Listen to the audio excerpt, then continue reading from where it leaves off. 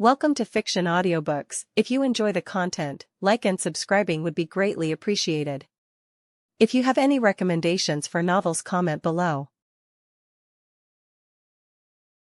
Please join my Patreon at https://www.patreon.com/fictionaudiobook. Chapter 14, Chapter. Where the hell have you been, young man? Harry recognized the voice immediately. Sitting at the staff table was a clean and sharp-dressed Sirius Black, his hair shorter and his beard neatly trimmed. Seated next to him was Remus Lupin, who was also looking quite sharp, especially when compared to the tattered robes he had worn during his year as their dada professor. The silence in the Great Hall was deafening. Having seen a memory of him just hours before, Daphne easily recognized the man who shouted as Sirius Black, who had just risen from his seat. "I guess you're a free man, then?" asked Harry, looking at the man in surprise. That was unusually fast. Obviously. Given the evidence supplied by your parents' will, the DMLE and the Ministry had no choice but to declare me an innocent man, Sirius replied jovially, oblivious to the perturbed look Dumbledore was giving him. "I've been a free man since 9 o'clock yesterday evening, but don't try changing the subject. Where have you been?" "Imagine my disappointment when I arrived at Hogwarts around noon, intending to give you the good news in person, but you were nowhere to be found. On top of that, a young lady who you've been spending time with lately was also missing," Sirius said, a hint of amusement beneath his concern. "So, tell us, where exactly have you been all day?" Harry just glared at the man. He was incensed that his godfather thought it was a good idea to confront him like this, and in front of the entire school, no less. He clearly hadn't listened to a thing Harry had told him. However, it wouldn't do to settle things here in front of everyone, so he hid the bulk of his anger behind his mask for the time being. "You intended to give me the good news around noon today, 4 hours after the paper normally gets delivered?" Harry asked with a raised eyebrow. Sirius looked slightly embarrassed. A guilty expression passed across his face, and Lupin looked like he was trying to hold back laughter. "You got drunk celebrating last night, didn't you? And you were too hungover this morning to actually get your ass out of bed on time," Harry accused. Sirius actually blushed, and nervous laughter sprang up around the hall. "Don't try to change the subject," Sirius attempted, and Harry actually shook his head. "Glad to see you still have your priorities straight," Harry replied in a cold, sarcastic tone that made the hall fall silent, even if they didn't understand his meaning. Sirius was stunned. The only other instance Harry could be referring to was that night, when he prioritized going after the rat above taking care of Harry. He may have gotten a little carried away last night, but this was a completely different situation. Wasn't it? "Now, if you're done, I'm going to have dinner with my friends. If you still want to talk to me, we can do it afterwards," Harry said in the same tone, glaring at Sirius. "For now, though, I'm fine, as you can see. I am happy you're free, even if you couldn't be bothered to send me a message, like you promised. You do remember me asking you to call for Dobby if you needed to reach me, don't you? If not, then I assume you do still remember how all's work?" Harry asked sarcastically, struggling to hold on to his temper. Daphne grabbed Harry by the arm and squeezed it, attempting to calm him. Fortunately, it worked, and some of the tension left Harry. Sirius silently sat back down in his chair. He definitely wasn't feeling as happy or as proud as he had moments before, and now he was trying to figure out what he'd said that could have angered his godson so much. When it became obvious that neither Sirius nor Dumbledore were planning to do anything about the situation, McGonagall decided to step in. "Mr. Potter, this behavior will not be tolerated. I demand to know where you and Ms. Greengrass have been for the whole day," she said sternly, rising from her seat. Daphne surprised Harry by taking the lead. "We had an early breakfast right here in the Great Hall, as anyone else who was here could confirm. We went to have a walk by the lake, and when we tired of that we went to the chamber to work on spells and practice our dancing for the ball. We were there for most of the afternoon, and then we decided to go for another walk by the lake until it was time to join our friends for dinner," she summarized. Harry just smirked and extended his hand to Daphne, escorting her to her seat next to Tracy. "Miss Greengrass?" Snape admonished, but he refrained from taking points. "The chamber?" asked McGonagall, paling slightly. "Where else would we be able to train in peace?" Harry asked innocently, noticing the tight looks of apprehension on Dumbledore's and McGonagall's faces. Daphne noted that Black seemed to have recovered from Harry's scolding and was currently mumbling something to Lupin, who looked like he was holding back nervous laughter. Snape remained in his chair with his arms crossed, looking surly as usual, but he didn't seem interested in involving himself further. "If you really must know, I can assure you there was no unbecoming behavior," Harry said coolly, and Daphne realized that most of the dorks were still glaring at them. That prompted her to take a look around the room and gauge the reactions of the various groups to their arrival. Neither of them had considered that their being occupied for most of the day would be considered noteworthy, but if the last 5 minutes were any indication, they had been the talk of the castle that afternoon. The Duffers were showing some signs of hostility, but nothing concerning. As usual, the Claws were mostly indifferent to any school drama, and the same could be said for most of the Beauxbatons contingent. The French champion, however, seemed amused by the whole affair and was watching them closely. The Demstrang students were stoic as ever, although Victor Crumb seemed to be looking sympathetically at Harry. "What's going on?" asked Harry, catching on that they seemed to be missing something. "Oh, nothing at all," Tracy replied, with a mischievous grin that made both of them anxious. Daphne caught sight of her sister, who was holding up that morning's edition of the Daily Prophet and waving it in the air. Daphne waved her wand, and with a startled yelp from Astoria, the paper flew from her younger sister's hand into hers. "Oh, come on, how is that front page material?" Harry complained, as soon as he saw the headline. Potter and Greengrass Romance. By Rita Skeeter. What followed was a detailed account of their date in Hogsmeade, including the fact that they never let go of each other's hands and their confrontation with the Six Dorks. It even went into detail depicting the Slytherin's support against Harry's former friends, and then finished with their departure for their picnic, thanks to a very strange creature that called itself Harry Potter's house elf. Harry thought it was interesting that there was no mention of Harry's story about the Chamber of Secrets, or Weaselette's involvement. He wondered why. Did someone intentionally prevent that story from getting out, or did the bint just decide it wasn't as interesting as gossip about the love lives of teenagers? Nothing. Really, Tracy? Daphne asked sarcastically, narrowing her eyes at her friend, who was still grinning. "Well, there may be one or two things in there, but nothing really worth mentioning," replied the now openly laughing Tracy. "So, how does it feel to be on the front page of the Prophet?" Daphne ignored her friend's laughter and took a closer look at the pictures. She had to admit, she would have really liked the pictures if they weren't out there for all of Wizarding Britain to see. The images perfectly depicted their closeness, how happy they seemed together, and even caught some of the charged looks between them. "We're lucky Skeeter didn't get a picture of our first kiss," Daphne thought. Who knew what that harpy would have said about that? The thought made a small smile appear on Daphne's lips. "How could you do this, you filthy traitor? Wasn't betraying our house enough?" shouted an obnoxious voice from the Gryffindor table. Everyone except Harry turned to look at the fuming Ron Weasley, who was sitting next his crying sister. Granger was nodding furiously from his other side, making her thoughts on the matter known. Harry paid them no mind. Instead, he focused on levitating a piece of steak and some vegetables onto his plate. "What would you like? Besides a frame for that picture?" he asked Daphne, who just rolled his eyes at him, not hiding her smile. "Chicken," she replied, and he levitated some chicken to her plate.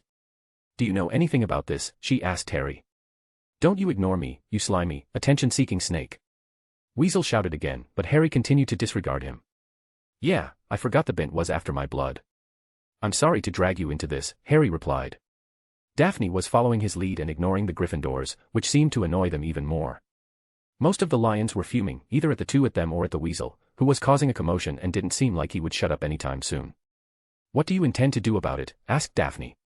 "Apart from completely destroying her," he asked, then shrugged and turned to her. "Any thoughts?" "I'll think of something," she replied, and he chuckled. She loved knowing her opinion mattered to him. "Potter, you bastard," bellowed the Weasel again. "For Merlin's sake, Professor, isn't there a rule against disturbing dinner by being a bloody obnoxious loudmouth?" pleaded Harry, turning to Snape with a raised eyebrow. "Mr. Potter," admonished McGonagall. "Mind your language." "Me. What about him?" asked Harry, pointing at Weasel and repressing the urge to let the Scot know exactly how he felt about her obvious bias. "Mr. Potter is right, 20 points from Gryffindor for disturbing dinner in front of guests," Snape replied, pronouncing the last word with distaste, glancing towards Black and Lupin. Sirius and Remus were too shocked at seeing the men actually taking Harry's side to be offended. "What? How is that fair, you lousy, greasy, snake lover?" Weasley shouted again, probably believing he had come up with clever comeback. Professor Snape just sneered at the redhead. 25 points from Gryffindor for insulting a teacher, and 1 week's detention with Mr. Filch as soon as the next term starts. "What?" he yelled, before one of his brothers had the good sense to hit him with a silencing charm, though everyone could still see him silently ranting. "Do try to keep your students in line, Minerva. Their display of Gryffindor idiocy in front of the other schools gives Hogwarts a bad name," drawled Snape. McGonagall was so incensed at Snape's accusation that she was having trouble forming an articulate response, so while she was still spluttering, Harry spoke up. "At least one professor takes his job seriously." The hall became so quiet that you could have heard a pin drop. Many fantastic and bewildering feats had taken place within the hallowed walls of Hogwarts School of Witchcraft and Wizardry, but Harry Potter complimenting Severus Snape was perhaps the most incomprehensible of them all. The man in question looked as if he had been confounded, and seemed unable to do more than gape at Harry, who had gone back to eating his dinner as if nothing happened. A moment later, a couple of Slytherins broke the silence and started laughing, and soon the rest of the house joined in, along with the Demstrang students, who shared a table with the Snakes and were aware of the hate bond between Potter and Snape. "Mr. Potter, 20 points from Slytherin for insulting the staff," McGonagall announced, snapping out of her stupor. "Figures," he whispered, rolling his eyes. "Behave," Daphne scolded, her small grin betraying her real feelings on the matter. "Yes, dear," he replied, making their friends burst out laughing again. "Tell us, Harry, did you know that you received a howler?" Tracy asked with a huge smile. "Let me guess, the mother weasel," he asked, and Tracy nodded. "This very morning," added Blaise, with a grin. "Since you weren't around to open it, the howler exploded and shouted its contents to the entire Great Hall." "How could you, Harry?" asked Millie in a high-pitched imitation of Molly Weasley, trying to control her laughter. "How could you start dating a snake and break hers and poor Ginny's heart? You should be with a proper girl from a proper light family, like her sweet daughter." Harry sighed, attempting to tamp down the urge to do something nasty, like fading into the burrow and start throwing around lethal curses. "That woman has to be mad," he said bluntly, shaking his head. He noticed Daphne's hand trembling, so he reached over and squeezed it gently, prompting her to look at him. "Do you want me to deal with it?" he asked. "Or would you rather do something about it yourself?" Daphne waved him off with a shake of her head, then scooted over and rested her head on Harry's shoulder. She started thinking about the weasel tramp, and how in Harry's past, the girl had apparently played a part in her death. Would she try something like that again? She dismissed the thought as soon as it had come. There was no way Harry would ever let something like that happen. Even though they'd only been officially together for a day, Daphne felt safe with Harry and knew he would do anything to protect her. It felt like they'd been together for much longer than they actually had, but she supposed that experiencing his memories of their relationship contributed to that. If the little red-headed bitch had a problem with their relationship, well, that was too bad. If she or her harpy of a mother dared to try and come between her and Harry, she would teach them a lesson they would never forget. Daphne had seen what she could become if she stayed by Harry's side, and she wasn't going to give that up without a fight. The fact that she was falling hard for him too just made it all the sweeter. That said, maybe letting Harry handle things before it even came to that point wouldn't be a terrible idea. An ounce of prevention, as they say. "What could you actually do?" she asked, still leaning against him. "For now, I can put you officially under the protection of my house," he suggested. "Later on, we can completely destroy them, with extreme prejudice if necessary." He whispered the last part in her ear, making sure no one else could hear him. Daphne inhaled sharply, as Harry's whispered promise sent an excited shiver up her spine. "Okay," she agreed quietly, and he turned and kissed the top of her head. Guys," asked Theo, waving his hand in front of them, trying to get their attention. "Is everything all right?" "Everything's fine, Theo," replied Daphne, sitting back up and turning her attention back to her meal. "What else did we miss?" "You mean aside from Lord Black showing up around lunchtime looking for Harry, and the commotion you two caused when nobody could find you?" Theo replied dryly. "Just the staff and all the prefects scouring the entire castle trying to find a trace of either of you. Unsuccessfully, I might add." "We were fine by ourselves," Harry replied, which made Tracy giggle. "So, what did you two do, all by yourselves, alone for the entire day?" she asked, wagging her eyebrows. Suddenly, everyone around them became very interested in hearing their story. "I already told you what we did," Daphne replied shortly. "Besides, what I do with my boyfriend is our business and no one else's." "Fine, don't tell." "Maybe we can just wait for Rita Skeeter to get another scoop," Pansy snarked, making Daphne quickly turn to Harry. "Could she find a way to?" She started, but Harry interrupted her with a shake of his head. "No, Dobby would have noticed," he asserted, and at that instant Dobby appeared next to them. "Indeed I would, Master, Mistress. I can assure you that no one could breach the chamber without my knowing." Daphne actually sighed in relief. "Were you aware they were searching for us?" Harry asked the elf, who shrugged. "You told me not to disturb you, just to be ready at any time. I was in the chamber the entire time you were. If anyone had cared to summon me, I would have responded, and the house elves could have reached me at any time. It's not my fault nobody decided to try it. I swear, sometimes you're just too damn literal," Harry smirked, "but you're right." Dobby nodded and popped away. Secrets already. "And what exactly do you have to hide?" asked Tracy, with a wicked glint in her eyes, making Daphne roll hers. Tracy never got an answer, because at that moment, a visitor arrived at their table. "Pardon-moi, Monsieur Potter, Mademoiselle Greengrass, but could I have a moment?" asked the heavily accented voice of Fleur Delacour, the surprised group turning to look at her. Daphne didn't seem pleased to see the French champion and glared back at her, but Harry seemed more curious than anything. "What can we do for you, Miss Delacour?" asked Harry. He realized that Fleur was suppressing her allure, which surprised him, so he decided to be civil and find out what it was she wanted. I just wish to apologize for what happens this morning. It is true that Vila seeks strong mates, but I had no intention of stepping between you two. I was told Monsieur Potter was single, but I know now that was not true. Harry definitely wasn't expecting that, and judging by their friend's dumbfounded stares, he wasn't alone. Do you really mean that? Asked Daphne, still glaring up at the girl with narrowed eyes. Oui, I do. Unlike what some people think, Vila do not steal men from other women. For us, a bond is most precious, the French girl replied, and Daphne found herself relaxing. She didn't even realize she had become tense. Then she remembered that Harry had implied that she and Fleur had actually been close at one point, in his previous timeline. That's good.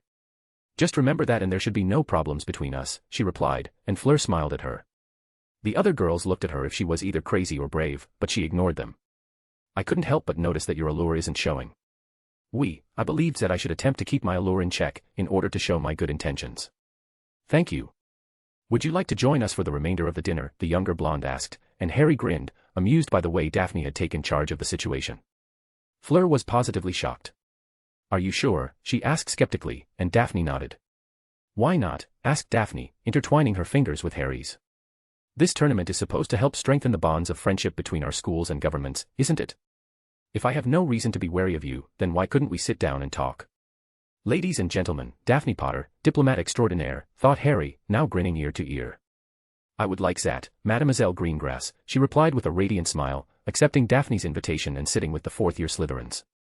The interaction hadn't gone unnoticed, either by the students or the staff. What just happened? Asked a surprised Professor Sinistra, looking over at the Slytherins from her spot at the staff table. I don't know, but I think that 10 points are owed to Slytherin for promoting inter-school friendships, replied Professor Babbling, sipping her tea and raising an eyebrow at the looks her co-workers were giving her. What? Isn't that supposed to be the objective of this crazy tournament? The girl is a Vila. Do you think she is trying to seduce Potter? Asked Professor Vector, and Professor Babbling shook her head. Mr. Potter barely talked.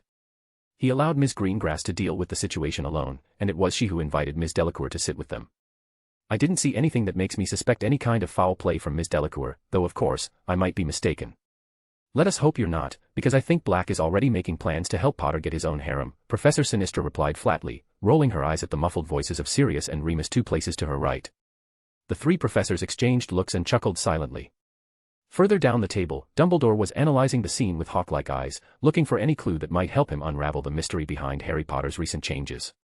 Harry and Daphne's sudden appearance at dinner and their interplay with the French champion had made them the main topic of conversation across the Great Hall.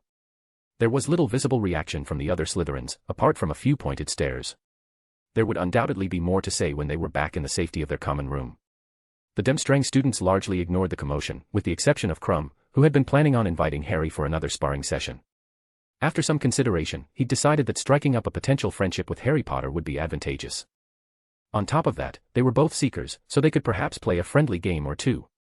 Victor really missed being able to play Quidditch freely, without all the pressure that comes with being a professional. The Beauxbatons delegation initially believed that Fleur was going to initiate another blatant attempt at seduction, and they were surprised to see Harry Potter's girlfriend invite her to join them. It wasn't that they disliked Fleur per se, but having all the boys constantly drooling over her didn't endear her to the other girls, even if it wasn't totally her fault. Their hosts, the Ravenclaws, watched the proceedings with curiosity, but for the most part seemed indifferent. The main exceptions would be Cho Chang and her group of girls, who were huddled together making mean-spirited remarks about all three of them. The Hufflepuffs were still feeling hostile towards Harry, but at this point it was more out of frustration than proper anger. When Diggory was selected as champion, the house had believed it was finally their year, but all that went out the window the moment Harry Potter's name came out of the cup. They had all believed that Harry put his name in the Goblet of Fire, and as retribution they had relentlessly mocked and harassed him, to the point where he essentially disappeared from Hogwarts. Then Potter's performance at the first task turned out to be amazing, far better than their champions, regardless of the scores given. That alone was enough to cause the Puff some embarrassment, but then he made the oath in the Great Hall, shaming both them and the Gryffindors by proving their harassment was unjustified. Some of the Hufflepuffs had been humbled, but there were others that still insisted that Potter was nothing but an attention-seeking prat. Cedric Diggory was not one of those people. He had engaged in some deep reflection after the task, and he felt ashamed by his behavior over the past month. He wasn't sure how receptive the younger champion would be, but he was determined to make amends with Potter. A large portion of Gryffindor House had come to believe that exiling Potter from their house had been a mistake. They had been caught up in the heat of the moment on Halloween, and in one fell swoop they had lost their Star Seeker, the notoriety of having the boy who lived, and the privilege of having a Triwizard champion represent their house. It turned out that Potter hadn't even cheated, but even if he had, was that really egregious enough to warrant outright banishment? The truth was that Potter's exile probably wouldn't have happened if it weren't for his best friends whipping the house into a frenzy that night. If those two were so convinced of his guilt that they would fiercely advocate for his banishment, then they must have known something they didn't, or so they thought. Ron Weasley was the only one who still foolishly believed Potter was a cheater, even after the magical oath. Granger still maintained that Potter was being controlled by spells or love potions, not that anybody listened to her, aside from Ginny Weasley. Granger had been briefly humbled by the embarrassment of her failed house elf crusade, but that didn't last long. Instead, she seemed to have doubled down, becoming even more obnoxious and vocal both inside and outside the house. Mistake or no, one thing that was clear was that Potter wasn't coming back. He spurned their apologies and turned his back on the house. Regardless of how it came about, Harry Potter could not be forgiven for joining the house of their bitter rivals. Break. At the conclusion of dinner, Sirius and Remus dragged Harry off for a talk. Dumbledore attempted to join in, but was rebuffed by Sirius, stating that it was a family matter. Dumbledore was forced to acquiesce and gave them their privacy, reminding Harry of his detention with him at 9 o'clock. Once the three were finally alone in an empty classroom, Harry's eyes shot to the two adults before they could even speak. What the hell was your plan? I thought we'd agreed that you would send me a message as soon as you knew anything. Harry hissed, making Sirius flinch slightly. Whoa, calm down there, pup. Sirius attempted, only to be interrupted by Harry again. Don't even bother. To be honest, I don't even care about you getting drunk celebrating. Hell, I'm happy for you, and I hope you had fun. It's not as if you were going to come to Hogwarts and tell me after curfew, Harry continued with a shrug. You could have sent a fucking message, though, he added, resuming his glare. And what were you thinking, spilling the beans about my parents' will to the whole bloody school like that? Dumbledore's clever enough to realize that means I've claimed my lordship. From there, it won't be long until it's public knowledge, and I wanted to keep it a secret a while longer. That's why I asked the DMLE not to divulge the existence of the will in the first place, Harry fumed, now pacing back and forth around the room. You just single-handedly destroyed a couple of my plans. Now there will be even more attention on me, and I've lost a key advantage. Do you have any idea how much trouble this will cause me?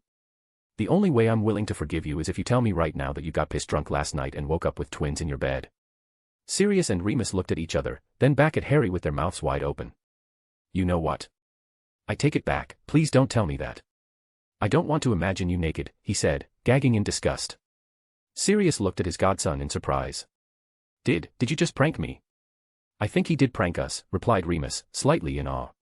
Sort of, replied Harry. But I really am annoyed with you. Why wasn't there an announcement about your exoneration in the Prophet? There was, on the 3rd page, informed Remus. Harry sighed, mumbling, bloody rag.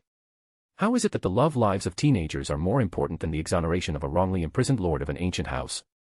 That reminds me, did you claim your lordship yet? Not really, I didn't have the time, scowled Harry, making Sirius feel guilty again. Honestly, Moony, you're supposed to be the responsible one. Couldn't you have reminded him? Remus mumbled something under his breath but didn't bother arguing. Harry crossed his arms and looked to his godfather. What about me? I know I'm a lord in my own right, but I'm still a teenager. Will I finally have a home with my godfather and uncle and get to live the life that was denied me for 13 years, or do I still have to go it alone? Whoa, now hold on just a minute, kid, said Sirius, recovering from his embarrassment. You're my godson, and you being a lord doesn't change that. I'm supposed to be your guardian, and I plan on fulfilling that role, whether you want it or not. At least that's something, Harry replied. Don't expect me to call you father, though, he added with a smirk. Was that a joke? Remus asked with a grin. That one was, he replied, and Remus laughed and clapped once. Can you just imagine someone calling Sirius Blackfather, he howled, and as embarrassed as he was, even Sirius had to grin. I don't want you to call me that, kid, ever. I don't think I'm ready for that, Sirius replied, ignoring Remus, who laughingly retorted, will you ever be? That's good, sighed Harry, deciding to put on the hurt kid act. I'm sorry, it's just that after everything we talked about, I didn't like knowing you decided to ignore what I asked of you. I haven't been able to count on many people in my life, and I was hoping you'd be different. I'm sorry, kid, Sirius apologized, hugging his godson. I think I understand, and I'm sorry, Harry, I really am. I didn't mean for it to happen this way, but, I'm sorry. Harry could hear the raw emotion in Sirius's voice, not to mention the way his face sank when Harry laid the guilt trip on him. The old dog actually felt bad about it, was he being too hard on him? Damn, now I feel bad, Harry thought to himself, and returned his godfather's hug. Let's try to work it out, okay, asked Sirius, and Harry nodded. So, that lovely young girl. My girlfriend, Daphne Greengrass, who you may have read about in The Prophet, replied Harry, making Sirius and Remus chuckle. Harry, let us be serious for a moment, started Remus, who almost immediately regretted his choice of words. Can't I just be me instead of him? Asked Harry, pointing to his godfather. Sirius almost squealed in delight, pulling Harry back into another hug. Remus even chuckled, after the initial shock wore off. There is hope for Prongslet, Mooney, laughed Sirius, and Remus shook his head. That's an awfully bad joke, Harry, and please don't encourage him, said Remus, attempting to hold back his grin. Sirius, focus, will you? As I was saying, did anything happen between the two of you that shouldn't have? Harry sighed, feeling slightly disturbed by their sudden interest. Northwest unbecoming behavior took place, Uncle, replied Harry. That means no sex or anything physical, beyond kissing. We've only been dating for a day, for Merlin's sake, not to mention the fact that we're only 14. We're too young to get up to more than that. Oh, thank Merlin, sighed Sirius, relaxing immediately. Lily would kill us if you were. What? Asked Harry, but Sirius ignored him. Listen, Harry, I'm going to be very serious, and no, that isn't meant to be a bad pun. I demand you be responsible and respectful to any young ladies, Sirius ordered, with a rare no-nonsense expression. You're young, and you'll have plenty of time to fool around, but no matter who you fool around with, you will be respectful, understood? Of course, Harry assured him, wanting to leave Sirius with no doubts. Now, unless someone already gave you the talk, I think we need to meet again soon, say Wednesday afternoon. Sirius proposed while looking at Remus, who nodded in approval. Harry paled.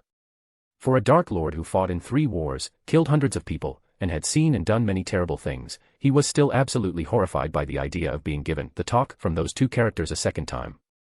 As entertaining as this has been, it's almost 9 o'clock, and Harry's supposed to be meeting with the headmaster, Remus mentioned. What did you do that got you a detention with the headmaster, of all people? Sirius asked. I performed some accidental magic and operated myself and Daphne from the Great Hall into the Chamber of Secrets. I guess the old man wants to find out more about that, Harry said, amused by the looks on their faces. You accidentally, Merlin, exclaimed Remus, and Harry smirked. How? Asked Sirius. I don't know, it just happened, Harry lied. There wasn't time for further explanation anyway, so those 2 had no choice but accept the answer they got. The 3 left the room and were en route to the headmaster's office, when they crossed paths with a wide-eyed Gryffindor first year, who was looking nervously at Harry. I'm sorry, Mr. Potter, but can I have a moment of your time, the firstie asked, taking the others by surprise. Harry schooled his features and looked down at the boy. He was an average-sized first year, thin, with medium-length brown hair. He was clearly frightened, but what intrigued Harry was his look of determination, and the fact that he didn't shy away from making eye contact. What do you want, firstie? Harry asked coldly, making the boy flinch and drop his gaze. Harry was somewhat disappointed by the meek reaction, and it diminished some of his interest, but on the other hand, there was something about the boy that seemed familiar, he just couldn't place it. Mr. Potter, sir, I am not here in the name of anyone else but me, sir. It was actually luck that I found you, sir, I was coming from the library. The boy babbled. Sirius and Remus exchanged looks, and Harry just crossed his arms and looked down on the boy with an amused smirk. Get to the point, firstie, ordered Harry, and the boy actually gulped. I wanted to apologize for believing you put your name in the cup. I was afraid, and I went along with what the older years were saying, instead of making up my own mind. It's not a good excuse, of course, but I wanted you to know, the boy said. I'm a muggle born and I didn't know much about this world, but that's not really an excuse either. I should have known better. Why did you decide to come to me? Harry asked hesitantly, still trying to figure out what was so familiar about him. And why did you choose today to approach me? Is it because you feel safer without any other Slytherins around, or is it because I'm with 2 adults so you think I won't curse you? I don't really care about that, the boy admitted, finding some courage within himself and looking Harry in the eyes. I really think Gryffindor has no excuse for turning their backs on one of their own. I think you did the right thing by not forgiving the house, even if it meant joining the snakes. Then what is it you really want, firstie? Asked Harry, recognizing something in the boy's posture. Nothing. I just wanted to apologize for my mistakes, the boy replied, looking at Harry. I don't want your forgiveness, I don't think I deserve it. Harry raised an eyebrow. Then why did you insist on apologizing, he asked, and the kid's reply shocked him to the core. I don't want to be a mudblood, the boy confessed. I like this world, and I know that if I want to be respected, I have to give respect first. According to what I've read, Gryffindor's behavior fits the description of a mudblood, a person without honor and no respect for wizarding culture. So, you know what mudblood truly means, then, asked a surprised Harry. In that case, what are your thoughts on Granger? Based on everything I've read, she's a mudblood, all right, the boy replied meekly, and Harry grinned. Well, you have guts, kid, I'll grant you that, he said, his face returning to a neutral expression. You're right, though. My former house turned their backs on me, accusing me of being a cheat without even giving me a chance to defend myself. You probably remember McGonagall's speech from your first night, about our house being our family. Do you think you acted as family should? No, sir, the boy replied, looking down again. Harry looked at the boy. What's your name? Jason Hallows, sir, the boy said, still looking down. Had he been looking at Harry, he would have seen his eyes widen in recognition. Remus and Sirius didn't notice, as they were still standing behind Harry. Damn it, Astoria, it was a simple question. Harry aged the boy in his mind, and that left him with no doubt. Now that he knew his name, Harry was finally able to recognize the boy as an 11-year-old version of his one-time good friend and comrade in arms. You're a brave kid, Jason, Harry said, steeling himself again. I can't forgive Gryffindor, and I really don't think I ever will. The boy nodded, and then, much to Jason's surprise, Harry put a hand on his shoulder. You're the first to apologize and actually mean it. I don't really count what happened the day after the task as an apology, Harry revealed with a small smile. Don't say a word about this to anyone, because I won't accept any more apologies. And don't worry about it from now on, just don't be a mudblood. With a smile, Harry removed his hand from Jason's shoulder and took a step back. Shouldn't you be packing for tomorrow, though? It's all done. I just went to return some books to the library, the boy replied hesitantly, and Harry nodded. Then get back to the tower before anyone catches you, he directed, and the boy nodded his agreement. Thank you, Mr. Potter. Don't mention it, kid. I mean it, don't mention it, people will think I went soft, Harry requested, and the boy went off in the opposite direction, after a polite nod to Sirius and Remus. That was nice of you, Remus said approvingly, as the boy disappeared around a corner. Nice kid, commented Sirius, looking at Harry. You did the right thing, even if you scared the crap out of him in the beginning, he said, putting his hand on Harry's shoulder. Yeah, I hope so, Harry replied, taking note of the portraits on the walls and realizing Dumbledore would know what had happened in a matter of minutes. I'll need Daphne's help for this one, Harry thought, and resumed his trek to the headmaster's office, head bowed in thought. While Hallows was as close a friend as any of the others, Harry didn't know much about Jason's Hogwarts years.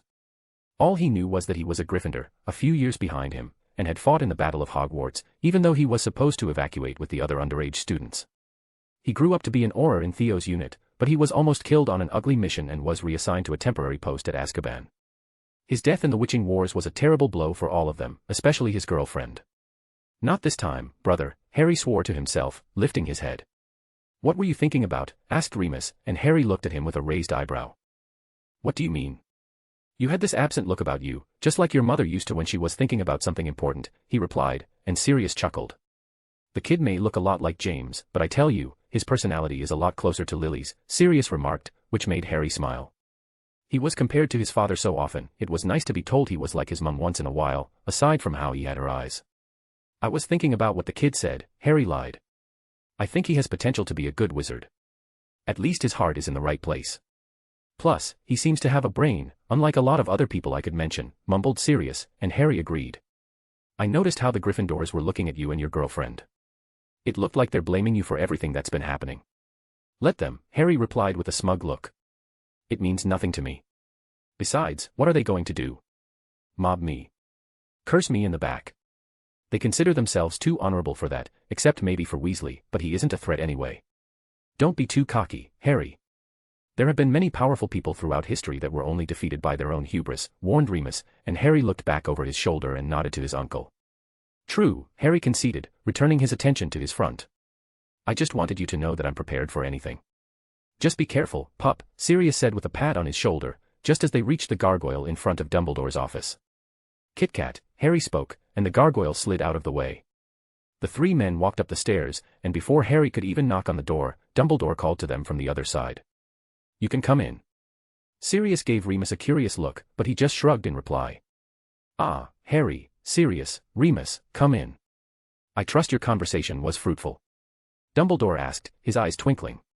Yeah, sure. I have a question for you, though, said Sirius, stepping forward. Well, 2 questions, actually. First, how do you know when there are people at the door? Dumbledore smiled serenely. I'm assuming it's some kind of ward. Harry suggested. Right you are, Harry. My apologies, Mr., or should I say, Lord Potter. Dumbledore asked knowingly, seemingly amused by the exchange. Happy, Sirius. Harry mumbled with a sigh. Call me whatever you wish, Headmaster, but I'm not particularly fond of the title. Ah, that's wonderful to hear. Humility will serve you well, Harry. I've always believed that self-confidence is very important, but without compassion and humility, it's just arrogance, Dumbledore replied sagely. I trust you will be receptive to your friends' and family's offers to help with your affairs, should you need it. You don't offer your own assistance, Headmaster, inquired Harry, and Dumbledore chuckled. I wouldn't want to impose, Harry. Besides, I believe you and I have a pending conversation regarding your affairs and the orders I have given to manage them. No, we don't, Harry assured him. You gave the orders under your authority as Chief Warlock, and the goblins followed them well.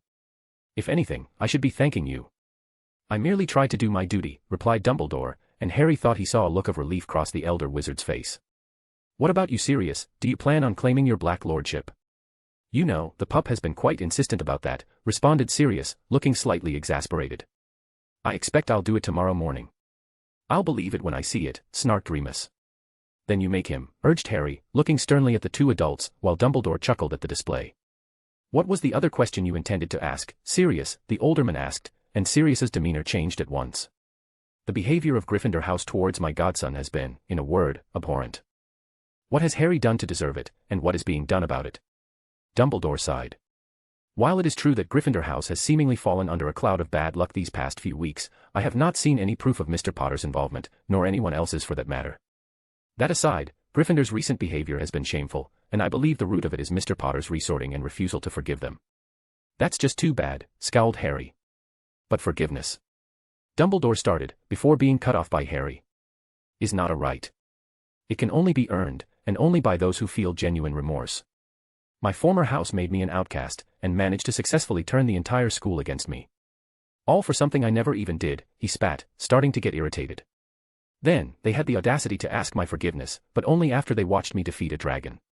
They weren't sorry for how they treated me, they just wanted me back so they could leech off my success. Now you tell me, Headmaster, do they deserve forgiveness? Would you forgive them, if you were me? I would, replied Dumbledore, and both Harry and Remus raised their eyebrows skeptically. Why? Sirius huffed, putting voice to all of their thoughts. Because forgiveness prevents resentment. Resentment can fester over time and give rise to hate, which can only lead to the dark, Dumbledore expressed, making Harry snort. I respect your opinion, Headmaster, but let them resent me if they want. I'm happier now than I ever was before, and I'm finally among people that respect me for who I am, and not because of my titles. Now, if you're done Yoda-ing me. You are? Sirius asked. Yodeling you, asked Dumbledore, confused. My dear boy, I must admit that I am unsure of what you mean. It's a Muggle thing, Harry sighed in frustration. Yoda is a character in Muggle fiction that has views similar to what you just said. Just forget it, it's not important. Harry noticed Remus's grin, and he figured he must have picked up on the reference. What did you ask me, Sirius? If you're respected for who you are, and not your titles in Slytherin.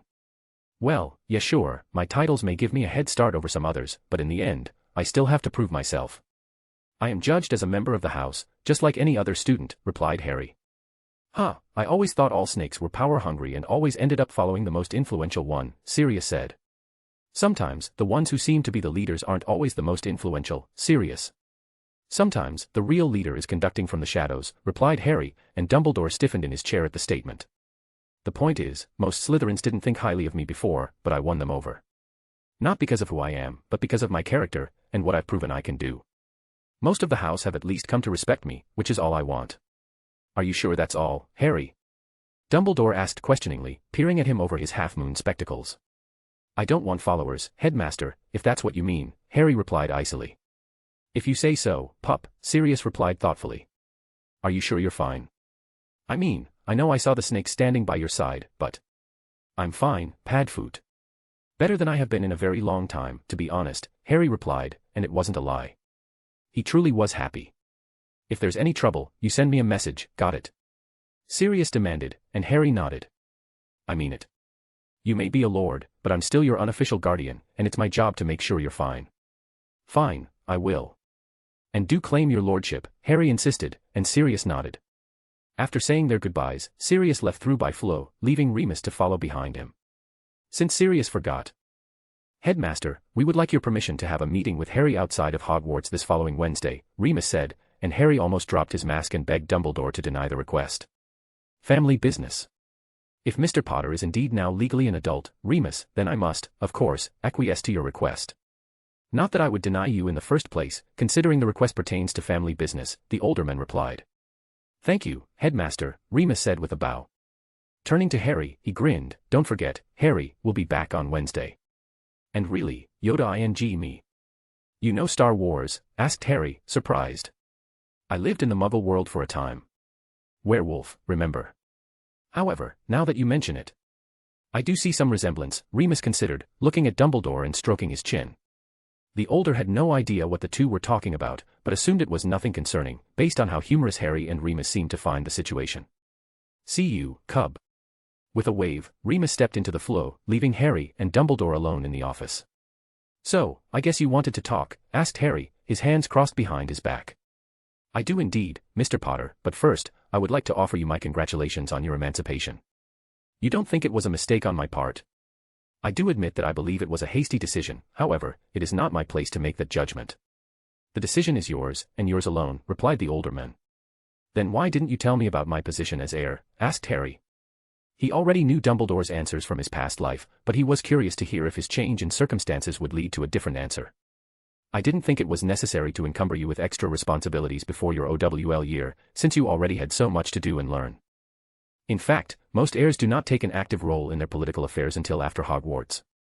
What about protocol training or extra classes to compensate for my lack of upbringing in this world? He asked, again already knowing the answer. I had intended to arrange for some tutors for you, but again, not until your newt years. I thought it best for you to enjoy the freedom of your childhood before heaping more responsibilities on you. Dumbledore looked thoughtful for a moment, and steepled his hands in front of him before continuing. Although, I did hope that your association with the Weasley family would assist you with your integration into the wizarding world. I suppose it did, up to a point, but you forget that the Weasleys have a rather biased viewpoint, sighed Harry.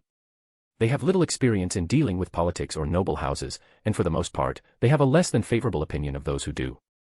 You should have brought me up on these matters in my first year, instead of keeping me in the dark and dumping me with the Muggles.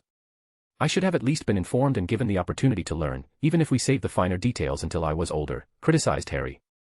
That being said, I do thank you for keeping my family's financial assets growing, and at least attempting to place me where I could be protected. The problem was that your attempt failed miserably. I didn't have a proper upbringing, and I was never safe, nor cared for in that house, though I suppose that doesn't matter anymore. Yes, it does, admitted Dumbledore, both his expression and his voice full of regret. I knew you were safe from the Dark Lord's followers, but I admit I never even considered the possibility that your family would mistreat you. When you first arrived at Hogwarts, it was obvious that you didn't have the childhood that I'd imagined for you. I knew what I was sending you back to after your first year, but I'd hoped that the Muggles would treat you better knowing that we were aware of them.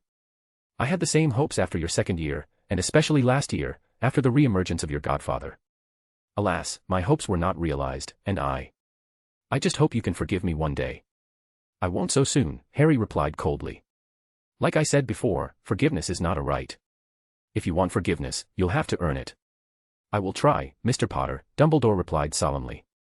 However, if you may indulge an old man's curiosity, if you believe that forgiveness must be earned, why did you so easily forgive young Mr. Halleys? I knew it, Harry thought, sighing to himself. I wondered if you'd bring that up. I guess it's true that you have eyes all around the castle, inquired Harry. The privileges of being the headmaster. The portraits around the castle all report to us, should we need them to, Dumbledore replied with a smile. He came to me on his own and genuinely apologized. That's it, replied Harry, intriguing the headmaster.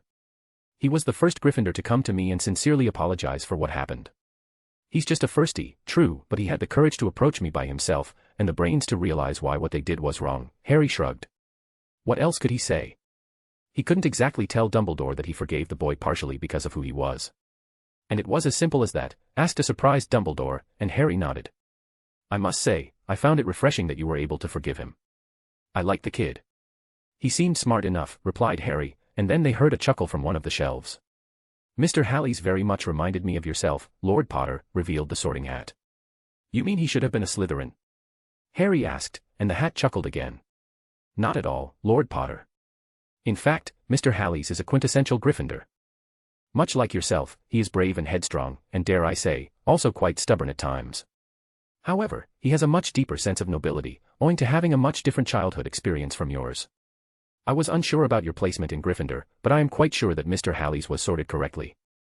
If you say so, Harry replied. He wouldn't elaborate in front of Dumbledore, but he understood and completely agreed with the Hat's conclusions. I'm glad to hear it, Dumbledore remarked, then gestured to a chair. Please, Harry, sit down. I am sorry I hadn't offered before. Harry nodded and took a seat across the desk from the headmaster. Where's Fawkes, by the way? Asked Harry, noticing the phoenix wasn't in his usual spot perched next to the desk. Stretching his wings, no doubt. For a phoenix, being cramped in this office all day must be quite boring. Harry found it curious but accepted the answer. Lemon drop. No, thank you. So, what did you wish to talk about? Harry asked, and Dumbledore's eyes twinkled. First of all, I would like to ask you to refrain from disappearing from the grounds with company, at least without letting someone know in advance, Dumbledore chuckled, making Harry's eye twitch. To be fair, Headmaster, I never left the grounds. The Chamber of Secrets is technically located within the castle. We were safe and reachable, if anyone would have thought to contact Dobby. I do not doubt that, and I admit it was a lapse in judgment to not attempt to summon Dobby. However, I was sure that you and Miss Greengrass were together and in no danger, which is why I didn't force a more thorough search. I appreciate that, Headmaster. I'll be sure to be more mindful in the future. Dumbledore just smiled. I have no doubt you will. Now, I wish to speak with you about yesterday's performance in the Great Hall. I figured, Harry sighed. What else do you want to know? I'd say everything, Dumbledore replied. Please, do explain for me exactly what happened. Harry retold the story, being careful not to deviate from his previous explanation, while trying to avoid saying anything that would prompt Dumbledore to probe deeper. As much as he irked him, Harry did respect Dumbledore's ability to pick up on the smallest details. It would take only one mistake. So, you claim you were distressed because Miss Greengrass was upset with you, and you wanted to explain yourself to her, is that correct? Harry nodded. Then, you simply wished for the two of you to be taken someplace safe to talk. Harry nodded again, and Dumbledore peered over his glasses at Harry, then he sighed and leaned back in his chair. I'm sorry, but I have a hard time believing that is true. Are you accusing me of lying, Headmaster? Retorted Harry, with as much indignation as he could muster. Indeed, I am, Dumbledore replied authoritatively, although his eyes didn't lose their twinkle.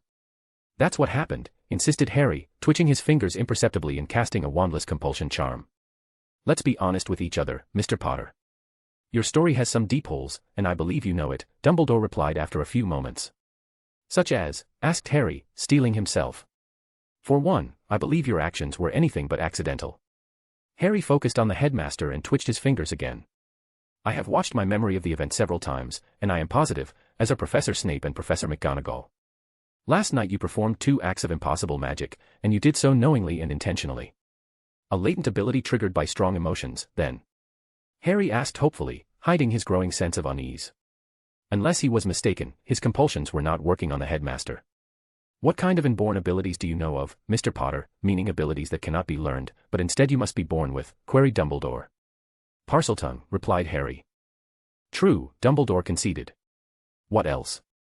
One could be a seer. Or a metamorphmagus, Harry replied, remembering Tonks and her ever-changing hair. I don't understand why you're asking me this, Headmaster. Are we to believe that all possible magical abilities are well documented, and that it's impossible for previously unknown abilities to surface? Not at all, Dumbledore replied with a smile. However, since the time of Merlin, there have been no reports of any ability resembling what you did yesterday, which makes it seem altogether unlikely. Thereby convincing you it wasn't an ability, asked Harry, shifting in his chair. What was happening? Why wasn't Dumbledore compelled to accept his explanation? No. I am convinced that it wasn't an accidental or unknown ability, as you put it, replied Dumbledore. I once opera to the roof of my primary school when I was being chased, could this not be a similar occurrence? Harry pressed, once again trying a compulsion.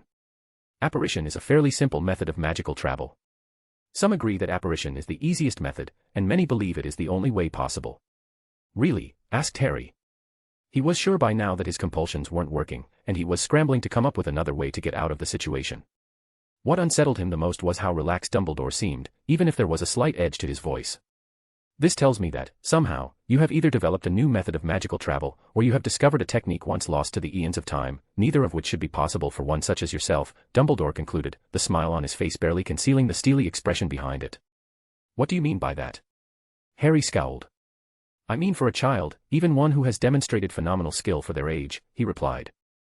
All gained through hard work over the past couple of years, and having access to the Chamber of Secrets. Oh, that much I believe, at least partially. Harry stiffened. What do you mean, sir? You know, Mr. Potter, had it not been for your magical oath, I would find it difficult to believe that you're Harry Potter at all, such are the changes in you. And yet, I have come to believe that magical oaths can be cheated. I'm not sure I understand your meaning, sir, replied Harry, twitching his fingers once more, putting as much power behind the charm as he could. I believe you do. Dumbledore responded, the smile dropping from his face.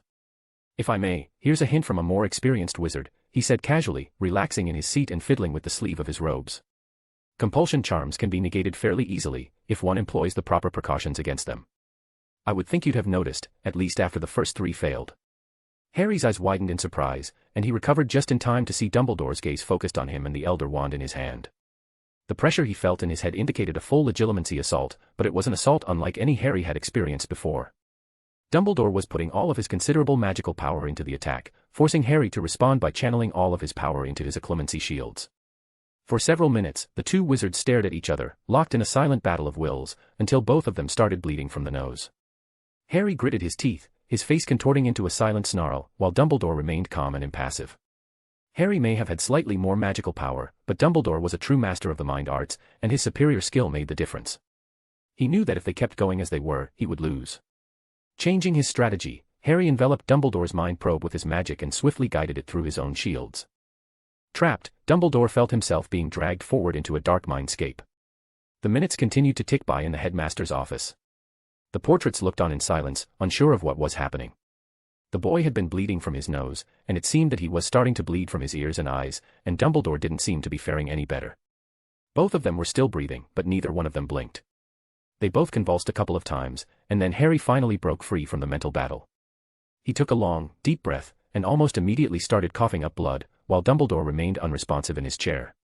What is happening, boy? One of the ancient paintings demanded, and Harry turned and noticed the many sets of eyes looking at him. Nothing, Harry replied, and another scoffed. Albus accused you of using compulsion charms on him, and you say it was nothing, one former headmistress questioned. Obliviate, shouted Harry as his wand flared, careful to ensure his memory charm would catch all the portraits. The headmaster and I were talking about my performance in the Great Hall, and I admitted that I found the apparition spell in an ancient book in the Chamber of Secrets. I tried it a few times without success, and last night, I performed it twice under stress, Harry said, bending over the headmaster's desk, feeling sick and broken. Then, he decided to test my occlumency. We went all out against each other, which was a mistake. Harry coughed up blood again, and the portraits recovered from their glazed looks. Are you all right, child? Asked a headmistress. I can't believe Albus would be foolish enough to test a child's occlumency like that, complained another. I'm all right, ma'am, replied Harry, and another white-haired headmaster scoffed. Clearly, you're not, boy. Elf. Dobby, mumbled Harry, and his companion arrived at the same time as the Hogwarts elf. Dobby immediately leapt to Harry's side, while the other squeaked in alarm. What happened? Asked Dobby, but Harry shook his head, and Dobby understood that he couldn't speak of it yet. Summon Madame Pomfrey, elf, the same headmaster demanded, and the Hogwarts elf vanished again. Within moments, the fireplace roared and Madame Pomfrey stepped through it. What she saw froze her in place. Dumbledore slumped in his chair unconscious, his eyes wide and bleeding, as were his ears and his nose. His mouth was hanging wide open, and there was a trickle of blood coming from one corner. Then there was Harry Potter, half bent over the desk and in a similar condition. What happened here? She demanded, running to Harry as he coughed up blood again. Harry pointed at Dumbledore, but Pomfrey ignored him and started waving her wand to try and ascertain his condition. At Mr. Potter's request, Albus decided to test his occlumency. It seems they both used their full power, one of the portraits informed her. Are you insane? Madame Pomfrey thundered, making Harry wince. Do you have any idea how dangerous that was? You could have permanently fried your mind. It was a mistake, Harry attempted, as the world around him started to become blurry. Of course, it was a mistake, a very foolish mistake that could have cost you, Harry, she shouted, which was the last thing Harry heard before everything went dark. Break. Harry's head was throbbing. His eyes were closed, he was laying back in what must have been a bed, and he could hear people talking around him. Their voices were familiar, but they sounded like they were coming from far away. What happened? He whispered. Harry, shouted the unmistakable voice of Daphne Greengrass, and Harry felt her collapse onto him and wrap her arms tightly around him in a hug. Her scent roused him, and a smile formed on his lips as he started to come to. Am I dreaming? He wondered, and he heard another voice scoff. Not at all, mate, replied Theo, sounding amused. Harry opened his eyes and realized he was back in the hospital wing, and that all of the other fourth-year Slytherins were surrounding him, except for Malfoy. What happened? Asked Daphne, releasing Harry from her hug and looking down at him with a worried expression. I asked Dumbledore to test my clemency, and we overdid it a bit, Harry lied. Daphne's eye twitched at this, and he knew she'd be demanding the real story as soon as they were alone. How long was I out? 4 days, Tracy informed him, and pointed at a bed next to them. The headmaster is still out. Damn, Harry groaned, trying to sit up only to be stopped by Daphne. Stay down, Harry. You've only just woken up, and you'll need to be examined by Madame Pomfrey before you do anything else. She'll probably have some potions for you to take too, she said resolutely, and Harry sighed, but still nodded his agreement. What was wrong with me? What about the old man? He asked Daphne. Magical exhaustion and some minor nerve damage. Nothing too serious, she replied. Dumbledore is the same, but his case is slightly worse than yours. A clemency, you said, asked Blaise. Whatever you did was hard on the old man. Will he recover? Harry asked, and Daphne nodded. Madame Pomfrey says there should be no lasting damage for either of you. No sooner had she said it, than the woman in question re-entered the infirmary. I thought I told you to call me if he woke up. Madame Pomfrey asked sternly as she approached the group. He just woke up, ma'am, Blaise replied. Very well, you foolish boy, what happened? She huffed, waving her wand over him. Harry proceeded to give her the same story about testing his clemency defenses, using some compulsions for good measure to make it more believable. He breathed easier once he realized his compulsions were working this time. Well, you seem to be telling the truth. I'll have you know that the Gryffindors are out for your blood, accusing you of nearly killing the headmaster. What else is new? Harry replied sarcastically, triggering a round of snickers from his friends, and even an amused smile from Daphne. Your uncles also came by. They were both very worried, and Dobby has been practically beside himself, Daphne told him. Ah, I missed the talk with them, didn't I? He asked, and Daphne blushed while his friends looked at each other quizzically. Madame Pomfrey laughed. Now, Mr. Potter. I want you to get some more rest, and make sure you take the potions Miss Greengrass will be giving you, the matron instructed, then turned to address the group. The rest of you may stay a while longer, but I insist you let him rest. Yes, ma'am, they all chorused. Discovering that Madame Pomfrey had been a Slytherin made them all treat her with even more respect than before. They stayed a while longer, filling Harry in on everything he'd missed over the past few days. The first and second years had already left for the holidays, along with most of the third years and anyone else who wasn't going to the ball. Harry was glad to hear that the other champions had all come by to check on him, surprisingly including Diggory. Aside from that, it seemed that a grim mood had settled over the castle since their accident. Several Gryffindors had determined that Harry must have tried to kill Dumbledore, and they had been very vocal with their accusations. Harry didn't have to wonder which particular lion had been leading the charge on that one. There weren't many that believed the story, but the fact that the seemingly invincible headmaster had been confined to the hospital wing for days led to an uneasy feeling among both students and staff. Eventually, Harry's friends said their goodbyes and went on their way, leaving only Daphne behind, who was sitting next to the bed and holding Harry's hand. Once she believed they were safe from being overheard, she waved her wand and put up silencing wards around the bed. What really happened? She asked him. Dumbledore didn't buy my story and was able to avoid my compulsions. He seemed to be convinced I wasn't actually Harry Potter at all, but instead was some sort of imposter who managed to cheat the oath. That's when he blasted me with a full-powered legilimency attack. Daphne's eyes widened. I resisted at first, but his probe was too strong. I ended up having to redirect him into my mindscape and confront him in the chamber, with Bale's help, he sighed, head still throbbing. Fortunately, I was able to beat him. I destroyed his memory of the event and implanted others, which should give him the impression that our meeting went well up until the accident. You replaced his memories? Yes. I locked his mind with a Parseltongue spell I picked up from Salazar's library, which should make sure the new memories settle. When he wakes, he should accept the memories without question, and won't even realize something is off. Daphne just looked at him with a raised eyebrow. It's better safe than sorry. I agree, she replied, and then slapped him on the shoulder. Ouch, what was that for? He asked, only to have her throw herself into his arms. Don't do that again, you idiot, she mumbled, trembling slightly. He could tell she was crying, and it struck him how worried she must have been. He wrapped one of his arms around her and used the other to stroke her hair and her back. I'll try, he replied, and the two stayed like that for a moment. I was worried about you, she confessed, and adjusted herself so he could see her face. Thank you, he replied with a smile, and she sank back into his embrace. Dobby has been worried too. Maybe you should call him. He called for the elf with a chuckle, and Dobby appeared next to the bed. What happened? He demanded, agitated, but clearly happy his master was finally awake. Harry recapped everything for Dobby, making the elf shake his head. Will this be problematic? He asked, and Harry sighed and rubbed his temples. I didn't want to kill the old man. Daphne shifted uncomfortably in Harry's arms, but made no comment. If the memory implantation worked as it should, then he won't even suspect anything is amiss. We do, however, need to forge a book of spells with the instructions for fading somewhere in the middle. Dobby huffed. I'll see what I can do, he replied, snapping his fingers and conjuring a vial with a light blue potion inside. He handed the vial to Harry, who drank it gratefully. Thank you, Dobby, Harry said, and Dobby vanished. What about the paintings in Dumbledore's office? Daphne asked sharply. Harry reassured her that he had taken care of everything before he passed out, then he pulled his wand from its holster and pointed it at Dumbledore. Daphne didn't notice what he was doing until she heard the hiss of Parseltongue. What are you doing? Daphne demanded, sitting up from him. You're supposed to be resting. Just waking up the old man, he replied.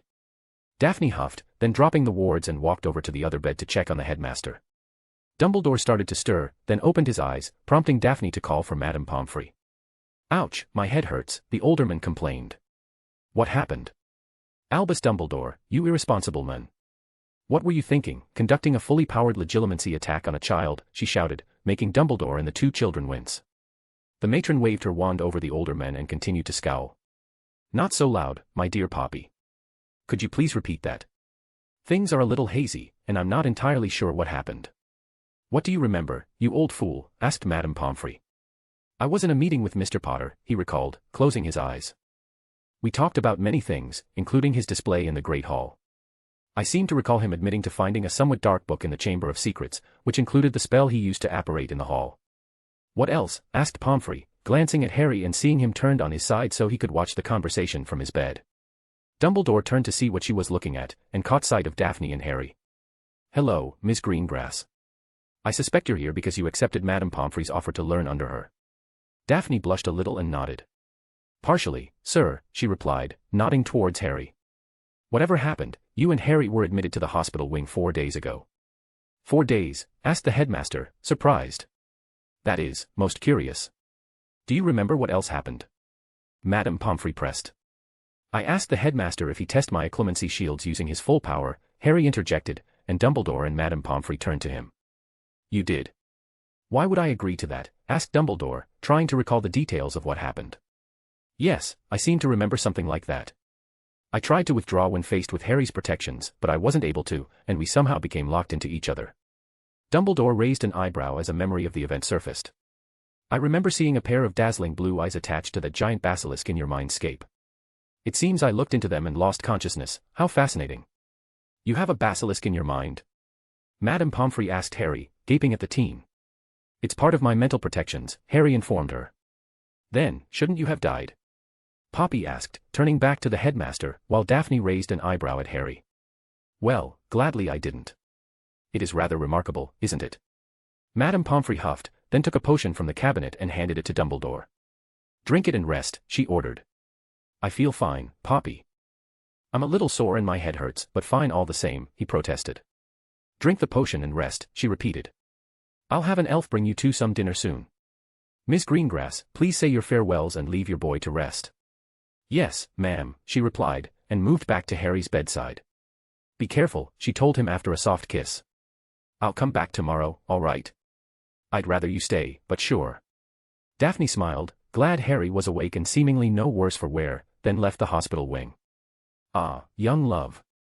I've witnessed many examples in all my years in this castle, but it still never fails to bring a smile to my face. Harry turned to Dumbledore, who was smiling at him. Slowly, the smile vanished and was replaced by a look of concern. Harry, I'm not sure what happened, but I want to apologize. Harry hid his reaction, but allowed himself to relax. It appeared his attempt worked, and Dumbledore's mind had accepted the new memories. It's my fault as much as yours, if not more. I was the one who asked you to attack me with your full power. But why did I do it? It makes no sense, Dumbledore said, more to himself than to Harry. His brow was furrowed as he tried to recall the specifics of their exchange, but after a moment he just shook his head and looked back at Harry. What I meant was that I'm sorry, Harry. It's fine, sir. I'm sorry too, Harry replied, and Dumbledore looked back up at the ceiling. Maybe we should rest now. Harry nodded in agreement and returned to laying on his back, but in his mind, he was reliving the events that took place in the chamber of his mindscape.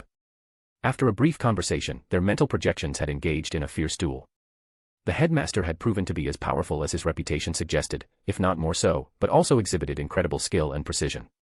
It easily ranked among the toughest duels Harry had ever fought, and he was relieved that he'd won. One thing was certain, Harry would do whatever it would take to fulfill his goals. He hoped this would be his last confrontation with Albus Dumbledore, but if they ever crossed wands again, he would be ready. With help from Madame Pomfrey's potion, the headmaster fell back to sleep, dreaming of giant snakes with sapphire blue eyes. Chapter 15, Chapter. Spending his days in bed with nothing better to do than talk was, in Harry's opinion, frighteningly dull.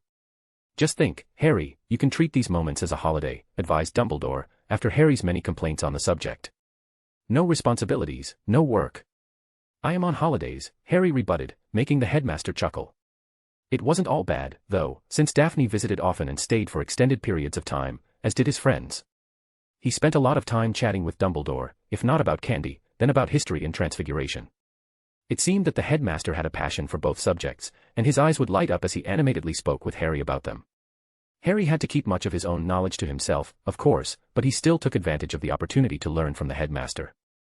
He was especially captivated by Dumbledore's takes on Zenodarius's principle of converting organic matter to inorganic without killing the living tissues, Geralt's principles of transformation, and the principles of creation, which were all subjects well beyond Newt level. When asked about his favorite subjects, Harry responded with defense against the dark arts, leading to an in-depth discussion on the topic. Harry believed that Dada was an overly generic and reductive name for a course that was, in essence, a practical mix of all subjects. Dumbledore listened carefully to his arguments and happily offered his own unique perspective. Much to both Dumbledore's and Madame Pomfrey's amusement, Harry's primary concern was being released from the hospital wing in time for the Yule Ball. Seeing the date approaching fast, he insisted he would be going to the ball with Daphne no matter what, even if it meant he needed another stay in the infirmary afterwards. Daphne tried to be stern with him for suggesting he'd jeopardize his recovery, but she couldn't help but feel happy he considered her a priority. Fortunately for Harry, Madame Pomfrey allowed him to leave the hospital wing 2 days before the ball. "You can go have breakfast in the Great Hall, Mr. Potter. And let's hope I don't see you in one of my beds again so soon," the matron said, giving him her usual farewell. "One can only hope," Harry said, leaving the hospital wing and whistling his way through the corridors with a grin on his face. Seeing he was alone, he summoned Dobby to his side and waved his wand around the two of them. "Any news?" asked Harry. "Nothing noteworthy happened. The mistress spent much of her time practicing in the chamber, as you suggested. Other than that, she's done a great deal of reading with your friends, when she wasn't with you. She's been safe, and no one has bothered her," Dobby reported, as Harry nodded happily. Also, the mistress had an idea for how to forge the book with the fading spell for the headmaster. She suggested we take parts from different Parseltongue books and mix them together into one volume. You can choose some of the less interesting sections just in case, but as long as the headmaster has no method of translating it, he won't be able to learn anything from the book anyway. "Brilliant," Harry said, with a delighted look. "I didn't even consider that. That's absolutely brilliant," he laughed, and the elf smirked, enjoying his master's good mood. "You've got to love that woman," he added pensively. "I'll leave it to you, then," Dobby replied, and Harry laughed again. "I'll remind you that you haven't finished the mistress's gift yet, and the Yule Ball is in 2 days. "I only need a couple of hours," Harry replied, waving off Dobby's concerns. "Your uncle's also dropped off the materials you requested for the tiles, so I got started carving some of them." "Excellent. Anything else?" "Nothing at all," replied Dobby. "You didn't receive any correspondence from anyone, including Gringotts." "Very well. I'll copy some pages from the Parseltongue book so you can put the forgery together, just don't forget the add fading spell in the middle. Make a couple more tiles, and if you can, pop by a bookstore and see if you can find a book about Zenodarius's principles of transfiguration. I found my conversation with Dumbledore fascinating." "As you wish," Dobby replied, and he popped away. Harry dropped the wards around him and continued his walk to the Great Hall. When he got there, he was surprised to find that it was mostly empty, then remembered it was the holidays, and not many people would be up this early, if they didn't have to be. Luckily for him, the one person he wanted to see was already there. Daphne saw him entering the Great Hall out of the corner of her eye, and looked up in surprise. "Good morning," he said, giving her a peck on the cheek and sitting down next to her. "Good morning. I'm surprised you're out of the hospital wing so soon." "So much confidence in me," Harry quipped, and Daphne smiled. "I feel completely fine, and Madame Pomfrey even let me leave without any stipulations." "I strongly doubt that," Daphne snorted, and Harry looked at her with faux indignation. "She didn't." "Well, she did ask me to try not to occupy one of her beds again so soon, and to come down and have breakfast in the Great Hall." Daphne smirked and went back to her toast while Harry filled a cup with tea. "Tell me, how was your evening?" "Calm," replied Daphne. I went to the room of requirement to practice my spell work and try out the exercises you gave me. I stayed there to study and relax for a bit, and then went back to the common room. Great, replied Harry with a smile. Do you have plans for the day? I was planning to come up and check on you. Other than that, I was going to spend some time with Tracy, Millie, and Pansy, she replied. Ball things? Asked Harry, and Daphne sighed. It seems everyone is going crazy about the ball. Millie asked Tracy for makeup advice. Pansy has taken to switching between different hairstyles trying to find the perfect one, and now we have a dorm meeting so we can all help each other, she pouted. Well, it is in 2 days. He added. Not you too, she groaned, making Harry chuckle. Don't worry, I'm quite pleased with how my plans are turning out, Harry replied with a smile. It helps knowing that my date will be the most beautiful woman in the room, no matter what she does. Daphne's cheeks turned pink, but she gave him a radiant smile for his compliment. Anyway, why do you ask, she said, shifting topics. Was there something you wanted to do today? I wanted to ask you on a date, but if you already have plans it's all right, Harry replied, but Daphne was intrigued. Really? Can you tell me what you were planning, she asked, as Harry sipped his tea. I thought we might go out onto the grounds again. I noticed it snowed last night, so I was thinking about taking you ice skating on the lake. Really? As long as you promise not to laugh at me when I fall, he grumbled. I never learned how to skate properly. You took me a couple times, but I never quite got the hang of it. Thank you, she said sincerely. She'd always loved ice skating, and Harry must have known that about her. Who knows, maybe we'll have time after your girls' meeting, he suggested, and Daphne huffed at the reminder. It might even be enough to make you relax for a bit. Maybe, but it's not like we'd actually be able to skate, she replied. The lake isn't frozen. So. You can't exactly ice skate without ice, she replied, confused. True. The lake isn't frozen. You can't skate without ice. That means we can't skate on the lake, Daphne deadpanned. She could tell Harry was winding her up, and she was hoping he would just get to the point. I'm sorry, I thought you were a witch. Harry teased, and her eyes narrowed at him. Don't be ridiculous. The amount of power necessary to freeze the lake surface would be. She started, and Harry stopped her with a hand on her arm. Would you like to make a bet? Harry asked, and Daphne recognized his, I know something you don't, smile. I'll pass, she replied. Spoil sport, he pouted, and she almost giggled. She wanted to know what he had in mind, of course, but their banter was too much fun. Fine, how were you planning on creating enough ice, she asked, and Harry grinned broadly at her. How about we leave it as a surprise for later, he suggested, and she couldn't help but return his smile. For some reason, I find your proposal very appealing, Mr. Potter, she replied cheekily, then returned her attention to her breakfast. What will you do today? I guess I'll spend some time with the boys, Harry shrugged. I still have one little project I need to finish, but it'll only take a couple of hours, and I was planning on doing it this evening anyway. Oh. And what would that be? A surprise, he replied coyly, and Daphne rolled her eyes. Then how about we go for a walk now, she suggested. It's too early for me to join the girls, so we should have plenty of time for that. That sounds like something I would enjoy, he agreed, and Daphne smiled. She thought it was sweet how Harry had made plans, but easily adjusted them to work around her schedule. He seemed to strike just the right balance between wanting to spend time with her and not being overly possessive. The couple finished their breakfast and left the Great Hall, exchanging pleasantries with Fleur and her friends on their way out. Harry did some quick transfiguration to make their robes heavier, so they'd be warm enough on their walk. They both had to shield their eyes as they exited the castle, as the morning sun reflecting off of the newly fallen snow made a blinding contrast to the dimly lit interior. After taking a moment for their eyes to adjust, Daphne intertwined her hand with Harry's, and they set off down their familiar path towards the lake. They strolled along in silence for a few minutes, until Harry turned to ask her a question. Is green your favorite color? I have a feeling you already know the answer, so why are you asking, she countered, glancing up at his emerald eyes. Favorite color, indeed. Just checking, he replied, and she grabbed his arm and looked at him expectantly. It's for a surprise. She sighed. Yes, my favorite color is green, happy. Yes, but that has nothing to do with it, he replied, and stole a quick kiss from her. She rolled her eyes, but still smiled back at him. It was in moments like these when he could be so charming, almost childish in a way, that it made it easy to forget about his past. She loved it. Harry, I'd like to speak to you about something serious, she said apprehensively, and Harry nodded, deciding to ignore the opportunity to use his godfather's favorite pun. He quickly drew his wand and raised the usual privacy wards. Sure, go ahead, he said. It's about Dumbledore, and what happened a couple days ago, she replied. Sure, what exactly do you want to know? What really happened? What did you do? Will he recover the memories, or, she asked, and he shook his head. Like I said, I locked his mind. We fought inside my mindscape, and that's what scrambled my brains. The old man is a powerful and cunning wizard, and he gave me a lot of trouble, even with the advantage of being inside my mind, replied Harry. When you say you fought. Dueled, he replied, and she let out a resigned sigh. Like I said, the old man is both powerful and cunning, and we were fairly evenly matched. The difference was that I had Bale, which paralyzed him with its gaze before the duel could drag on for too long. That's when I obliterated the memory from his mind and replaced it a new one. Using the Parseltongue spell to lock his mind and keep him unconscious was important, because that gave enough time for the memory to settle. Even though Dumbledore is a master occlumens, he shouldn't suspect that the implanted memory is artificial. At least, I hope, he thought. Are you sure? She asked. Yes, he replied, after a slight hesitation. His moment of uncertainty didn't go unnoticed, and Daphne gave him a stern look. I destroyed the real memory.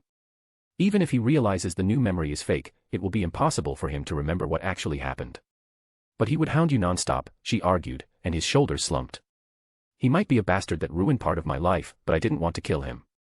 He hasn't done anything to deserve that, Harry admitted, and Daphne reached up and caressed his face. You didn't have to, either. You did the right thing, she replied with a smile, and he held her hand in place and kissed it.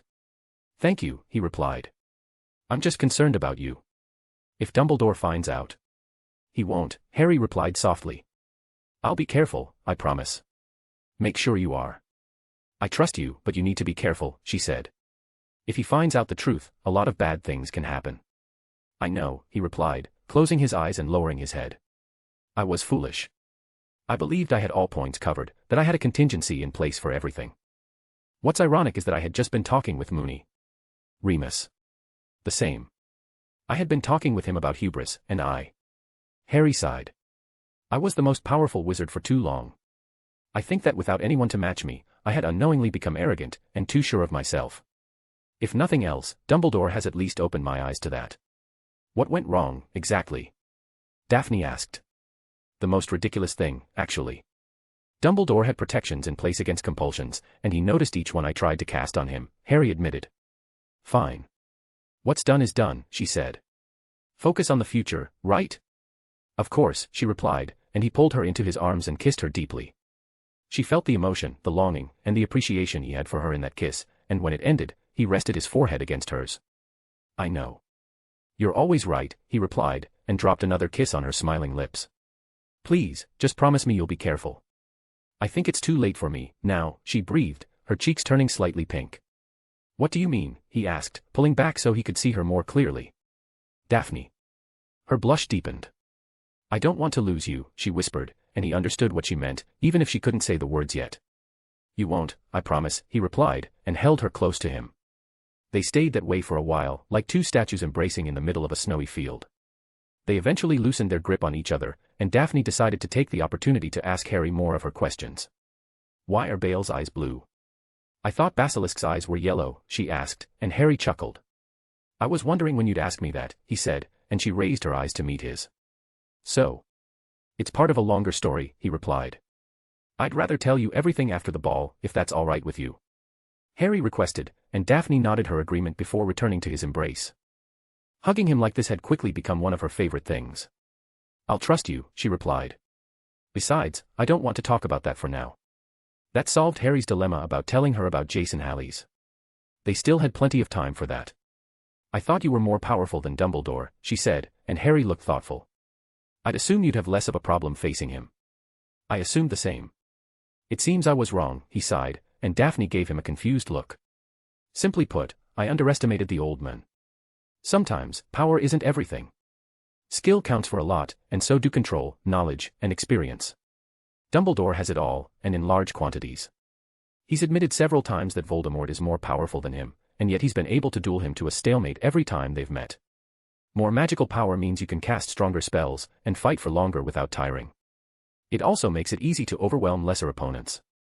Against strong opponents, however, those advantages don't count for as much, unless you also have superior skill and control. If not, you risk overexerting yourself, or making mistakes your opponent can capitalize on. Dumbledore's technique is almost flawless, and he uses it to avoid damage and conserve his energy. That way, he can drag fights out for longer and create more opportunities for his opponents to make mistakes. Does that make sense? I do, you did say that Dumbledore was powerful, skilled, and cunning, Daphne replied thoughtfully. But then again, so are you, and you are more powerful than Dumbledore, aren't you? I am, though I'll admit the gap is smaller than I once thought. It's like I said, one mistake is all it takes, and Dumbledore is talented enough to take advantage of even the tiniest of errors. On top of that, our duel didn't take place in the real world, so my having a youthful and more resilient body didn't make a difference. The duel was intense enough to damage my mind, and without bail, it likely would have lasted a lot longer. Who knows what would have happened then, to either of us? Don't do it again, then, she warned him. Harry nodded his agreement, giving her his best reassuring smile. Shall we continue our walk? Break. Daphne and Harry entered the common room, which was still mostly unoccupied. With a sigh, Daphne kissed Harry goodbye and took the stairs up to her dorm to meet up with the girls. Harry turned and went to his own, intent on joining up with the other boys. Sure enough, Theo, Blaise, Vince, and Greg were all in their room, hanging out on their beds and talking, still wearing their pajamas. You do know it's a beautiful day outside, right? Harry asked, surprising them. Hey, welcome back. Pomfrey let you out. Blaise greeted Harry, who shook his head. Nope, I escaped while she was giving Dumbledore a sponge bath, he deadpanned. The other 4 boys grimaced, until they saw Harry's wry smile and realized he was joking. That's something I'd rather not picture, thank you very much, laughed Vince, while Harry waved his wand to open up the curtains around his own bed. Have you seen your girlfriend today? Theo asked.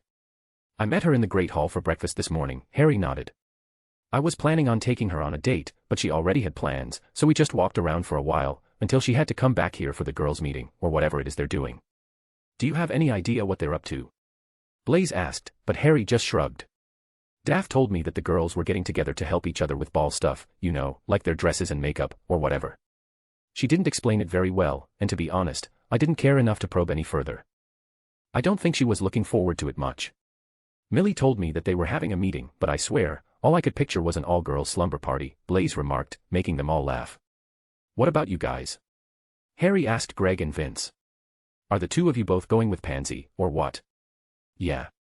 Vince replied shyly, while Greg silently nodded. So, how does that work? Theo asked, genuinely curious. Who asked who, and how did you reach that agreement? Being a boy of few words, Greg just shrugged, so Vince had to answer for both of them. Pansy just came up to us one day and said she wanted to go with both of us, then told us we were taking her.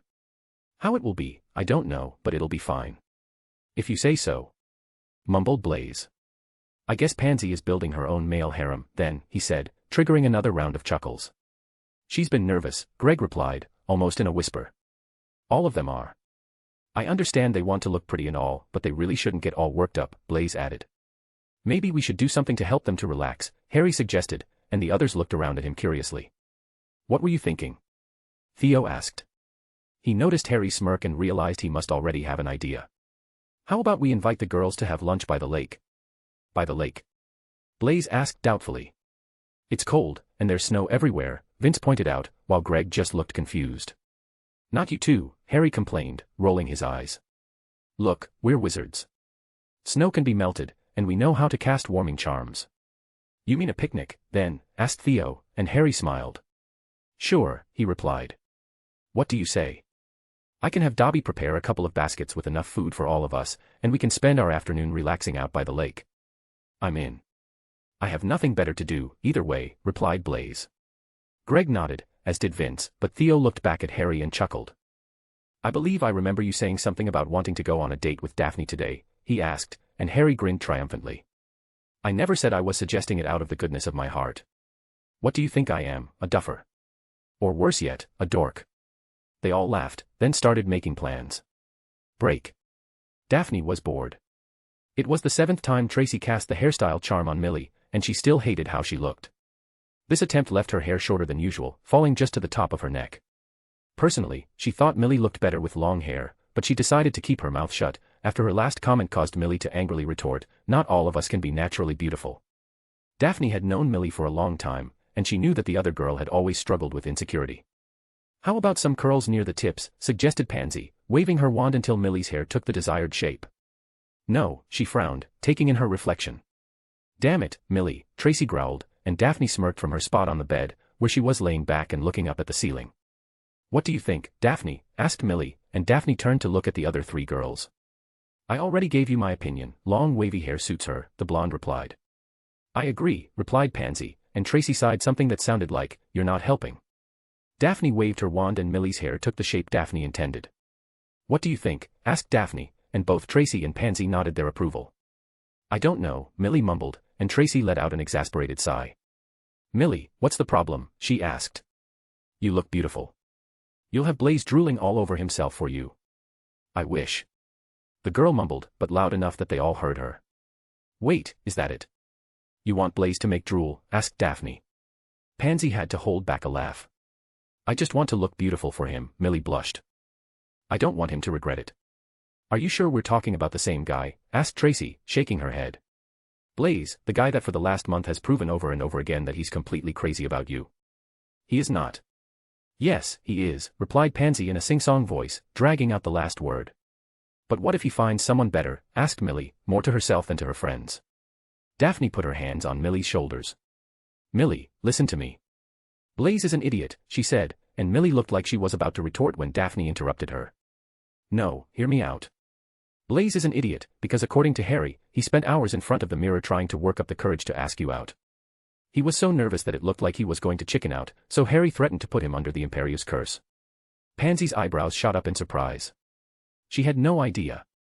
Do you know what finally convinced him to ask you to the ball? Millie shook her head.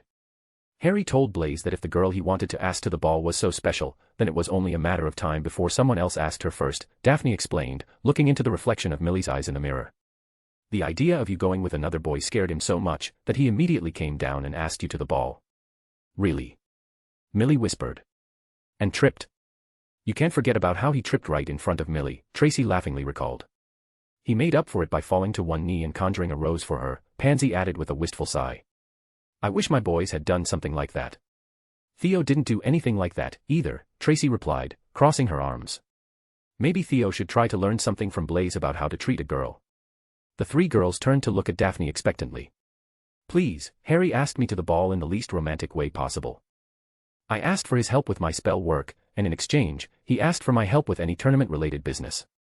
2 seconds after I agreed, he clarified that tournament business also included the ball, she replied with a small scowl. But we've gotten sidetracked. What I meant was that Blaze has it bad for you, Millie. Don't worry about it. Go to the ball, have fun, let him pamper you a bit, and enjoy yourself. Blaze knows he wouldn't survive long if he did something to ruin your night. Are you sure? Millie asked, almost pleadingly. You're a beautiful girl, Millicent, she answered with a reassuring smile. He'd be a fool to let you go. Millie smiled and looked herself in the mirror. All right, I think I like this style. Finally, groaned Pansy, raising her arms to the ceiling in celebration. Suddenly, there was a loud pop from behind them, and the four girls turned around to see Dobby, who, for some reason, was wearing a black blindfold. Dobby. What's wrong? Daphne asked, and Dobby snapped his fingers and conjured a scroll. Mistress, ladies, Master Harry and his gentleman friend send you a message, Dobby replied, holding out the scroll, which Daphne took from him. What's with the blindfold? Tracy asked, and Dobby smirked. Mr. Zabini insisted on it, Ms. Davis. He wanted to ensure I wouldn't see you ladies in your undergarments. Blaze did what? Millie and Pansy asked at the same time, both confused. Why? He insisted I act too much like a person, and not like an elf, Dobby replied with a bow. He popped away from the room, leaving the girls perplexed. Was it me, or did the elf seem really amused? Tracy asked, and Daphne shrugged and opened the scroll. Before she could read it, the scroll levitated away from her hands and unrolled itself. Dear Tracy, started Theo's voice, making said girl raise one eyebrow. Dear Millie, spoke Blaze's voice, causing a similar reaction. Dear Pansy, Greg and Vince's voices sounded in unison, making Pansy grin. My dearest Daphne, Harry's voice said, and Daphne blushed at the girl's chuckling reaction. Hey, no fair, complained a nervous-sounding Blaze. Oi, it's recording, you ass, Theo admonished. But. Blaze tried, but he was interrupted by Harry. We never agreed on a script, Blaze, just the general idea, Harry said. Can we proceed? Thank you. Now, ladies, as we believe you are in need of some relaxation, we would like to invite each of you to a picnic lunch, today at the lakeshore. Don't worry, we've taken care of everything. Please join us no earlier than 12 o'clock. Daphne, I hope to see you there. Love, Harry. Tracy, trust me, you'll like it. Love, Theo. Millie, I hope you'll come. Love, Blaze. Pansy, we're waiting for you. Love, Vince. It will be fun. Love, Greg. Just come prepared to be outside, Harry concluded, and the message scroll rolled itself back up, while the girls looked around at each other in surprise. Daphne was the first to start giggling, and the other three followed soon after. Break. Do you think they'll come? Blaze asked nervously, standing with Theo, Greg, and Vince at the lakeshore, watching the path leading down from the castle. Harry was looking out over the lake with his hands behind his back. They had chosen a spot fairly close to the path, but far enough from Hagrid's hut and Durmstrang's ship that they'd have a modicum of privacy. They will, don't worry, Harry assured them. Shouldn't we start preparing everything, then? Asked Theo, and Harry nodded and drew his wand, the other four boys following suit. They vanished the snow from a small patch of ground around them, and then Harry cast a warming charm over the area. Feel warm enough? He asked, and the boys nodded. Theo conjured a large blanket in the colors of Slytherin House and spread it across the ground. Dobby appeared moments later with 4 picnic baskets and placed them in the center of the blanket, before popping away again. It's noon, Blaze announced, and Harry chuckled. They'll come, he said, turning back to the lake. He closed his eyes and stepped out of the warmed area, enjoying the refreshing feeling of the wind and chilly winter air against his face. What's so interesting about the lake? Vince asked Harry. Nothing in particular, he replied, looking back over his shoulder. I'm just wondering how much power it would take to freeze the entire lake. Theo looked at him with a puzzled expression. A lot, no doubt, Theo replied, to which Harry agreed. May I ask why you're thinking about that? You may, but I think it'll be better if we wait a while longer, and then I can show you, Harry replied. His response seemed to amuse Theo, who just shook his head and mumbled something about Harry being too Slytherin. Here they come, Greg called out to the others. The 4 girls had all walked down together, and they were slowly making their way down the path and chatting among themselves. They were all wearing their heavy cloaks, with their green and silver striped Slytherin scarves wrapped around their necks. Once they reached the spot where they boys had set up their picnic, Daphne walked right up to Harry with a big smile on her face. Why do I have the feeling this was all your idea? She asked, and Harry responded with a sly grin. Without a word, he took her hand and brushed a kiss across the top of her knuckles, before escorting her to the blanket. Not wanting to be outdone, the other boys hurried to make similar gestures. Theo and Tracy sat down on the blanket next to Daphne and Harry, while the other 5 took their seats opposite them. How did you do this? Asked Millie, noticing how warm it was and removing her heavy cloak and scarf, the rest of the girls doing likewise. Daphne was the only one who didn't look surprised, this being the second time she'd experienced one of Harry's surprise picnics. Harry's smirking reply of magic was met with a round of eye rolls and chuckles, and the group descended into conversation. First of all, the message was great spell work. Whose idea was that? Asked Tracy, and the boys all turned to Greg. We were debating how we wanted to send the message, and Greg said it was a shame that howlers were too loud, explained Blaze. Theo figured there had to be a way to make a talking message that didn't yell at you, so we ran with the idea. We went to the library, and as it turns out, the method for making a howler is well documented. Once we had the information, creating the message for you was actually fairly simple. It was a really nice job, would you teach me? Millie asked shyly. Of course. I'd be delighted, Blaze replied, grinning and ignoring the chuckles around them. And whose idea was it for the picnic? Asked Pansy. The boys turned to Harry, who had one arm around Daphne's waist while he played with a curl of her blonde hair. He has a secret plan, Theo mocked playfully, piquing the girls' curiosity. Oh. Do tell, then, asked Tracy, and Theo shrugged. Now, Tracy, be patient, Harry replied, earning a look from Daphne. Come on, Harry, I want to know what you're planning, she said, and Harry just smiled. Don't tell me you already forgot, he asked, and Daphne's eyes widened briefly as she remembered their earlier conversation. Really? Well then, Mr. Potter, how about a demonstration, she taunted. With a grin, he dropped a kiss on her cheek, then stood up and walked to the lake. Ignoring the looks his friends were giving him, he pointed his wand out towards the water and whispered, Glacium Nulla. A beam of blue light sped from his wand and impacted the water in front of him. To everyone's surprise, the water immediately started to freeze, and to their further surprise, the freezing followed the movement of Harry's wand, creating a corridor of ice nearly 5 meters wide. Harry walked out onto the ice, testing its strength, and then turned back to his friends, who had all stood up and were looking at him in awe. Now, because I'm a nice guy, I'll teach you all the spell. That way, you can help me create a big enough patch so we can do some ice skating after lunch. What do you say? Daphne was starting to get used to being amazed by Harry, so her astonishment soon gave way to feelings of pride and excitement. She loved ice skating, and she knew Harry knew that as well, and had really done this just for her. She glanced around at her friends and noticed they already had their wands out, ready to learn the spell and get started on the ice.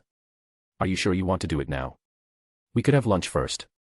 Harry asked, but trailed off as he noticed how eager they all seemed. Are you kidding? Tracy asked rhetorically. Harry turned to Daphne and saw the anticipation on her face, and realized it was a lost cause. He just gestured to the lakeshore, and they all followed him. The incantation is Glacium Nulla. It requires no wand movements to cast, only to control the direction of the ice formation. It's basically a stronger version of the freezing charm, and even though it's not difficult to cast, it does require a fair amount of power behind it. Now, everyone take aim at the water, focus your magic, and don't forget to take a deep breath before you cast. The anticipation was too much for the Slytherins, and instead of following Harry's instructions, they all immediately shouted the incantation, their combined spells having little effect. Theo had managed to make Tracy giggle by creating a flurry of snowflakes in front of him, but otherwise, Daphne was the only one to produce a visible result. Delighted by the small patch of ice she had created, she looked happily over at Harry, who was beaming back at her proudly. That's my witch, he said, kissing her on the cheek. How about you help me work with the others?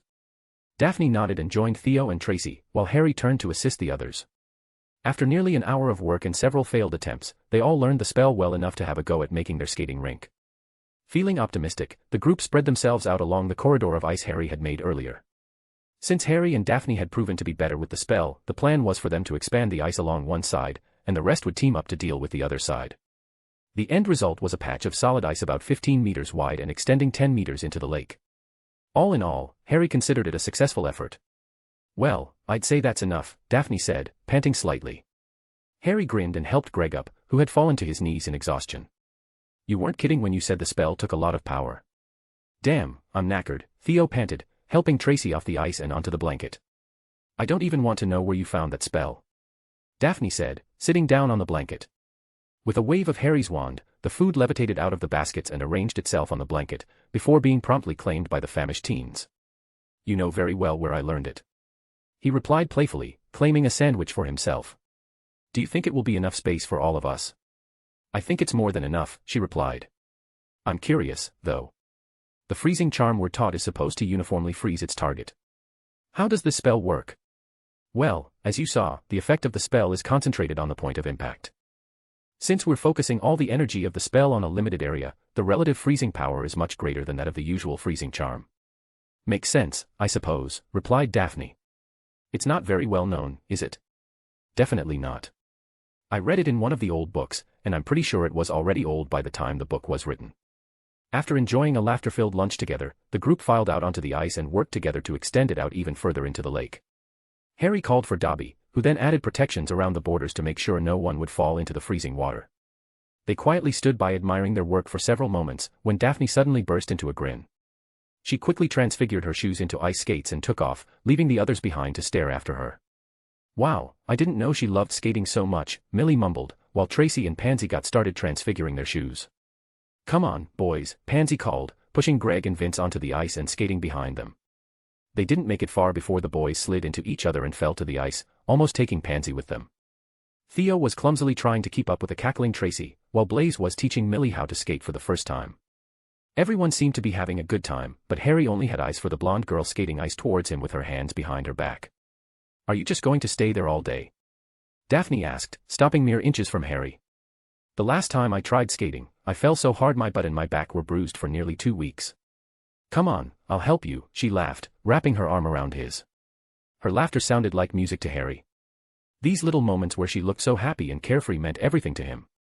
Harry chuckled and transfigured his shoes before tentatively pushing off, still hanging on to Daphne's arm. They took a few slow laps around the ice, Daphne making sure she helped guide him around the curves. See? It's not that hard, she said, smiling. I never said it was, I just said I hurt myself last time, he replied. When was that? She asked, and his face fell a bit. Our last winter together. He whispered, just loud enough for her to hear him. She squeezed his arm and rested her head against him, neither saying a word for some time after. This was your plan all along, wasn't it? She asked after a while, and he nodded. I just really wanted to spend time with you today, and I remembered how much you loved skating, he answered. The guys wanted to spend the afternoon with their girlfriends too, so here we are. Daphne looked up at him fondly, and asked him, when did you actually learn that spell, by the way? I think I was somewhere in my 50s. It's from a collection of spells known as ice lore, some of the earliest known recorded magic, explained Harry. Have you ever considered writing down all the spells you know? She asked, and he nodded. I did it once, in my previous life. It would take some time recreate it, but I might be able to speed it along if I use the Pensive to review my memories of doing it the first time. Maybe after this year is done. At that moment, Victor Crumb and a few other Demstrang students called to them from the shore. There vast no ice in morning, Victor said, as Harry approached him, Daphne and the others following close behind. You made it, duh. We did, Harry replied with a nod, and Victor nodded to all of them in greeting. It is good job. Strong ice. Bet you do. Ice lore, asked one of the other students, a blonde boy with blue eyes. Yes. We used Glacium Nulla, Harry replied. However, none of the Demstrang students reacted to the name of the spell. Can VE join? One of girls asked hopefully. Harry looked around to his friends, who all shrugged as if to say, why not? Before anyone could reply, however, the blonde Demstrang boy stepped forward. No, VE can make our own ice, he said, ignoring the surprised looks from his schoolmates. Is true. Sasha is right, VE can make our own, Victor replied with a smirk to Harry, who was reminded of an older Victor Crumb. Can you teach a spell? Asked the boy Crumb identified as Sasha, and Harry nodded, twirling his wand with his fingers. Sure. You're all older and more experienced, do you think you can do an even better job than us? Harry inquired. Of course, VE are Demstrang. Best school, one of the boys said. Really? In that case you shouldn't need my help at all, right? Harry smirked, while Victor and some of his mates rolled their eyes. Don't listen to Dimitri, he is fool, replied one of the girls, while the boy in question complained about the elbow to the ribs he had just received. Very well, then. The spell is. Harry explained the spell and how to cast it, then returned to skating while the Demstrang students rallied by the shore and started practicing. Sharing your secrets? Daphne asked with a raised eyebrow, and Harry smiled. It's not exactly a secret, is it? Besides, it's Christmas. It's a time for sharing and happiness, Harry said pompously, making Daphne giggle. Less than an hour later, Demstrang students had an ice sheet as big as the one the Slytherins had created. Word must have gotten back to their ship, because it wasn't long before even more joined the group and started learning the spell from their friends. Another unexpected arrival came in the form of Fleur Delacour and her friends. Fleur went straight up to Victor, who gladly shared the spell with the Beauxbatons delegation. It wasn't long before a third ice sheet appeared on the lake. More and more curious students came out to see what was happening, and what started off as a small patch of ice made by Harry and his friends had been transformed into one huge, interconnected field of ice, built in cooperation by students from all three schools. How the hell did this happen? Harry asked, sitting on the ground and observing the scene, Daphne leaning against him. She smirked and looked around in wonder at the sight of Beauxbatons and Demstrang students intermingling with the Slytherins, Ravenclaws, Hufflepuffs, and even a few Gryffindors. True to the stated mission of the Triwizard Tournament, students from all three schools were united in a common purpose, having fun. I have no idea, she said, watching a much more confident Millie skating around with Blaze. However, it might have something to do with you sharing the spell with the Demstrang students, who shared it with the Beauxbaton students, and then they both taught it to the Hogwarts students. Fine, it's all my fault, he sighed. All I wanted was to take you out on a nice date, but no, something crazy had to happen. Daphne smiled, feeling the warmth spread to her face. This has been great, Daphne reassured him. I honestly don't remember the last time I had this much fun. At least there's that, he whispered, and kissed her temple. Daphne turned and put her hand on his cheek and kissed him full on the lips. That was for a great afternoon. Not to mention getting me out of the girls' meeting. Glad to be of service, he chuckled, and Daphne smiled as their eyes met. It might not be much, but happy Yule, Daph, he said, caressing her chin with his thumb and giving her another kiss. Happy Yule, Harry, she returned. The best I've had in many years, he murmured, and she smiled. What is the meaning of this? The fun stopped almost immediately, as everyone turned to the source of the magically amplified shout, and saw an irate Professor McGonagall marching towards them, followed by the other heads of house, Madame Maxime, and High Master Karkaroff. What do you think you're doing? Having fun, shouted someone from the Hogwarts group. Get off of the ice, right now. Don't you know how dangerous that can be? McGonagall shouted again. The Hogwarts students begrudgingly complied after being threatened with the loss of house points, the others following behind them after receiving similar warnings from their headmasters. Whose foolish, irresponsible idea was this? McGonagall demanded, while Flitwick examined the ice. Everyone's heads turned in the same direction, and the crowd parted to reveal Harry, who was still sitting on the ground with Daphne. Harry's expression was emotionless apart from his slightly narrowed eyes, but his feelings were betrayed by his subtly flaring magic. Daphne was glaring at the professor with a look of pure outrage, though she didn't move from her place leaning against Harry. That would be me, Deputy Headmistress, Harry replied darkly.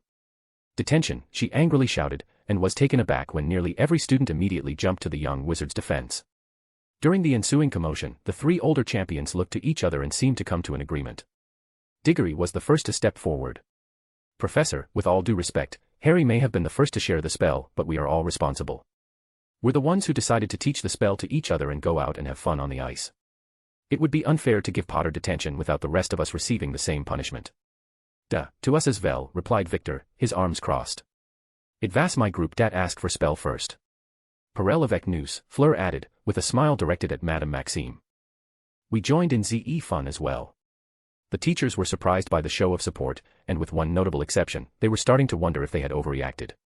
For Harry's part, he hadn't moved from his spot, but was looking around curiously at what was happening.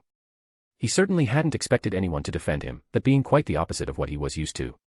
Before anything is decided, I do believe that every Hogwarts student should be awarded with at least 10 points for this amazing display of magic, Professor Flitwick announced.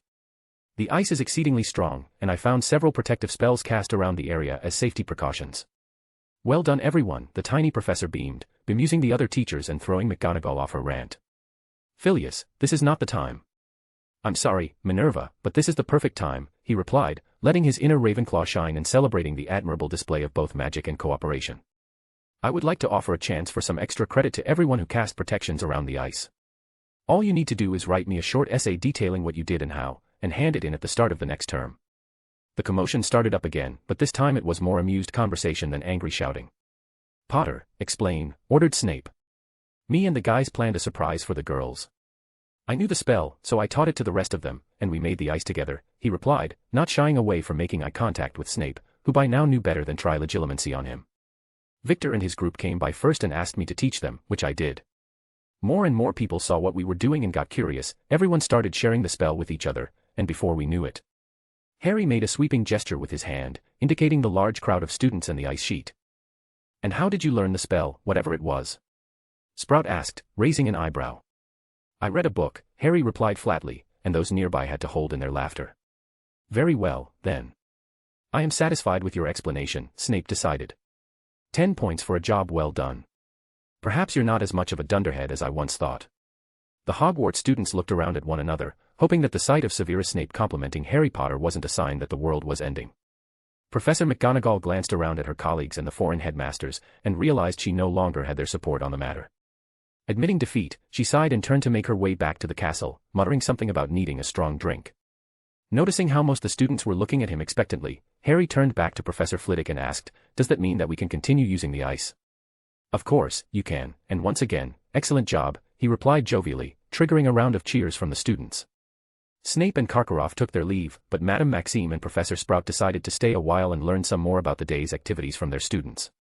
Professor Flitwick then approached Harry, who was busy whispering something to a grinning Daphne. Mr. Potter, may I trouble you for a moment of your time? Now. Harry questioned, both him and his girlfriend obviously disappointed by the interruption. Not at all, not at all. I wouldn't want to keep you from your afternoon with your friends. How about tomorrow after dinner? Of course. Thank you, Professor, Harry replied. And thanks again for your help, I really appreciate your stepping in back there. It's my job, Mr. Potter.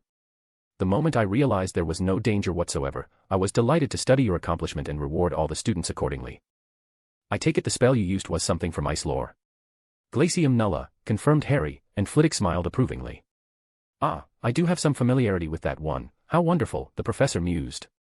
It's an ancient low-level spell, which to this day is still used as a training spell to develop focus and control. Nicely done, Mr. Potter. Professor, what do you mean when you say it's a training spell? Daphne asked curiously.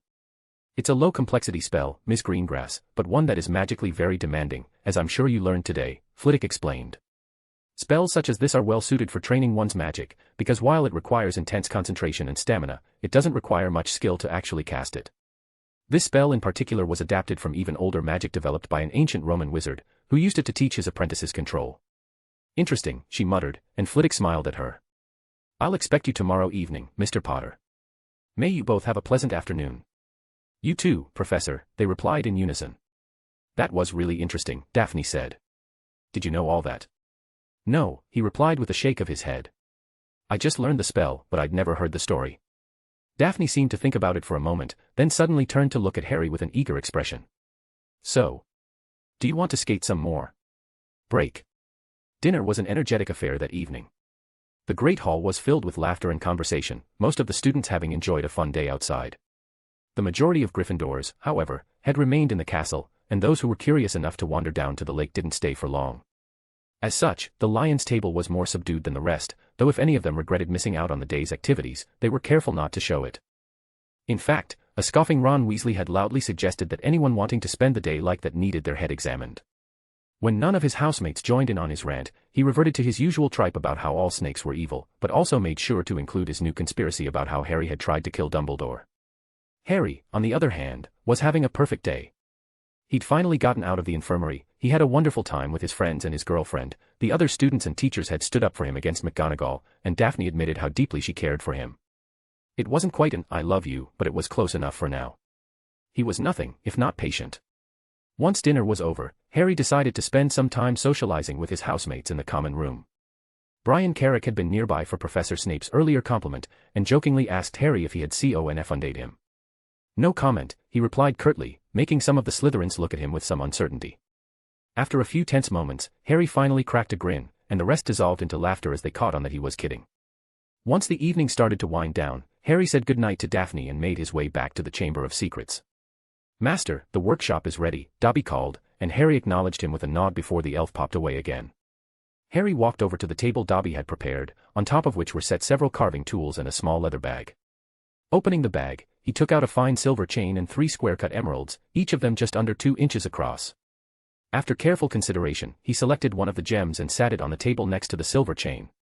He reached into the bag again and pulled out an elegant silver frame, which was only slightly wider than the emerald. He set to work using his wand and tools to carve runes into the flat surface of the silver frame. After an hour of painstaking work, the intricate runic pattern covered the entirety of the frame's interior. After reviewing his work and determining it satisfactory, Harry turned his attention to the emerald. With a quick slice of his wand, the gem was cut so that the back was completely flat, which would allow it fit flush inside the frame setting, once it was ready. Harry then turned it over, and once again set about carving a fairly complex runic array, this time on the flat surface of the emerald. Harry wasn't a master jeweler by any means, he had never even attempted to make a necklace before now. He did, however, have plenty of experience using runes to enchant items and equipment. With one final hiss of Parseltongue, the emerald was permanently attached to the frame setting, ensuring the runes would no longer be visible. His work finally complete, Harry examined the finished product, a rather exquisite emerald pendant hung from a fine silver chain. Daphne's enchanted gift for Christmas. With a light tap of his wand, the emerald glowed a soft green, and Harry smiled as he felt the runes activate. "You'll keep her safe, even when I can't," he whispered, carefully placing the necklace in a grey velvet jewelry box, leaving it open on the table while the runes were charging. With a sigh, Harry sat down in one of the chairs and filled a glass with Ogden's old fire whiskey, something he didn't partake of very often. His mind retreated to years long gone, and he fondly reminisced about some of his best memories with his wife. At least, that's what he was attempting to do. However, no matter how hard he tried to focus on the good times, his thoughts were repeatedly invaded by the same excruciating image. These dark thoughts opened up the pathway to other, similar memories, and his familiar Christmas torment was upon him once again. He'd spent many of his years as a Dark Lord contemplating ways to right the wrongs of his past, but he was no fool. His time travel gambit may have succeeded, but he knew some things would remain forever lost to him, no matter how hard he tried. A single tear escaped his eye, and he buried his face in his hands. "I'm sorry," he whispered. "I'm so sorry."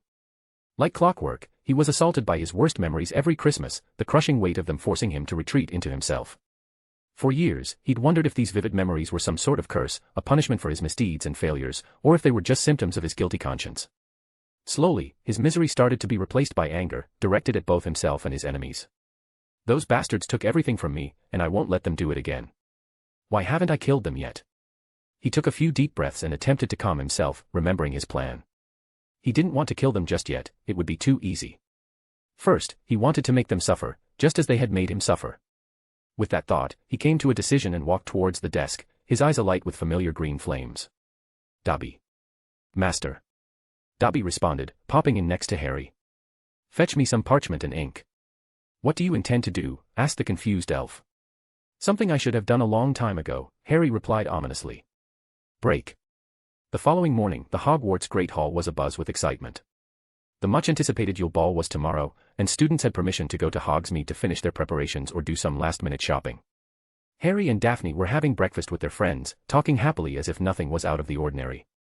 That was, until the owl post arrived. As he did every morning, Alastair Pants picked up his copy of the Daily Prophet to peruse the headlines, and his eyes nearly popped out of his head as he read the front page. He rapidly skimmed the article and looked down the table at Harry in shock, the latter completely unaware of the attention on him. "Alastair, what's wrong?" asked Ursula Corwin, who was sitting across from him, next to Eliza. "Bloody hell," whispered Brian, who had leaned over to see what all the fuss was about. "What is it?" Eliza asked, concerned. Alastair handed them the paper, and they were as stunned by what they read as the boys had been.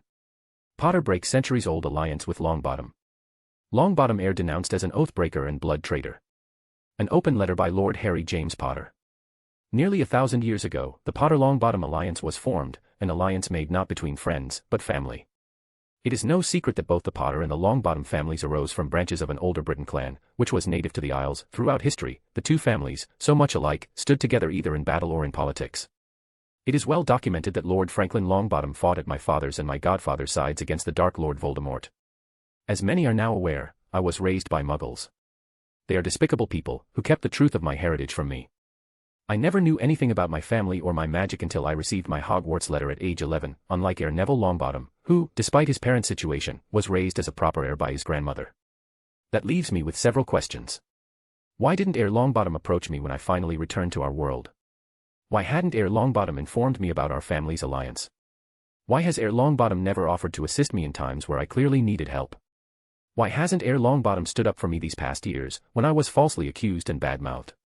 Why didn't heir Longbottom stand by my side when my name came out of the Goblet of Fire this past October? Why did heir Longbottom contribute to making me a pariah, and see me exiled by my own house at Hogwarts? Why did I need to claim my inheritance and my lordship, thanks to my forced participation in the Triwizard Tournament, to learn about these things? I can understand why my godfather, Sirius Black, was unable to help me, since he had been wrongfully imprisoned since the night Lord Voldemort was vanquished. I can understand why my uncle Remus Lupin kept his distance, since he is a werewolf and was legally forced to stay away from me. Why then, Neville Longbottom? Honestly, cousin, I no longer care to hear about your reasons. What I do know is that you cannot be trusted to keep the alliance between our two families. I don't trust you to have my back, and I don't care about you enough to have yours. You betrayed our ancestors' alliance and turned your back on kin, and henceforth I name you an oath-breaker and a blood traitor. The Potter-Longbottom alliance is henceforth dissolved. May the line of Longbottom crumble and end with Neville Longbottom. As a side note, I wish a happy Yule to all magical peoples in the United Kingdom, including wizards and witches, squibs, goblins, centaurs, vampires, werewolves, and so on. With my best wishes. Lord Harry James Potter. E.N. The Daily made inquiries with Gringotts and was able to confirm that Lord Potter's claims are valid. We at the Daily Prophet wish him the best. The 4 7th-year students all turned to look at the enigmatic green-eyed wizard, who was sitting with his friends and eating breakfast as if he didn't have a care in the world. They then turned their gaze to the article's other subject, the shy, pudgy boy sitting at the Gryffindor table alongside Granger and the younger Weasleys. "Shit is about to break loose," Alastair mumbled. Ursula was so shocked that she didn't even bother scolding him for his language. "How long do you think it will take for someone to tell Longbottom?" Eliza pondered, noticing that several people were now glancing back and forth between their papers and Longbottom. "My guess," replied Ursula. "As much time as it takes for his grandmother to come to Hogwarts and shout it to his face." Brian Carrick turned towards Harry again and noticed he was smirking at them, having seen they were reading the paper. Brian raised a goblet in salute at Harry, who responded with a respectful nod. "What game are you playing, Harry Potter?" Eliza wondered, watching the interaction. Harry Potter smirked and returned his attention to his own conversation, where the girls were currently making plans for lunch at the Three Broomsticks. The game was now set, and he had no doubt he would win it. Chapter 16, Chapter. The 4th-year Slytherins were so engrossed in their conversation that it took them a full minute to realize that half of the Great Hall was looking in their direction. They had just started trying to figure out what was going on, when Millie opened her copy of the Prophet and gasped. "Look," she exclaimed, laying the paper flat on the table so the others could see. "You're a lord." Tracy whispered, turning to look at Harry. "I am." "Are you sure about this?" Daphne asked, somewhat uncertainly. "Definitely." Her eyes searched his face for a moment, but she seemed to find what she was looking for and relaxed. "Good," she replied, then turned back to finish reading the article. "You don't seem too surprised to learn that your boyfriend is a lord," Millie pointed out. "I've known since he went to Gringotts to claim it," Daphne replied with a smile, and she couldn't help but chuckle at the bemused looks on their friends' faces. Remember the day we started dating, how I was by myself when I joined you at the Three Broomsticks? So, that's why. Mumbled Theo. Damn, Harry. Any more surprises? A couple, Harry replied, taking a bite of toast. Nothing my friends need to worry about, though. But this will have significant repercussions, Blaise remarked, pointing to the paper. For whom? Harry replied, appearing entirely unconcerned by the matter. None of them got a chance to answer, because at that moment, Dobby popped in with a message for Harry. Master, you have a message from the Wolf and the Mutt, Dobby informed him, and Harry raised an eyebrow and took the letter. He expected them to contact him today, for obvious reasons, but he was a little surprised by how quickly the missive came.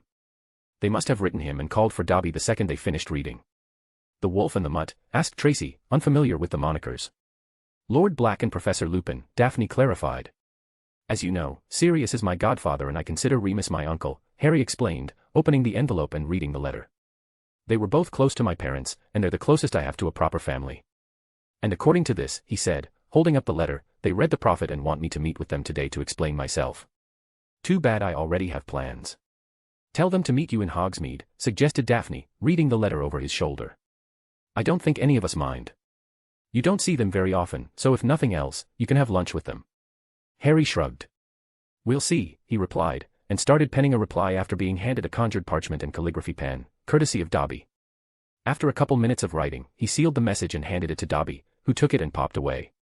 What do you say we walk to Hogsmeade, instead of taking a carriage? Harry asked out of the blue, recapturing his friend's attention. Walk. What for? Pansy asked with a small scowl. Why not? We can have a nice stroll, take the time to appreciate the view of the snow-covered grounds, refresh ourselves in the crisp morning air, Harry listed off. Freeze ourselves, catch a cold, tire ourselves out before we even get to the village. Blaise chimed in. Fine, I'm in, said Theo, to disbelieving looks from Tracy, Blaise, Millie, and Pansy. What? It's not like we have anything better to do we? Well. It would be something different, that's for sure, Millie added. Besides, you're a wizard, said Daphne with a grin. Try using magic. Harry laughed. Oh, fine, let's go, Blaise replied in exasperation. Millie smiled, and the others just looked around at each other and shrugged. Seeing she was outnumbered, Pansy sighed and stood up. Let's go, then, she said, and they all stood up from the table and started making their way up the aisle, ignoring the looks the others in the Great Hall were giving them. They had just made it to the door when there was a shriek from the Gryffindor table. Neville, cried the hated voice of Hermione Granger. It sounds like somebody read the paper, Harry muttered to his friends, a satisfied smirk on his face. Granger was now shaking the front page of the paper in front of Longbottom's nose, who was sitting across the table from her, next to Ron Weasley. The pudgy boy turned as white as a sheet and swayed in place for a moment, before his eyes rolled back into his head and he fainted, face first into his scrambled eggs. Neville, she yelped, trying to help rouse her housemate. The fourth-year Slytherins laughed at Longbottom's rather pathetic display, joined by their housemates and even some of the Ravenclaws. The handful of students who understood the magnitude of Harry's announcement shared a few apprehensive looks and were waiting to see what would happen next. How dare you? Granger shouted, rounding on Harry.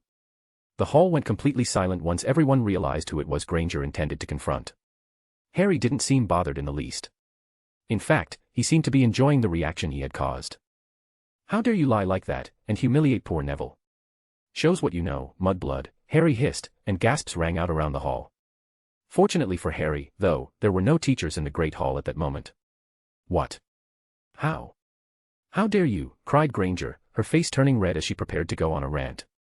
Cry me a river, bitch, Harry bit back, his voice tinged with anger. Or better yet, give me a reason to end the torture that is being forced to share this castle with the likes of you. Granger recoiled at Harry's venomous retort, and she wasn't the only one. Hey, you can't talk to her like that, you filthy snake, shouted a red-faced Ron Weasley, getting up from his seat to stand next to his friend. You think you're so special, don't you, Potter?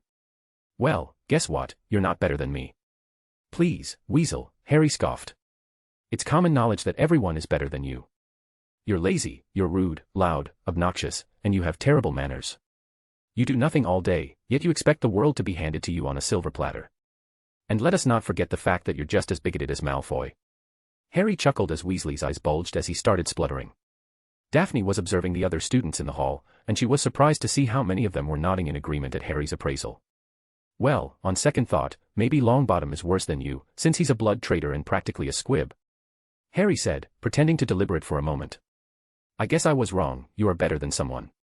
Congratulations, you're not as worthless as I thought. Slugulus eructo. Harry lazily flicked his wand, and the spell vanished in midair. Really, Weasel? Slug vomiting, again. Don't you know any other spells? Harry taunted. Before the redhead could respond, his wand flew from his hand and out of reach. He attempted to shout something at Harry, but the only sound that came out of his mouth was the loud braying of a donkey, making the whole great hall burst into hysterics. Now, Weasel, no need to be such an ass, Harry jeered, triggering another round of laughter. Now completely enraged, Ron charged straight at Harry, but he didn't make it very far. With another flick of Harry's wand, Weasley's body froze in place and thudded to the ground. You've changed. Granger cried, bringing everyone's attention back to her, while Weasley fumed from the floor, his face and ears practically glowing red. Have I? He questioned, glaring at the girl. Please, do share with us your wisdom, he requested, his voice dripping with sarcasm. How exactly have I changed, O brightest witch of our age? How can you even stand to look at yourself in the mirror when you act like that? Granger shrieked in indignation. This is nothing like you. You used to be kind and supportive of your friends, but now you're just a bully like Malfoy, walking around as if you own the place, like we're all beneath you. You even have your own sycophants following you around, just like he does, Granger spat, her insult not lost on the fourth-year Slytherins. What happened to the brave, caring boy who jumped on the back of the troll and stuck his wand up its nose to save me? What happened to the selfless boy who risked his life to kill a giant basilisk to rescue a girl and save the school? What happened to the boy that faced over 100 Dementors to save his wrongfully accused godfather? Not being familiar with those stories, most of the students were either gaping at the pair or looking around at each other in confusion, the exception being the Slytherins, many of whom shivered at the mention of the basilisk. Having viewed Harry's memory of the event just days before, they were intimately familiar with the nightmare set loose in their school just 2 years prior. Harry started clapping slowly, a look of condescension on his face. That boy. He was forced to grow up, after he was betrayed by those who were supposed to be his family. What was it you said on Halloween? Ah yes, I clearly used dark magic, because there was no other way I could have circumvented Dumbledore's wards. As I recall, you also told me that my behavior was unbecoming of a Gryffindor, and I was thereby banished from the house. Half of the lions continued to glare at him, while some of the others actually seemed embarrassed. Neither reaction seemed to affect Harry, as he demonstrated by turning his back on all of them. Then again, I never was a real Gryffindor, was I? In any case, I have better things to do than stand here talking to you, he said dismissively, and started walking away. He noticed Daphne's amused smirk and added, much better things. I said I'm sorry, begged Granger, her tears starting to flow. I'm sorry. We're sorry. Why won't you forgive us? Harry stopped in his tracks. Daphne saw the anger rising up in him, and for a moment, she was scared of what he might do. To her relief, he just laughed, though his eyes were devoid of humor. After everything you did, he asked. He was starting to see red, and it took every ounce of his willpower to stop himself from striking her down right then and there. He focused on his goals, and how he needed to control his anger if he ever wanted to achieve them. He managed to collect himself, but his voice was still dripping with hate when he turned back to deliver his retort. I will never forgive you. Daphne realized that Harry was no longer speaking just about what had happened after Halloween. He had to be thinking about something from his past, the bleak future where he'd lost everything. However, when her eyes met his, he smiled at her. You accuse me of thinking I'm better than everyone. What about you, Granger? You fancy yourself a leader, don't you? You think you're always right, and that everyone should do what you tell them to, because there's no way you could ever be wrong. Harry saw the two newcomers standing just inside the entrance of the Great Hall and smirked.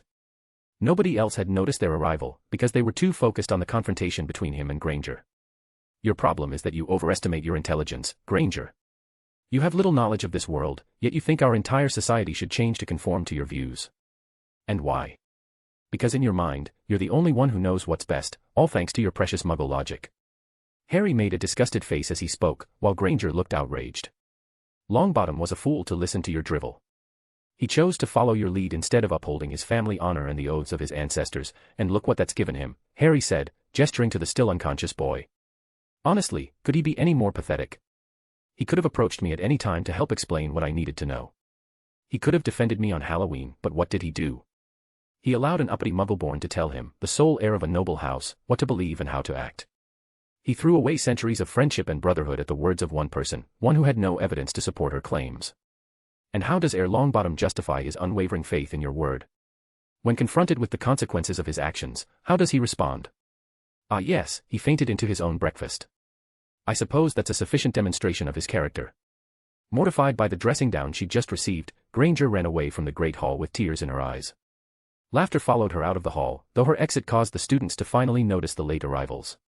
Professor McGonagall was standing there, glowering at Harry, but it was the older woman with her that caught everyone's attention. She was richly dressed, wearing expensive robes topped with a cloak made from the fur of some exotic animal. Her most identifiable feature was easily her extravagant hat, upon which was perched a large, stuffed vulture. The woman was struggling to maintain an impassive countenance, and it seemed like her anger was ready to break through at any moment. Every pureblood in the room knew who the woman was. Augusta Longbottom was considered a formidable witch, and not one to be trifled with. If her current demeanor was any indication, Neville Longbottom was doomed. Lord Potter, I presume, the older woman inquired, before McGonagall had a chance to say anything. Yes. And you are?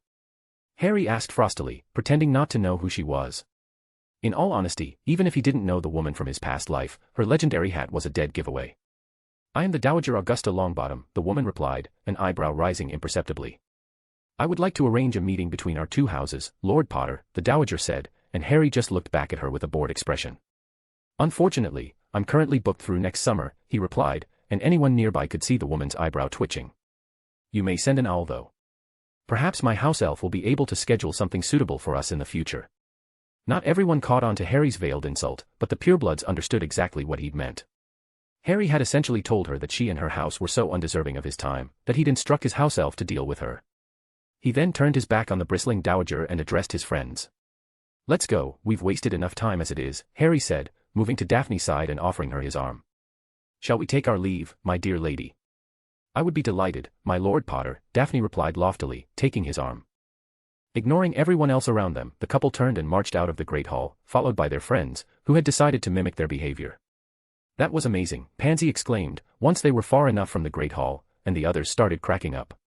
You knew the Dowager was there the whole time, didn't you? Asked Daphne, and Harry nodded. I saw when she arrived with McGonagall. I couldn't pass up the chance to twist the knife a bit, could I? Harry replied, making Daphne chuckle. They walked through the Hogwarts grounds towards the gates, laughing and sharing the reactions they'd noticed to the altercation in the Great Hall. Nobody bothered questioning Harry about his reasons, trusting him to do what was best for himself and his house. Besides, him being the new Lord of House Potter was far more interesting than talking about how much of a failure Longbottom was. You don't look like a lord, Theo said with a smirk. Don't expect me to start kissing your arse now. Thank Merlin for that, Harry laughed, joined by the rest. For them, he was still Harry despite his new status. He was the guy they'd spent 3 years disliking without even knowing him, who was now one of their closest friends.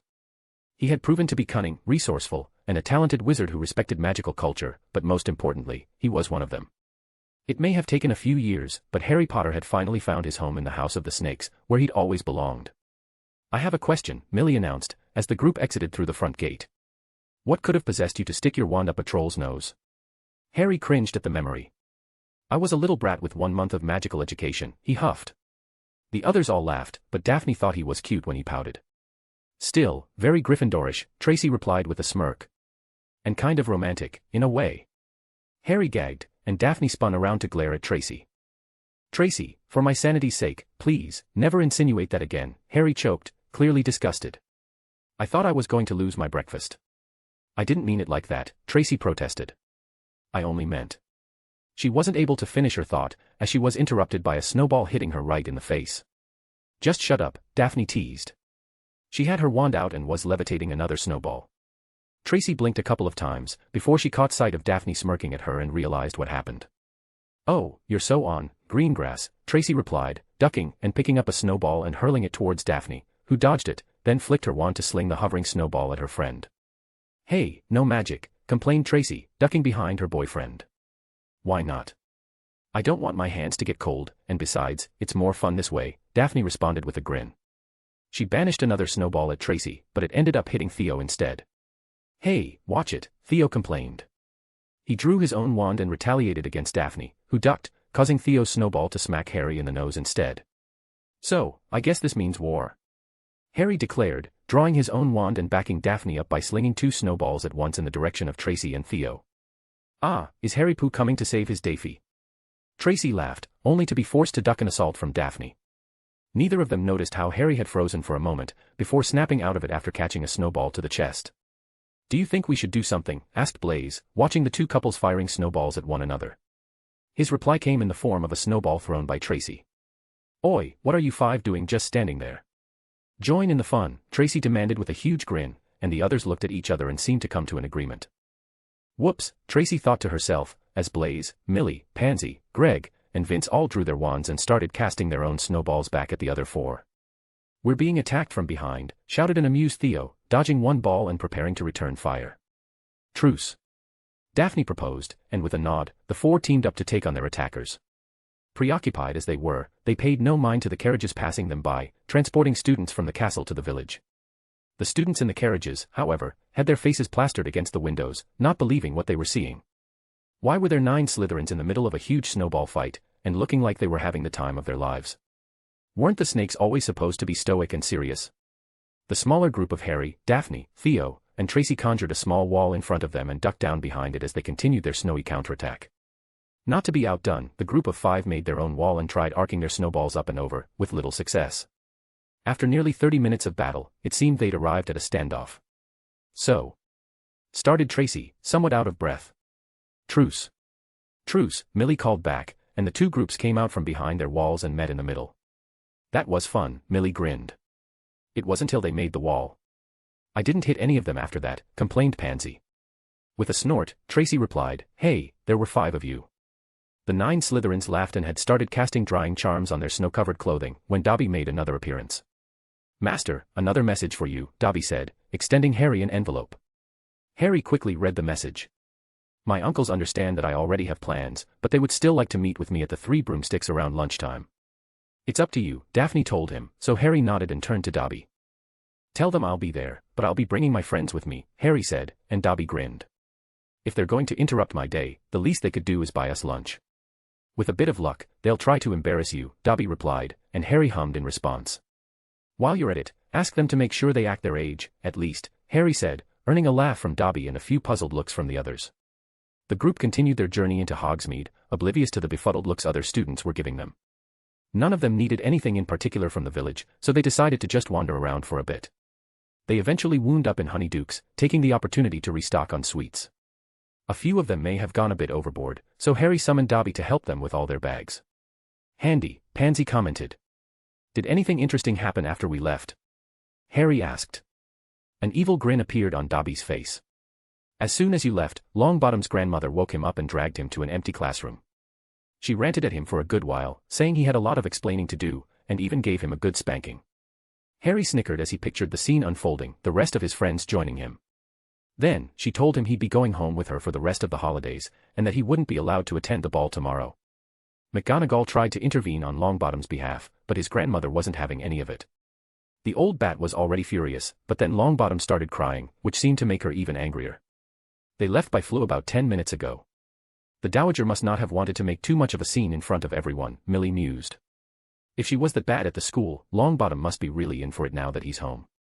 The others all agreed, but none of them felt much sympathy for the Gryffindor, especially not Harry. Checking the time, Harry saw that it was getting close to noon and that they needed to get going. "Dobby, please take these to our dorms," Harry said, indicating their bags. The elf snapped his fingers and the bags disappeared. He popped away again after a slight bow, and the group collected themselves and headed to the 3 Broomsticks. Break. The 9 friends entered the 3 Broomsticks together and saw the Lord Black and their former dada professor sharing a booth, talking amongst themselves and sipping their drinks. They weaved their way through the tables and had almost reached the booth by the time Sirius caught sight of them. He was wearing a grim expression, and he stood up and approached Harry before they could even reach the table. "We need to talk," Sirius said severely, not even bothering to greet his godson and ignoring the other teens. Harry didn't let it bother him though, because he could tell Sirius was really worried, even if he hit it better than Remus. "Good morning to you too, Sirius."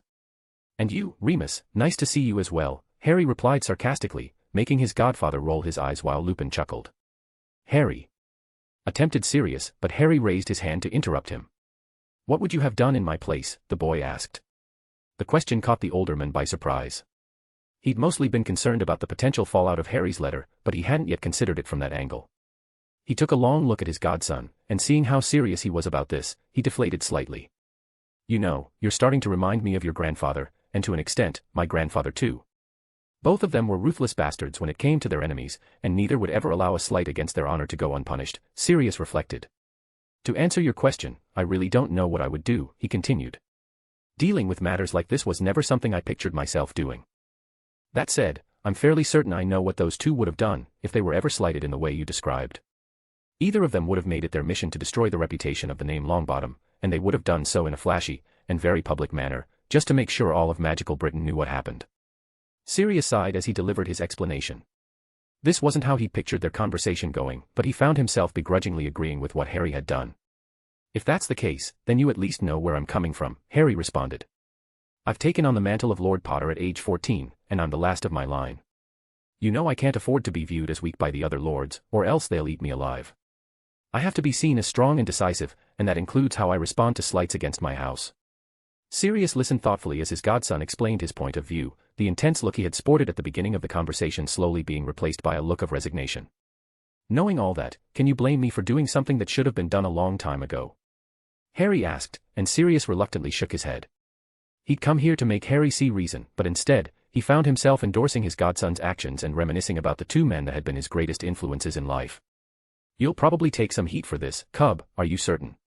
Remus chimed in, still feeling concerned. Cub, asked Pansy, voicing what they were all thinking. Her question managed to make the two men finally take notice of the other 8 Slytherins. Yeah, Uncle Remus is a werewolf, as you may remember from last year, and calling me Cub is his little joke, Harry explained, and they all looked a bit nervous at the reminder.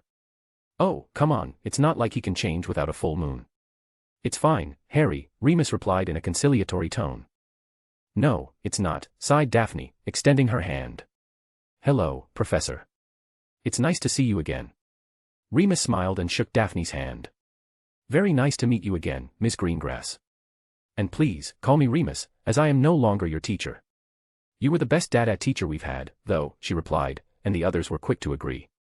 She's a keeper, all right, said Sirius, who was smiling proudly.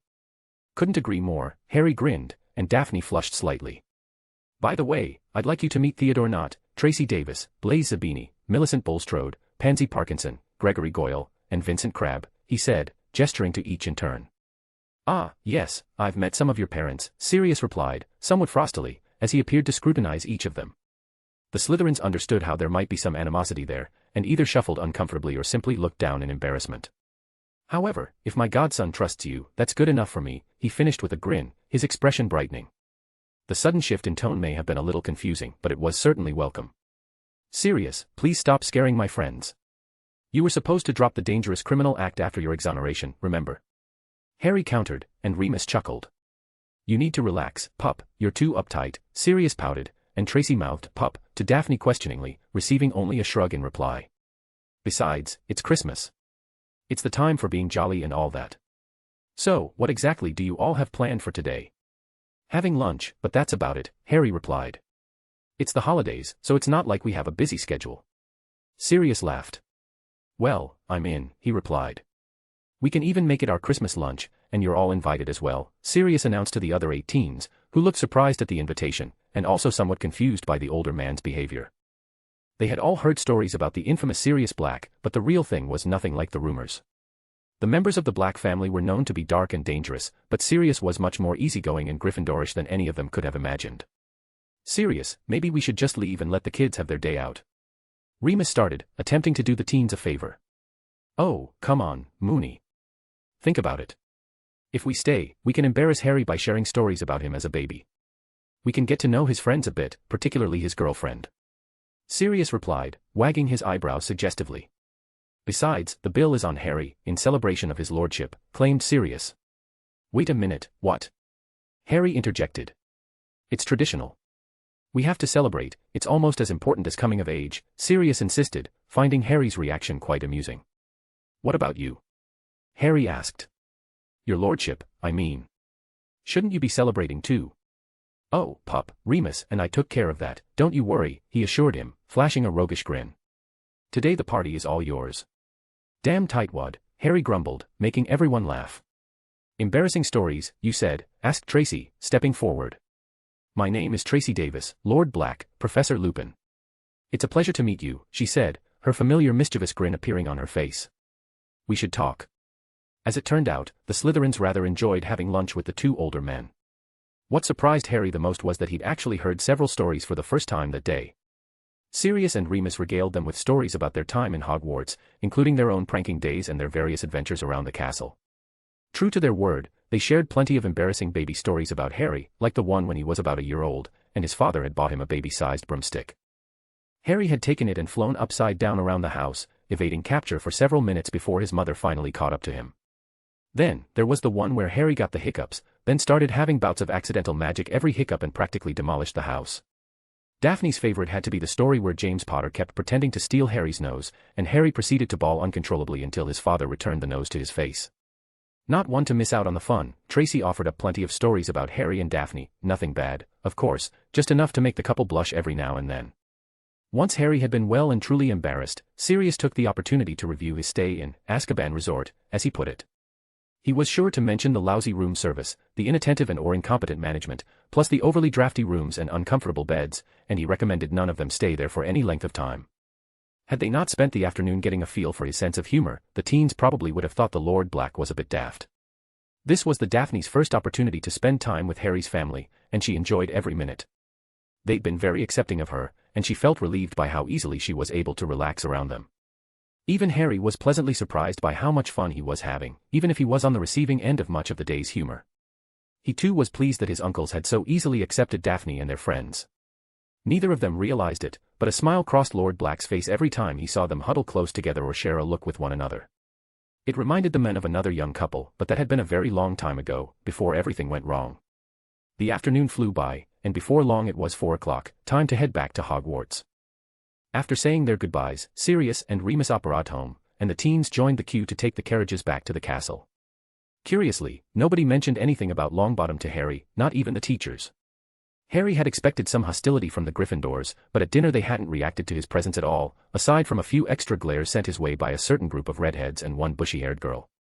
After dinner, Harry met with Professor Flitwick, as they'd agreed upon at the lake the day before. Harry shared everything he knew about ice lore, which led to a lengthy discussion on ancient magics, the charms professor being quite knowledgeable on the subject. Besides being an outstanding duelist and an even better teacher, Flitwick was, above all else, a fantastic storyteller. Even if he'd already heard most of them, Harry gladly listened as the older man recounted his own journeys to magical discovery, and other assorted tales from his youth. Harry barely made it back to the common room in time for curfew. He sat with his friends for a while, reflecting on the day. It felt good to finally take a step towards destroying his enemies, plus he'd gotten to introduce his friends to his uncles and spend the afternoon with them. All in all, it had been a good day, and the next one should be even better.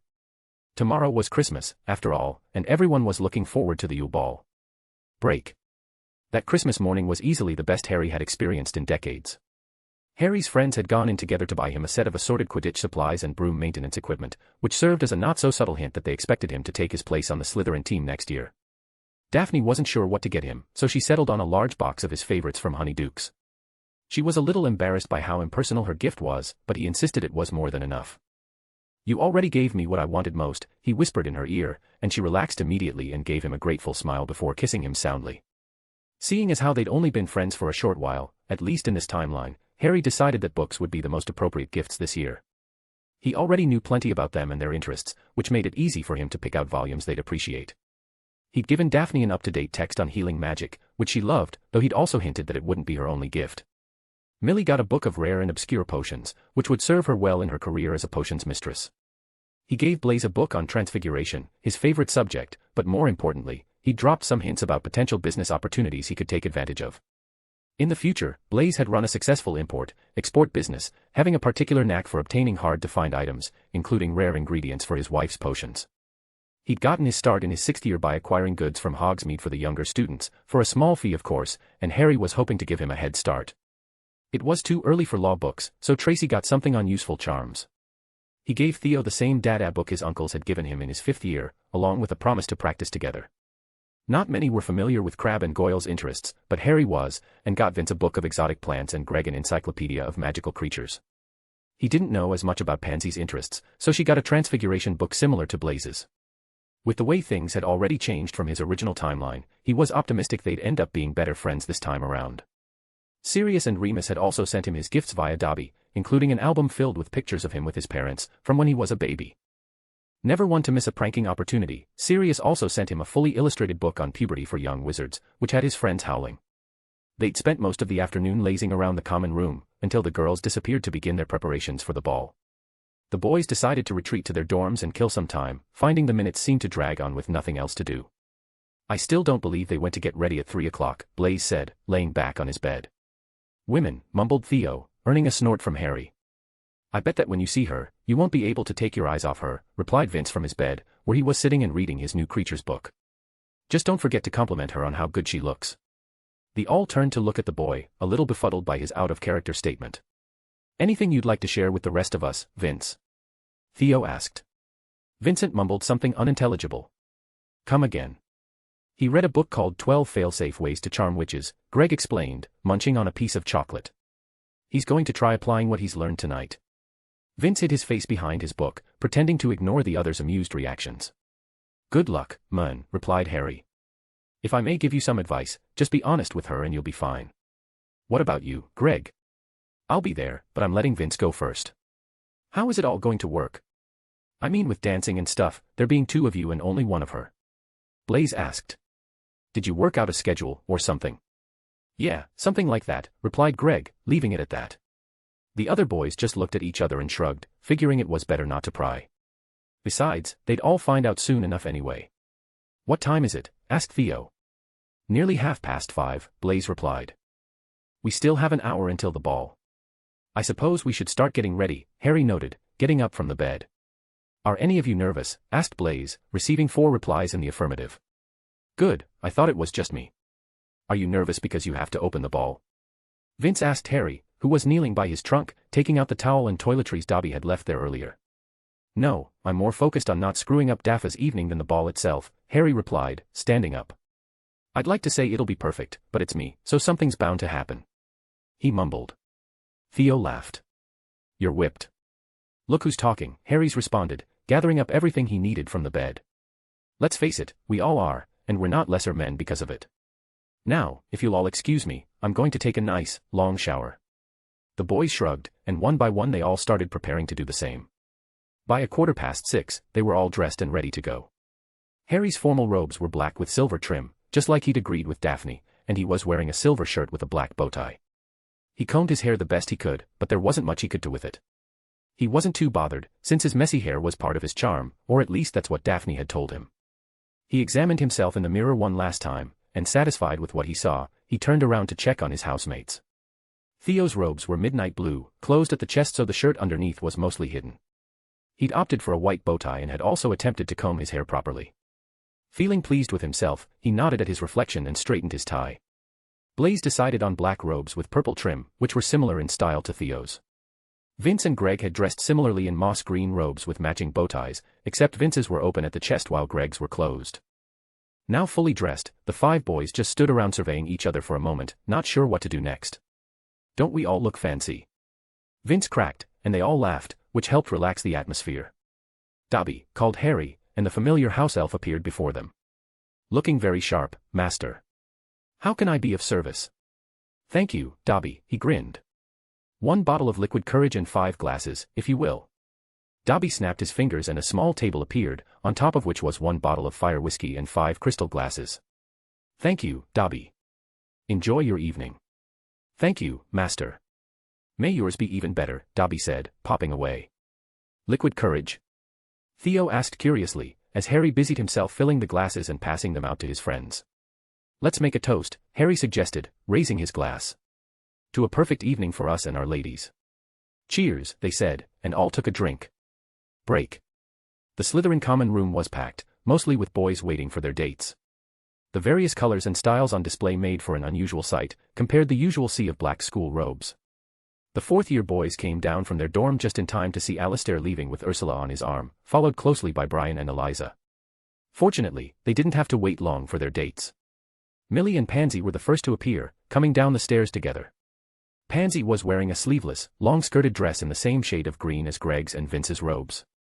She had curled her hair for the occasion, a style none of them had seen on her before, but it suited her. She happily smiled at her 2 boys and took her place in between them. Millie was obviously nervous, but she visibly relaxed and let out a small chuckle when she saw the look on Blaise's face. You look beautiful, he said, staring slack-jawed at his girlfriend, who was wearing a flowing purple dress that accentuated her best features. Her hair was long and wavy, falling down her back, and in Blaze's eyes she was practically glowing. It was a sight he would never want to forget. I think I'm in love, Blaze thought to himself, as he kissed Millie's hand in a gentlemanly way. Tracy was next to arrive, wearing a long, dark blue dress that showed off her toned arms. She was beaming at Theo as she came down the stairs, the locks of her short hairstyle falling over the right side of her face. You look smart, she told Theo. So, what do you think? You look beautiful, just as I knew you would, Theo replied. Tracy beamed at him again and rewarded his compliment with a kiss. Daphne took a step out of the dorm, and for Harry, time seemed to stop for a moment. She was wearing a black, form-fitting, sleeveless dress with delicate silver embellishments around the neckline. Her golden hair was long and curly, falling gracefully about her shoulders. She slowly walked down the stairs, and Harry's smile kept growing larger, the closer she got to him. What do you think? She asked quietly, and he took a step towards her and wrapped one arm around her waist. You are, without a doubt, the most beautiful woman I have ever seen, he whispered, and kissed her softly on the lips.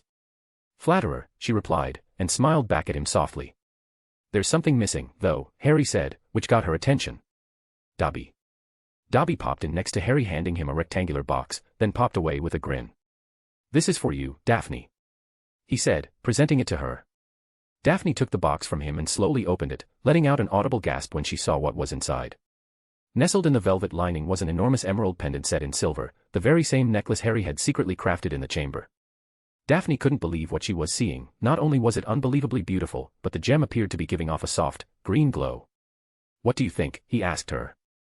Do you like it? It's incredible, she whispered, gently removing the necklace from the box. May I? Harry asked with a smile, taking it from Daphne and helping fasten the clasp behind her neck. The pendant is imbued with some powerful enchantments, which may prove useful someday. I attuned it to your magic and your magic only, so it will only work for you. What do you mean? She asked, only to be distracted by a squeal. Merlin, Daphne, what is that? Pansy blurted out, and the others turned around curiously and looked at the couple. Wah, exclaimed Tracy, catching sight of the necklace. Daphne smiled as Harry gave her a one-armed hug around the waist. How do I look? Daphne asked Harry, seeing their friends' odd expressions. Even more beautiful than before, if that's possible, replied Harry, drawing his wand from his sleeve and conjuring a mirror in front of them. What do you think? Daphne didn't speak. She just gazed at her reflection, reaching up to touch the necklace with her hand. It's beautiful, she whispered. I love it. Thank you. Then you should wear it every day, Harry whispered in her ear, wrapping his arms around her waist from behind and kissing her on the cheek. They stayed that way for a while, ignoring everyone else and looking at their reflection in the conjured mirror. Standing together this way suddenly reminded Daphne of the memory of their wedding, the one memory that had changed her life. Harry. Daphne whispered. Yes. Could you not wear your glasses today? She asked softly. I know that it's part of. Sure, he replied, not giving her time to finish her sentence. If you don't want me to, then I won't. Harry removed his glasses and placed them in the pocket of his robe. Better, he kidded, and she smiled back at him. Just a little bit, she teased back. Ah, hello, called Blaze, reminding the couple they weren't the only people in the room. Maybe we should get going. Yes, we should, Harry agreed, releasing Daphne and offering her his arm. Would my lady indulge me by permitting me to escort her to the ballroom, he said with a flourish. I believe I shall, my lord, she replied with a smile, taking Harry's arm. Won't you need your glasses? Asked Millie, slightly confused. Ah, Millie, because it's Christmas, I'll let you in on a secret, Harry said, whispering conspiratorially. I haven't needed glasses for some time now. Harry laughed as their eyes widened in surprise at the revelation, while Daphne just smiled and shook her head. But, how? Asked Pansy, and Harry shrugged. Magic, he replied. I can tell you all about it later, if you want. Shall we? Harry asked. They all nodded, then Harry and Daphne took the lead and started walking, followed by Theo and Tracy, Blaze and Millie, and finally Pansy, on the arms of her two boys. Before long, they reached the entrance to the Great Hall, but Professor McGonagall approached them before they could go any further. Good evening, ladies and gentlemen, the professor greeted them. She was showing her festive spirit by wearing somewhat conservative green dress robes with a red carnation on her chest. Mr. Potter, you and your date are to proceed to the room adjacent to the Great Hall, where the champions are gathering until it's time to make the grand entrance.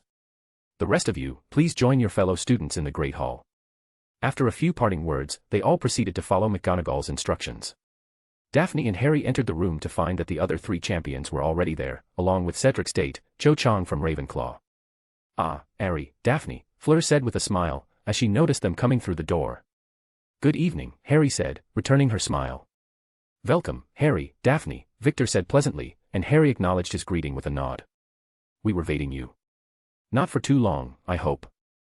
"What about your dates?" replied Harry, and Victor chuckled. "She's here," the Bulgarian replied, waving at a smiling Fleur.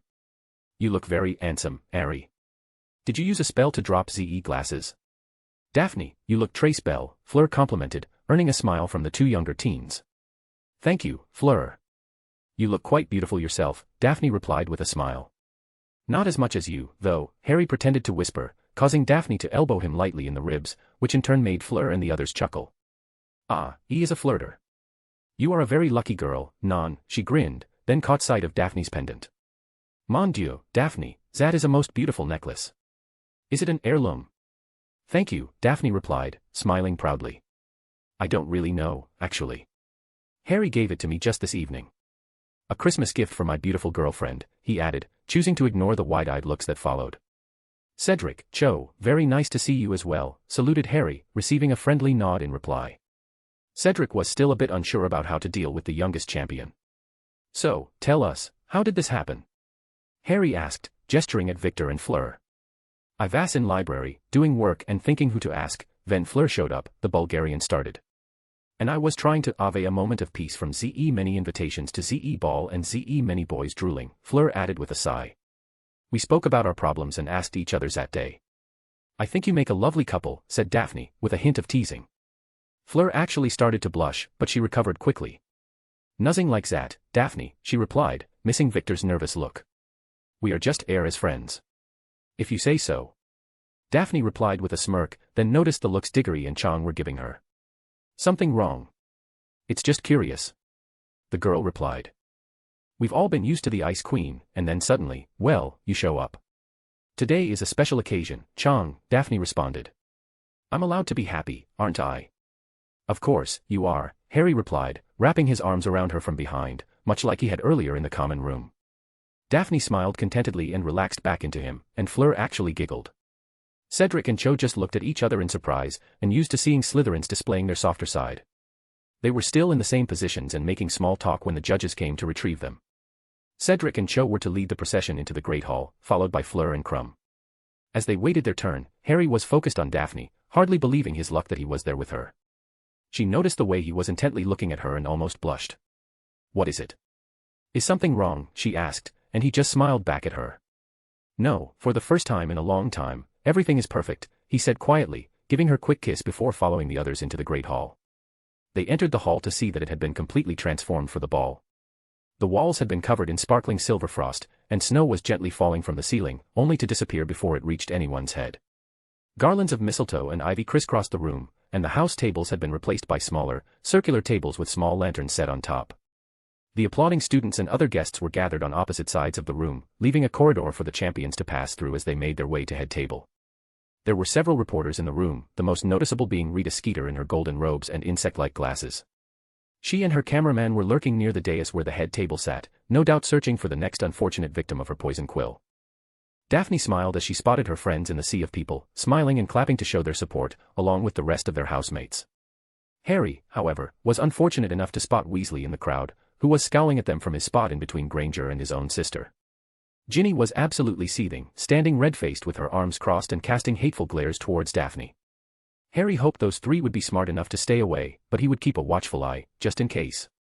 Once the champions had reached the dais, they were directed to turn and face the crowd and pose for a few photographs before taking their seats. The table's other occupants were the heads of the three schools, Professor McGonagall, Ludo Bagman, and Percy Weasley, who was filling Crouch's spot for the evening. Harry escorted Daphne to her seat, then sat down next to her. Cedric and Cho were seated on Harry's left, while Fleur and Crumb were on Daphne's right. When everyone was seated and the commotion had finally started to die down, Dumbledore rose and gathered everyone's attention. "In the spirit of cooperation and friendship, we welcome our champions, our guests, and each and every one of you to our Yule celebration. May our evening be filled with merriment and joy on this special evening," the headmaster started. "It is traditional for the headmaster of the hosting school to say a few words at the start of Yule Ball," he continued, pausing for a moment as everyone looked at him expectantly. "I certainly hope mine have been enough." Amused laughter filled the Great Hall. "Let the feast begin," Dumbledore proclaimed cheerfully, and with a wave of his arms, the lights dimmed, and soft music started playing in the background, soon to be drowned out by the sound of many conversations taking place at the same time. Is he always like this? Whispered Fleur, and Daphne actually giggled. Most of the time, yes. Sometimes it's hard to tell if he's a genius or completely mad, she replied, making the older girl chuckle. The conversation was soon in full swing, with the champions and their dates laughing and sharing stories with one another. Dinner was soon served, using a most ingenious method of having each person speak their order aloud, their meal then magically appearing on the plate in front of them. The evening had been enjoyable, and so far, everyone had gotten on well together, so it seemed somewhat fitting that the first batch of unpleasantness would be initiated by yet another obnoxious redhead. You caused us quite a problem, Potter, Percy Weasley called, completely unprompted, from his spot down the table from the champions. Pardon, asked Harry, and all activity at the table stopped. When you killed the dragon, the ministry had to pay large fine to the dragon reserve. Yes, the ministry suffered a huge expense, all because of your antics, Weasley said in his most pompous tone, looking accusingly at the younger wizard. Harry casually set his cutlery down on the table and stared at the redhead. Is that so? Oh, yes, he continued, oblivious to the taunt in Harry's voice. Personally, I think you should have been penalized for killing the dragon. Better yet, you should have been disqualified for such a blatant display of dark magic. Using Parseltongue in public. The aura should have been called at once, and you should have been fined for endangering the audience. Well then, Mr. Weasley, with that kind of bias it's quite fortunate that you are not in any position of responsibility, Harry retorted, smirking at the look of indignation on the git's face. In fact, this seems like a perfect opportunity for me to inform you exactly how much I care for the ministry's plight. Harry smiled contemptuously. Not one bit. I have absolutely no interest in any difficulties faced by the Ministry of Magic. You see, as I was able to prove several weeks ago, I was forcibly entered in the Triwizard Tournament by an unknown party. I had no desire to participate, and my only goal from the beginning has been to survive the tournament intact, by any means necessary, Harry explained, noticing that everyone at the table was listening in. Let's talk about the dragon, shall we? There I was, 14 years old and forced by your ministry to challenge an irate dragon, and not just any dragon, mind you, but a Hungarian horntail, one of the deadliest breeds in existence. As I said, my only goal was to walk away unharmed, so I tried to avoid conflict and communicate with it by speaking Parseltongue. Dragons and snakes are both reptiles, so it seemed plausible, and anyone who was in school 2 years ago already knew I was a Parselmouth. Unfortunately, the dragon was already so angry that she wasn't interested in listening and immediately attacked me. I personally blame the tournament organizers and dragon handlers for that, Harry said. Percy scoffed, but otherwise had no response. Think about it. Put yourself in the dragon's place. You were taken from your home, subdued by being shackled and repeatedly cursed by wizards, and put on display in front of hundreds of noisy humans, while your eggs were being threatened. How would any of us react in a similar situation? Quite badly, I'd wager, Daphne commented. She looked over at Weasley, who seemed like he was regretting opening his mouth in the first place. Quite so, my dear, Harry replied, placing his hand on top of hers. I've explained that the dragon's death was unintentional, though everyone seems to conveniently forget that part. It likely wouldn't have happened at all, if the dragon hadn't broken free. Anyhow, misguided as he was, I do believe that Mr. Weasley still made an excellent point earlier. Harry's statement raised several eyebrows around the table, but Daphne had a feeling he was preparing to go in for the kill. Safety. I'm sure everyone here remembers how the dragon broke free from her chains and was able to fly after me, he asked, and the others all nodded along. I think we all agree that I wasn't the only one in danger. As Mr. Weasley suggested, the entire audience was in mortal peril from the moment the dragon broke free, and those responsible should be held accountable. With that in mind, I believe I'll draft a communication to everyone who was present at the task and encourage them to seek compensation directly from the ministry. Weasley paled. After all, was it not the ministry's responsibility to oversee the safety of the task? Yes, I think that's a splendid solution. And don't worry, Mr. Weasley, I will, of course, be giving you full credit for the idea. Daphne couldn't stop herself from grinning at the judge's alarmed expressions, especially Weasley's, who had paled even further and was now white as a sheet. Bagman was spluttering some excuse or another, but no one else paid him any mind. Now, Harry, let's not be hasty, Dumbledore chimed in, trying to defuse the situation. Harry ignored him, mainly because Daphne had pulled his attention back to her by squeezing his hand. They shared a smile with one another, her face beaming with pride. Well said, she told him. Oh, and Weasley, said Harry, momentarily moving his eyes away from his girlfriends to glare at the redhead. There are no rules dictating what magic can and cannot be used in the tournament. So, keep your stupid opinions to yourself, you worthless excuse for a wizard, Harry hissed in Parseltongue, making everyone at the table shiver uncomfortably, except for Daphne, who by now was used to hearing the snake language and was no longer bothered by it. Behave, Harry, she playfully admonished. Of course, my dear, he said with a smile. How are you enjoying your meal? The food is good, and the entertainment is better, she replied, making Harry chuckle. However, it did remind me that you've never revealed what you actually said to the dragon. Oh, the usual. I greeted her and told her I wasn't a threat, then attempted to explain what was happening. She didn't take it very well. Obviously. What did you say after she breathed fire at you? You seemed quite angry. Oh, Harry chuckled. I said I really didn't like her interrupting me when I was talking. Daphne laughed and shook her head. Try another stupid plan in the second task and I'll hurt you, she warned, but she was still smiling at him. I know, he replied softly, then sat up straighter to address the rest of the table. Speaking of the second task, let this be a warning to you, headmasters, Mr. Bagman, he started in a commanding voice. Should any harm come to the one I would miss the most, heads will roll. Both the organizers and the champions looked at Harry with wide eyes. Solve the clue, duh. Victor asked and Harry nodded, returning to his meal. Is that a threat, Potter? Asked Weasley angrily. Yes, it is, Weasley, and it's Lord Potter to you, he replied coldly. The table was completely silent for a few moments, until Cedric started laughing, followed by Cho, Victor, and Fleur. Daphne just glared at Bagman, making sure she let him know exactly what she thought of the coming task. I hear you are both Seeker, duh. VE should play game, suggested Crumb, changing the subject and looking at Cedric and Harry. I can't speak for Harry, but I think that sounds like a great idea, replied Cedric. Chose the Seeker for her team too. Harry tapped his chin with his finger and said, well, technically I'm not a Seeker anymore, since my house team already has one. Daphne snorted. Although my friends have informed me that I'm expected to try out for the position next year. Victor nodded at Harry and turned to Fleur and Daphne. That about you, ladies? Do you play? Not really, replied Daphne. I'm not much of a flyer.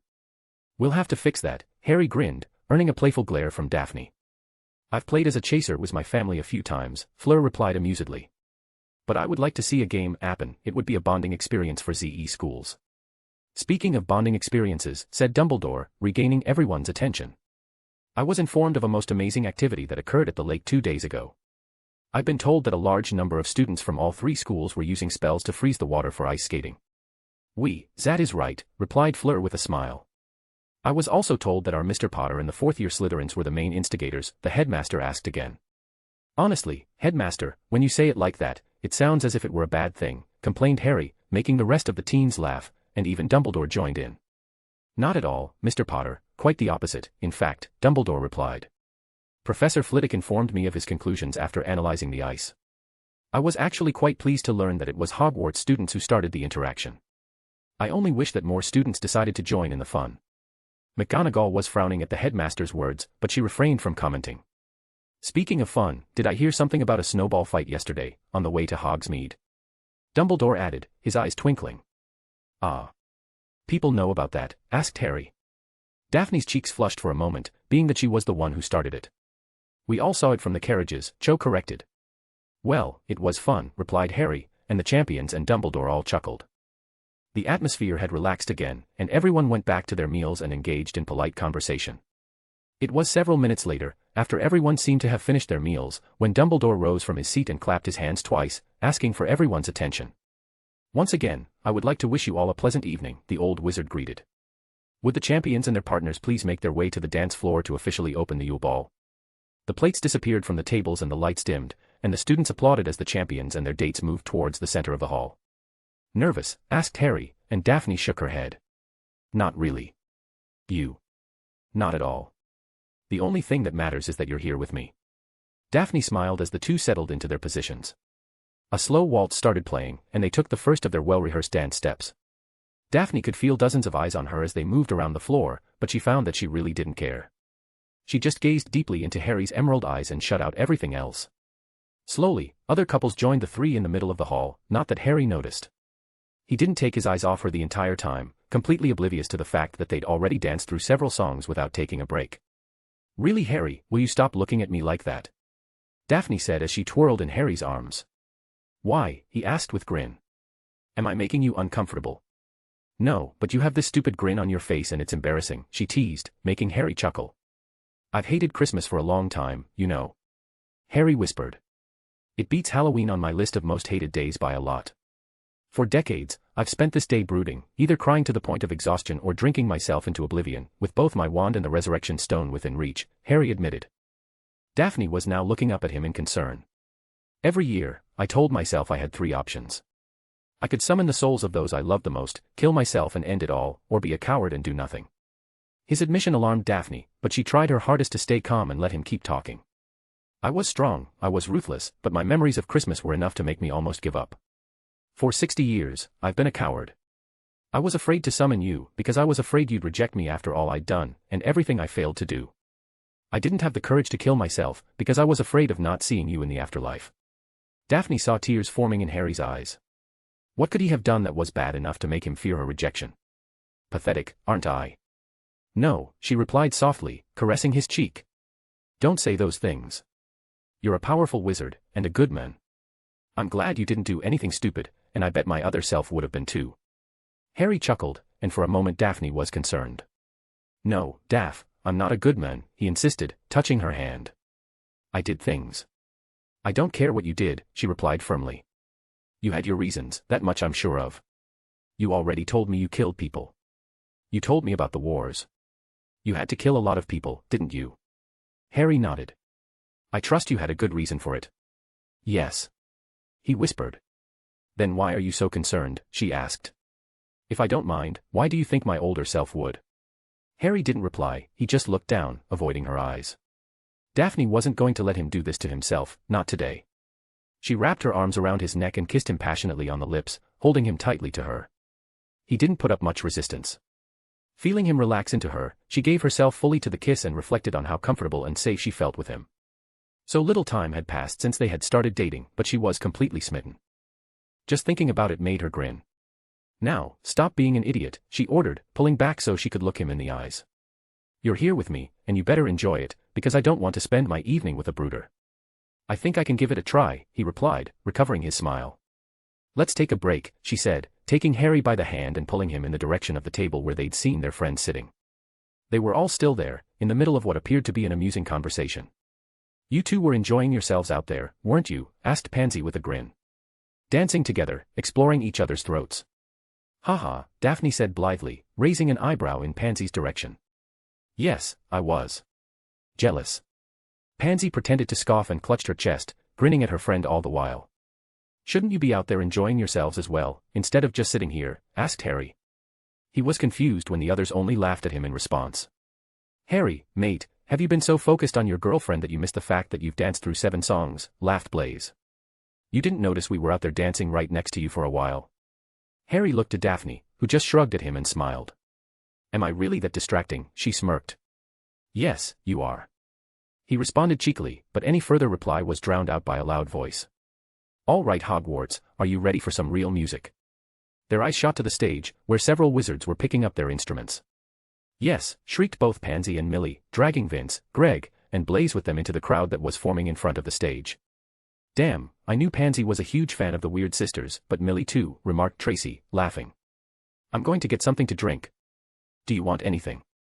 Punch will do, thank you, Daphne replied, and Harry left after dropping a soft kiss on her cheek. What? Asked Theo after a moment, noticing Tracy was looking at him expectantly. I'm thirsty, she replied, and he sighed in relief. Damn it, woman, I thought I had done something, or not, I never know, Theo complained. Oh, do you have a guilty conscience, Theo? Tracy asked with a mock glare. Theo looked as if he was going to try to say something witty, but then gave it up as a bad job. I'm going to get some punch, he said, rolling his eyes and leaving a giggling Tracy at the table. I can see you're having fun, Daphne joked, and Tracy grinned. So are you. Tell me everything, Tracy demanded. Daphne chuckled, but unfortunately, their conversation was about to be rudely interrupted. Having fun? Asked a cold voice from beside them. The two girls turned and saw both Granger and the Weaselette standing there, glaring at them. Granger was wearing a periwinkle blue dress, the Weaselette a pale green dress with a red waistband. They may have even looked nice, had it not been for their unpleasant expressions. What do you want? Asked Daphne, slipping back into her Ice Queen persona.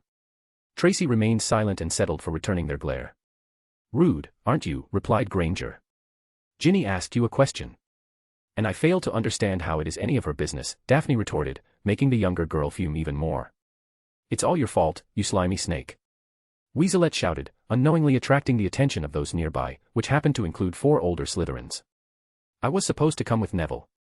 If you and the rest of the filthy snakes hadn't filled Harry's head with lies, Neville would be here, and I wouldn't have to come without a date. I could have even danced with Harry. Her rant was so absurd that all Daphne could do was wrinkle her nose in disgust. Could the bint be any more delusional? Would she ever grow up? I'm not even going to bother responding to that. Go away, replied Daphne, which only angered the girl further. Granger, who was trying and failing at looking superior, saw that her friend was getting close to losing her temper and decided to actually use her brain. Let's go, Ginny. They're not worthy of our time, she said haughtily. The two Slytherin girls just looked at each other, then burst out laughing. What are you laughing at? Weaselette shouted, her face getting redder. You, replied Tracy, covering her mouth. You're both pathetic, Daphne said icily, rising from her seat. You blame me, blame us for taking Harry from you. When are you going to grow up and admit that it was all your fault? However, I do need to thank you, Daphne said, her expressionless mask replaced by a smug smile. The other girls were taken aback by the sudden shift, especially Tracy. Thanks to your betrayal, Harry became a part of our lives. My life. Thank you for being idiots and giving me such an amazing and supportive man. Just imagine, all that I have now, Harry's caring and support, his teachings, access to the Chamber of Secrets and incredibly old magic, and best of all, simply being a part of his life and having him in mine. All that might have been yours, so thank you. Daphne sat back in her chair, satisfied that the other girls had gotten the message. Now go away, we were having a conversation and you are both unneeded and unwanted. Do you love him? Tracy asked, grinning ear to ear. It's probably too early to answer that. Daphne replied quietly, blushing, but I think so. Tracy squealed in happiness. You bitch, shouted Weaselette, irate that she was being ignored by the two Slytherins. The redhead drew her wand and cast a sickly yellow curse at Daphne, who despite the warning remained frozen in place, her eyes wide. Before she could even think about dodging, a green flash surrounded her, and a long black shadow appeared before her and swallowed the curse. She was shaken from her daze by the terrified cries of both Granger and Weaselette. Granger was on the floor, attempting to crawl away from the massive snake, and Weaselette was screaming in pain and terror. The gigantic snake had clamped its jaws around her wand arm and was shaking its head, whipping the Weasley girl back and forth through the air. The ball came to a screeching halt, terrified shouts filling the room as people caught sight of the massive snake and the violent display unfolding. The beast was nearly 30 feet long and almost a foot thick, its scales dark and sturdy looking. It continued slinging Weaselette around like a rag doll, until with a sickening crack, she finally came loose and went flying across the floor. The snake drew itself up to its full height and hissed threateningly, triggering another round of terrified screaming. More than one person's dinner made a reappearance when they saw the tattered remains of an arm drop out of its mouth, blood dripping from its massive jaws. Zezale. Daphne said weakly, recognizing the massive snake in front of her. Daphne, cried Tracy, grabbing her friend by the arm. Ursula, Eliza, Alastair, and Brian surrounded the pair, having silently observed the entire confrontation. What the? Started Ursula, only to be interrupted by a furious voice. What the hell is going on? Shouted the unmistakable voice of Harry Potter, who had just faded in between Daphne and the snake. He turned to Daphne and quickly searched her for injuries, relaxing slightly once he confirmed she was fine, if a little shaken. Daph. I was afraid I lost you again, he whispered, and Daphne felt him trembling. She hugged him softly and tried to reassure him. Harry, I'm fine, she whispered in his ear, a little shakily. He looked at her with pleading eyes and kissed her. Ginny, shouted Granger, running to the redhead's side. The girl was unconscious on the floor, a crimson puddle pooling underneath her. She's bleeding. Madame Pomfrey. A few people tried to cast spells at the snake, only for Harry to deflect them all with a shield. He was holding Daphne with one arm around her waist, his magic flaring so violently that it made his hair and robes billow as if blown by a strong breeze. I asked what the fuck is happening, he bellowed again, his expression feral.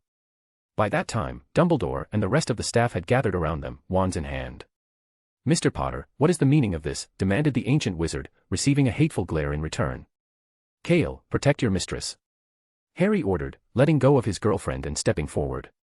The snake turned and coiled itself in front of Daphne in a defensive posture. Tracy and Theo were huddled protectively around Daphne, with Eliza, Brian, Alastair, and Ursula right behind them. Mr. Potter. I demand you to lower your wand right now and stop with. Started an outraged McGonagall, only to be cut off by Harry. It's Lord Potter to you, deputy. Harry shouted back, his magic whirling around him like a raging storm, as his brain caught up to what had happened. It was the Weaselette, wasn't it? She attacked Daphne. She attacked my girlfriend, again. That's the only explanation for why Kale would come out to protect her. No one said a word. Kale. Daphne whispered questioningly. Lord Potter, please, let us all calm down and... "You son of a mudblood whore," came a shout from Percy Weasley, of all people, who was drawing his wand, seemingly intent on taking revenge for his sister. Reducto. Petrificus totalis. Stupefy. Harry glared at the redhead and quickly snapped his own wand to the right. Weasley's spells changed trajectory mid-air and collided with the opposite wall. Harry's rebuttal was so fast that he didn't even see it until it struck him in the chest, making him cry out in pain as he was thrown backwards. "Damn you, Potter," shouted the youngest Weasley male, casting his own Reducto at Harry, who lazily deflected it and sent his own silent spell back at him. Heavy chains appeared and wrapped themselves around Weasley, squeezing him until he cried out in pain. Those standing nearby thought they heard the sound of bones cracking. The Weasley twins looked like they wanted to have a go, but they wisely chose to stay with Madame Pomfrey, who was working on the stump of their sister's arm. "Enough," shouted Dumbledore, his magically enhanced voice achieving its purpose. "There will be no more fighting. Lord Potter, stand down." "No." Harry replied defiantly, glaring at Dumbledore. "I am sick and tired of having to deal with that shit and her family attacking me, my girlfriend, and my friends. They will not take everything from me again." Daphne's eyes widened at that, worried that in his rage, Harry would start accidentally spilling his secrets. "What does he mean?" asked Tracy, still terrified, hugging Theo. "Put down your wand, Harry. Please, calm down and let us discuss this rationally," Dumbledore pleaded. "We will have to call for the Aurors because of the dark spells, but I am sure." "Are you even listening to me, old man?" demanded Harry. "I am the Lord Potter, and I am within my rights to defend my family." "Miss Greengrass is not your family, Harry," attempted Dumbledore. "Daphne is my girlfriend, and she's formally under my house's protection." "That alone means she's as good as family," Harry countered. "You could have killed Ms. Weasley," accused McGonagall, who was torn between being angry and terrified. "I did nothing," Harry retorted. "Kale was a gift I gave my girlfriend to make sure she was protected from attacks. As you can see, Kale does its job very well," he added, glaring at the headmaster. "That little blood traitor whore attacked my girlfriend, and it had to be a powerful spell for Kale to come out." "How do you justify that?" "I cannot justify what she did, Harry, however, your own actions were also dangerous," started Dumbledore, only to be interrupted by Alastair Pants. "Now just a damned moment, Headmaster," the boy said, prompting everyone turned towards him. "We saw everything, and I can assure you that neither Lord Potter nor Miss Greengrass are at fault for what happened. Granger and Weasley came over here uninvited, and it was Weasley that cursed Miss Greengrass first. Judging by her shocked reaction, I have to conclude that Miss Greengrass had no idea that was going to happen. And let's not forget that Miss Greengrass did not draw her wand at all. She clearly wasn't expecting an attack, and likely would have been cursed if that snake hadn't appeared to protect her," concluded Eliza, Brian, and Ursula nodding in agreement. "Still, the DMLE will be notified," replied Dumbledore. "Yes, I am sure Miss Greengrass will want to speak to the Aurors about this attack," replied Alastair, smirking. "Had it not been for Lord Potter's gift to Miss Greengrass, she might have been critically injured." "And don't even try to use that dark magic nonsense against me," Harry said. "Kale is part of my family magic, and I am well within my rights to use it to protect whomever I want. We were attacked by 3 different Weasleys tonight, and they must answer for it." Daphne looked on as Harry was defending her while she stood by, doing and saying nothing. She was starting to feel weak and inadequate, and she definitely didn't like it. Angry with herself for relying on Harry to fight her battles, Daphne stepped forward. "You can tell that bitch if she wants to curse me so badly, she can do it in a witch's duel," Daphne announced coldly, stunning even Harry. "No quarter given. I've had it with her, Granger, and the pig. It ends now." Harry turned his head to look at Daphne, his expression a mix of respect and concern. "I'll be Daphne's second, if she wants me," Harry stated without hesitation. Daphne gave him a subtle nod and squeezed his hand. Dumbledore sighed, realizing there was nothing he could do. He knew the law, and since Harry was a lord, he was indeed permitted to use family magic to protect his family and his vassals. He was concerned that this ongoing conflict between Harry and his former friends was getting out of hand, and Miss Greengrass's declaration had done nothing to ease his worries. He liked the Weasleys. They were good people, but they were definitely blinded by their disdain for all things dark, or at least what they perceived to be dark. He supposed he needed to have a long talk with Arthur Weasley, after attempting to salvage as much of the situation as he could. "Minerva, call the DMLE, please," the older wizard asked, and the witch nodded curtly and left the room. The ball was ruined. Hopefully, he could prevent the situation from deteriorating even further. Chapter 17, Chapter. Having nearly 70 years of experience with the law. Quite valuable.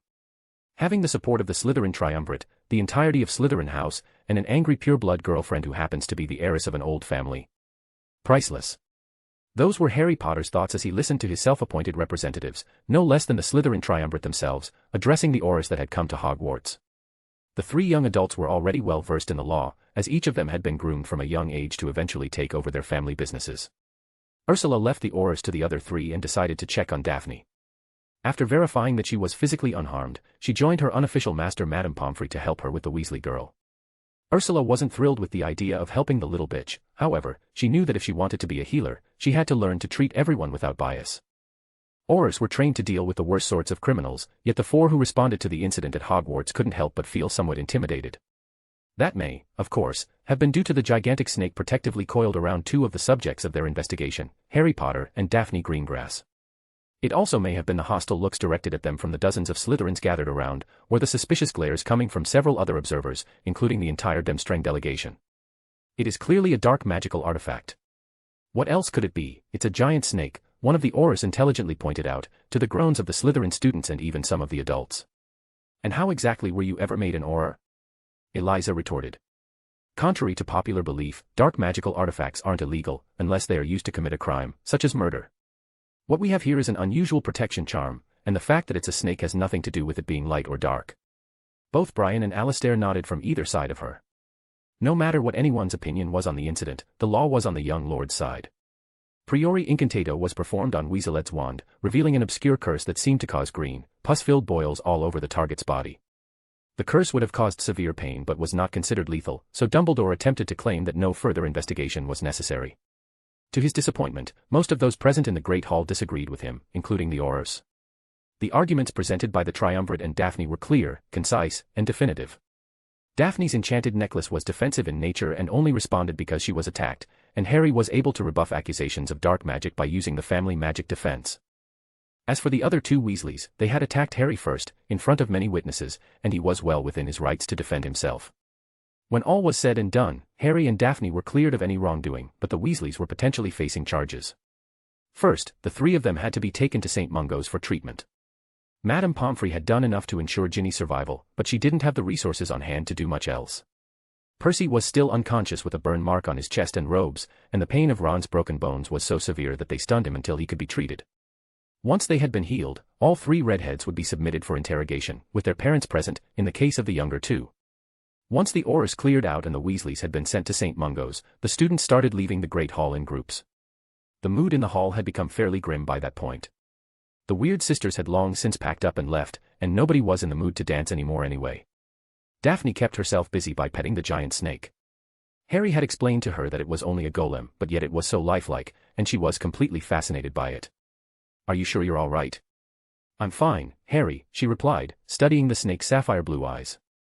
"So, this is Kale, right?" Harry nodded. "Bale, Zale, Kale, what's with those names?" "It's a long story," he replied, and Daphne hummed in response. "Zale's eyes are green," Daphne continued, "and Bale's eyes are blue, like Kale's. It would be better to say that Kale's eyes are the same color as Bale's, yes?" Harry clarified, which intrigued Daphne further. What was the difference? For a moment, neither said anything, and then Harry quietly issued a command in Parseltongue. Kale started glowing with the same green light as Daphne's necklace, and then vanished. Reaching up to touch the pendant with her hand, Daphne looked at Harry and saw he was still troubled by the events of the evening. "I was enjoying the ball," Daphne sighed. "If that stupid bitch hadn't attacked me, I would have liked to go join the crowd in front of the stage." "We can still do it," suggested Harry, taking Daphne by both hands. "My memories, of my other ball. We can use them and continue with the ball, if you'd like." Daphne just smiled, shaking her head. "No," she replied. "It's a good idea, but no." "Then, what?" he asked. "The fact that she attacked me," Daphne said, looking at Harry with steel in her eyes. "It made me remember what you told me. That she was the one who..." Daphne hesitated and looked down at the floor, so Harry stepped forward and wrapped her tightly in his arms. "Why?" she asked meekly. "Today." "No, why did she do it in your past?" "Why me?" Harry grimaced slightly but nodded his understanding.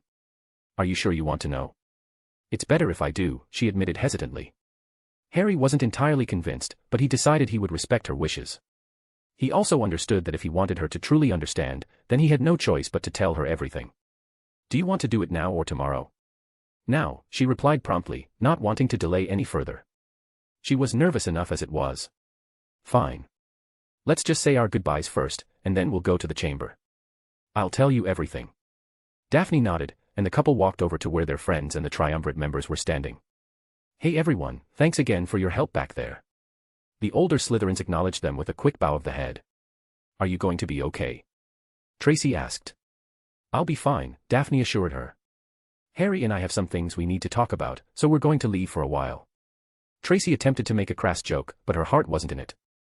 The others just tried to look understanding, and Theo even clapped Harry on the shoulder. Where are you going? Asked Eliza. We'll be in the chamber, Harry replied, and everyone just nodded. They knew that the Chamber of Secrets was Harry and Daphne's refuge, and they all respected it. If we're needed for something important, just call Dobby, Harry added, then embraced Daphne and faded them both away from the Great Hall. That's just amazing, Blaise mumbled, shaking his head while Millie nodded in agreement. Daphne and Harry appeared in the living quarters, and they both promptly sat down in their usual chairs. With a wave of his wand, the Pensive floated to the table in between them. Before we begin, do you want anything? He asked. A drink. Something warmer to wear. No, I'm fine, Daphne replied impatiently. Tell me why she wanted to kill me, I need to know. Harry looked off into the distance for a moment, trying to figure out where to start. In order to properly answer that, we really need to go back a couple of years, back to the start of the new millennium, he explained. Like I told you before, you became a healer while I earned a mastery in light, gray, and dark arts. After that, I traveled the dueling circuit for a while to gain some experience.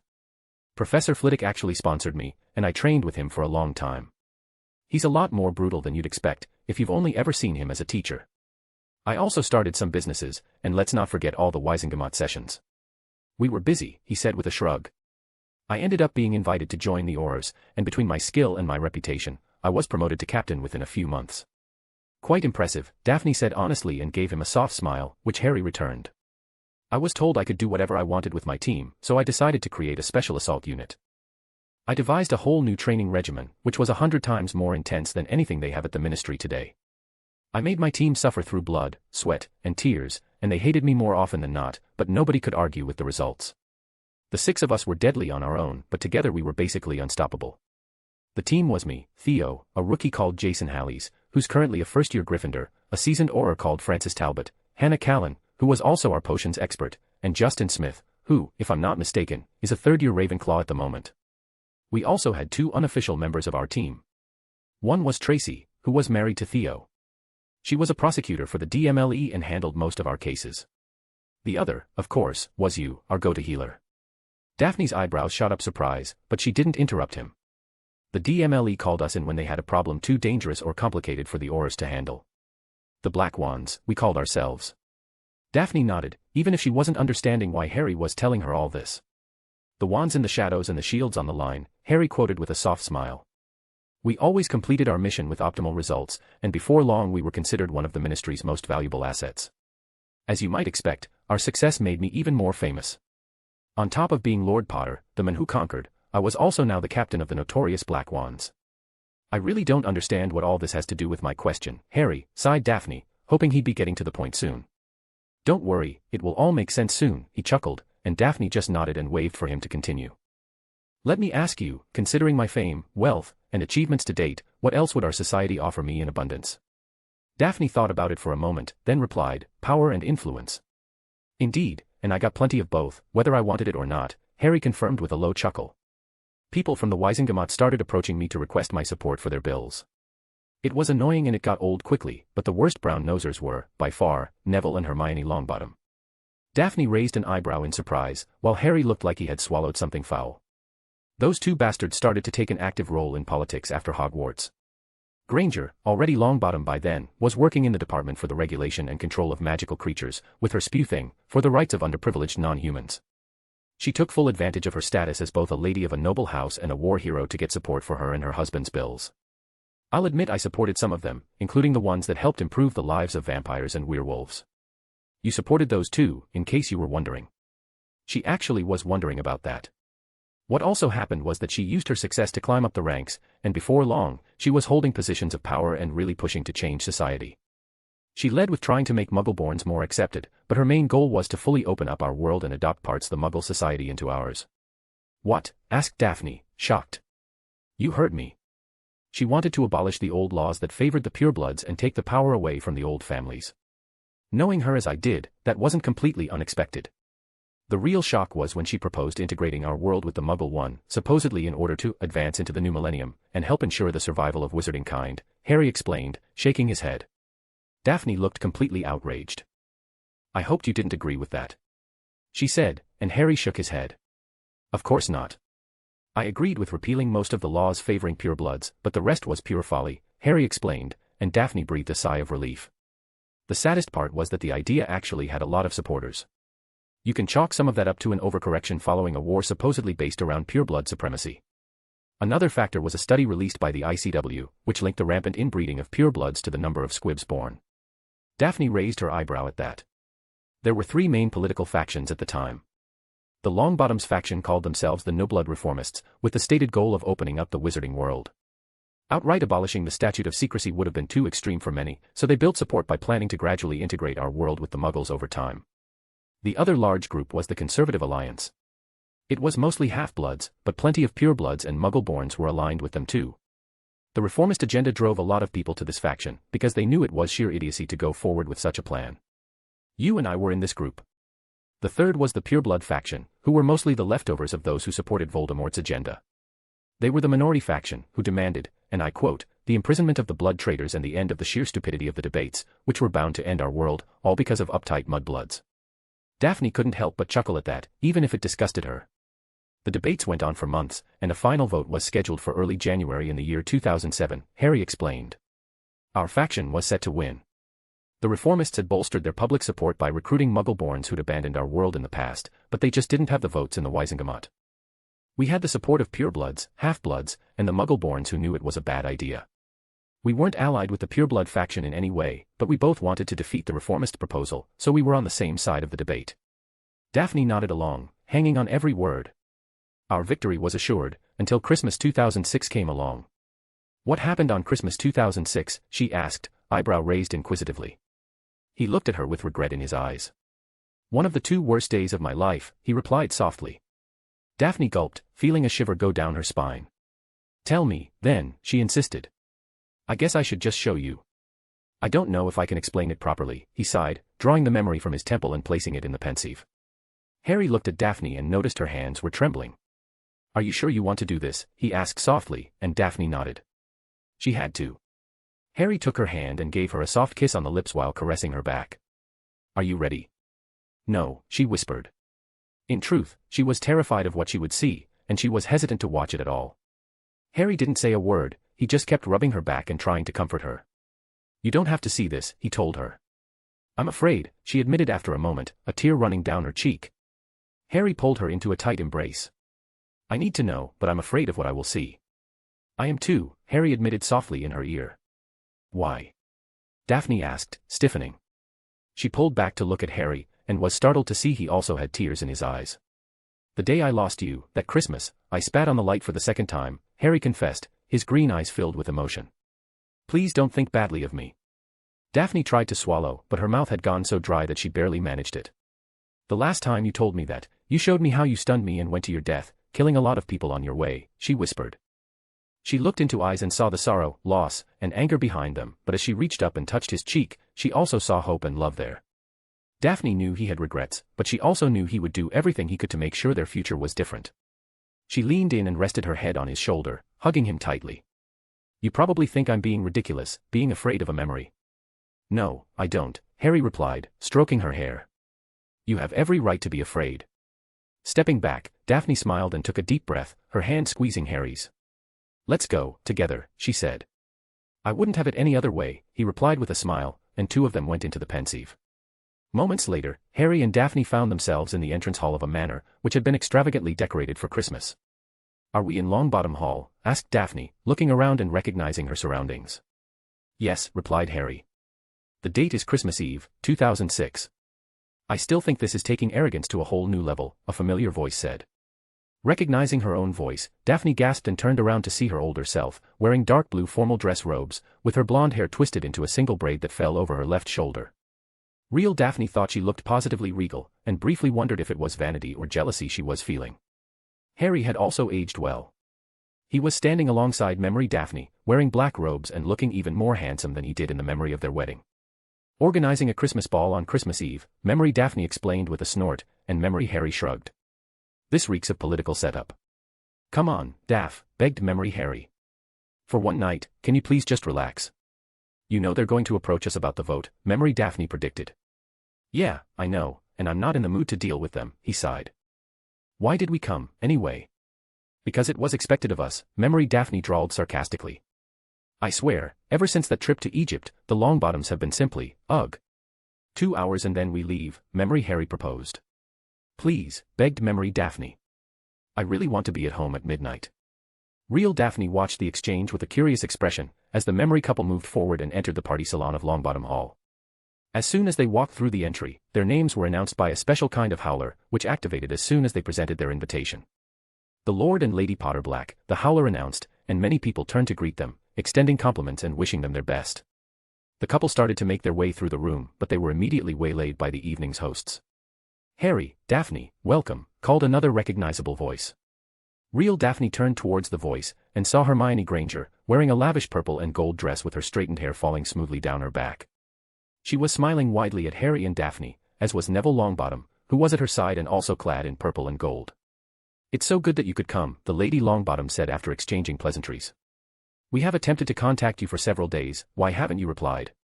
We went on holiday and purposely ignored mail, Memory Daphne replied with a smile, but real Daphne could tell the smile was fake. What? Asked a shocked Hermione. There are so many things to deal with, and you too. Let me just stop you right there, Hermione, Memory Harry interrupted. We came to your party, but we will not be dragged into another debate on the Reformist Act.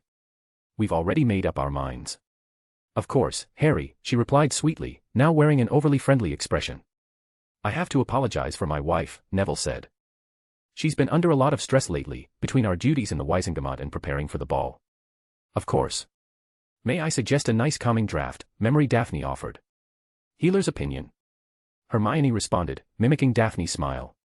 Of course, she replied, and they both giggled. Have fun, you two. Let's make sure we meet up later in the evening, Hermione proposed, then her and Neville took their leave. I told you it was a setup, Memory Daphne said smugly, a look of annoyance appearing on her face. I never doubted you, Memory Harry replied, as they made their way to a couple that real Daphne recognized as an older Susan Bones and Justin Finch Fletchley, the former displaying a prominent baby bump. Susan, Justin, how are you three? Asked Memory Daphne, and Susan laughed. Well enough, Daphne, the redhead smiled, rubbing a hand across her belly. Edgar has been behaving, and I haven't had any more sickness. Wonderful, Memory Daphne happily replied. So, how bad has it been, compared to last time? Real Daphne heard Memory Harry asking Justin. Amazingly, she hasn't hexed me at all, Justin admitted. The mood swings leave her pretty depressed sometimes, but we're managing. Well, better you than me, Memory Harry confessed with a chuckle, making Justin smirk. Oh, don't worry, Mr. Man Who Conquered, you'll get your turn dealing with the joys of having a pregnant wife, said a new voice from behind them. Blaze, Millie, said Harry with a smile. Hello, Harry, Millie responded pleasantly. Mr. Finch Fletchley Bones. Mr. Zabini, Mrs. Zabini, Justin offered. It's a pleasure to see you again. The pleasure is ours, replied Blaze pleasantly, and the group quickly fell into comfortable conversation. Real Daphne was starting to feel bored. While the conversation isn't quite as bad as the events I'm forced to attend with my parents, can you just, I don't know, skip ahead? No need, Real Harry admitted, glaring at something behind Daphne. She turned around and saw Ginny Weasley eyeing Memory Daphne, who by then had her arm wrapped around Memory Harry's. Let's dance, Memory Daphne said, and Harry nodded and escorted Daphne to the floor. Susan's having a good second trimester, much better than expected. I guess the potions helped. With you as her healer, she couldn't be anything other than fine, Memory Harry smiled, and Daphne playfully rolled her eyes at the flattery. Why do you want to be at home at midnight? Sorry, she asked Harry. When we arrived, you said you wanted to be at home before midnight. Why is that? Daphne smiled. It's Christmas, Harry, she teased. I'd think you'd suspect that I have a gift for you. Maybe I just can't wait any longer and want to give you at midnight. Really? He asked with mock surprise, then added in a husky tone, please, tell me more. Will I enjoy it? And ruin the surprise? Memory Daphne taunted back. You'll just have to be patient. Well, only 5 hours to midnight. Have I told you that I love you yet? Only 3 times today, Memory Daphne responded after a moment's thought, and Harry just hummed in response. Well, 3 in one day is enough, Harry joked, and Daphne smiled and slapped him on the arm. Prat. Yup, Harry smiled, then leaned in and gave Memory Daphne a kiss. Real Daphne closely watched the exchange and sighed at how happy her older self was. She turned to mention something about it to Harry, only to see that his body had become rigid, and his fists were tightly balled. He was staring daggers at the Memory Weaselette, who by then was approaching Memory Harry and Daphne, carrying a jug with 2 cups. "Hello, Harry." Daphne, Weaselette said in a sugary tone that sounded false to real Daphne, who was anxiously observing every moment and every movement. "You fucking bitch," real Harry whispered, his magic flaring strongly enough to distort the image of Memory. Daphne put her hand on his arm, and Harry took a deep breath and calmed himself down. "Ginny," replied Harry, but Daphne only nodded. "Can we help you?" "I just came over to say hello," the redhead said, with what real Daphne thought was a lousy attempt at a cute pout. "Did you hear, Harry? I was invited to the Harpies tryouts," she said happily, with more than a hint of smugness. Both Memory Daphne and Harry seemed annoyed by the interruption, and real Daphne had to smirk when she saw her memory counterpart roll her eyes. "They clearly heard about me, and..." "That's fantastic, Ginny," Memory Harry cut in, before she could go on bragging. It was clear from his voice that he wasn't the least bit interested in the conversation. However, Ginny either didn't notice it or simply didn't care. She started pouring the crimson liquid from the jug into one of the cups. "We should toast to it," Weaselette declared, forcing the cup on Harry. "Unfortunately, there's only this punch, but it will have to do." "Really," replied Memory Daphne, taking the cup from her hand. "That's a good thing, then. I'm thirsty, and I really shouldn't drink alcohol tonight." "Thank you, Ginevra." Memory Daphne drank slowly from the cup. Ginny's eyes widened for a moment, but her look of annoyance was quickly replaced by a malicious smile, which neither of their older selves seemed to notice. Memory Harry was just standing there, looking at his wife and smiling at her antics. Real Harry was muttering under his breath, and Daphne could practically feel his anger. His aura was starting to leak out again. "Is this it?" Daphne wondered to herself, her heart starting to beat rapidly. She took Harry's hand in hers, and he squeezed it almost enough to hurt. "It's good punch," Memory Daphne said, smiling and handing the cup back to Ginny. "Well, it was good to see you, Ginny, but there are some people that we still need to speak with," Harry said. "But hey, congratulations. I guess it was your dream, wasn't it?" The couple turned and left Ginny before she could reply. "Annoying little bitch," mumbled Memory Daphne. "Go ahead and say it." "I have nothing to say," she muttered, and Harry sighed again. "Oh, come on, Daph. I guess we should be lucky that her useless brother hasn't arrived yet, because I wouldn't be able to deal with the two of them together." "Daph." Harry tried again. "What?" she asked, glaring at him. "Can you please relax?" Harry asked, and Daphne grumbled, but some of the tension did leave her. "I hate her," she said. "Ever since we were in school, she's been trying to get her harpy claws on you. It's been years, and she still hasn't stopped." "I know," Harry admitted. "I don't like her either." "You certainly don't show it," she shot back. "What do you want me to do, curse her?" Daphne just snorted. "I love you, don't I?" "What, aren't you sure?" she asked sharply. She gave her husband a deadly look for a few moments, then cracked a smile and started laughing. Harry sighed. "Your face was priceless," Daphne said between chuckles. Harry grabbed her by the arm. "Damn you, woman. Don't do that," he whispered, before crashing his lips against hers, hugging her around her waist. Daphne allowed herself to melt in his arms and kissed him back. "Maybe we should just leave," Harry proposed, and Daphne just smiled and gave him another peck on the lips. "Let's just say hello to a few more people, and then we can leave," she countered, and Harry nodded his agreement. They made their way over to another couple, Draco and Astoria Malfoy. Real Daphne's eyes narrowed at the older Malfoy, remembering Harry's story about how their marriage was a sham, her sister a victim of love potions. "Sister," said Astoria, embracing Daphne while Memory Harry and Malfoy exchanged curt nods. "Hello, Harry, how are you?" "Fine, thank you." "And you?" "We have great news." "Draco, love, would you do the honors?" suggested Astoria. "Astoria is pregnant again," Malfoy said, with a strained smile. "Already?" Memory Daphne asked in surprise, and Astoria smiled. "You have to catch up, sister," she responded, teasing her older sister, who just laughed it off. "Don't worry, Tori. You still have time to become an aunt. But I wanted our children to play together." Neither of the sisters noticed how their husbands flinched at that. "Well, it seems congratulations are in order," said Harry. "It wasn't planned, but we are very happy, aren't we, Draco?" "Of course," he replied, though real Daphne thought something seemed off about him. "How long?" Memory Daphne asked, hiding a cough behind her hand. 2 months, beamed Astoria. "Come to, cough St. Mungo's cough on the, cough." Daphne attempted to speak, but she had suddenly been stricken with a strange cough. "Are you all right, Daph?" asked Harry, putting his hand on her back. Daphne nodded, then winced and grabbed her stomach in pain. "Daph!" shouted Memory Harry, holding his wife in his arms to prevent her from collapsing on the ground. A crowd quickly formed around them. Harry held Daphne in his arms as she started violently coughing up blood. Memory Daphne sagged in Harry's arms, and he knelt down to the floor with her, his face panic-stricken. Daph. Real Daphne knew this was it.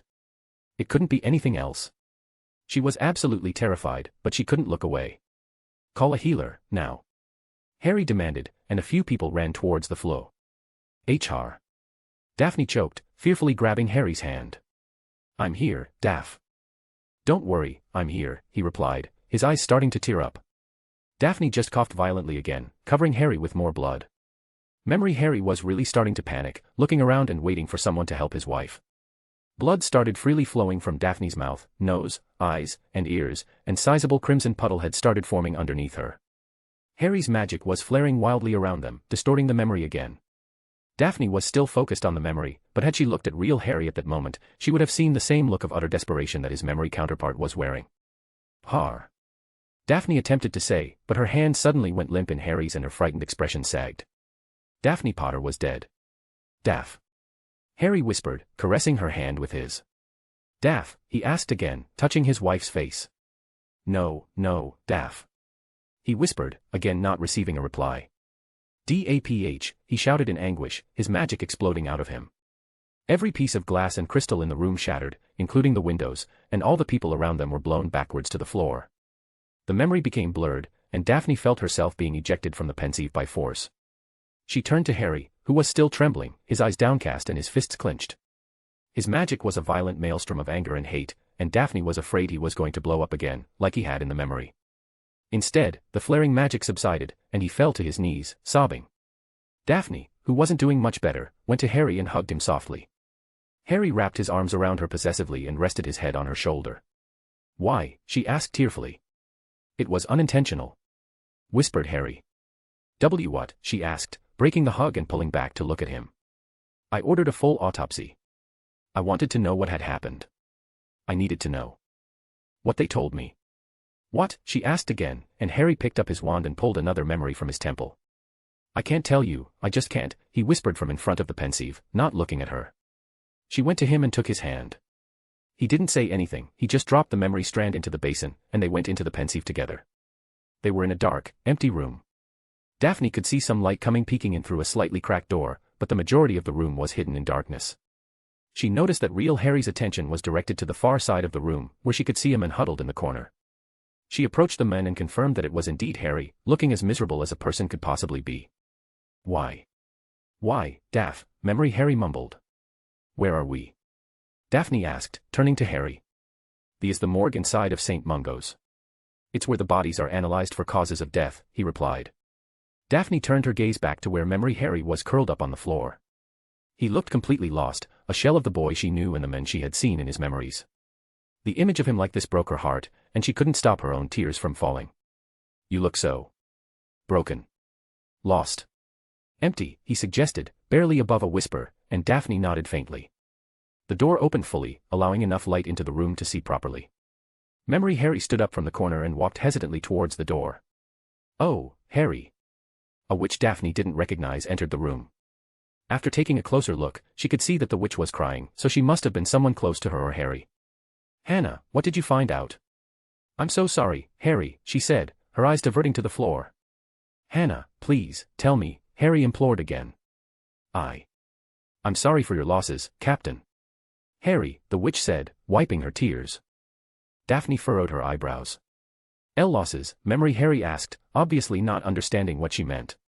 You don't know," the distraught witch asked in surprise, and Harry shook his head in response. "Oh, Merlin." "Know what?" he asked again, starting to tremble. "Harry, you should sit down," the witch suggested, and Harry's patience finally snapped. "Damn it, Callan. I order you to tell me what you discovered." "Respectfully, Captain, I need you to sit down," Hannah replied. "Captain," real Daphne asked. "She's one of the Black Wands," Harry replied, and Daphne turned her attention back to the memory just in time to see another familiar face. Theodore Knott entered the room, followed by Tracy Davis. Behind them came a young man with brown hair, an older man with black hair and a grim demeanor, and another young man, this one a blonde. The last to enter the room were the Sabinis, looking the same as they did in the previous memory, except Blaise looked exceptionally sullen and Millie was distraught and crying. "What the hell is happening in here?" asked Theo, while Tracy and Millie immediately went to Harry and hugged him tearfully. "I'm glad you all came," Hannah said to Theo, looking slightly less nervous now that there were more people present. "I was about to inform the captain about what I found, and I really need help." She had whispered her reply while Memory Harry was being distracted by Millie and Tracy, but real Daphne was standing close enough to hear. "How bad?" he asked grimly. "Really bad," she replied, and Theo nodded and turned to address Harry. "Harry, buddy, Hannah wants to tell us what she found out," Theo attempted, only to receive a glare from his friend in response. "Don't patronize me, not." "What did you find out, Callan?" Harry asked in a no-nonsense tone, letting go of Tracy and steeling himself for the news. "Daphne. She was taking potions," revealed Hannah, and Memory Harry looked surprised by the news. "What?" he asked. "Why?" Everyone else in the room also looked around at one another. "She was taking." "Oh Merlin." "She was taking prenatal potions," Hannah shared, and not a sound could be heard from the room, apart from real Daphne's gasp. "She was pregnant." "Pregnant?" real Daphne asked, but the answer didn't come from real Harry. 3 months, at least, Hannah added, and Memory Harry looked like he was about to collapse. "Pregnant," he whispered, looking down, lost and abandoned as his tears fell to the floor. "She never told me. She never said anything." "I think it was a boy," whispered Hannah, and Harry fell down to his knees and came apart. None of the people in the room said a word. What could any of them say? They all just stood there looking at their friend and captain in sympathy, trying to process what had happened. It's actually standard procedure for healers. They usually advise to wait 3 months before making the announcement. I bet she would have told you soon. She told me she had a gift for me tonight. Harry whimpered, heard by all. Merlin, fuck it all. The oldest man growled, putting his hands on his hand. Why are the potions relevant? Asked Millie. We found another potion in Daphne's system, Hannah revealed, and the others stiffened and turned their full attention to her. We were able to identify it as a loyalty potion, but at the same time, it was also a different potion. What? Roared Memory Harry. Keyed to whom? And in her system for how long? Real Daphne was taken aback by the revelation. Why the loyalty potion? She looked over at Real Harry, who was trembling and mumbling to himself.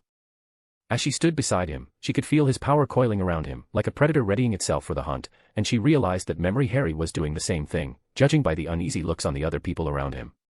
What do you mean it was a loyalty potion, but at the same time it wasn't? Asked Millie, who, as a fellow potions mistress, was prepared to offer her insight. As you are aware, loyalty potions require powdered hellebore roots. Millie nodded. I'm sure you also know that the powdered hellebore roots can be substituted with a mixture of 3/4 dried moonflower petals to 1/4 capped boletus fungus, immersed in an alcoholic solution. Yes, Millie replied impatiently, and Hannah nodded while everyone else just looked lost. So? Asked Blaise, from his wife's side. That mixture is known as Basquel's deceit, Hannah replied. While it is cheaper than hellebore and easy to make, we usually advise against using it because of some of the byproducts that result from its use, which tend to be highly unstable. Millie nodded along to Hannah's explanation, although she wasn't sure where her fellow potions mistress was attempting to lead them. Then it clicked. The deceit is so unstable that it can be used as the basis of some strong poisons, gasped Millie, and Hannah nodded sadly again. And some potions, when reacting with it, end up triggering the opposite of their intended effect. What does that mean? Asked the younger man with brown hair. Prenatal potions have dried asphodel, as you may or may not know, Hannah said. Millie and Tracy nodded, but the men clearly had no idea. Asphodel has certain restorative properties, and it's used in prenatal potions to strengthen the womb. Explained Millie. And asphodel lingers in the body for a time after the potions are taken, and when mixed with the deceit, it creates a strong hemophiliac poison. Daphne never had a chance, Hannah tearfully concluded, and it clicked for everyone. It was an accident. Tracy blurted out, outraged. Someone created a potion using a cheap and easy method, and poisoned. One of the older men mumbled, massaging his temples. Who? Memory Harry demanded, in a deadly tone. The way he asked the question seemed to unnerve the others in the room. His tone promised nothing but pain and suffering to anyone who crossed him. Even real Daphne couldn't help but be a little frightened, though part of that may have been the maelstrom of magic she felt raging inside of real Harry, who was trying his best to suppress it, as to not disturb the memory. Who was responsible for creating the potion that killed my wife? Harry demanded again, and the others watched him closely, fearing his reaction. A few of them had discreetly taken out their wands. Who was it? He roared again, when still no one answered. Suddenly, a look of recognition crossed his face, as he remembered who had insisted on having a drink with him that evening. Ginny Weasley, Hannah quietly confirmed. What? Why? One of the others asked, but the question went unanswered. I want to see her, Memory Harry whispered, and Hannah nodded and waved towards the door. Harry didn't speak. He walked through the door and stiffened at the sight of his wife's body lying on the table. He moved to her side and caressed her face, tears streaming down his cheeks as he felt her cold skin on his hands, his friends standing around him in silent support. It was the most heart-wrenching scene Daphne had ever witnessed, made all the more surreal by the fact that it was her body that Harry was mourning over. She choked out a sob, and Harry wrapped his arms around her from behind and held her as she cried. We'll have her in Azkaban for this, Captain, the youngest male said angrily. I was the target, Memory Harry realized, standing up straight. She wanted me to have a celebratory toast with her, but Daphne took the cup. That bitch did it. She took her from me. She took my wife and my child, she took them from me. Like flipping a switch, Harry had gone from despondent to furious. I'm going to kill her, he roared, and Harry's magic exploded out of him, everyone and everything in the room blown backwards by the shockwave. Only Daphne's body and the table she laid on were spared.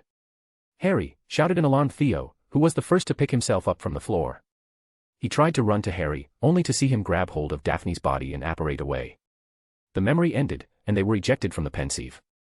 Daphne turned around and buried her face into Harry's chest, still emotional after her experience with the memory. What? What did you do with the body? She asked Harry, who hesitated with his answer.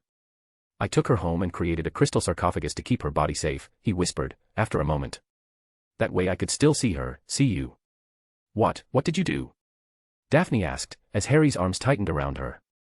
I locked down the estate the moment I arrived, making sure no one could come after me. The first thing I did after that was create the sarcophagus and place the body someplace safe. I expended a lot of magic doing that, and it took me until the next day to recover. On Boxing Day the next morning, I left Dobby in charge of the estate and went after the bitch. First, I stormed the burrow, the Weasleys' house. I should have realized that something was up when I got there and found a team of Aurors protecting the house. I defeated them easily before they could send word back to base, and I left them all stunned. The moment I entered the house, I was confronted by her parents and her brothers. They had the audacity to shout at me because the Aurors had taken Ginny away the previous day, under accusations of murder. That was news to me, so they must have taken her after I'd left the hospital. I turned around to leave without another word. The moment my back was turned, their hag of a mother actually told me to stop with my tantrum, and that what happened wasn't anyone's fault. I lost it at that, and hit her with a fulminous curse, which pretty much started a full-on battle between me and their family. They were no match for me, of course. I didn't kill anyone or use any unforgivables, but I knew enough spells for my mastery to cause them plenty of pain without them. Daphne was hanging on every word. She had questions, but she wanted to let Harry get through his story without too many interruptions, so she decided to hold on to her curiosity until later. I didn't care about the other Weasleys or potential consequences for what I'd done to them. All I cared about was my vengeance, so I left and went straight to the ministry. What did you do? Asked Daphne, already fearing his answer. I wanted vengeance. I was completely blinded by it, damn the consequences. I wanted to know why she did it, and then I would make sure she paid the price for taking my family from me, in her own blood. But she had been captured, she was probably already being held by the DMLE. And yet, I didn't care, replied Harry ominously. Nor did I want her to escape justice by claiming it was an accident. Even Azkaban was too good for her, after what she had done. You said you killed her, stated Daphne, and Harry slowly nodded. I didn't just kill her. Harry whispered, looking down for a moment. I completely destroyed her. Show me. It wasn't a request. To be perfectly honest, Daphne had no idea where she got the strength to make that demand. All she knew was that she needed to bear witness to Harry's revenge. Her feelings were all over the place. She had watched herself die. She had seen the cataclysmic effect losing her hat on Harry. The fact that it all happened to a different Daphne from an alternate past/future that would likely never exist just made it all the more confusing. She mourned for her Harry and what he had been through. She mourned for the other Daphne, who was taken away from her family before it could really even begin, and she mourned for their child, who never even got a chance to live. Harry gave a resigned sigh and pulled another memory from his temple. Please, don't think badly of me after seeing this, he said, dropping the memory into the Pensive. How could I? Daphne said to herself, but she remained silent. She took Harry's hand, and both of them went into the Pensive. Daphne looked around and recognized the entrance hall of the Ministry of Magic. They were in the area right in front of the desk where the wands are registered. Captain Potter called the male Auror on duty at the entrance. We heard about what happened from Captain Knott. You have our condolences. I was told that the murderer has been apprehended, Memory Harry asked in a subdued voice, which Daphne could tell was fake. Harry was brimming with anger and hate, but he was trying to hide it to avoid causing a scene. Even the Aurors seemed to notice it. Indeed, Captain. She was taken in yesterday. The Black Wands performed the arrest, and I can tell you that none of them were happy. Which cell is she in? Asked Memory Harry, and Daphne saw the Auror closely scrutinizing him. Captain, I don't know if you're aware, but Captain Knott has commanded us to prevent you from going near her with a wand, the Auror replied. I'm sorry sir, but I can't give you that information unless you first surrender your wand. Harry's reputation obviously preceded him, and Daphne could tell how anxious the conversation was making the Auror. He was standing there stiffly with his hand extended, waiting for Harry to hand over his wand. Memory Harry, however, was just looking back at the men with a calculating expression. I'm sorry about this, he said, and the Auror's eyes widened as he was hit by Harry's silent stunner. With another wave of Harry's wand, the Auror fell comfortably into the chair he was previously sitting in. Memory Harry slid his wand back in his holster and continued on his path. Daphne glanced over at Harry, but neither of them commented on what they'd just seen. They just followed Memory Harry through the corridors of the Ministry, which were nearly deserted, as it was still Boxing Day. Memory Harry entered the DMLE division and took note of the 4 Aurors on duty. As he entered through the door, the 4 got up from their desks and looked at him nervously. Shit, it's Captain Potter, one of the Aurors said, while another drew his wand. Captain Potter, by order of Captain Knott, you are to stand down and leave the vicinity. We can't allow you to leave. Now, Memory Harry said in a deadly whisper, and 2 more of them drew their wands. Are you crazy? The 4th Auror, a young woman, shouted. That's Captain Potter. He's one of us. We have our orders, said another, not taking his eyes off Harry. Call Hallows, quickly. The girl nodded and ran to the recreation room in the back of the office. Captain Potter, please. Captain Knott gave us orders not to allow you close to Weasley. There are 3 of us here, and Jenkins went to call Hallows, who's been standing guard ever since Weasley was captured. That's 5 of us against 1 of you. Please Captain, stand down. That bitch killed my wife and my unborn child. Do you really think I'm going to stand down and let her get away with it? Memory Harry responded coldly. The Aurors stiffened and looked questioningly at one another, until one of them let his nerves get the better of him and cast a spell at Harry. Stupefy. Harry easily dodged the spell and responded with one of his own, and a blue jet of light struck the offending Auror in the chest and threw him against the opposite wall, rendering him unconscious. The other 2 were barely able to point their wands in Harry's direction before they too were struck by spells, also losing consciousness. Merlin, called out a voice in disbelief.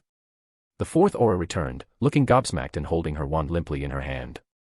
She was followed by the brown-haired young man that Daphne had seen in the previous memory. No, that's not Merlin, it's just the captain, he said with a grin, and turned to address Memory Harry. Captain, we've been expecting you. Hallows, replied Harry, watching the men closely. Don't even try, rookie. You saw what the captain did to the others, advised Hallows, and the woman gulped and lowered her wand. Are you going to try to stop me, Jason? Asked Memory Harry. Jason shook his head slightly and flicked his wand.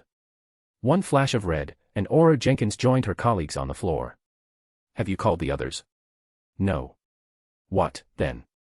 Have I ever told you about my grandfather, Harry? Jason asked, and Harry shook his head.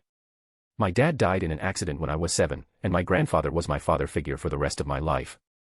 Just after I graduated from Hogwarts, my grandfather and one of his friends were mugged in the street by a group of hoodlums. The bastards beat the 2 of them up pretty badly. The other old man lived, but my grandfather died of his injuries. Well, I tracked down the bastards one by one and I killed every single one the fuckers, painfully, and with the deliberate use of the Imperius and the Cruciatus. Memory Harry seemed shocked by the younger man's story, and for a few moments, neither of them spoke. Why are you telling me this, Jason? Harry asked, not really sure how to react. The point is. Jason started, hesitating. I understand, and I won't stop you from going in there and taking your revenge on the bitch. It would make me feel like a hypocrite, he said, with a weak attempt at a smile. That's the whole reason why I'm here, actually. I know what it was like for me, but you, your wife and your child, I'm sorry, Harry. Memory Harry nodded, wiping a tear from his face. Just stun me, all right. I'm starting to sound like pussy. Both men laughed. If they ever find out, you'll be in a lot of trouble, Harry warned, but Jason shrugged it off. I owe you for my place in the Black Wands, Harry, and I owe you and your wife for saving my life last year, he replied seriously. They're not the ones I'm loyal to. The silent red spell flashed, and Jason fell to the ground.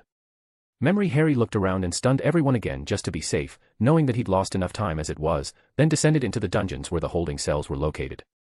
He sounds like a good guy, said Daphne, not knowing what else to say. He was. What was that about saving his life? On one mission, he was badly cursed and was hovering somewhere between life and death. I portkeyed him to the hospital, where you were able to save him. I even helped, following your instructions, of course. And just because of that, he disobeyed his orders and allowed you to pass, she asked, raising one eyebrow inquisitively. He's a Gryffindor, Harry replied, as if that explained everything. Daphne smirked and turned back to the memory, but it seemed Harry had something to add. He was one of the greatest wizards I ever had the pleasure to lead. What do you mean? She asked curiously, but Harry only replied with a quick, later, and directed her attention back to the memory. Memory Harry waved his wand and the cell door opened, revealing its lone occupant. Harry, I knew you'd come. She didn't get a chance to finish her thought. As soon as he saw her, Harry's demeanor changed to pure rage, and he cast a bluish spell at the Weasley girl, making her scream out in pain. Harry kept the pain spell going for several moments, and with a flick of his wand, Ginny's screams intensified, as she felt her leg bones shatter. You poisoned my wife. It wasn't a question. Harry waved his wand, and Ginny was lifted into the air and sent flying against the back wall of the cell. She was stuck there, unable to move, with her feet dangling a foot above the ground. You tried to put me under a loyalty potion. You did a poor job, and because of your actions and your mistakes, my wife is dead. Ginny's attempts to say anything in her defense were ignored. Why? Why did you do it? Harry's wand waved again, and with a piercing scream, Ginny's left arm was bent at an unnatural angle and dislocated from its socket. What was your purpose in giving me the loyalty potion that killed my wife? Harry growled again, and boils erupted all over the dislocated arm, quickly erupting and oozing yellow and red pus. Weasley was now sobbing and whimpering in pain. Daphne was horrified, and actually felt a bit nauseated by the display. As much as she may have deserved it, part of her couldn't help but feel some pity for the youngest Weasley. Who knew that Harry could be so vicious? She should probably feel afraid of him, as most reasonable people would, but she wasn't. No, she knew in her heart that Harry could never hurt her. He was only driven to this point by what others had done to her, and somehow, that actually made her feel safer. Answer me. Why did you do it? Because I. Weaselette tried to say, her voice hoarse and her body broken and racked with pain, her head sagging. Because I love you. What? I love you, she said again. I wanted mine. You'd leave her, and take me. What? Daphne asked to no one in particular, while real Harry scoffed. Memory Harry just gaped at her for a moment, then started to laugh uncontrollably. It wasn't a joyful laugh, though, it was a cruel laugh, filled with malice and hate. After a few moments he regained control of himself, and his eyes narrowed dangerously. You stupid, self-centered bitch, he spat, grabbing her by the throat and bashing her head against the wall. I love Daphne. Past, present, and future, always have and always will. She is my soulmate. You're nothing, never were, and never will be. She was everything I ever wanted, and you took her from me. Look at me, you shit. You took her from me, her and our child. Harry's eyes bulged as he squeezed her throat, making her gasp for air. Harry eventually let go of her neck and released his spell, allowing her to collapse onto the ground, the impact making her cry out in pain once again. Memory Harry glared at the crying and broken woman in the floor, clearly feeling no remorse. With a flick of his wand, a gash appeared on Ginny's side and started bleeding profusely. He gave another flick of his wand, then another, and another, each time opening up a new gash on the young redhead's body. She now had multiple wounds in each thigh, and several across her chest and womb. Daphne had seen enough. She tried to ignore the whimpers coming from Ginny Weasley and focus on Memory Harry, who was shaking with rage as he observed the broken woman on the ground.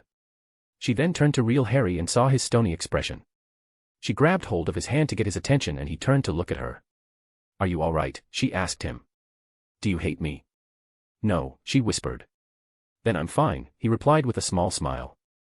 She returned the smile and tilted her head up to kiss him, and she could actually sense his relief. She only broke the kiss when an orange flash from the memory caught her attention. Ginny Weasley's body was now engulfed in flames, but she didn't make a sound. She was likely dead already. It's done, Daph, whispered Memory Harry. It's done, my love. In tears, Memory Harry left the cell and staggered through the halls, like a drunk, broken man who had nothing left to live for. Harry took the stairs back up to the DMLE offices and was greeted at one point by the Aurors he had previously stunned, along with the remaining members of the Black Wands, Theo in the lead. Shit, Harry, what have you done? He demanded, more concerned than angry. Harry looked around and saw the distressed looks on the faces of the other black wands. Captain Knott, I hereby surrender my wand and turn myself in for the assault of several Aurors and the murder of Ginevra Weasley. Daphne saw the resigned looks on the faces of the other 5 black wands, almost as if they were expecting this. They did what they could to prevent it, but their captain was a force unto himself, and they knew he wouldn't allow anyone to stop him, not once he had put his mind to something. Daphne could tell his team all recognized that nothing would ever be the same. This would be a turning point for them, and if she understood Harry correctly, a turning point for Wizarding Society as a whole. She wondered if they somehow knew, even then, how devastating the impact of the past 48 hours would turn out to be. The memory twirled, and both Daphne and Harry found themselves back in the Chamber of Secrets. You turned yourself in? Daphne asked curiously. Really? After everything you just saw, that's what you ask about? Harry questioned, releasing a small chuckle. Daphne shrugged. I'd like to think that if something like that happened to someone I love, then I'd do the same. Harry chuckled again and took a seat in one of the chairs. Yes, I turned myself in. I had nothing to live for, why bother doing anything else, he asked rhetorically. Did they let you go? She asked hopefully. I could understand why you might think that, or, war hero, defeater of Dark Lords, but no. There were plenty who supported me, but there were even more who saw me as an obstacle, especially given the political environment at the time. Daphne's shoulders slumped, and she dropped into the chair opposite Harry's. She should have known better. No, I stood trial before the whole Wizengamot. At first, they tried to paint me as a monster and a murderer.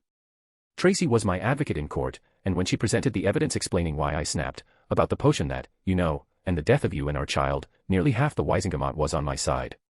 Then, I was asked to present my memory of Weaselet's death. You've seen it, so I'm sure you can predict how most people reacted. Some of the no-blood reformists jumped on the opportunity to declare me a Dark Lord and a danger to society. So, what happened? In the end, I was found guilty and sentenced to 30 years in Azkaban, 25 for the murder, and 5 for assaulting the Weasleys and multiple Aurors. Daphne was appalled. I asked for execution, but surprisingly, the no-blood reformists stood against it and demanded I be sentenced to Azkaban instead. Apparently, they thought execution was inhumane. The purebloods and the Conservative Alliance agreed. Regardless of what I'd done, nobody wanted to go on record as voting to kill Harry Potter, he finished bitterly, shaking his head and looking down at his lap. You idiot. Daphne shouted, making Harry look up in surprise. Don't you ever say anything like that again. What? He asked, and she slapped him hard on the shoulder, her eyes now brimming with tears. Asking for execution, she demanded. What could have possibly given you such a stupid idea? Daph, He tried. Don't even say it, she shouted, then hugged him tightly. I'm sorry, but you have to remember, I had nothing left. Life without you is no life at all, he explained, and she hugged him even tighter. What about Tori's children? What about your godson, Teddy, was it, she asked, recalling the young child from their wedding. Teddy actually understood why I did it, whispered Harry. Both you and his grandmother did a great job raising him. You both made sure understood what it meant to put family first, and I taught him to always take responsibility for his actions. He cried at our farewell, but he told me he understood why I did it, and even asked if he could visit me in Azkaban. He was already my heir for the Black family, and I named him Heir Potter as well. He was to take over both families either on his 17th birthday or upon my death, whichever came first. What happened after that, she asked. The night before being shipped off to Azkaban, I received a visit in my cell, he replied. Who? The Longbottoms. What could they possibly want, she asked, slightly confused. Harry growled and pulled a memory from his temple, then dropped it into the Pensive. To apologize, he spat, then they once again entered the Pensive. They were back in one of the DMLE cells, where a despondent Harry was huddled in the corner. The cell doors opened, and Hermione and Neville Longbottom entered the cell. Harry? Hermione asked. I'm here, a hoarse voice replied from the corner. What do you want? Hello, Harry. How are you? Replied Neville, who was obviously a little nervous. I'd rather be dead, Memory Harry replied. Why did you do it, Harry? Hermione inquired, with her usual condescending attitude. You were at the trial, so you know why, he growled, making the Longbottoms shiver involuntarily. Your wife and child. She said. It was an accident. Don't you dare try to defend that bitch, he roared. She tried to feed me a potion to control me, but she couldn't even do that right. Instead, my wife drank her poor excuse for a potion and died, along with our unborn son. Harry glared at the two of them, disgusted by their self-righteousness. She cost me everything. I have nothing else to live for, so why should I bloody care?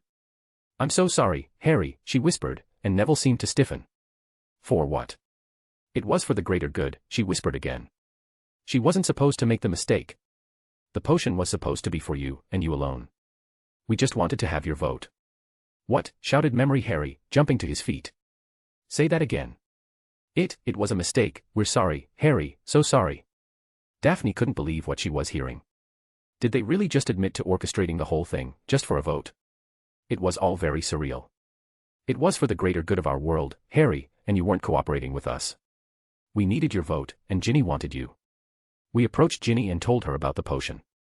It would be more discreet than a Mortentia, and she would finally have you. In exchange, she just needed to make sure you'd vote for us.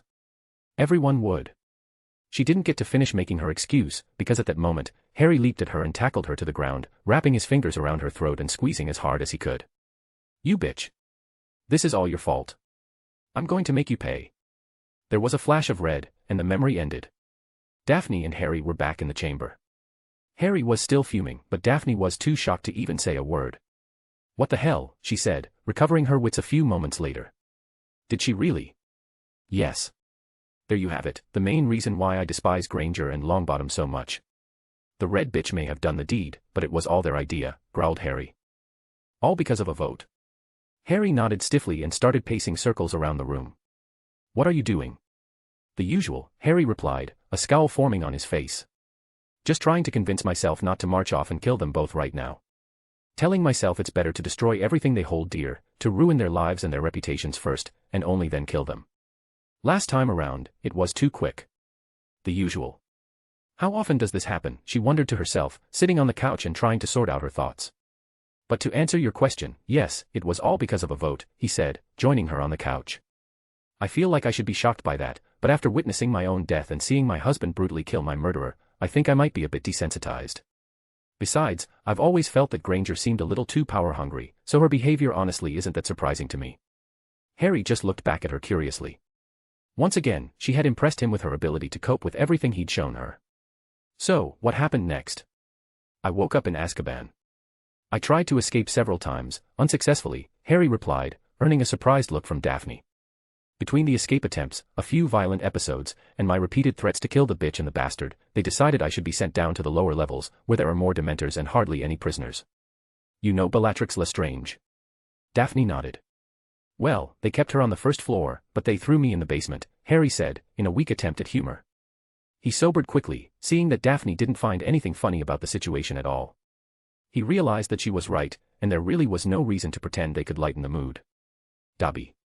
Yes, Master, asked Dobby, popping in next to Harry. It's your turn to tell the story, Harry said, smiling at his old friend. His turn, asked Daphne. Why? You see, Daph, after 6 months in Azkaban, I was a total wreck. The Dementors have always had a strong effect on me, but the constant exposure left me broken. I continuously watched my parents being murdered and you bleeding to death, all day, every day. I was a sobbing wreck before my first year ended, and it wasn't long before I'd gone completely mad. Daphne just shook her head. Harry's story had been one hardship after another, and she couldn't understand how he was even still functioning. How much could one man take? I don't recall anything of the 2 years that followed. You were in Azkaban for 4 years. No, I spent 2 years in the lowest levels of Azkaban, corrected Harry, then gestured towards Dobby. Dobby evacuated me near the end of my 2nd year, but I spent the next 2 years hidden, trying to recover my sanity and my health. Daphne's eyebrows shot up, and she looked at the house elf with newfound respect. You took Harry from Azkaban. How? She asked, fascinated. He summoned me, he replied simply. A moment passed, and then another. The long pause finally ended when Dobby and Harry looked at each other and started laughing, leaving Daphne flustered. That's no answer. Daphne protested, and the two stopped laughing, but their amused expressions remained firmly in place. I assure you, mistress, that's what happened. I was surprised as well, Dobby informed her. Do you recall when Harry told you about how he saved me, after I was cursed by Bellatrix Lestrange? Yes. When Harry used his magic to heal me, he deepened our bond in a way that none of us realized. I was more powerful, but I always thought it was because I was Master Harry Potter's Sir's house elf, Dobby squeaked, imitating his former self. It was, to an extent, but it was also because of the nature of the bond. It was no longer a bond of servitude. When Harry healed me, our bond became a pure magical bond, and my life and power became intertwined with Harry's for all time. If he dies, I die. That's also why I sometimes seem to know what my master requires without him having to ask, Dobby explained. So, Harry called you, she asked, and Dobby nodded. Being separated from Harry for so long had weakened me, but I still managed to pop into Azkaban. Thanks to our special bond, I was able to tap into Harry's power to fuel my own, which gave me enough strength to bring Harry back to Potter Manor. It was there that I discovered he had 2 different potions in his system, one to weaken him, and one to strengthen him. Potions. Why? The potions intending to weaken me were administered by the Longbottom's minions. I would later discover that the others were given to me by my friends and allies. I nursed Harry back to health for nearly a year, but his mind was still fractured, Dobby continued. I took some time to explore our bond and test out a few ideas. I thought I'd manage to find a way to help my master, but I wasn't sure if my body could endure it. I had nothing to lose, so I decided to try it. I recruited the help of another elf to take care of my master, should I fail. What did you do? Asked Daphne. I pushed all my power through the bond and attempted to force Harry's magic to heal his mind. Is that even possible? She questioned. Well, the results speak for themselves, even if he can sometimes be a little crazier than he was before. Dobby smirked, and Harry scoffed and waved him off. It was that effort that transformed Dobby in this, Harry added, gesturing at Dobby. My magic powered his, and his body responded by assuming this form. Daphne was floored by that. She'd expected something extraordinary was behind his change, but she'd always figured it would have been intentional, like a ritual or something of the sort. She definitely never expected that forming a deeper magical bond would be responsible for the elf's unique appearance. I really don't know how to explain it, mistress, replied Dobby. To be honest, I never gave it much thought after that. My master was recovering, and that's all that mattered. That goes beyond normal loyalty, Dobby, Daphne replied with a smile, making the elf blush. He's family, mistress. So are you, replied Dobby. He was looking down bashfully and didn't see that Daphne was blushing too. How long did your recovery take, then? Daphne asked them. After the merging, we were both unconscious for what, 3 months? Harry asked Dobby, who just shrugged. No idea. All I know is that it was already 2010 by the time you were well enough to leave the estate. That was when you decided to summon your allies and get caught up on what was happening in the world. Yes, replied Harry, smiling fondly. Thank you, Dobby, I'll take it from here. Would you like me to bring you anything, he asked, and Daphne just shook her head. Tea and cookies, please, asked Harry. Right away, he nodded, and popped away. So, I will continue the story from my recovery. I had no idea what had been happening during my 4-year absence, but Dobby managed to get us a subscription to the newspaper. Through the Daily Prophet, I discovered that in the aftermath of my incarceration, the vote I told you about had been won by the no-blood reformists, who immediately started making significant changes to our society. Daphne looked both surprised and disgusted. They gained full majority control in the Wizengamot, and they didn't hesitate to use their power. They forced through new laws, changed or repealed the old ones, and revoked the status of the old families. They introduced the concept of Muggle appliances, such as the television and the telephone. They formed their own security force to replace the Aurors, who essentially had a zero-tolerance policy against anything even vaguely considered dark. Dark creatures were rounded up and either destroyed or sent to reservations. Vampires and werewolves were invited to cooperate with the efforts to find cures for their sicknesses, which we found out later wasn't as benevolent as it sounds. These were just a few of the more noticeable changes, but there was so much more. For example, Nocturne Alley had been burned to the ground a year before my return. From what you're saying, it sounds like a full-on coup by the light side and the Muggleborns, Daphne speculated. My thoughts exactly, he agreed, beaming at her. And of course, the people, being the sheep they are, stood aside allowed them to do whatever they wanted to.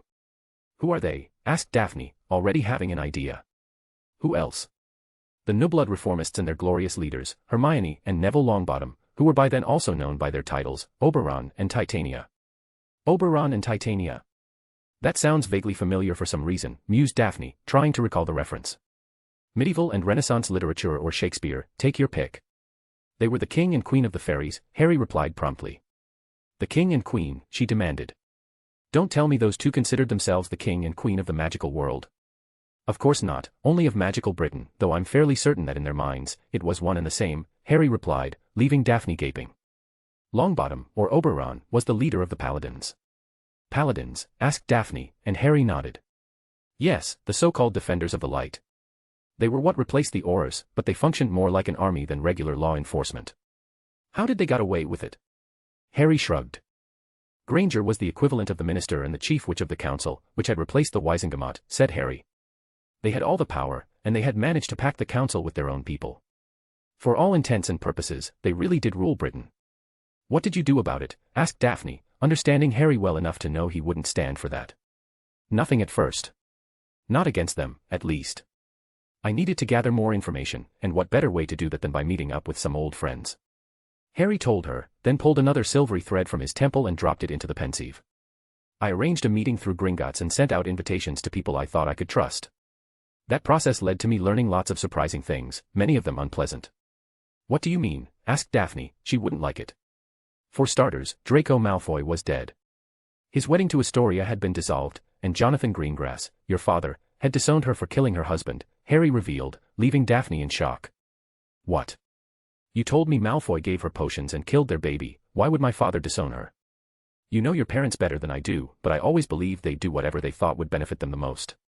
My guess is that it had to do with keeping control of their heir. Yes, that does sound like them, Daphne said resentfully. Astoria was in Azkaban for killing Draco, and it was only there that she found out about the potions. Her firstborn son was taken in by his 3 grandparents, Narcissa Malfoy and your parents, who raised him to be the Malfoy and Greengrass heir. I met him a couple times and let me tell you, the little shit was just like his father. Daphne wanted to gag. Did my sister? She wanted to ask, struggling to find the right words. I took her out of Azkaban, and she found a home with us, Harry reassured her. Us. Yes, us. Me, and those who stood with me and helped me during those years. The people most important to me, he replied. Thank you for protecting my sister, she smiled. She's family, Harry replied, as if that's all that needed to be said, and Daphne realized that for him, it probably was. What else? Teddy. Harry sighed. Andromeda died 2 years earlier, and Teddy had been adopted by the Longbottoms. The Longbottoms. Yes, Remus and Tonks had named Granger his godmother, and Narcissa couldn't be bothered with her half-breed grandnephew, he said, with a hint of regret. His eyes became unfocused, as he seemed to become lost in thought. Little did she know that the kid was the Black Heir. If she had known, then maybe she would have taken him in. Maybe then, he would have survived. Teddy died. Daphne blurted out, pulling Harry from his thoughts. It wasn't public knowledge, but the goblins were able to confirm that my heir was dead. They didn't know how or why he died, only that he was dead, Harry explained, and Daphne could tell how much it affected him, even now. Who else? Pansy died in a riot, and so did Vince. With them gone, Greg became a recluse and lived by himself in a small village in Wales. Blaze and Millie were fine. They had 2 boys and were both happily working on their businesses. Theo and Tracy had a boy and a girl, and they were also doing fine. She was still working as a prosecutor, but Theo had quit the Aurors and was a stay-at-home father and tutor, and also managed his family estate. I invited all of them, and I also invited the remaining members of the Black Wands, which had been disbanded. Hannah Callan was still with St. Mungo's, but she also worked with Millie making potions. Francis Talbot was killed in one of the Aurors' last raids, and Justin Smith had joined the Unspeakables, who fortunately weren't much affected by the new regime. Jason Halleys, however, was in Azkaban. That's a lot to take in, breathed Daphne. No one else. Daphne nodded. She didn't really know Looney Lovegood, but if they'd been close in Harry's past, then maybe she should. She wondered why Harry hadn't approached her yet. I set up a meeting in one of the abandoned Black family properties, with arrival by portkey only. Harry started chuckling to himself. It was an interesting meeting, that's for sure. Tell me about it, then, Daphne requested, but Harry shook his head.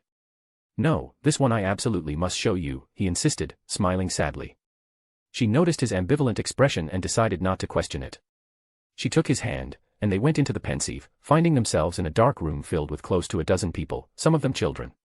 The room's occupants were all standing around in silence, until one of the children spoke up. Chapter 18, Chapter 15, Part 2. Mummy. How long until someone shows up? Asked one of the children, a brown-haired boy of about 7 or 8 years old, who closely resembled Theo. I don't know, George, Tracy replied.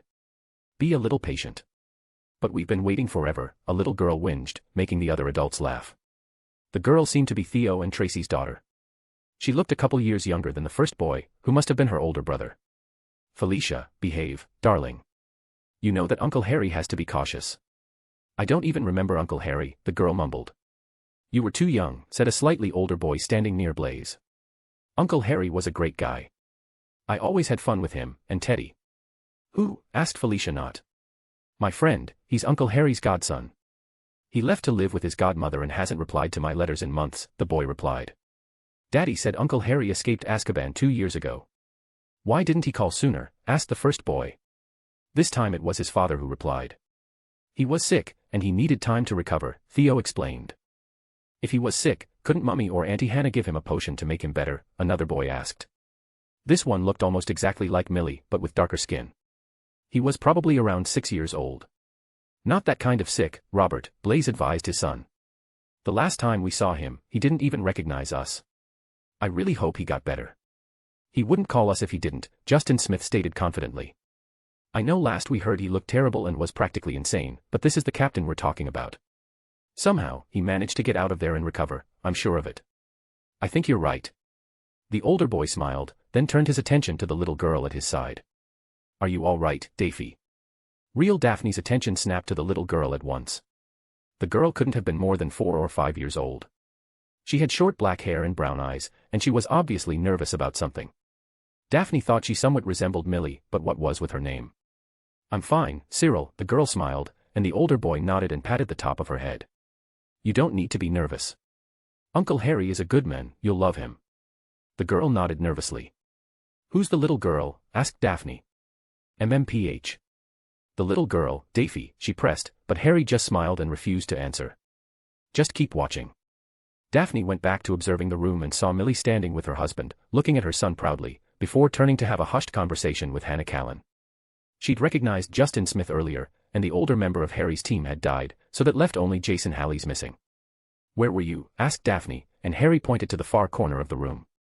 Right there, under my invisibility cloak, he responded, and Daphne looked to the corner at once, but of course, didn't see anything.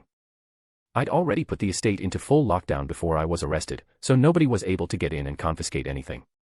Ah, I wondered about that, replied Daphne. How long until you reveal yourself? Not long. Azkaban changes people, said Justin Smith, who was standing with Theo. Let's just hope he's healthy now, and that he's still the man we all remember. The man who killed the bitch that killed his wife, or the one from before that. Blaze joked. If only we could have seen him earlier. If only we could have talked to him, done more to help him. Mumbled Theo. We tried, honey. It's not like we could have known that he'd try to escape, or that they'd send him to the deepest levels of the fortress, soothed Tracy, rubbing her husband's shoulder. At least Jason was able to find him, Hannah replied. 1 year too late, grumbled Theo. He was already mad, by then. Not even the Death Eaters were sent to the deepest levels. Why was he? Maybe someone wanted to hide him and take him away, suggested the little girl shyly. But why, wondered Millie, the others actually considering the little girl's words. I can't be sure about that, called a disembodied voice, one that the adults in the room seemed to recognize immediately.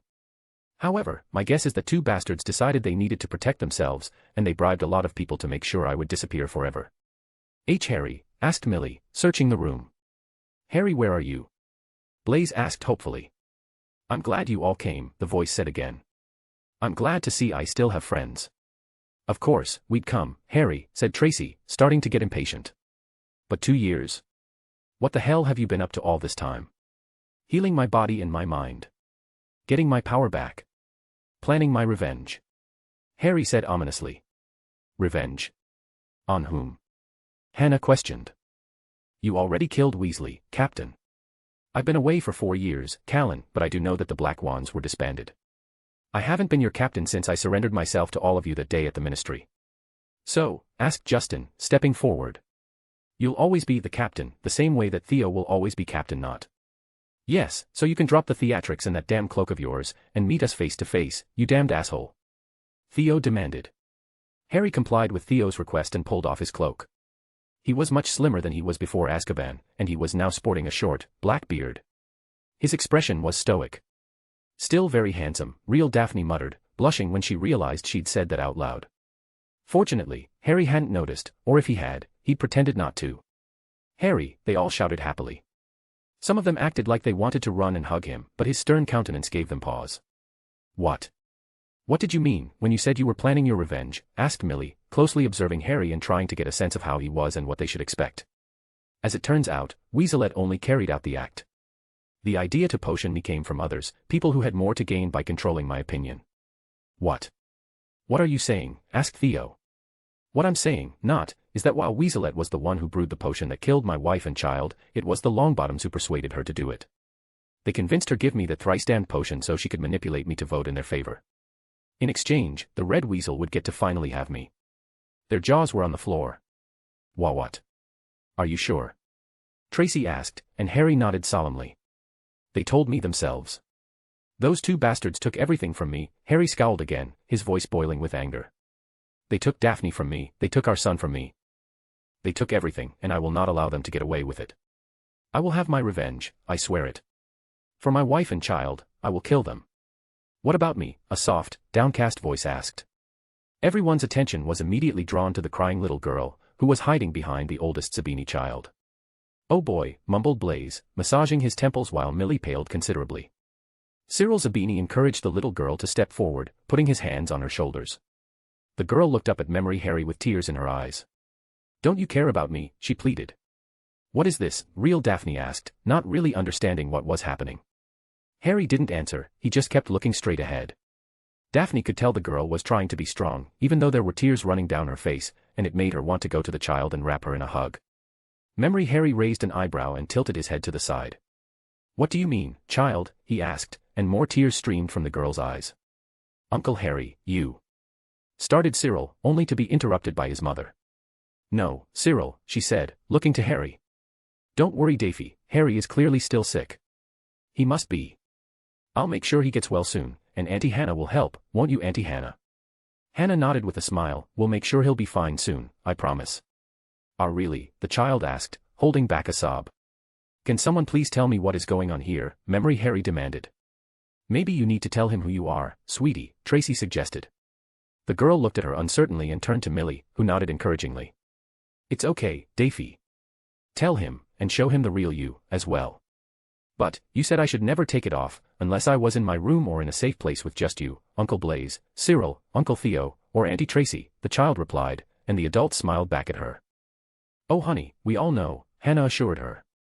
I don't, replied Felicia, not raising her hand. Memory Harry wasn't amused. Once again, can someone explain what the hell is going on? He demanded, regaining everyone's attention. Millie smirked and nudged the little girl forward. Go on, she encouraged her with a smile, and the little girl turned back to Memory Harry with a look of resolve on her face. Real Daphne turned to Real Harry and saw him smiling, looking on at the scene. Is there something you want to tell me? She asked, not finding it as amusing as he seemed to. Don't worry, everything will be explained shortly, was all he said. With a huff, Daphne turned back to the memory and watched impatiently. The girl removed her necklace, and at once, her features started to shift. Her deeply tanned skin became whiter and milkier, and her short hair darkened and grew until it reached the middle of her back. Her facial structure changed a bit, and Memory Harry inhaled sharply as he saw a very familiar face looking back at him, only hers was younger, with dark black hair and green eyes. Real Daphne's jaw dropped, and Harry squeezed her hand in support. She knew that face, she saw it in the mirror every day. Out of the corner of her eye she saw Harry smiling and looking longingly at the little girl. Everyone always told me that I look like my mummy, with my daddy's eyes and hair color, the girl confessed shyly. She looked hopefully up at Memory Harry, who was looking back at her in complete shock. Don't you remember me, Daddy? It's me, Lillian Daphne Potter, your daughter. Oddly enough, Real Daphne and Memory Harry both reacted in the exact same way. What? Chapter 19, Chapter. Don't you remember me, Daddy? It's me, Lillian Daphne Potter, your daughter. What? How can that be? Asked Daphne anxiously, not taking her eyes off the child. They'll explain it all soon, Real Harry replied as he looked fondly at the little girl, her child. Their child. But. I thought we had no children, she said bemusedly. We didn't, he replied, turning back to her. It's true that we never produced any children of our own, but thanks to Millie, we had our daughter. We had her, he added, gesturing to the little girl in the memory. But, how? Patience, my love, he said, and although she wanted answers now, Daphne turned back to watch her daughter, who at the moment was standing in front of a stunned, and very confused Memory Harry. How? He whispered, closely studying the child's face. How can this be? It's impossible. You left her with us, remember, Harry, implored Millie, causing Memory Harry to turn and look at her. You brought her to us the day you went to take your revenge for Daphne and asked us to raise her, should anything happen to you. She was pleading with her eyes and making a rolling gesture with her hand, which Harry took to mean that she was asking him to just go along with it for now. The little girl had lowered her head and appeared to be quietly sobbing, so Tracy decided to help back Millie up. Yes, Harry, don't you remember the huge fight we had when you decided to surrender yourself, instead of escaping so you could raise your daughter? You told us you wanted to set a good example for her and your godson, to show them how you needed to always take responsibility for your actions, remember? I mumbled Memory Harry, not really understanding what was happening. he didn't care for the idea of being made a fool or manipulated, but there was no way that the child wasn't Daphne's, and she unquestionably had some of his own features too. But, isn't Daphne Uncle Blaze and Auntie Millie's daughter? Asked the female not child, Felicia. No honey, Daphne is Uncle Harry and Auntie Daphne's daughter, Tracy replied to her confused daughter. In order to protect her from Harry's enemies, we hid her identity using an enchanted necklace that made her look like a Sabini. We kept it a secret from all of you children as well, except for Cyril, added Blaze, nodding purposefully to his son, who got the hint. Yes, Uncle Harry. I was there when you arrived that day and asked us to protect her if anything happened to you. You told me to be a big brother to her and always watch out for her. Don't you remember, Harry? Asked Millie, practically begging him. Real Daphne could see that her friends were under considerable distress, as if they were afraid of how Harry was going to react and what would follow. They had done something, that much was certain. Something big, and most likely dangerous. Something that involved this child, their child. Hers and Harry's.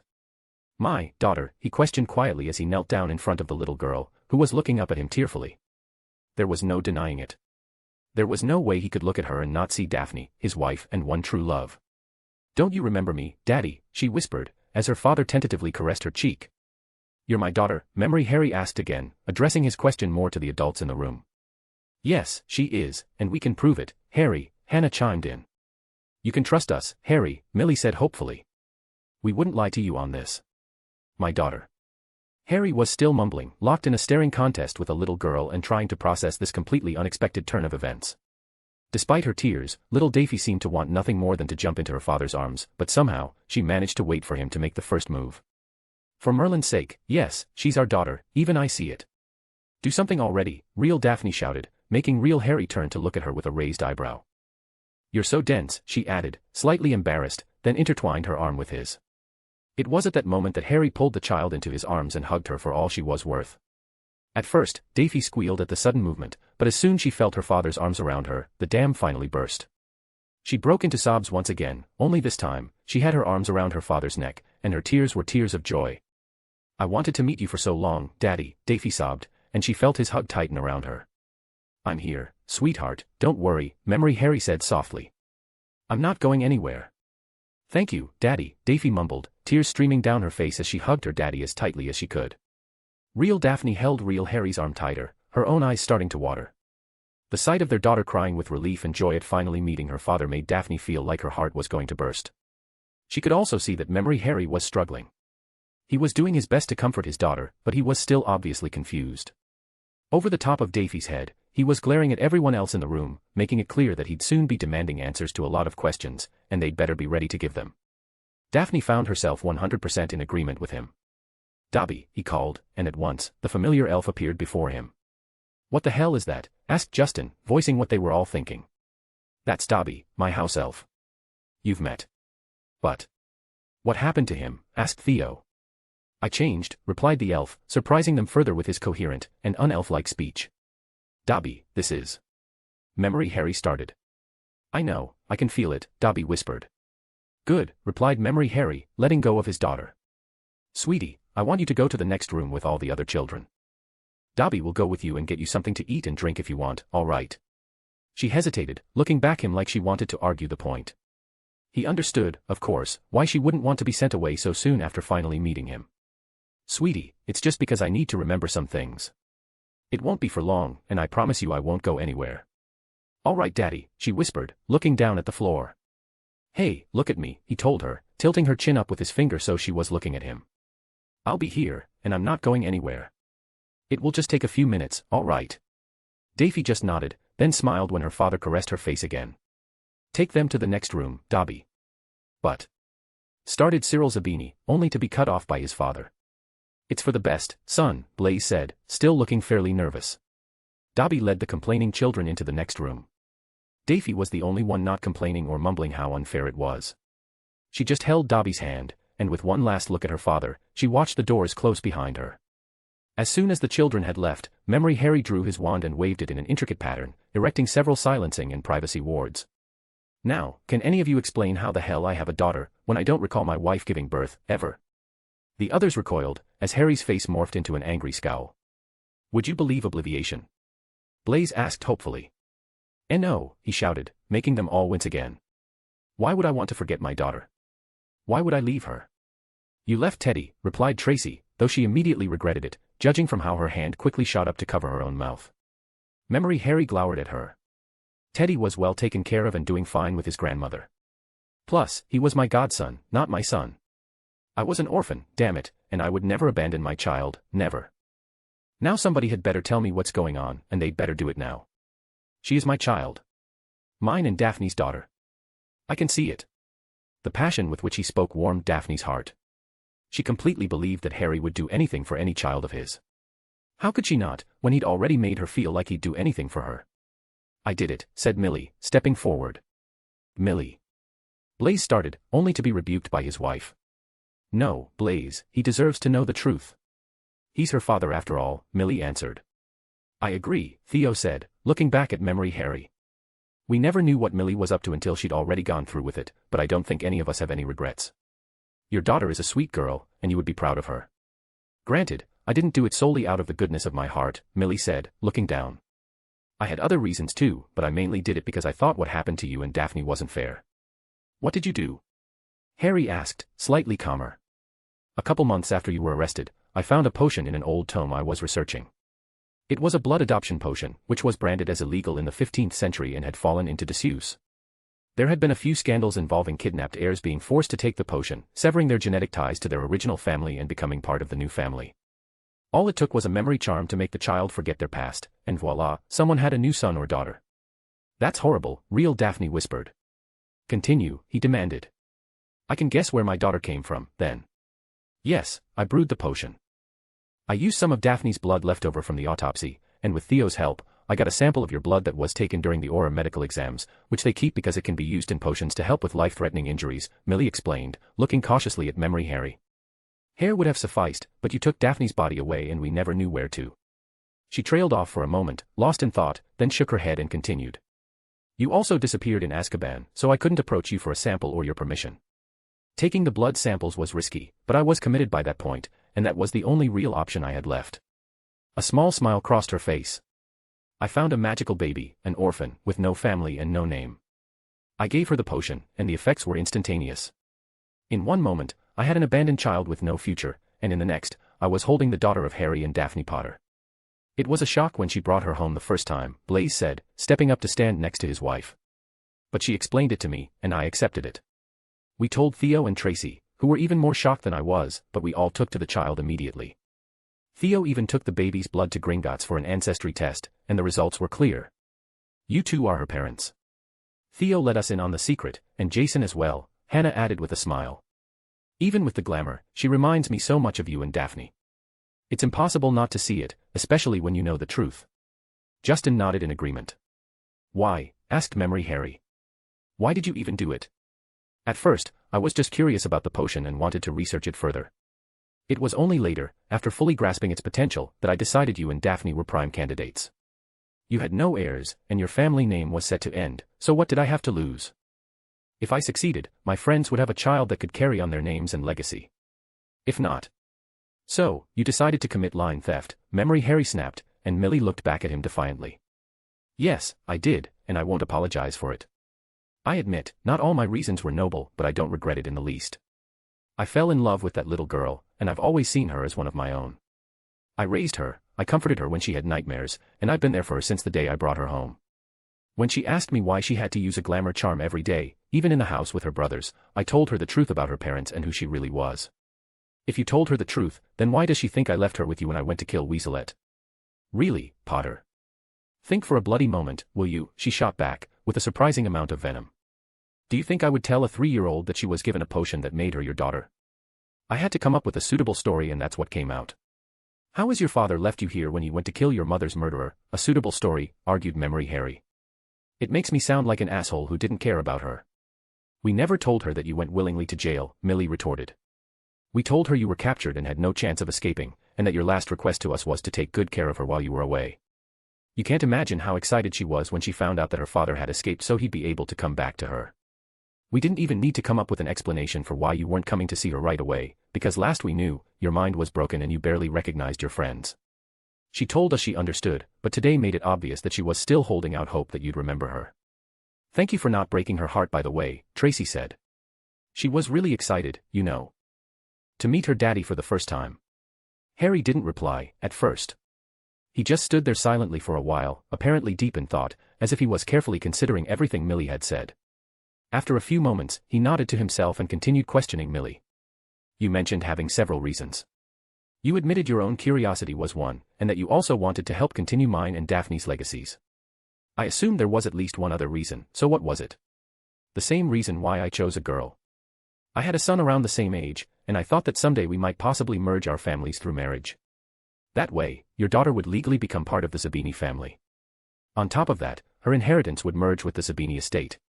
Judging by the looks on the other adults' faces, Daphne could tell that this newest revelation was news to everyone but Millie. Shocking as it was, she was impressed by the level of planning and foresight Millie had put into her plan.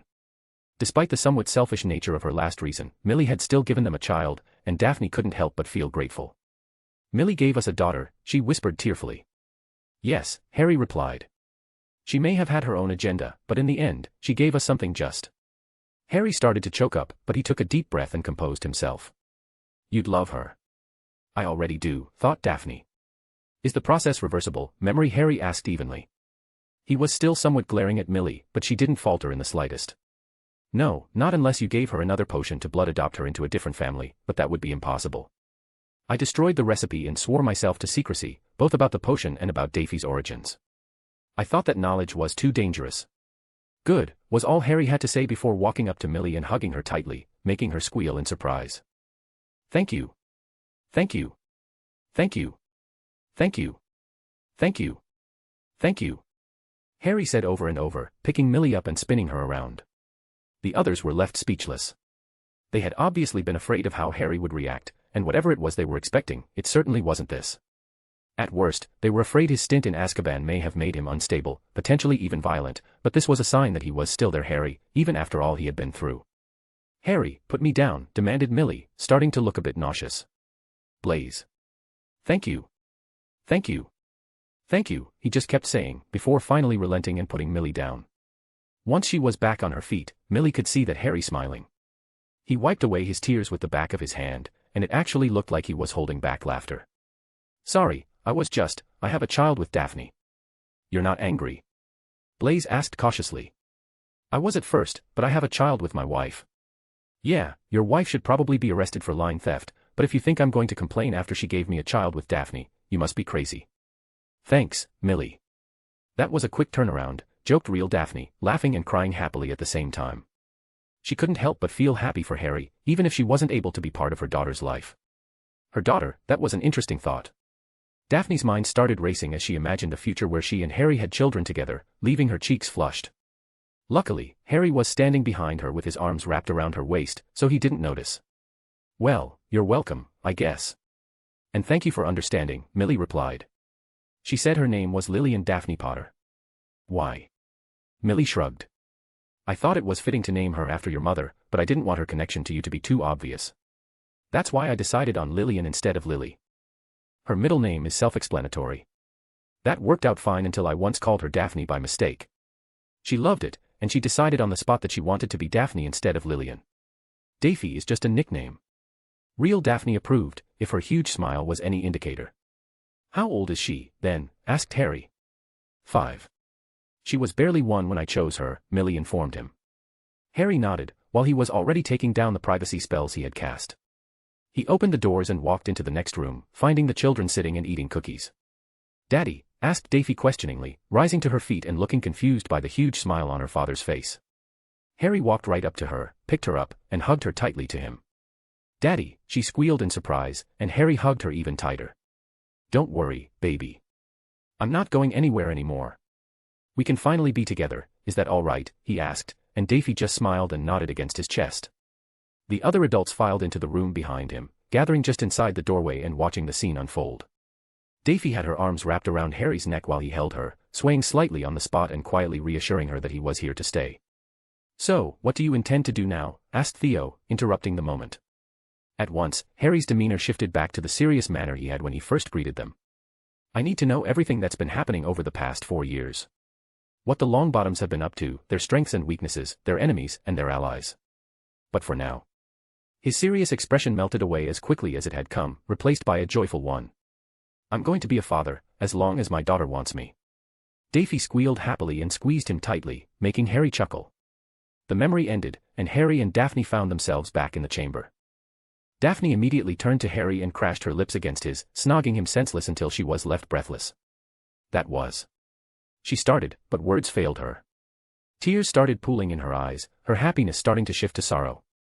"I wish I could have been a part of it," she whispered, a single tear escaping. "You were," he said. "I was dead." "How could I?" she scoffed. "She asked about you. I told her all about you, about us. She absolutely loved you." "Really?" she asked hopefully, and Harry nodded reassuringly. "Tell me more about her. Tell me more about my daughter." Harry chuckled. "She was smart, pretty, and she carried herself like a princess. She also had a kind heart and an inquisitive mind, always asking questions.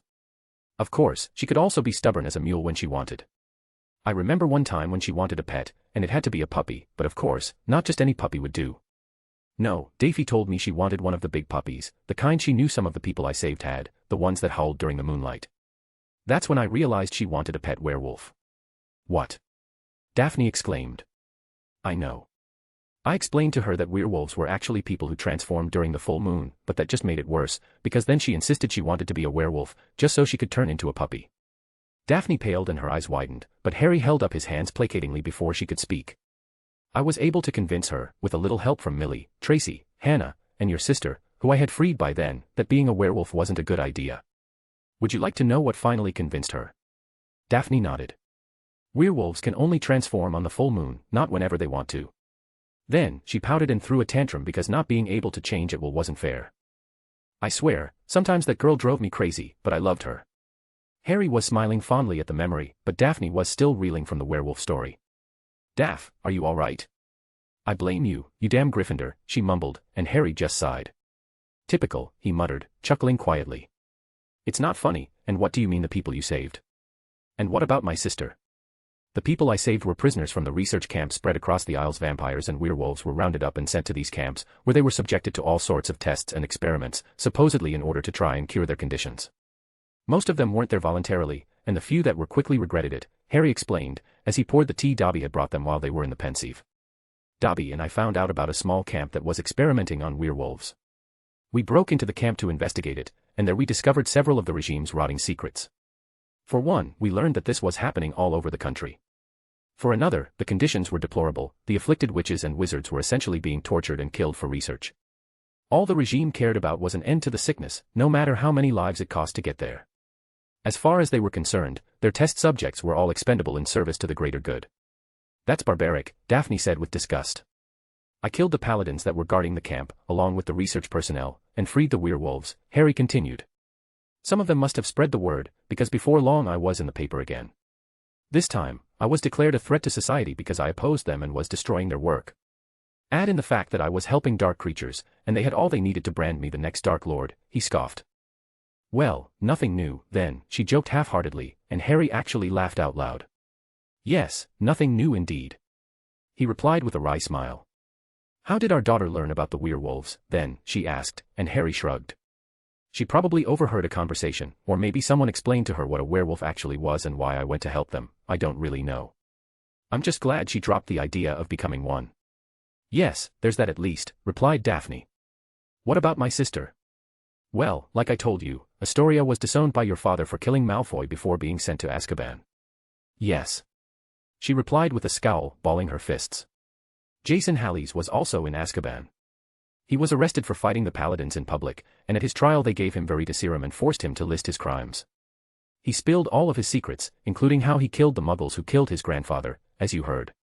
He also confessed to allowing me by him to kill Weaselet and smuggling unauthorized potions into Azkaban, while he was stationed there as a guard. It turned out that he was the one who found me in Azkaban and gave me the strengthening potions." "He was. But when you said he was in Azkaban, I thought you meant he was working there, not as a prisoner." "Understandable," replied Harry.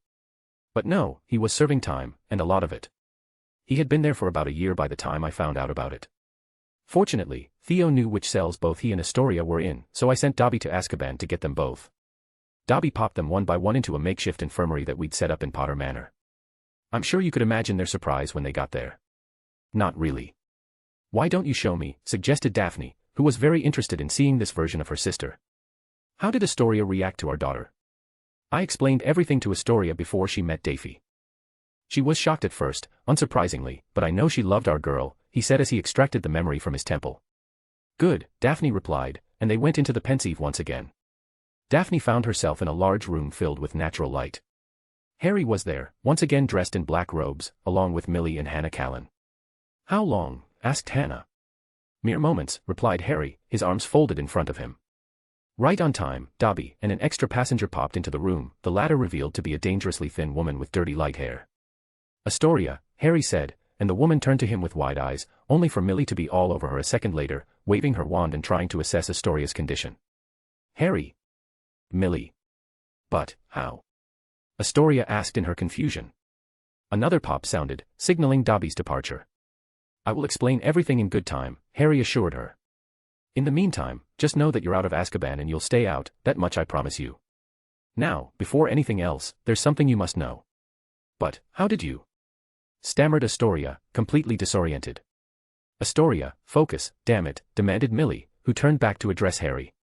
I have the potion she needs, but she's worse than expected and I'm no healer. Hannah. Don't look at me, I'm just a brewer as well. Then one of you get a healer I can trust, or better yet, a healer in whom Daphne trusted, Harry commanded. I think I know just the person. She was in our house and graduated Hogwarts in our 4th year. Daphne learned from her, suggested Millie. Good, go get her, he ordered, and Millie left the room at once, leaving behind a surprised and very confused Astoria. What is going on? The youngest former Greengrass sister demanded. You're in a worse shape than we thought and need a better healer, replied Harry. Now where the hell is Dobby? On cue, Dobby popped into the room with a ragged, bearded man grabbing onto him for support. Holy crap, you weren't lying, the men said in a deadpan tone. Jason Halleys, glad to see your ugly mug again, saluted Hannah, as she walked towards him. Hey, Hannah, you're a sight for sore eyes. What happened? Where are we? He asked with a smile. Potter Manor. Welcome, Memory, Harry replied, immediately drawing Jason's full attention. Harry, Captain, sir, he exclaimed, grinning broadly. I haven't seen you in a while. I was told that you gave me potions to help me get better while I was in Azkaban. Thank you, Jason, Harry acknowledged, but Jason just nodded and shrugged it off. Don't mention it, Captain. Don't get me wrong or think I'm ungrateful, but why am I here? He asked, only then noticing the woman who Hannah was levitating to one of the beds. Jason Halleys, meet Astoria, my sister-in-law, presented Harry. She was in Azkaban as well. The reason you're here is because I wanted to get you out. I could use your help too, but that's your choice. I'm in, Jason replied without a second thought. First of all, there's something you need to know, said Harry, turning to Astoria. Especially you, Tori. Daphne and I have a daughter. What? Exclaimed Astoria, sitting herself up in the bed. Calm down, Astoria, ordered Harry, seeing the doubt and the confusion in Astoria's face. So, he knows. How did it go? Jason asked Hannah. He loved her, and she loved him. I've never seen the captain so whipped, it's even worse than he was with Daphne, Hannah chuckled. But. Started Astoria. Tori, listen carefully. I know it may be confusing, and you can ask questions later, but this is something you need to know. You're aware that Daphne and I had no children before she died, but what you may not know is that she was pregnant, and our child died with her. Astoria gasped. In her research, Millie found a blood adoption potion recipe and brewed it using some of mine and Daphne's blood. She fed the potion to a baby girl, and she changed. Our blood runs through that girl's veins, therefore, she is our daughter. Even Gringotts acknowledged her as mine and Daphne's daughter by blood, making her your niece. Do you understand? Astoria could only nod vaguely, as she was too baffled to say anything. She doesn't know about the potion. She thinks we had her a year before I went to Azkaban, and that I asked the Zabinis to take care of her should anything happen to me. She will continue to think that until she's old enough to understand, are we clear? Astoria nodded again. Good, Harry said, smiling. Her name is Lillian Daphne Potter, but she prefers to be called Daphne, after her mother. I'm positive you'll love her. Just remember that the last time you saw her she was a baby, and the reason I didn't ask you to take care of her was because I didn't like your husband. Astoria's face scrunched up in anger. That won't be a problem, she replied at once. Good. We can talk more about this once you've recovered, and I'll try to clarify it some more. Millie can help. She wants to meet you, by the way. Do you think I can bring her to meet her aunt, or do you need more time? Why yes, I want to see her, really, asked Astoria. She was obviously still confused, but a smile had appeared on her face and was slowly growing. You're serious, aren't you? There's a child. Daphne's, my sister's child. Yes, Harry replied reassuringly. Sit tight and I'll be back with her shortly. Dobby, take me to my daughter. Dobby grabbed Harry by his sleeve and popped away. The memory shifted, and Memory Harry and Dobby were now standing in a well-kept garden. That was a little harsh, wasn't it? Dropping the news on my sister like that, minutes after escaping Azkaban. Complained Daphne. Maybe it was a little abrupt, but Daphne was really excited about meeting her aunt. Harry smiled, pointing in the direction Memory Harry was moving. Daphne looked in that direction and saw Daphne playing with flowers. Hi Princess, Memory Harry said, drawing his daughter's attention. Daddy. Have you come to play with me? The child asked happily, and Memory Harry chuckled. I can if you'd like, but I was wondering if you wanted to meet your aunt, your mummy's sister. We just got her. Really? Daphne exclaimed, jumping up from the ground and grabbing her father by the hand. Come on already, Daddy. Daphne, calm down. Your aunt isn't feeling all that well and is in the infirmary. There's another person in there too, your Uncle Jason. You brought him too. Yay, she cheered, trying to speed up again and tugging her father's hand. Memory Harry rolled his eyes, picked her up, and started walking back towards the house. Remember, don't run inside the house, Daphne, he said, and Daphne nodded her agreement. If I put you down, will you be calm and come with me? I like it more when you carry me, Daddy, the little girl said cheekily, making Memory Harry grumble, while real Harry and Daphne laughed. Daphne noticed that Memory Harry didn't actually seem to mind, as he made no effort to put the child back down on the floor. Now, keep in mind that your aunt is weak and still needs to recover, so no jumping on her. Yes, Daddy. Also, she hasn't seen you in a long time. I don't remember seeing her, ever, Daphne replied, and Memory Harry chuckled nervously. They continued with their banter as they made their way through the house, eventually reaching the infirmary. Harry opened the door and allowed his daughter to enter first. Astoria's eyes bulged at the sight of her niece, who so closely resembled Daphne that she was left speechless. She gaped at the little girl from her bed, and she was still searching for something to say when another voice spoke up. Is that the little duck? Asked Jason, as the little girl came into view. Daphne groaned and looked at her so-called uncle. Hi, Uncle Jason, she said, waving at him but still standing near her father, who was looking curiously at the younger man. What, no hug? I'm hurt, little ducky. I'm not a duck, Uncle Jason, she replied with a pout, which real Daphne thought was incredibly cute. Little duck, asked Memory Harry. Yes, you know, Daffy. Daffy Duck, joked Jason, who then started laughing. He was the only one. Halleys, compare my daughter to that crazy duck again and I will make your life hell. Fine, it's not like anyone else understood it either. Damn purebloods never watched cartoons, that's what I get. He started grumbling, mostly to himself, while Astoria slowly rose from her bed.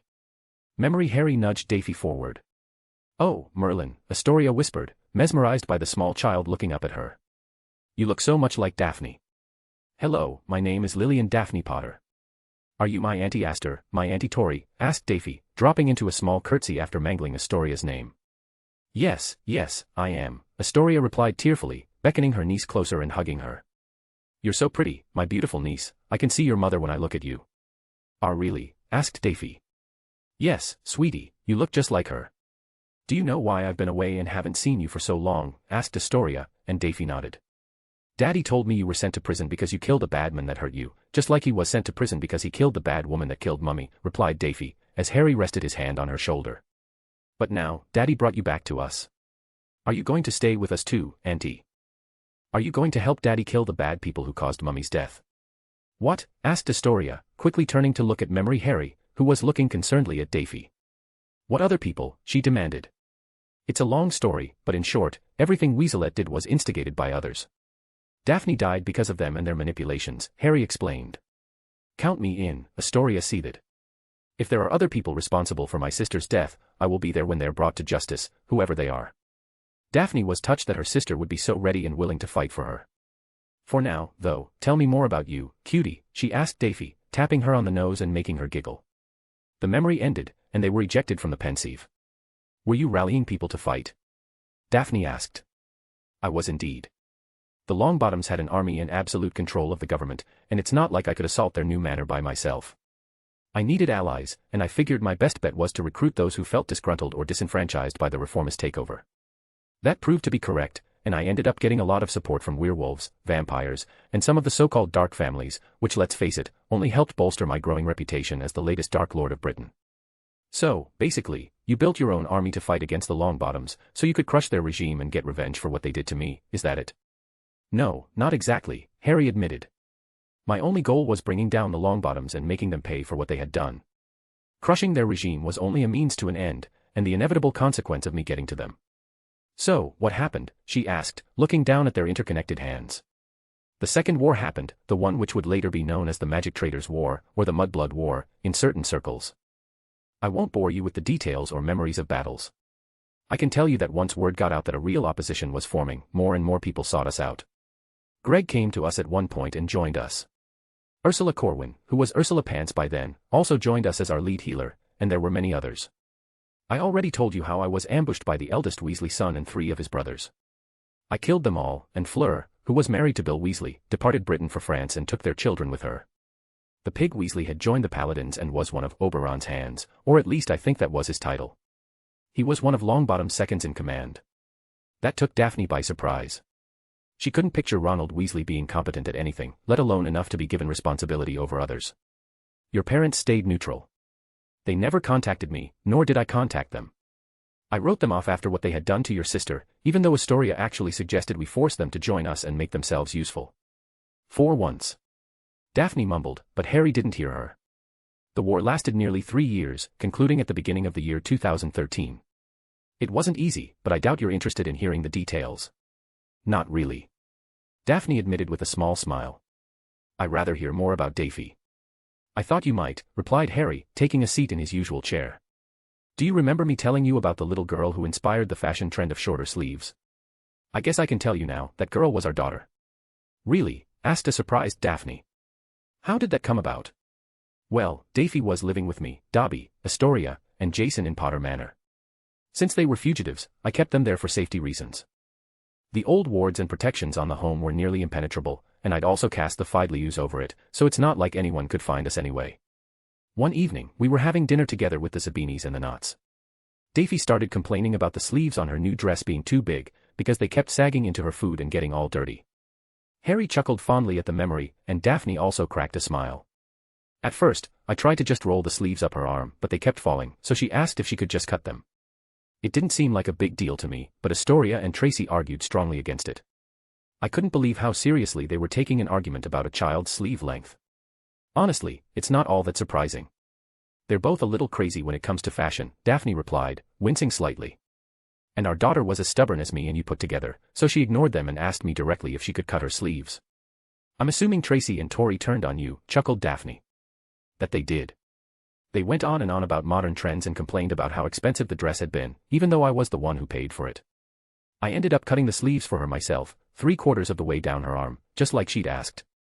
Well, I never liked that stupid big sleeve trend anyway, so I decided to follow my daughter's trend and did the same to my robes, even if it was partially just to spite Astoria. Daphne frowned slightly at that last part. What do you mean, just to spite my sister? Astoria was overly sensitive to me doing anything that made it seem like I was spoiling Daphne. It all goes back to her bad experiences with her former husband and their son, who had become a spoiled little shit who wanted nothing to do with his blood traitor mother, who killed his father. The brat's words, not mine. Damn Malfoys, scowled Daphne.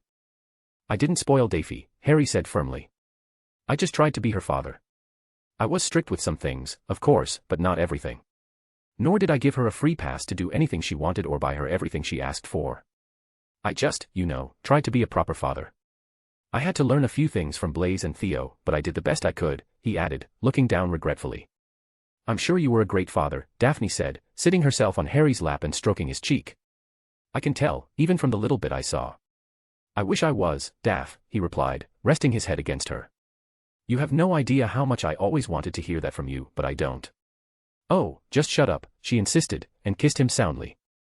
When she finally let go of him, the previous topic had all but been forgotten. I want to show you a couple more memories. One is from a few weeks before Christmas 2011, and the other from Christmas Day that same year. What are they about? Asked Daphne, sounding somewhat concerned. Our daughter, of course, Harry replied, and Daphne stood up from his lap. Harry got up and placed the memory in the Pensive, then turned back to Daphne. I never told anyone about what you're going to see now. Only Daphne and I knew of this, and I kept it secret for many years. I'm showing you now, because it's your right to know, Harry said, and Daphne felt a warmth spreading through her chest, despite her apprehension. Is it serious? She asked, but Harry shook his head. Not at all. It's just personal. The couple found themselves at Potter Manor once again, walking a few steps behind Memory Harry, who was still sporting a neatly trimmed beard, and wearing a cloak with shortened sleeves over top his familiar black robes. He looked tired and dirty, as if he had just arrived from the battlefield. He came to a door and knocked 3 times, and a muffled voice responded from inside. Hey, princess, he called, cracking the door and poking his head into the room. Daddy. Daphne replied excitedly, throwing the door wide open and jumping into her father's arms. I missed you last night. You didn't tuck me into bed, she said, trying her best to sound reproachful. She wasn't very successful, she was far too happy that her daddy had returned. I'm sorry, sweetie. I will do it today, and to make up for it I'll even tell you 2 stories. Does that sound good? Memory Harry asked, and Daphne nodded happily. How was the, She attempted to ask, but she couldn't remember the right word. Raid, offered Harry. Yes, the raid. How was it? Did you help people? Did you do what you wanted to do? Harry just chuckled and caressed the top of his daughter's head. Don't worry, sweetie. Everything went better than expected. We're one step closer to getting the bad people. Finally. Then you can stay at home with me, right? She asked, and Memory Harry frowned slightly. Of course, honey. I know I haven't spent much time with you lately, but... Don't worry, Daddy.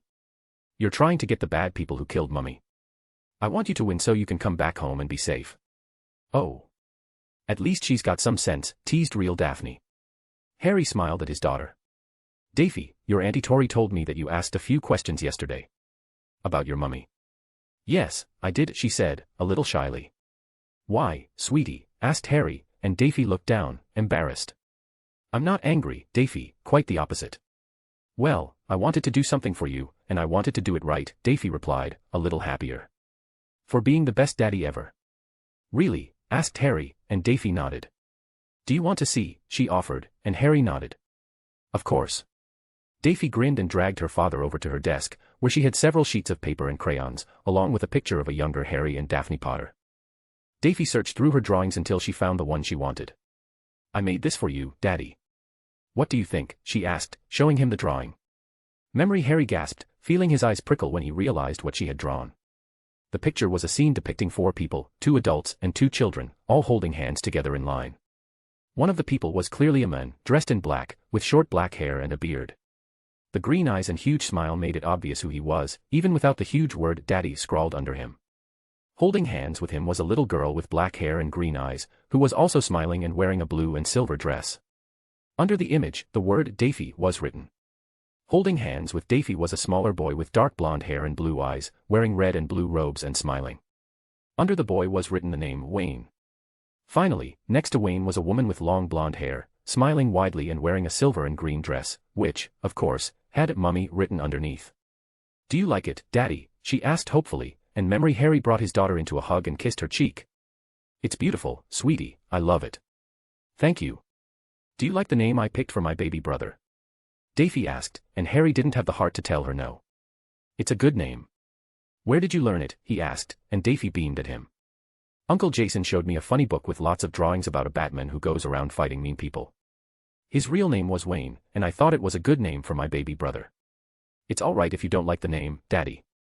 It's a good name, Princess. I like it, and I like your drawing as well. It's very pretty. I asked Auntie Tori what Mummy's favorite color was to paint the dress, and she told me it was probably green, but I should also add a bit of silver, Daphne continued, smiling all the while. Real Daphne was holding Harry's arm and shedding happy tears at the scene happening before her. I'm sure your mummy would love it too, Daphne. Do you think so, Daddy? The child asked shyly. Yes, Real Daphne called out. I'm sure, Daphne, smiled Harry, placing the drawing back on the table. Why don't you show me some more of your drawings? Sure, Daddy, she replied happily, and proceeded to show him one picture after another. There were some landscapes, several portraits of her daddy, or of her aunties, uncles, and cousins, and even a few depicting her mummy. At one point, Memory Harry's attention was drawn to a picture with 4 large, black shapes. Daphne, what is this? He asked, pulling the picture from the pile. Looking at it more closely, he could see that the drawing was of 4 snakes. There were 2 smaller snakes and 2 big ones, the largest of which seemed to be breathing fire. Just an idea I had, Daddy. Daphne explained. These are our guardian snakes, and they only obey us. Really? Why? Because we're the only ones that can talk with snakes, silly Daddy, Daphne reminded her father with a giggle. She was a Parselmouth as well, asked Daphne, and Harry nodded. So, why are there 4? Asked Memory Harry, seemingly interested in his daughter's story. Well, this one here is the mummy snake, the big one with blue eyes. Daphne pointed to the next to largest snake. I called her Bale, and she keeps everything and everyone safe. Daphne gasped, looking back and forth between the drawing and Harry. She named Bale. She named the snakes, she asked, and Harry nodded. I only made the golems. Our daughter had the idea for them and gave them all names. All I did was take her ideas and make them real, Harry confessed. Daphne intertwined her arm even more with Harry's and leaned into him, as they both looked unlovingly at the memory of their daughter. Daphne continued with her explanation, pointing to each of the snakes in turn. This small one with blue eyes is Kale. He's the smallest one and the baby of the 4, but he can fight too. This other small one with green eyes is Zale. She's older than Kale and can also fight the bad people. Finally, Daphne pointed at the biggest snake in the drawing, the only one with a hood like a cobra's, and which was also breathing fire. This big one is the daddy snake. He's the most powerful of them all and protects the other 3, and he can destroy all the mean people. He's not a dragon, he's a snake, but he can breathe fire like a dragon. His name is Vale. I see, sweetie, Memory Harry said, looking impressed by all the thought his daughter had put into her drawing. These are very beautiful and clever, but I can't help but notice some similarities between this drawing of the snakes and this one of our family. Memory Harry put the drawing of the snakes next to the one of the family that Daphne had given him moments before. Am I right or wrong? Daphne blushed. I'm Zale, admitted Daphne. Wayne is Kale, and Mummy is Bale because mummies always keep the children and the house safe. And I'm. You are Vale, the biggest and most powerful one. The strongest ever, that one who can protect us and everyone else, and fight the bad people, Daphne replied with a shy smile. You're the daddy. Real Daphne was just too touched to even say anything. She had been curious about the snakes, but knowing that they had been originally invented by her own daughter made them precious to her. But if that's me, why am I breathing fire? Asked Harry, and Daphne smiled. Silly Daddy, did you forget the time you burned the forest with fire when you were fighting against the bad men? Uncle Theo told me the story. Oh, yes, I did do that, didn't I? Memory Harry chuckled, somewhat uncomfortably. So, if I breathe fire, what special skills do you, Wayne, and your mummy have? We're children, so we don't have any yet. Mummy can heal people and make everything safe again, Daphne smiled. Everyone tells me how Mummy was a great healer, a powerful witch, and very intimidating, even to you. Memory Harry coughed awkwardly. Sometimes, still, she was an amazing person, he said fondly, making Daphne smile. I had a nightmare a few days ago, Daphne told him, her expression turning serious. I don't remember what it was, but I remember I was very scared. Then, Mummy appeared in my dream and made everything safe again. She hugged me, sang to me, and told me she would always be with me, and that I didn't need to be afraid, because Mummy and Daddy would always be with me. She bowed her head, with tears pooling in her eyes. When I woke up, I cried because it was only a dream, but it felt so real. Mummy had been there with me. She then started crying in earnest and threw herself into her father's arms, who also seemed to be tearing up. Real Daphne didn't even bother trying to hold back her tears. More than anything, she wanted to run to her daughter and comfort her, but she couldn't. It wasn't fair. It wasn't fair to any of them. Real Harry put an arm around her and pulled her closer to him. Why? Daphne cried, leaning into Harry. It's not fair. No, it's not, he agreed. As the memory came to an end, Real Harry saw the decisive look on the face of his memory self, and he wondered if he had done the right thing back then. The couple emerged from the Pensive, and Daphne immediately buried her face in Harry's chest. Did it get better? She asked softly. Yes. It did get better at Christmas, Harry whispered back. After that, I rarely saw her sad. Really? Daphne asked, looking at him quizzically. How? Why? What did you do? I tried to give her what she wanted, Harry replied, somewhat sadly. He looked back at Daphne and brushed her cheek with his thumb. But, how? Harry let go of Daphne and removed another memory with his wand. He dropped the strand into the basin and extended his hand to Daphne. I came to Hogwarts and recovered the resurrection stone from where I'd hidden in the forest, Harry admitted. Daphne's eyebrows shot up. It was the only way. But. While I was there recovering the stone, I recruited Flitwick to our cause, but that's another story, he added, but she just kept staring at him open-mouthed. Do you want to see? Recovering, Daphne nodded and went with Harry into the Pensive. As they memory settled, they found themselves in a dark, torchlit room with smooth stone walls. Daphne and Memory Harry were already there. "Why are we here, Daddy?" asked Daphne, holding her father's hand. "I thought it was fitting," Harry replied in a whisper, looking down at his daughter. "Do you know where we are?" "You always ask me that, Daddy." "Of course, I know. We're in the crypt where you keep Mummy's body." Daphne thought that the exasperated huff that accompanied Daphne's reply was absolutely adorable. She followed Memory Harry as he opened the carved wooden door, revealing the solid crystal casket inside the next room. As Daphne approached the casket, she felt a pang in her chest as she recognized the body of her older self. She was perfectly preserved, clad all in white with her hands crossed over her chest. "Hi, Mummy," whispered Daphne. Memory Harry knelt down in front of Daphne and placed his hands on her shoulders. "Daphne, this year, I want to do something different," he said. "What do you mean, Daddy?" she asked curiously. "Have you ever heard the tale of the three brothers?" Daphne shook her head, and Memory Harry called for Dobby, who popped into the room and handed him a small, slightly tattered book. Memory Harry waved his wand and conjured 2 seats and a small table. "Then I will read it to you, all right," he suggested, opening the book as they each took their seats. There were once 3 brothers who were traveling along a lonely, winding road at twilight. In time, the brothers reached a river too deep to wade through and too dangerous to swim across. However, these brothers were learned in the magical arts, and so they simply waved their wands and made a bridge appear across the treacherous water. They were halfway across it when they found their path blocked by a hooded figure. And Death spoke to them. He was angry that he had been cheated out of 3 new victims, for travelers usually drowned in the river. But Death was cunning. He pretended to congratulate the 3 brothers upon their magic and said that each had earned a prize for having been clever enough to evade him. So the oldest brother, who was a combative man, asked for a wand more powerful than any in existence, a wand that must always win duels for its owner, a wand worthy of a wizard who had conquered death. So Death crossed to an elder tree on the banks of the river, fashioned a wand from a branch that hung there, and gave it to the oldest brother.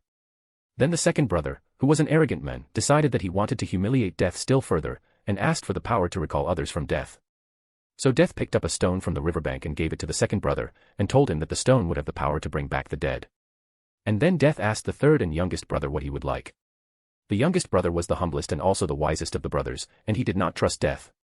So he asked for something that would enable him to go forth from that place without being followed by Death. And Death, most unwillingly, handed over his own cloak of invisibility. Then Death stood aside and allowed the 3 brothers to continue on their way, and they did so, talking with wonder of the adventure they had had, and admiring Death's gifts. In due course the brothers separated, each for his own destination. The first brother traveled on for a week or more, and reaching a distant village, sought out a fellow wizard with whom he had a quarrel. Naturally, with the elder wand as his weapon, he could not fail to win the duel that followed. Leaving his enemy dead upon the floor, the oldest brother proceeded to an inn, where he boasted loudly of the powerful wand he had snatched from Death himself, and of how it made him invincible. That very night, another wizard crept upon the oldest brother as he lay, wine-sodden, upon his bed. The thief took the wand and, for good measure, slit the oldest brother's throat. And so Death took the first brother for his own. Meanwhile, the second brother journeyed to his own home, where he lived alone. Here he took out the stone that had the power to recall the dead, and turned it thrice in his hand. To his amazement and his delight, the figure of the girl he had once hoped to marry, before her untimely death, appeared at once before him. Yet she was sad and cold, separated from him as by a veil. Though she had returned to the mortal world, she did not truly belong there and suffered. Finally the second brother, driven mad with hopeless longing, killed himself so as truly to join her. And so Death took the second brother for his own. But though Death searched for the third brother for many years, he was never able to find him. It was only when he had attained a great age that the youngest brother finally took off the cloak of invisibility and gave it to his son. And then he greeted Death as an old friend, and went with him gladly, and, equals, they departed this life. Harry Potter and the Deathly Hallows, Chapter 21. Memory Harry finished the tale and closed the book. Did you like it? Daphne nodded. Now, what if I told you that this story is somewhat real? Really? You mean there really is a super wand, a stone that lets you talk to the dead, and a cloak that, oh, you have one of those. Memory Harry chuckled at Daphne's realization. The 3 artifacts are real, that much is a fact. Now, if they were actually made by Death or not, I don't know, and I really don't care. They don't give you any special powers, though they are each powerful in their own right. The Elder Wand can be used to cast much more powerful spells, the Resurrection Stone can be used to speak with the dead, and the cloak can be used to become completely invisible. Daphne nodded, and Harry drew a moleskin pouch from within his robes and held it up to her. I want you to swear to me that you will never tell anyone what I'm going to tell you now, and I want you to swear to me that whatever happens in here, you will not share it with anyone else but me, all right? I swear, Daddy, she said, beaming as her father smiled proudly at her. He reached into the pouch and pulled out a shining, silvery cloth. Do you know what this is? It's the Potter invisibility cloak, she replied promptly, and her father nodded. What if I told you that this is Death's cloak, one of the 3 deathly Hallows? Really? Daphne asked, leaning in with her eyes wide. No, you're teasing me, Daddy. Memory Harry chuckled. Fine, don't believe me, he said, setting the cloak on the table and drawing a thin wand from one of the holsters on his left arm. What about this, do you know what this is? That's a wand, she replied matter-of-factly, then hesitated. She stared at her father intently, but Harry said nothing further and just stared right back at her, as if he were waiting for something. After a few moments, she gathered her nerve and finally spoke up. Is it the Elder Wand? She asked in a low, almost reverent tone, not sure if she should believe it or not. Harry nodded and placed the wand on the table, and Daphne started to look anxious. And this is the last one, he said quietly, pulling a small stone from his pocket and resting it in his open palm. Then is that the stone? Daphne asked, and Memory Harry nodded. I want you to remember what I read about the stone, Daphne. I'll read it again. Meanwhile, the second brother journeyed to his own home, where he lived alone. Here he took out the stone that had the power to recall the dead, and turned it thrice in his hand. To his amazement and his delight, the figure of the girl he had once hoped to marry, before her untimely death, appeared at once before him. Yet she was sad and cold, separated from him as by a veil. Though she had returned to the mortal world, she did not truly belong there and suffered. Finally the second brother, driven mad with hopeless longing, killed himself so as truly to join her. Do you think you understand everything I read? Daphne nodded tearfully. Knowing that, I'm asking you to make a choice, my sweet daughter, Memory Harry said, placing the stone on the table and looking calmly at Daphne. If you'd like, I'll allow you to use the stone once. You could finally meet your mummy, but only for a few moments. Remember, the dead don't belong here, and she may suffer if she's brought back to the world of the living for too long. If you think meeting her may be too much for you, then we can forget about the stone and never mention it again. Daphne's face twisted, almost as if she was in pain. I won't lie to you. If you choose not to use the stone, you will always wonder what could have been. I know I did, until I accidentally used it to meet my parents and my uncles. They didn't suffer because they didn't spend much time here with me, and I didn't suffer, because I believed I was about to die and join them, he admitted, and Daphne looked up at him sadly. However, if you choose to meet your mummy, then you need to understand exactly what that will mean. She won't suffer much as long as you don't keep her for too long, but you will. You'll get to see her and speak to her, but you won't be able to touch her or hug her. I know it's hard, but only you can decide. Would it be more painful for you to meet her this way, knowing it will be the only time, or would it be worse to go through life having never met her at all? Neither said a word for several moments. Have you ever used it to see Mummy? Daphne asked, and Memory Harry shook his head. No. I had hidden it away for safety many years ago, and I only recovered it this week. And I want to see her. I want to talk to her, I want to have her in my arms, hug her, kiss her, but I know I can't. Real Daphne felt her heart pounding in her chest. Was this really going to happen? Were they actually going to summon her other self with the stone? I want to see Mummy, she said, looking at her father with a tear rolling down her face. Even if it's just this once and she can't hug me, I want to see my Mummy. Memory Harry picked up the stone and knelt in front of his daughter, the stone between his hands.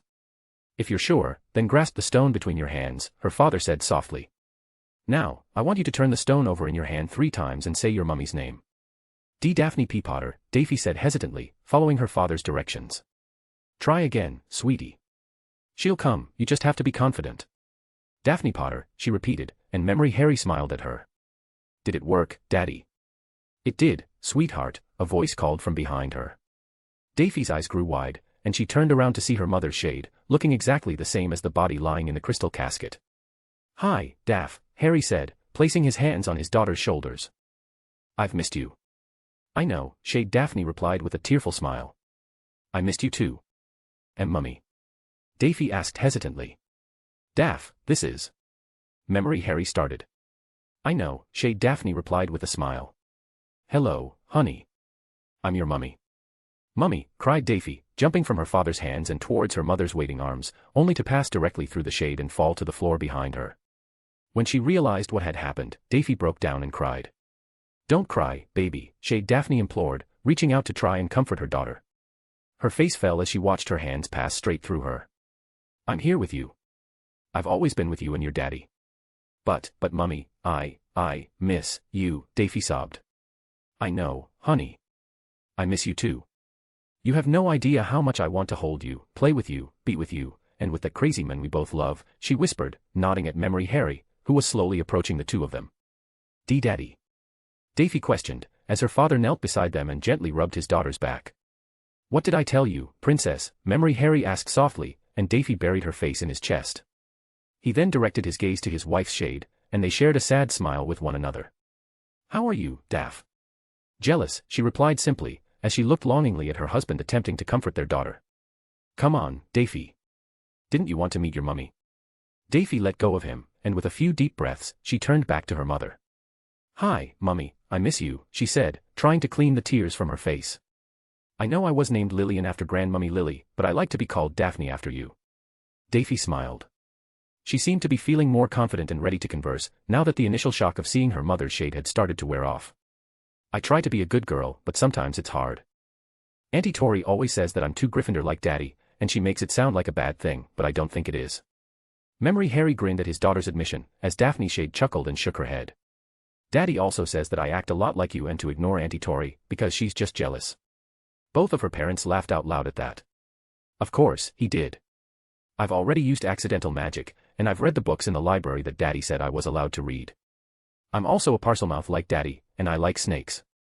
I met a garden snake in the garden last summer and talked with it a lot. His name was Sephron, and he went to sleep in his nest. I offered to bring him to the house, but he didn't want to, so I never asked Daddy if I could. She started fidgeting and bit her lower lip, thinking about what else to say. I don't know what I want to be when I grow up, but I know I want to be a powerful witch like you and Daddy, and I want you two to be proud of me. Oh, honey, I already am, Daphne said, reaching out to touch her daughter's cheek, even knowing that it would pass through. It was a surprise to both girls when they actually felt the contact, and they gasped and looked at each other with wide eyes. Moo Mummy? Daphne asked in awe. How? They both glanced over at Harry, who was smiling back at them. His right hand was clenched around the stone, and he had a look of intense concentration on his face as he channeled his magic into it. Go on, he said. It won't last for long. Mummy. Daphne cried, jumping into Daphne's arms and hugging her as hard as she could.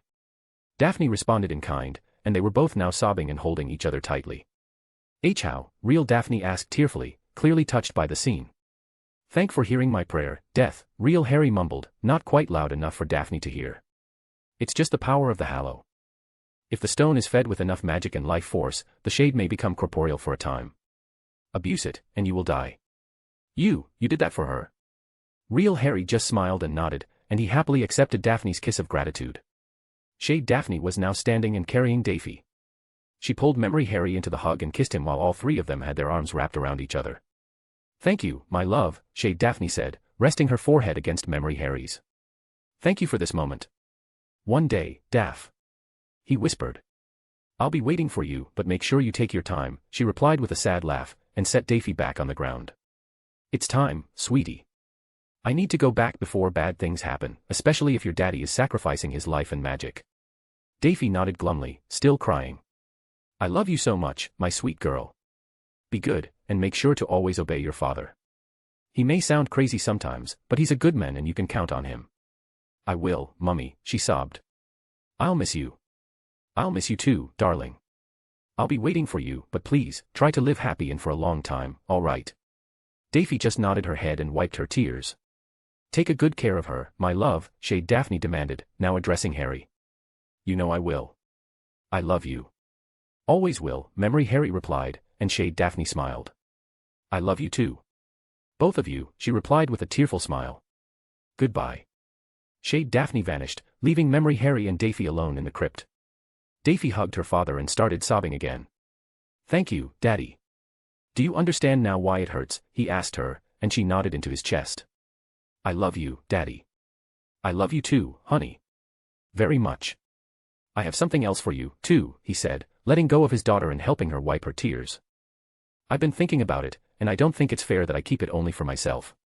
What? Daphne asked, and Harry brought out another wand from his arm holster. Is that my wand? Asked Real Daphne, and Harry nodded. It is. I kept it as my secondary wand, instead of using the Elder Wand. It had more meaning to me. This is your mummy's wand, Memory Harry said, rolling the wand between his fingers as his daughter looked at it reverently. I've kept it safe since she died, and I've been using it as my secondary wand since I came back from prison, he explained, extending the handle towards Daphne. And now, I want you to have it. Me, she squeaked, making no motion to take the wand.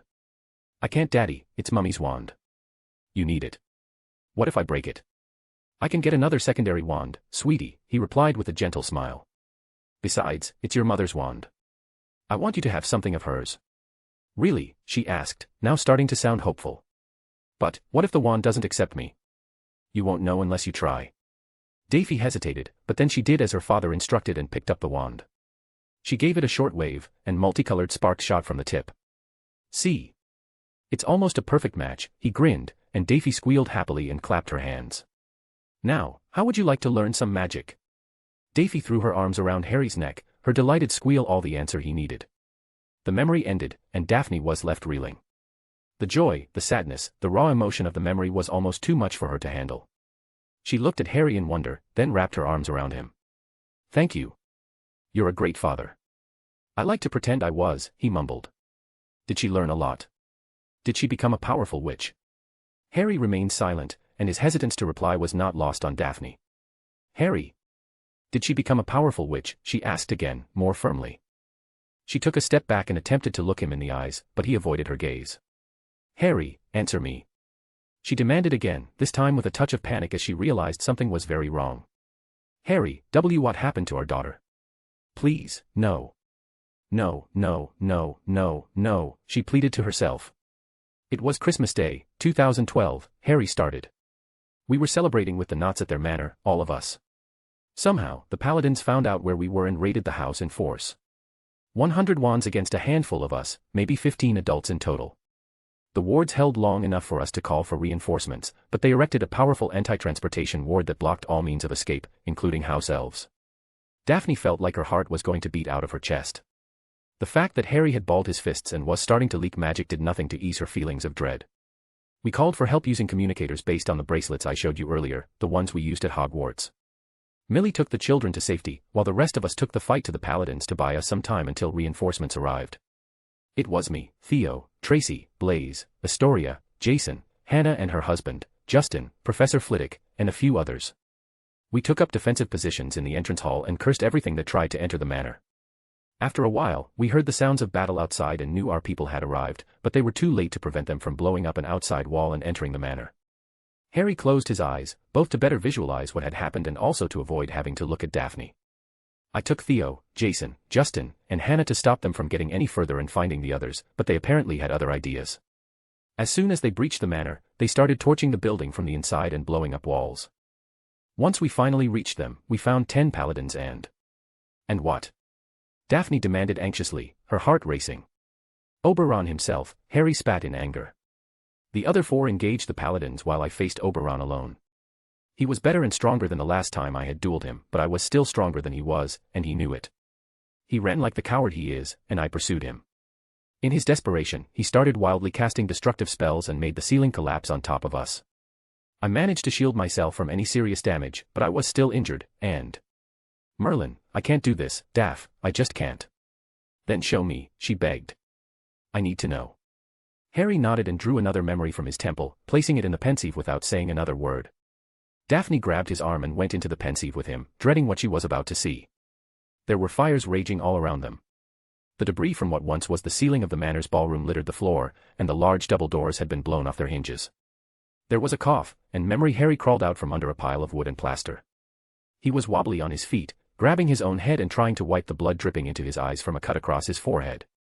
He attempted to shake himself out of his daze and tightened his grip on his wand, and just in time, as he was immediately forced to deflect a blue spell that had flown at him from across the room. You son of a bitch, growled Memory Harry. Striding across the room towards him was a powerfully built man wearing golden hide armor with a white cloak. His face was hidden by a white mask set with gold filigree, but there was no doubt that this man was Oberon, better known to them as Neville Longbottom. This is the end of the line, Dark Lord, Longbottom stated confidently, and cast a stunner at Harry. He easily dodged the spell, but it caused him to hiss in pain due to the added stress on his injured leg. Oh, you can count on it, you bastard. You'll die tonight, and your wife will soon follow. Memory Harry launched a barrage of spells at the masked man, who shielded himself and responded in kind. They kept fighting for several long minutes, and it was obvious that Memory Harry was not at his best. The injuries to his body caused by the ceiling collapse were hampering his movement, and the blood from his head wound kept running into his eyes and obscuring his vision. Even so, he absolutely refused to lose to the men who had cost him so much, and Harry pressed his attack. Oberon, however, seemed to recognize that he was outmatched and changed his strategy. He now seemed to be stalling, likely in an attempt to tire Harry out while waiting for more reinforcements. Neither combatant seemed to notice the small group that had just run past the open door. Real Daphne didn't notice them either, as she was fixated on the duel. It was real Harry's mournful cry that drew her attention away. "Why, Daphne?" She turned to Harry immediately and followed the direction of his gaze. Her heart jumped into her throat when she saw Daphne standing at the door, her eyes wide and her mouth hanging open. What is she doing here?" Daphne exclaimed. "They were trying to escape the manor and passed by this door on their way out. Daphne saw me and stopped, or at least that's what Millie told me," he said with a pained expression while shaking his head. Harry didn't need to watch the rest of the duel. He had already lived it once, and he'd been experiencing nightmares of what was about to happen for years. Even knowing what was coming, he couldn't take his eyes off his daughter. Daphne divided her attention between the duel and Daphne, her sense of panic increasing as she watched the spells fly back and forth across the room. Memory Harry's leg finally collapsed, and he fell to one knee. Sensing his opportunity, Oberon cast a nasty-looking blue spell directly at Harry, who threw himself to the ground and countered with a CONF Ringo. Longbottom was forced to shield at the last moment, but Harry's spell was too powerful, and he was blasted backwards into a pile of debris and cried out in pain. Longbottom must have had a portkey specially keyed to escape the wards they had raised, because he vanished only seconds later. Real Harry and Daphne's vantage point allowed them to see what Memory Harry clearly had not. They watched as Longbottom's spell missed Memory Harry and continued speeding across the room. For Daphne, time slowed to a crawl as she realized where the blue jet of light was heading. They both looked on, helpless, as the spell tore through their daughter's chest, leaving the little girl with a look of shock as she collapsed to the ground. "No!" Daphne cried out, running to Daphne at once. The fact that this was only a memory didn't even register with her. In that moment, all Daphne knew was that she had to get to her daughter. She made it to Daphne's side and saw that her eyes were already vacant, her shocked expression permanently etched onto her face. Daphne drew her wand, wanting to do something, anything to stop the blood pouring from the hole in her daughter's chest. "Wah!" Memory Harry said, turning back towards the door and dropping his wand. Fear gripped him as he saw the body on the floor, his expression turning to one of horror. "No. Please, no." "Daphne," he shouted and attempted to run to their daughter, but his injured leg impeded him. He half-limped, half-crawled to Daphne's body and tried to wake her, but to no avail. By the time he made it to her, she was already gone. "Daphne, princess, come on, wake up," he begged her, crying and checking her pulse on the neck. "Daphne, please, baby, wake up." Real Daphne had collapsed on the ground, hiding her face in her hands and crying her heart out. Real Harry was on his knees beside her, his eyes closed and tears pouring down his face. "Why were you here?" Memory Harry gasped between sobs. "Why, Daphne?" Still bawling, he held his daughter's limp body close to him and gently rocked her, his wounds, the war, and his anger forgotten in that moment. Lillian Daphne Potter was dead. No. Daphne and Harry were expelled from the memory and Daphne dropped to her knees, tears streaming down her cheeks. "Why? Why?" she asked, but of course, there was no answer. She got up from the floor and walked up to Harry and grabbed him by the collar. "Why?" she demanded, slapping him hard. "Why is that bastard still alive?" She slapped him again. "Why haven't you killed him yet?" she sobbed, and she buried her face in Harry's chest and completely broke down. Harry didn't say anything. He just held her tightly to him, asking himself the same question for what felt like the 1,000th time. After a while, Daphne's sobs quieted and her breathing evened out. No, you're right," she finally whispered. "We shouldn't kill him yet. First, we'll destroy everything he holds dear. Then, we crush him, both his life and his reputation. We'll ensure he's an embarrassment and a pariah, and then, only then, when he has nothing left for us to take, will we kill him." "Yes, nothing more than what he deserves," Harry replied spitefully. "At least tell me you made him suffer," she asked with a dry sob. "I made him suffer. I made his wife suffer. I made his right hand suffer. All the paladins suffered. I had lost everything I loved, and I had nothing left to live for. Peace, war, diplomacy, aggression, life, death, none of it mattered to me anymore. From that point on, all I cared about was my revenge, so I went for it. My wife was dead, my child was dead. I just didn't care anymore, so I decided that from that day forward, I would dedicate my life to making them all suffer." "How?" asked Daphne, her body tingling as she looked at Harry and felt his power wash over her. "In my youth, they painted me as a burgeoning Dark Lord. Oberon, Titania, and their ilk called me a Dark Lord simply because I opposed them. They relished in the idea that I was a Dark Lord, while they were the Light Lords.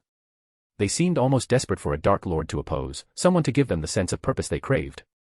Harry's eyes started burning with emerald green flames. On that day, I spat on the light for the third and final time, and I gave them the Dark Lord they so badly desired, the one who would be their death, and the destruction of all they held dear. Chapter 20, Chapter Dark Lord. Daphne whispered, her eyes wide.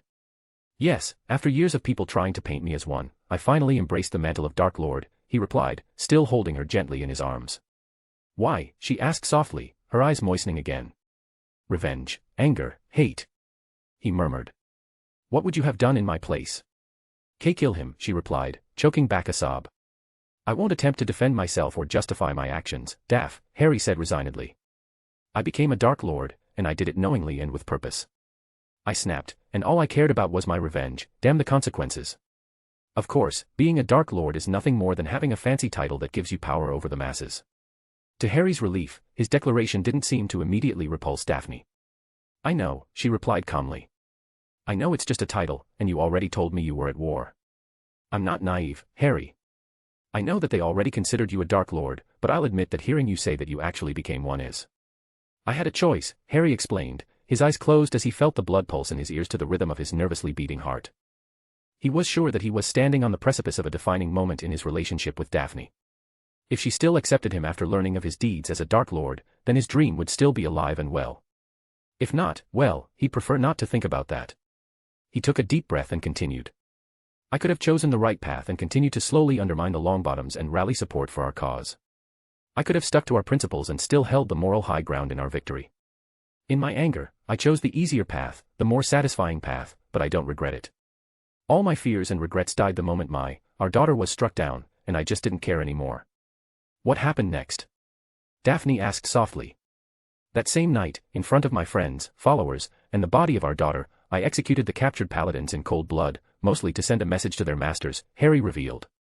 It was at that moment, when I saw the horror and the fear on everyone's faces, that I knew what I had to do. I fully embraced the darkness, and by doing it, I ended the war in a matter of a few weeks. What did you do to them? Like I said, I killed the paladins. You alone, she asked, and Harry nodded. How? Harry pulled another strand of memory from his temple and placed it in the Pensive. It's not something I can properly describe, he replied, offering Daphne his hand. For the first time that night, Daphne ignored the hand and went into the Pensive by herself. Sighing, Harry followed after her. Several people were milling around the grounds of Knot Manor, which was heavily damaged and still smoldering in places. Tracy, Theo, Blaze, and Millie were all gathered around Harry, not a single dry eye between them. Their children weren't present, having been successfully evacuated earlier. Professor Flitwick was there, standing off to the side and solemnly conversing with Hannah Callan and her husband Justin. Astoria was on her knees and openly weeping next to a small bundle wrapped in a black cloak. Jason Halleys was kneeling beside Astoria with his head bowed in sorrow, his arm wrapped around her in support. Daphne felt like she'd been stabbed in the heart. Her eyes started welling up again as she caught sight of the little black bundle that was her daughter's body. She came closer to Memory Harry, who was kneeling opposite Astoria and mumbling over Daffy's mortal remains. I'm sorry, Daffy. I'm sorry, Daph. I'm sorry. Please forgive me, I'm so sorry. Why? Wailed Astoria, as Jason pulled her closer to him. I don't know, Tori, Jason whispered, and Astoria buried her face in Jason's chest and continued to sob. Harry. Theo's call to him elicited no reaction. Harry, we have to go before the paladins send reinforcements. You have to take Daffy's body away. No, mumbled Harry. We'll deal with the prisoners, Theo insisted. He didn't notice how Harry had gone stiff at the mention of the other paladins. We'll incapacitate them, as usual, and make sure they won't be a threat in the future, but we're running out of time. You must go now. We'll meet up. He never got a chance to finish, because Memory Harry stood up from his position next to Daffy's body and started briskly walking in the direction of where the prisoners were being kept. What the? Harry. Theo called anxiously, realizing where Memory Harry was heading. He and the others quickly moved to follow him. Memory Harry reached the group of over 24 captured paladins.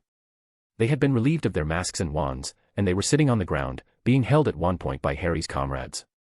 The majority of them were carrying some degree of injury from the battle. You dark bastards, give me back my wand, a familiar voice called out. Memory Harry immediately recognized it and walked directly towards the source. Weasley, he snarled, and the redhead turned to him at once. Potter, you dark wizard scum. You and yours should do yourselves a favor and surrender now.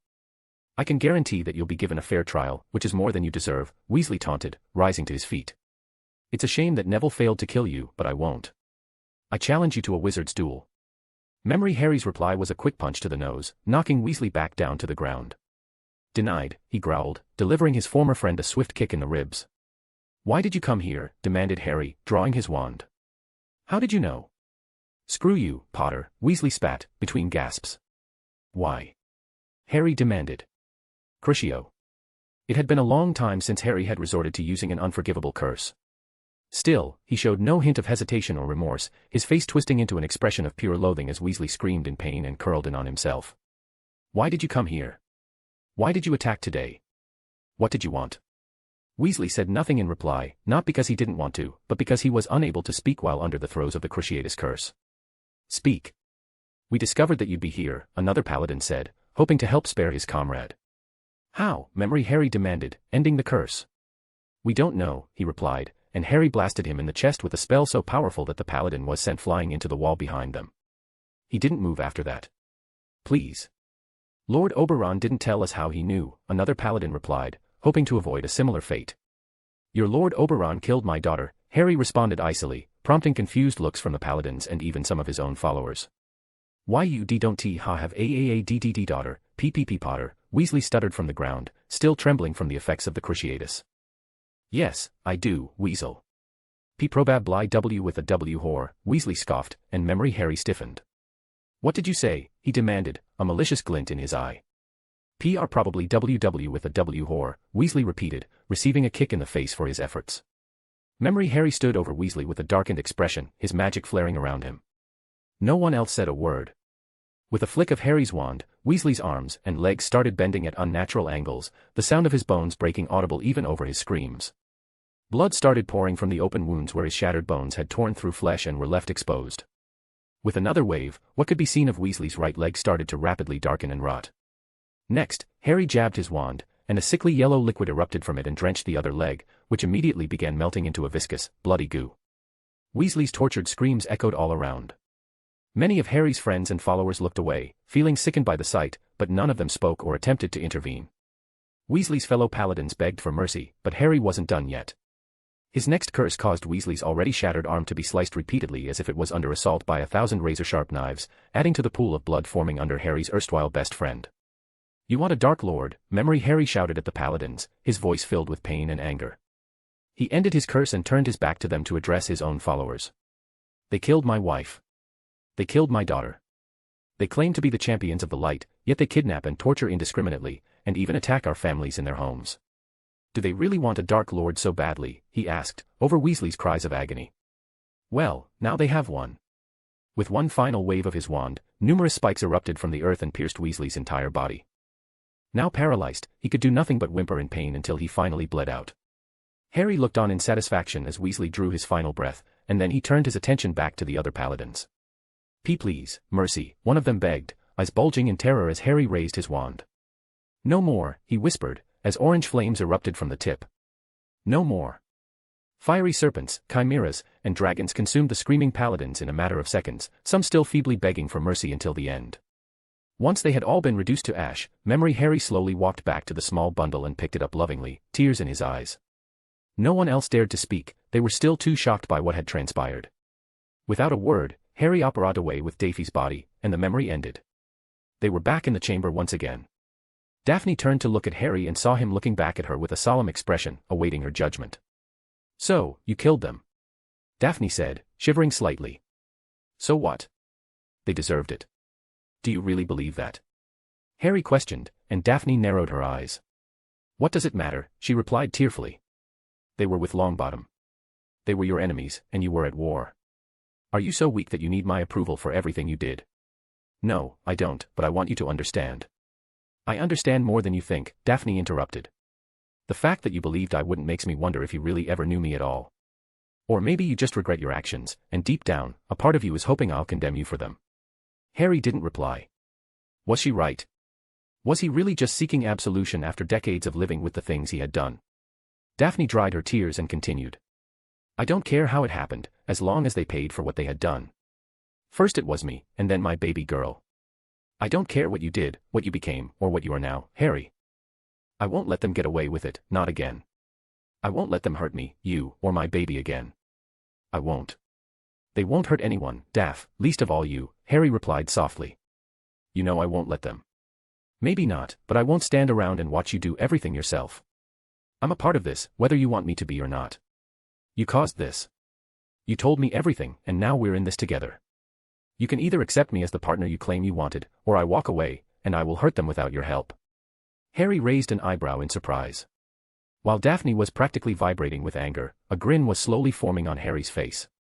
This was the woman he fell in love with all those years ago. She was right, after all, and he was finally seeing things clearly. He never should have doubted her in the first place, nor should he have doubted himself.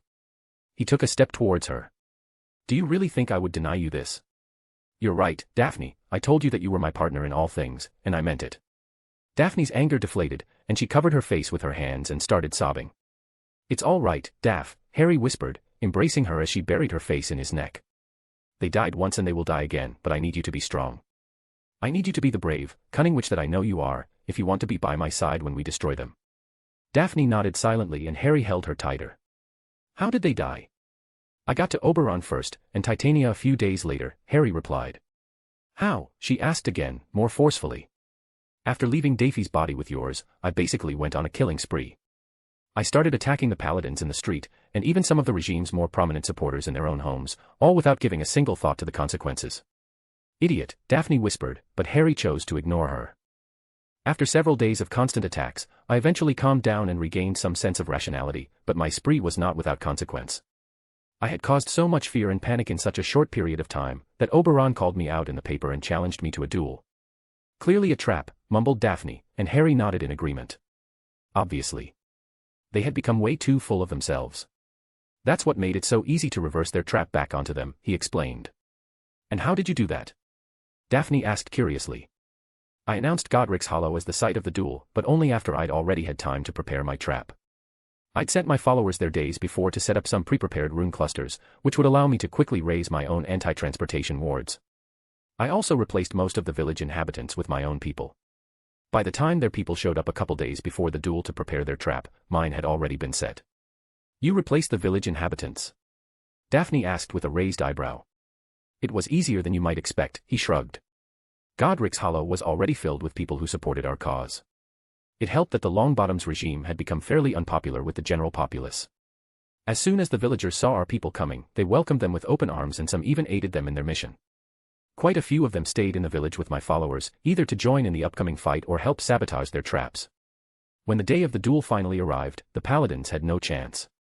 Oberon died, Daphne flatly stated. Oberon died, he nodded. Daphne pointed to the Pensive, and he knew at once what she wanted. Are you sure? She just glared at him, and with a chuckle, he grabbed her around her waist and kissed her hard on the mouth. Gods, I love seeing that look on your face, he said in a low voice, making Daphne blush. With a grin, Harry withdrew the memory and dropped it into the Pensive. This time, Daphne took his hand, and they entered it together. Memory Harry steadfastly approached the village of Godric's Hollow, walking with a sense of purpose as his black cloak billowed in the wind. The outskirts of the village were calm and devoid of people, but Harry continued on. He stopped a short distance from the village proper, where nearly 50 people clad in robes and armor were waiting for him. Oberon was standing in the center of his paladins with his arms crossed, wand in hand. Glad to see you showed up, Dark Lord, Longbottom said contemptuously. Harry said nothing in reply. Today, we will finally end this, Potter. You will pay for all the lives you have taken. Will I? Harry asked defiantly. And how do you intend to do that? By sending your minions against me. It's supposed to be a duel between the two of us, Longbottom, and as you can see, he said, gesturing to the empty space around him, I did come alone. Oberon/Longbottom snorted. Did you actually believe I'd be stupid enough to face you alone, he asked, and the paladins surrounding him chuckled. It's important to know your limits, Potter. I may be a powerful wizard myself, but I'm well aware that I'm still no match for you, even with my wife's teachings. So, you concocted a trap, Memory Harry snorted. How predictable. Tell me, Neville, how long did it take for you and your pathetic generals to come up with this amazing plan? You mock us, and yet here you are, alone and defenseless in the face of our superior numbers, Longbottom replied. Not even you could stand a chance against us. You cannot escape by portkey or apparition, and we've made sure no reinforcements can reach you. Surrender now, and we will grant you a fair trial. That's quite a generous offer, Memory Harry replied, calmly drawing his wand. Allow me to return the favor and offer a counter-proposal. Surrender now, and I will let you live. You'll do what? Daphne exclaimed, turning sharply towards Harry. Just keep watching. He reassured her. The paladins all laughed. Surrender to you, laughed Longbottom, looking around at his paladins and inviting them to share the joke. Open your eyes, Potter, and see what's around you. You're all alone here. We've raised wards to prevent your escape. You can't call for reinforcements, and should I need them, I have the people of Godric's Hollow on my side. Why would I even consider surrendering to you? A smile crept across Harry's face. With an emotionless laugh, he raised his wand above his head, and a white flash illuminated the entire area. At first, it wasn't obvious what had happened. A few seconds later, one of the paladins looked up and pointed to the sky. Hovering in the air was a large, black emblem depicting two wands crossed over each other in an X. What's that? Daphne inquired, looking up at the symbol. The Black Wand's mark. It was essentially my version of the Dark Mark. And what exactly did you hope to accomplish by casting your Dark Mark, Potter? Demanded Longbottom, but Harry didn't deign to respond. Once again, the area was lit up by a huge flash, and the paladins suddenly found themselves surrounded. There were dozens of witches and wizards, wands drawn and awaiting the order to attack. Others were carrying swords, axes, or other weapons, some of their wielders looking quite savage. There appeared to be a few giants and trolls scattered about too, and even a few battle-ready centaurs. To add to the paladins' problems, more wizards filed out of the nearby buildings and blocked their escape. It seemed that Longbottom's assertion that the people of Godric's Hollow were on his side had proven to be incorrect.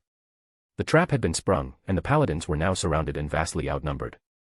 Harry stepped forward to address his enemies, his arms held out wide. Allow me to present my army. Our ranks are filled with those who have been wronged by you and your bitch of a wife for all these years. Wizards, witches, werewolves, vampires, giants, trolls, and centaurs, all of them united by a common purpose. We all want your blood. The tension was almost palpable, as if the entire area was primed to explode and was just waiting for a spark. Longbottom looked like he was starting to panic. He glanced around at his companions, many of whom were already quailing in the face of the bloodthirsty looks directed at them by Harry's army. We surrender. Longbottom shouted, realizing they had no chance. Everyone turned to look at Harry. Do you, now, he said, a dangerous gleam in his eye. Yes, you offered to spare our lives in exchange for our surrender, Longbottom replied, tossing his wand to the ground. We surrender to you, Lord Potter. Neville, Neville, Neville. Harry countered, his eyes blazing. I lied.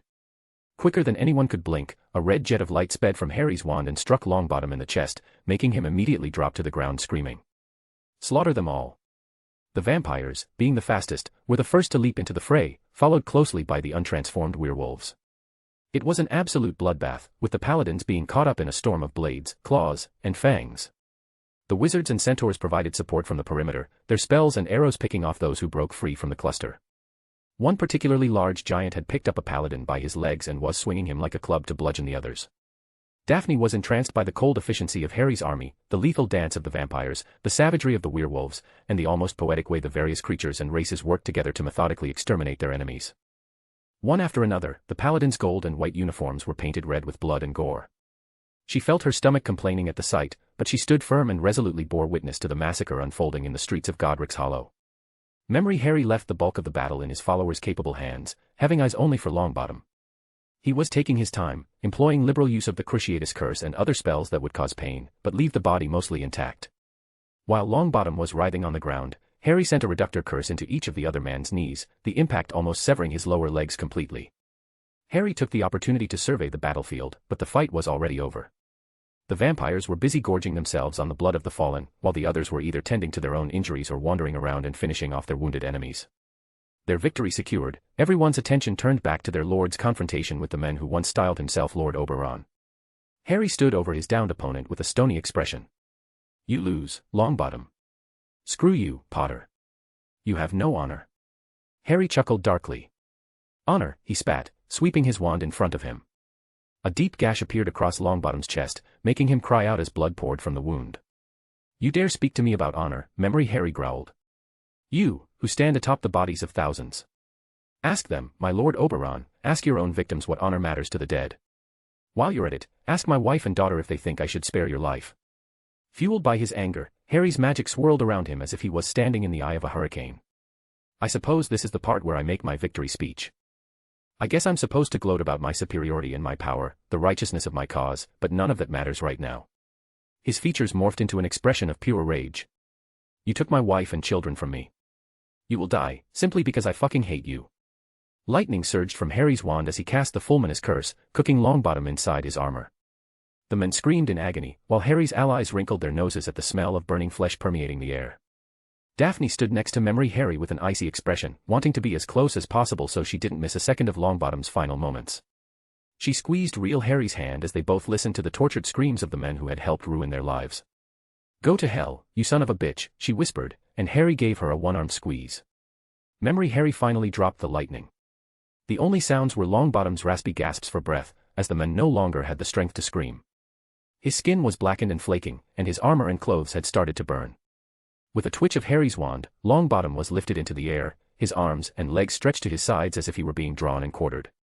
With another twitch, his clothes were ripped from his body, leaving him completely naked, hanging in midair. There was a massive surge of magic as Memory Harry cast his next powerful spell, the result nearly making real Daphne vomit. Every inch of Longbottom's skin was neatly ripped from his body and fell to the ground below him. What was left was a hideous display, a body devoid of skin, dripping with blood, its chest charred and blackened. The gaze from his lidless eyes spoke of unimaginable suffering, yet he did not make a sound, apart from the occasional whimper. Memory Harry started repeatedly casting the same greenish-gray curse at what was left of Longbottom. At each point of impact, the muscles started to atrophy and turn the same sickly color as the curse that caused the damage. What's that curse you're casting? Daphne asked. It's a fast-rotting curse, he replied, and Daphne could see that it was aptly named. Is it painful? She asked hopefully, and Harry nodded gravely. He would feel the pain of rotting from the inside, his organs shutting down one by one until the curse reaches his heart and he finally dies. So yes, I would say it's quite painful. The corruption from the curse was visibly spreading throughout the body. Not one to sit idle, Memory Harry cast another volley of cruciatus curses at Longbottom, though it had little impact, as he was already dead. Memory Harry released his spell and let the body hit fall to the ground, ignoring the celebratory cheers of his army and watching the body crumble and rot away in front of him. Potter. Potter. Potter. Potter, they all chanted, and Memory Harry raised his head to address his followers. Prepare yourselves. In 2 hours, we join our brothers and sisters in the march against the Ministry. Let us end this damned war once and for all, he announced, his gathered army responding with shouts of agreement. The memory ended, and the couple left the Pensive. That was disgusting, Daphne whispered, but she had a satisfied look on her face. Harry shrugged noncommittally, then Daphne reached out and pulled him into a hug. Thank you, she said, and he held her tightly without saying a word. Where were Theo, Tracy, my sister, and everyone else? What happened with Titania? That wasn't my full army, only a part of it, Harry explained. The other half was preparing for the assault on the Ministry. The Knots and Astoria were with them, along with the other remaining Black Wands. While Longbottom was a priority for me personally, the Ministry was the top priority for the resistance movement. I'm guessing they didn't like you sending them away, Daphne quipped, and Harry rolled his eyes. You would be correct, but in the end, they did as I asked them to. The plan worked. And quite well, I have to say. But what about Granger? Before we took care of her, we invaded the Ministry and captured everyone who was considered high profile in their regime. Many were executed, and we established a provisional government in less than a day, with a council of humans, werewolves, vampires, everyone in our alliance, Harry told her. Daphne's eyebrows shot up. And everyone just accepted that, she asked. They didn't have a choice. Those who complained quickly learned not to, but there was far less resistance than even I expected. It turned out that a majority of people actually considered us heroes and liberators. After we won, there were celebrations across the country, not just the major spots like Diagon Alley and Hogsmeade. It made all the celebrations after Voldemort's demise seem pale in comparison. Daphne just shook her head in amazement. That afternoon, we were finally able to determine Titania's location. Everyone wanted to go with me, of course, but that just wasn't feasible. In the end, I took half of the army, along with Theo, Tracy, Blaze, Millie, Tori, Jason, Hannah, and Justin. The rest stayed behind to keep the peace and get started cleaning up the Ministry, St. Mungo's, and a few other important locations. So, you found her, and we invaded the new Longbottom estate in force. There were quite a few paladins stationed there, but they could only put up token resistance against our superior numbers, and we easily took control of the grounds and the manor. In the end, I blasted my way into the library where she was hiding and faced her alone. I want to see it, Daphne stated, but Harry had expected she would and was already pulling the memory from his mind. Entering the Pensive, they found themselves accompanying Memory Harry as he marched through the corridors of an opulent manor, his wand in his hand. Memory Harry paused in front of a set of large, oaken double doors fashioned with gold hardware. He waved his wand, and the massive doors exploded inwards, allowing him passage into the grand library. He cautiously stepped through the doorway with his wand raised in front of him. "Come no further," a shrieking voice commanded. Hermione Longbottom was standing at the far end of the room, her wand out and taking up a defensive posture. She was wearing expensive-looking gold and white robes, which did little to hide the swell of her pregnant belly. Interestingly, in her other hand she was holding a strange, leather book, which was attached to her waist by a delicate gold chain. "You don't get to demand anything from me, bitch," the Dark Lord replied. "You monster." Reducto. Memory Harry easily deflected the curse and countered with a powerful blasting curse of his own. An unfamiliar red shield materialized in front of Hermione, and Harry's curse ricocheted off it and demolished a nearby bookshelf. Harry looked surprised by this development. His spell should have been strong enough to break her shield, or at least drive her backwards, but neither she nor the shield seemed to be affected in the slightest. "I'm a monster. So says the woman responsible for thousands of deaths, among them her own godson, my wife, and my children," Harry growled, and then he lobbed a purple curse towards Titania, who ducked behind another bookcase. "I told you it was an accident. What happened to Daphne was regrettable. Don't even dare," he shouted, and then he blasted the bookcase into smithereens. Titania's shield remained up, but the blast actually seemed to affect her this time, and she nearly fell backwards. Did the shrapnel from the destroyed bookcase somehow penetrate her shield? Teddy was an accident as well. Hermione shouted, her wand pointing at Harry. He started to develop werewolf strength and speed. He was our best chance to learn how to cure the disease. It was unfortunate that he died during the lab tests. "Unfortunate," roared Harry. "Unfortunate. You experimented on our young godson until it killed him, and all you can say is that it was unfortunate. Was my wife's death unfortunate because she drank the potion that was meant for me? Of course. If she hadn't drank it, then she would still be alive. You would have voted for us, and everything would have been fine. You tried to break up my marriage and enslave me over a bloody vote. You aren't innocent in this." "Our path was righteous," Hermione snorted. "We intended to bring change to our world, and sometimes sacrifices needed to be made to achieve our goals. Ginny wanted you, so we gave her a way to have you and ensure your cooperation all at the same time. All she had to do was make sure you voted for us, otherwise, we didn't care what you did." Even through his rage, it was easy to see that Memory Harry was baffled by his one-time friend's twisted logic. "Are you even listening to the filth you're spewing? You caused all of this. You and your husband nearly destroyed us and our way of life." "We made it better," she replied angrily. "We brought the wizarding world into the 21st century. We took the power away from the old families and gave a voice to the oppressed, the Muggleborns, and those ignored by the old regime. And yet, most of them also fight for me against you. Traitors, that's what they are. They will be dealt with." Daphne was dumbfounded by what she was seeing. It was true that she never liked Hermione Granger. Daphne always thought she was bossy, authoritative, overly opinionated, plus some other less than savory traits, but this was on another level. This Hermione Longbottom seemed completely unhinged. Is she stupid, or was she? I don't even know. I mean, what the hell? Daphne wondered out loud. Harry snorted, but he didn't take his eyes off the memory. "You seem to think you'll be leaving this place alive," snarled Harry, as his spell was again deflected by her shield, the ricochet splitting a nearby shelf in two. "What is that shield?" "Ancient magic beyond anything you've ever seen, Dark Lord," she replied with a cruel laugh. "You cannot touch me. Surrender now, swear your allegiance to me, and I will let you live." "Don't be ridiculous," Harry shouted. He proceeded to cast several blasting curses in short succession, but instead of targeting Titania, he took aim at her surroundings. His magic may not be able to penetrate her unusual red shield, but she was vulnerable to physical impacts. He had seen how the exploding bookcase had almost knocked her over earlier. Titania held her ground and focused on her shield, but Harry's tactic proved effective. The wall, the floor, and the shelves around her started exploding, and soon she was knocked off her feet, losing her wand in the process. Harry summoned her wand from the ground. "Now I'm going to kill you, you bitch." Terrified, Titania looked up at him as he snapped her wand with one hand. With a snarl, she picked up the strange leather book she had bound to her waist and raised it above her head. "Rasselthoth, I order you to come to my aid." She looked positively feral, her face contorted with anger and hate. Memory Harry steeled himself and started scanning the room with his eyes, not sure what to expect. "What is she doing?" Daphne demanded. "You'll understand soon enough," Harry grimaced, crossing his arms. "I can tell you that she's even more stupid and weak than you believe." Daphne turned to him and saw that his eyes were glowing again, looking down at the memory of Titania with a look of utmost loathing.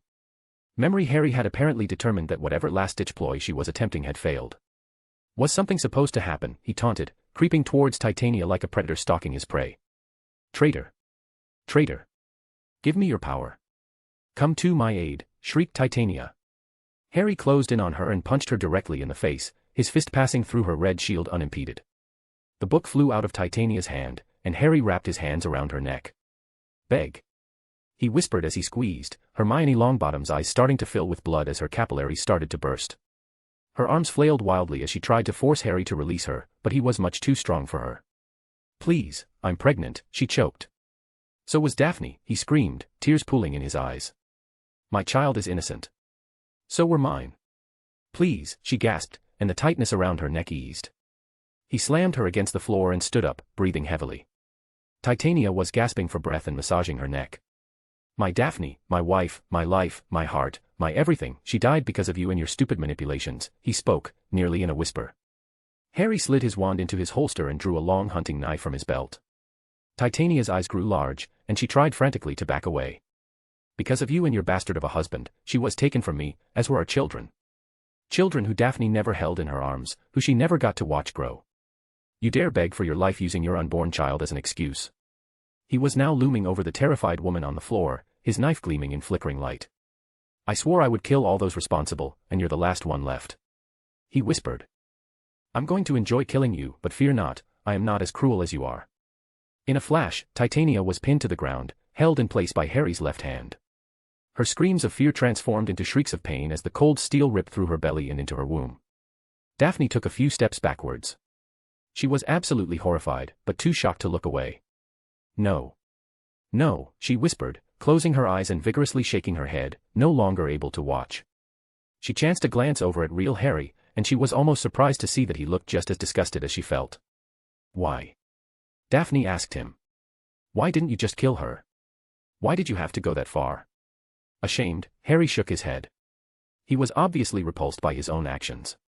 He pointed at something on the ground, but all Daphne could see were some books strewn haphazardly across the floor.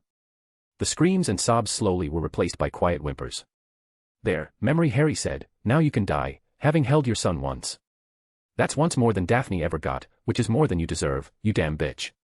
Daphne opened her eyes again and saw Titania cradling a tiny baby in her arms, both of them covered in blood and obviously suffering. Harry's arms were soaked with blood up to the elbow, helping hold the baby in place as Titania drew her final breaths. Daphne stepped up closer to get a better look at Memory Harry, and she was astonished to see that the whites of his eyes had turned an inky black. Harry, what's happening? Daphne asked nervously. Something far more insidious than the Imperius curse, compulsions, or even possession. Control, through the complete subordination of one's will. See control. What do you mean? When you magically control someone through spells or potions, what you are essentially doing is overpowering that person's will. The target has no say in the matter, they do as you command, whether they want to or not. This was different. I wanted to kill her. The idea to cut her child from her was mine, or at least that's what I thought. His power, it infected me. He filled me with rage and regret, and he tore through my inhibitions like they were wet paper. There were whispers of encouragement, so subtle that I almost didn't consciously notice them. He pushed me to dispose of Titania in such a gruesome manner, but it felt like it all came from within me. What? She asked, clearly not understanding. What do you mean? Who's he? The piece of soul inhabiting that damned book on the ground, Harry replied, pointing again to the same spot floor. This time, Daphne looked more closely and recognized the book Titania had been holding moments before. Wait, a soul. As in a Horcrux, she asked, and Harry shook his head. At first, that's what I thought too, but no. In some ways it's similar to a Horcrux, only far worse, and several times more dangerous. Memory Harry lifted his wand, and the outer wall of the library exploded outwards, leaving a gaping hole that flooded the room with the light of the setting sun. Harry approached the hole and looked down onto the grounds. His army was gathered below and looking up in anticipation. With a wave of his wand, the bodies of Titania and her child passed through the hole and hovered in the air. My friends. Harry shouted, his voice amplified, we have won. The crowd roared in approval and jeered at the bodies floating on display. Then the chants began, chants of victory in the name of their lord and leader. Victory. Potter. Potter. Potter. Potter.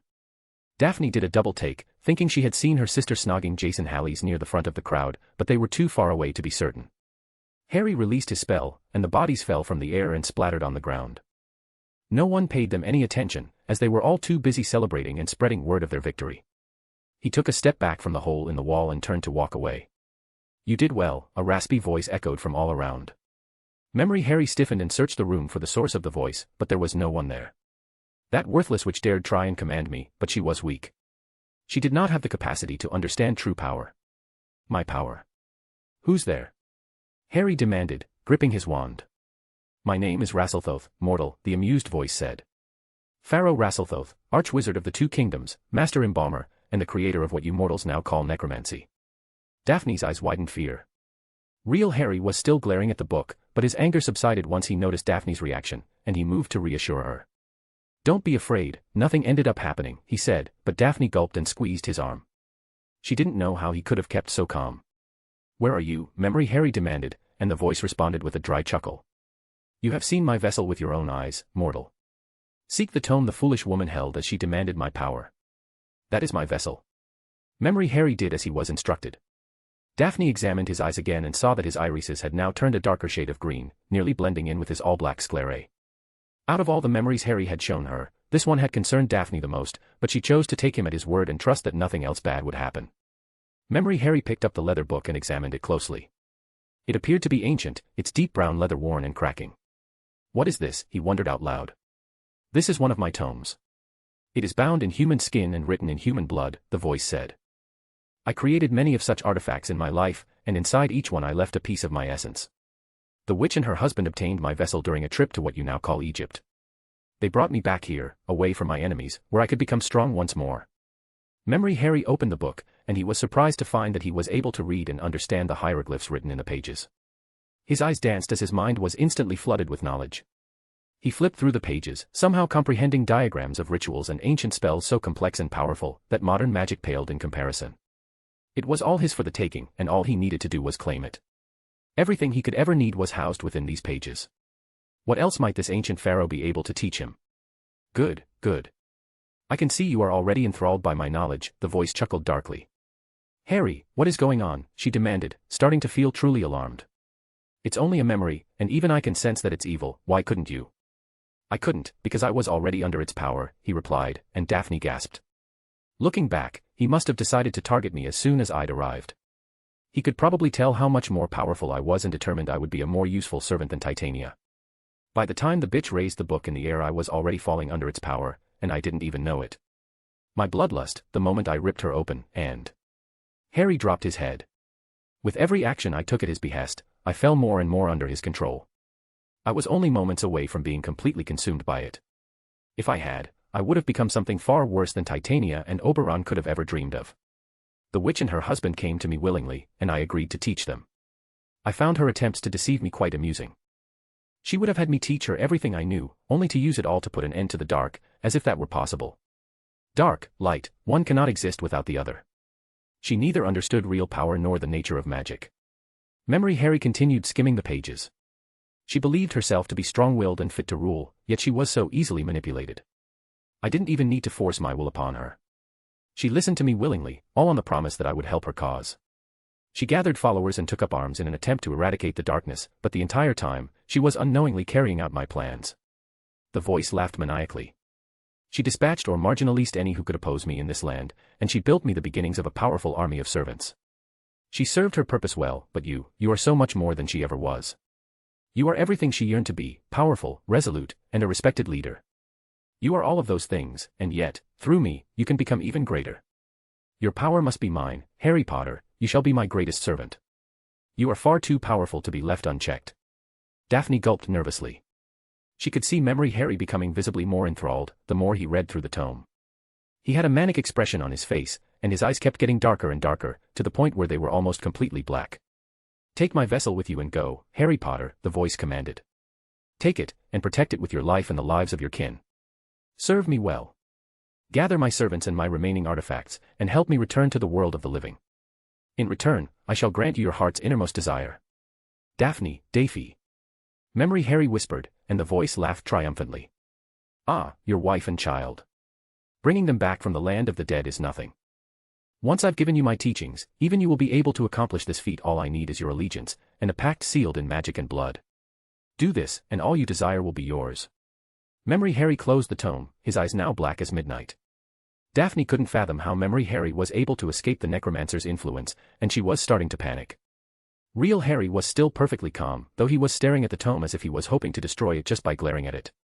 "My love, my children, all I want," Memory Harry whispered in a trance-like state. He readied his knife to swear the required blood oath, when something happened. There was a whisper, perhaps even a memory. It was difficult to tell what had actually happened, but all of a sudden, Memory Harry had started gasping for breath and was wildly looking around the room.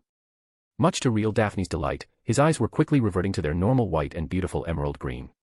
"What?" he inquired loudly, looking around the room in confusion. Then he suddenly remembered what he was holding, his eyes widening at the sight of the tome in his hand. "How?" the voice roared, and Harry staggered slightly as he felt his mind come under assault. In a panic, he threw the tome to the floor and cast a torrent of fiend fire directly at it. Surprisingly, the tome didn't immediately burn, even though everything surrounding it was immediately incinerated. For a moment, it seemed that the artifact was going to successfully fend off the serpentine flames, however, the fiend fire proved to be more powerful in the end. The cover started to blacken and catch fire as the first of the flames penetrated its protections, and the rest was consumed within seconds. "NNNNOOOOO," the voice shouted again, and a grey, smoke-like figure emerged from amongst the flames. The shade of the long-dead Necromancer had taken form above the ashes of its earthbound vessel, its glowing red eyes focused on Memory Harry. The shade raised its arms as if preparing for an attack, but with a scream, it faded and disappeared, as it was finally consumed by the smoke and flames raging throughout the Longbottom's library. Memory Harry was bent over slightly with his hands on his knees, trying to catch his breath, when a new voice called out to him. "Well done, Master Potter." Memory Harry immediately directed his wand towards the voice. Standing in the doorway was a pale man decked out in chainmail, underneath a set of dark red robes. In his hand was a gleaming silver longsword. "I feared I would have to kill you, but I'm glad it didn't come to that." Who are you?" Memory Harry asked. The man smiled at him, revealing his sharp fangs. "My name is unimportant, for now," the vampire replied. "Just know that you have made powerful friends this day, Master Potter." "But we need to leave, before the flames overtake us," the vampire interrupted. "I don't know about you, but I have no intention of dying today." Memory Harry hesitated a moment, but he recognized the sense in the vampire's plan and quickly followed him out of the library and away from the inferno. The memory ended in a flaming swirl, and they were back in the chamber. "You know, I really was afraid." Harry didn't get to finish his thought, because Daphne immediately latched onto him and started sobbing. He exhaled deeply and started rubbing her back. "It's all right, Daph." "What was that thing?" she asked between sobs. "More than a Horcrux, but less than a man. Locked within that book was a piece of an enormously powerful wizard's soul. I'd learned quite a bit about Horcruxes while hunting Voldemort's, but that artifact was much stronger and capable of so much more than a mere soul container." Daphne stopped crying and regained her composure. She stood on her tiptoes to give Harry a leisurely kiss, and then she was back to her usual self. "I know it was just a memory, but that was still one of the most terrifying things I've ever witnessed," she whispered. "I just wanted to see Titania killed, I wasn't expecting that.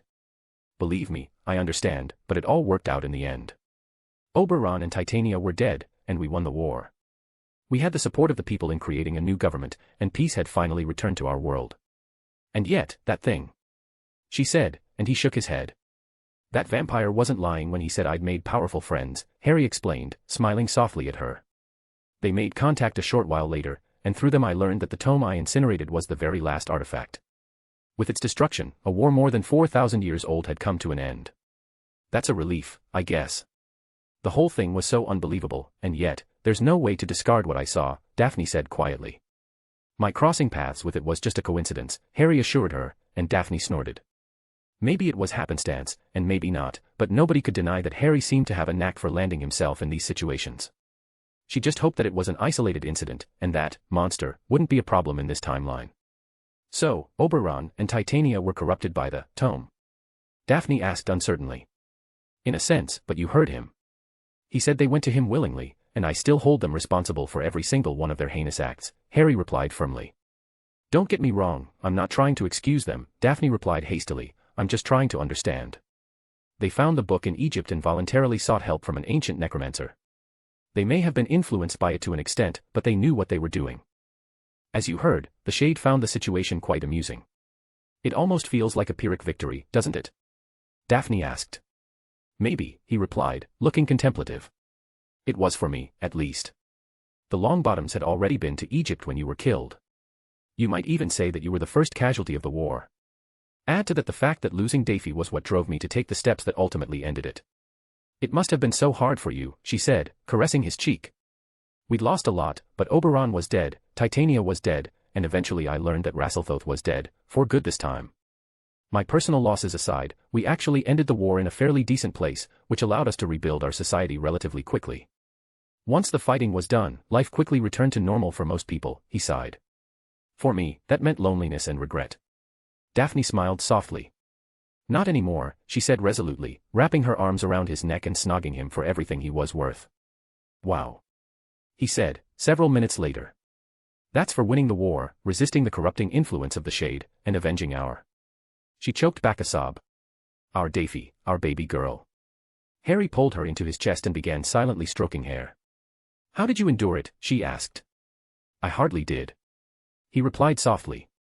I buried myself in work and spent some time with our friends and family, but even with those distractions I barely held it together. Sometime around my 50th birthday I found some mind spells that allowed me to create versions of you and Daphne in my mind. I thought it might help, but instead, I completely lost myself. I spent so much time locked inside my own mind with them that I almost died of hunger and thirst. Daphne's eyes widened. Thankfully, Dobby was there to help pull me out of it. From that point on, I just tried to keep myself occupied. I threw myself into my research and tried to learn as much as I could, which is what ultimately set me down the path of creating the ritual that let me come back for you. I just really hated my life, Harry sighed. If it wasn't for Astoria. Why? Daphne asked sharply, and Harry realized he needed to make sure she didn't get the wrong idea. Astoria was only ever a sister to me, he reassured her. She was the closest family I had left. We spent plenty of time together, but nothing like that ever happened, and neither of us ever wanted it to. Good, Daphne whispered, wondering where that wave of jealousy came from. Harry yawned. He checked the time, and they were both surprised to learn that it was nearly 4 o'clock in the morning. Wow, time did fly, Harry chuckled, while Daphne sat back down in the chair and hid a yawn behind her hand. They were both still wearing their dress robes. The ball and the conflict with the Weasleys felt like a lifetime ago. Had it really only been a matter of hours? After everything she'd witnessed and experienced that night, Daphne didn't feel like the same person she was before. She'd changed. She knew what she wanted out of life, and she knew what she needed to do in order to get it. Everything else seemed trivial by comparison. So, now you know the full truth about why I despise Longbottom, Granger, and the Weasleys. I've shown you who I really am, and the things that I've done. Knowing all this, has anything changed for you? Yes, Daphne admitted. Harry held his breath for a moment, but he waited for her to continue. I can't stay idle and watch you do everything alone. You say I'm your partner in all things, and it's time I started contributing. I want to help you. First against Voldemort, and then in taking vengeance on the bastards that killed me and our daughter, and nearly destroyed our world. After that, I want. Daphne blushed. What? He asked, and Daphne shed a single tear. I want Daphne back, Harry. I never knew her, but I want her. Harry rose from his seat and knelt by her side, taking her hand. Daphne may be lost to us, Daph. Millie never told me where she got the baby that became our Daphne, nor where she found the recipe for the potion. We can have another daughter, but she won't be Daphne, he whispered. I know, she said quietly, wiping her tears. Harry stood and pulled her up into a hug. Do you want to call it a night? He murmured into her hair. It's been an emotional day for both of us. I do. I'm exhausted, she replied. Dobby can take you to your dorm. Daphne's stomach sank at the thought of going back. No, I don't want to be alone tonight, she responded, blushing slightly. Can I stay with you? Nothing will happen, only sleeping, she felt the need to add, which Harry found amusing. Naturally, he agreed, and Dobby was sent to Daphne's dorm to retrieve her pajamas. I should tell you, I usually sleep in my underwear, Harry said with a wry grin, and Daphne's cheeks flushed again. But I think my other self had some pajamas in the trunk, let me check. I wouldn't want to make you uncomfortable. You wouldn't, she replied quietly, while Harry searched through his trunk. Is it all right with you if I sleep only in pajama trousers? He asked over his shoulder, and Daphne nodded her agreement. Dobby popped into the room holding a set of thin, silver pajamas.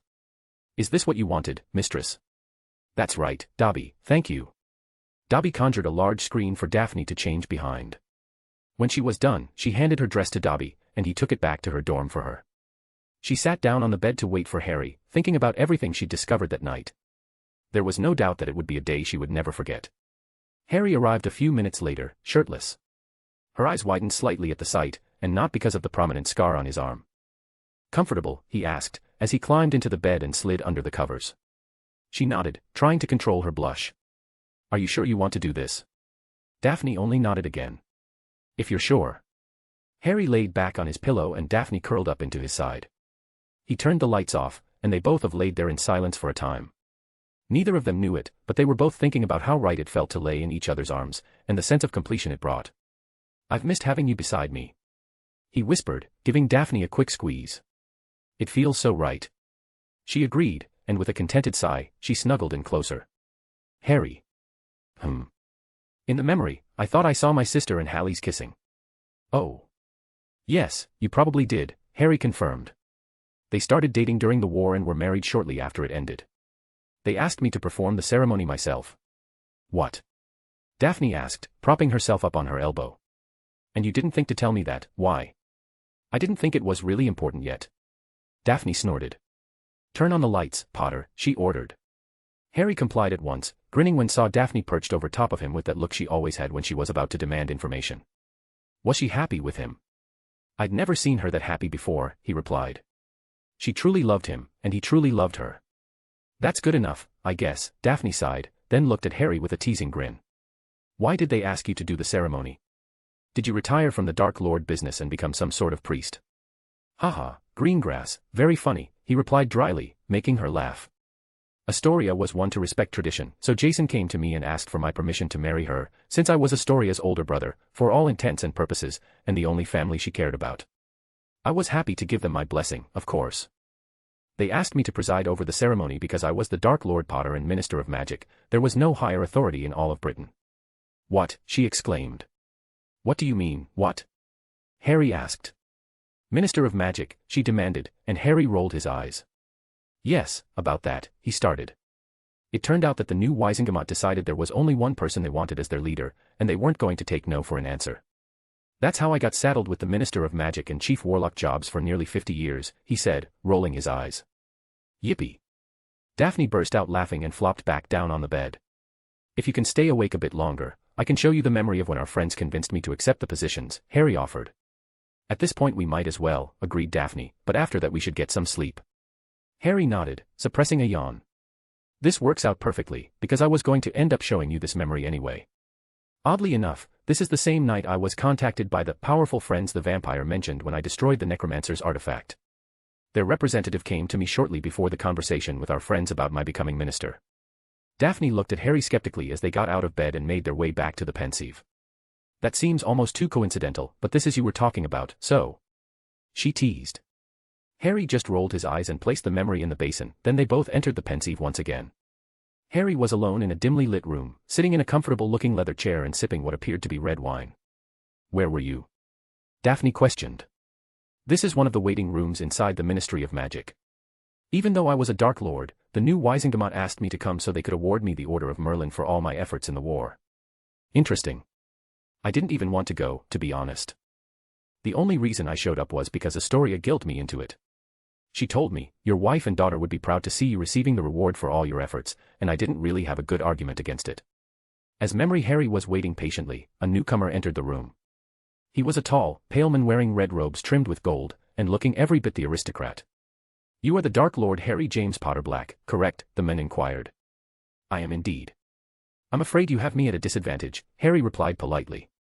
Being a Dark Lord was no excuse for poor manners, after all. While being ruthless and powerful was an occupational requirement, it was important to be charismatic as well. "I am Count Bahadur Assel," the man introduced himself with a bow. "I am a member of the Miharjai clan." "I'm afraid I've never heard of it," Harry responded. "I'd be surprised if you did, Lord Potter," the Count replied with a friendly smile.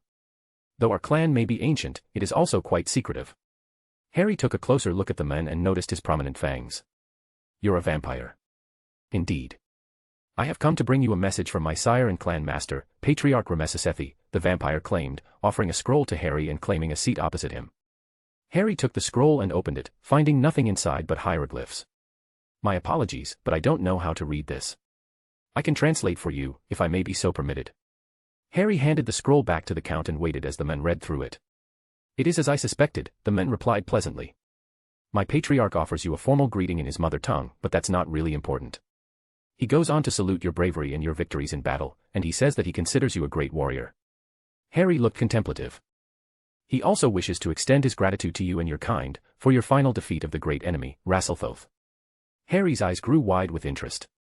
Hold on, the Necromancer's soul in the tome, he asked, and the vampire nodded solemnly. My patriarch offers a short resume of the great enemy along with the history of the Maharaji clan. If you wish, I can translate it for you. At Harry's nod, the Count continued. Millennia ago, in what we today know as Egypt, a powerful wizard was born and given the name Rassel. He grew to have a fascination with death, even becoming an embalmer in service to the pharaoh.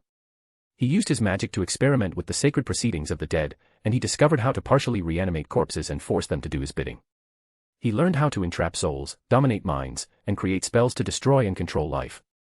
Ancient legends state that he experimented upon my kind with the intention of devising a method for achieving eternal life. At the height of his power, he took the name Rasselthoth and gathered an army of his own, which he used to conquer the kingdoms and name himself pharaoh. The next 100 years were mired in darkness, until the first Maharaji, a group formed by priests and soldiers, came together to oppose him. After many years and countless battles, but the physical shell of Rasselthoth was eventually destroyed. That was when our ancestors came to learn of the many artifacts created by him, each of them housing a small sliver of his essence. Like a Horcrux? Asked Harry, and the Count shook his head. Regrettably, Herpo the Foul created such horrid things by studying one of the great enemy's artifacts. While inferior to the objects that inspired them, Horcruxes serve the same general purpose as the enemy's artifacts. They both even require the mutilation of one's soul. If not a Horcrux, then what exactly was that thing? I believe that the best explanation would be to describe it as a sort of window. Harry raised an eyebrow, his inquisitive expression making the Count chuckle. The great enemy is dead and resides beyond the world of the living, but not completely. While those artifacts remained, the enemy would have a window by which he could partially manifest in the world of the living. Through these items, he could possess living creatures and perform some limited magic. With the right conditions in place, the artifacts could even enable him to step through the window and fully return to our world. Fortunately, our ancestors managed to destroy several of the artifacts all those millennia ago, greatly diminishing the great enemy's chances of returning. However, as long as a single artifact existed, Rasselthoth was a threat to our world. Now, we Maharaji have been at war against the great enemy since the beginning, and throughout history we managed to destroy several more artifacts. Believe it or not, but Carthage was actually corrupted from within by one of these artifacts, forcing the Maharaji to sponsor Rome to destroy the city. Memory Harry looked impressed. The power these Maharaji wielded must be significant if they were able to achieve such a thing, even in the ancient world. But none of that is relevant. For now, all you need to know is that some years ago, we located the stronghold where the enemy's final artifact was housed. We attacked in force, but the High Priest, an individual known as Veridthoth, escaped with the book. He was a cunning man, one who claimed to be the great enemy's greatest disciple. He was eventually found and destroyed, but he had already hidden the tome and we were unable to locate it. In Egypt? Asked Harry, and the Count nodded. This Veridthoth must have passed it to someone, and the Longbottoms somehow acquired it. That is our suspicion, as well. We followed the tome's trail to Britain nearly 4 years ago, staying hidden while we planned to recover the item. We were not successful in infiltrating the Longbottom estate ourselves, so some of our warriors joined your army in hopes you would achieve our goal for us. The vampire. Harry remembered. Victor Arpad, the Count confirmed. Vampire, and a skilled infiltrator. He spoke highly of you, and of your battle of wills against the enemy. He also mentioned that you nearly yielded. May I ask you where you found the will to resist? Harry gazed back at the men, deciding whether or not he wanted to share the tale. For a moment, I believed I saw my wife and daughter calling for me from behind a glass wall. They were yelling and trying to get my attention. It looked as if they were doing everything they could to break its spell over me. It was enough. Yes, love is indeed powerful. Whatever the cause, you were able to destroy the tome, and for that, we Maharaji are in your debt. We would like to reward you for your efforts, and perhaps do some business with you, as well. Oh. Yes, which leads us to the rest of the Patriarch's missive. Those who contribute to our mission are usually offered membership in our clan. After becoming a member, you would have access to all of our lore and secrets. In return, we would request that you to add to our library and occasionally offer your assistance to our members, should they stand in your area of influence. Furthermore, should you be interested, you may approach some of our werewolf or vampire members and request their gift. I see, Harry replied thoughtfully. I believe that at this point, you may be wondering if there is a catch, the Count predicted. Harry inclined his head. Well, apart from the slim possibility of being summoned to battle or provide aid, should the need arise, the clan would request nothing more of you beyond a vow of silence and secrecy. I was tasked with making you the offer and giving you a week's time to consider. I shall be staying at the Savoy Hotel for the next 7 days, and you may contact me there at any time. I admit that your offer seems intriguing. I must ask, if Rassel Toth has indeed been vanquished, then why do you still need to recruit? Just because a flood has passed, that doesn't mean you shouldn't prepare for the next one, the Count recited wisely. One never knows when the next great enemy may arise. You realize, of course, that I am considered a Dark Lord. You wouldn't be the first in our midst, the Count replied pragmatically. I see. You mentioned something about business. We would like to learn the spell you used to destroy the tome. Victor Arpad was no wizard, and he was unable to provide us with much information. What's in it for me, if I were to share this knowledge with you? What is it that you want? You can't give me what I want. No, I cannot, the Count replied knowingly. You are not the first to lose everything, Lord Potterblack, the man said, then returned his attention to the scroll. That being said, the Patriarch goes on to request that you address any and all questions or doubts to me. The missive ends with a cordial salutation, and then he signs off, respectfully, Remesasethi. The vampire rose from his seat and smoothed out his robes. As I said, I will be staying at the Savoy for the next week. Please feel free to contact me there anytime, whether it's about your answer to the membership offer, or your price for the spell. I must go now, there are people coming. Have a pleasant day, my lord. The vampire faded from view and disappeared, leaving Harry alone in the room, slightly awestruck. The door to the room opened only seconds later, and his friends filed into the room with him. Theo and Tracy were first, followed by Blaise and Millie. Astoria came in next, pulling Jason behind her.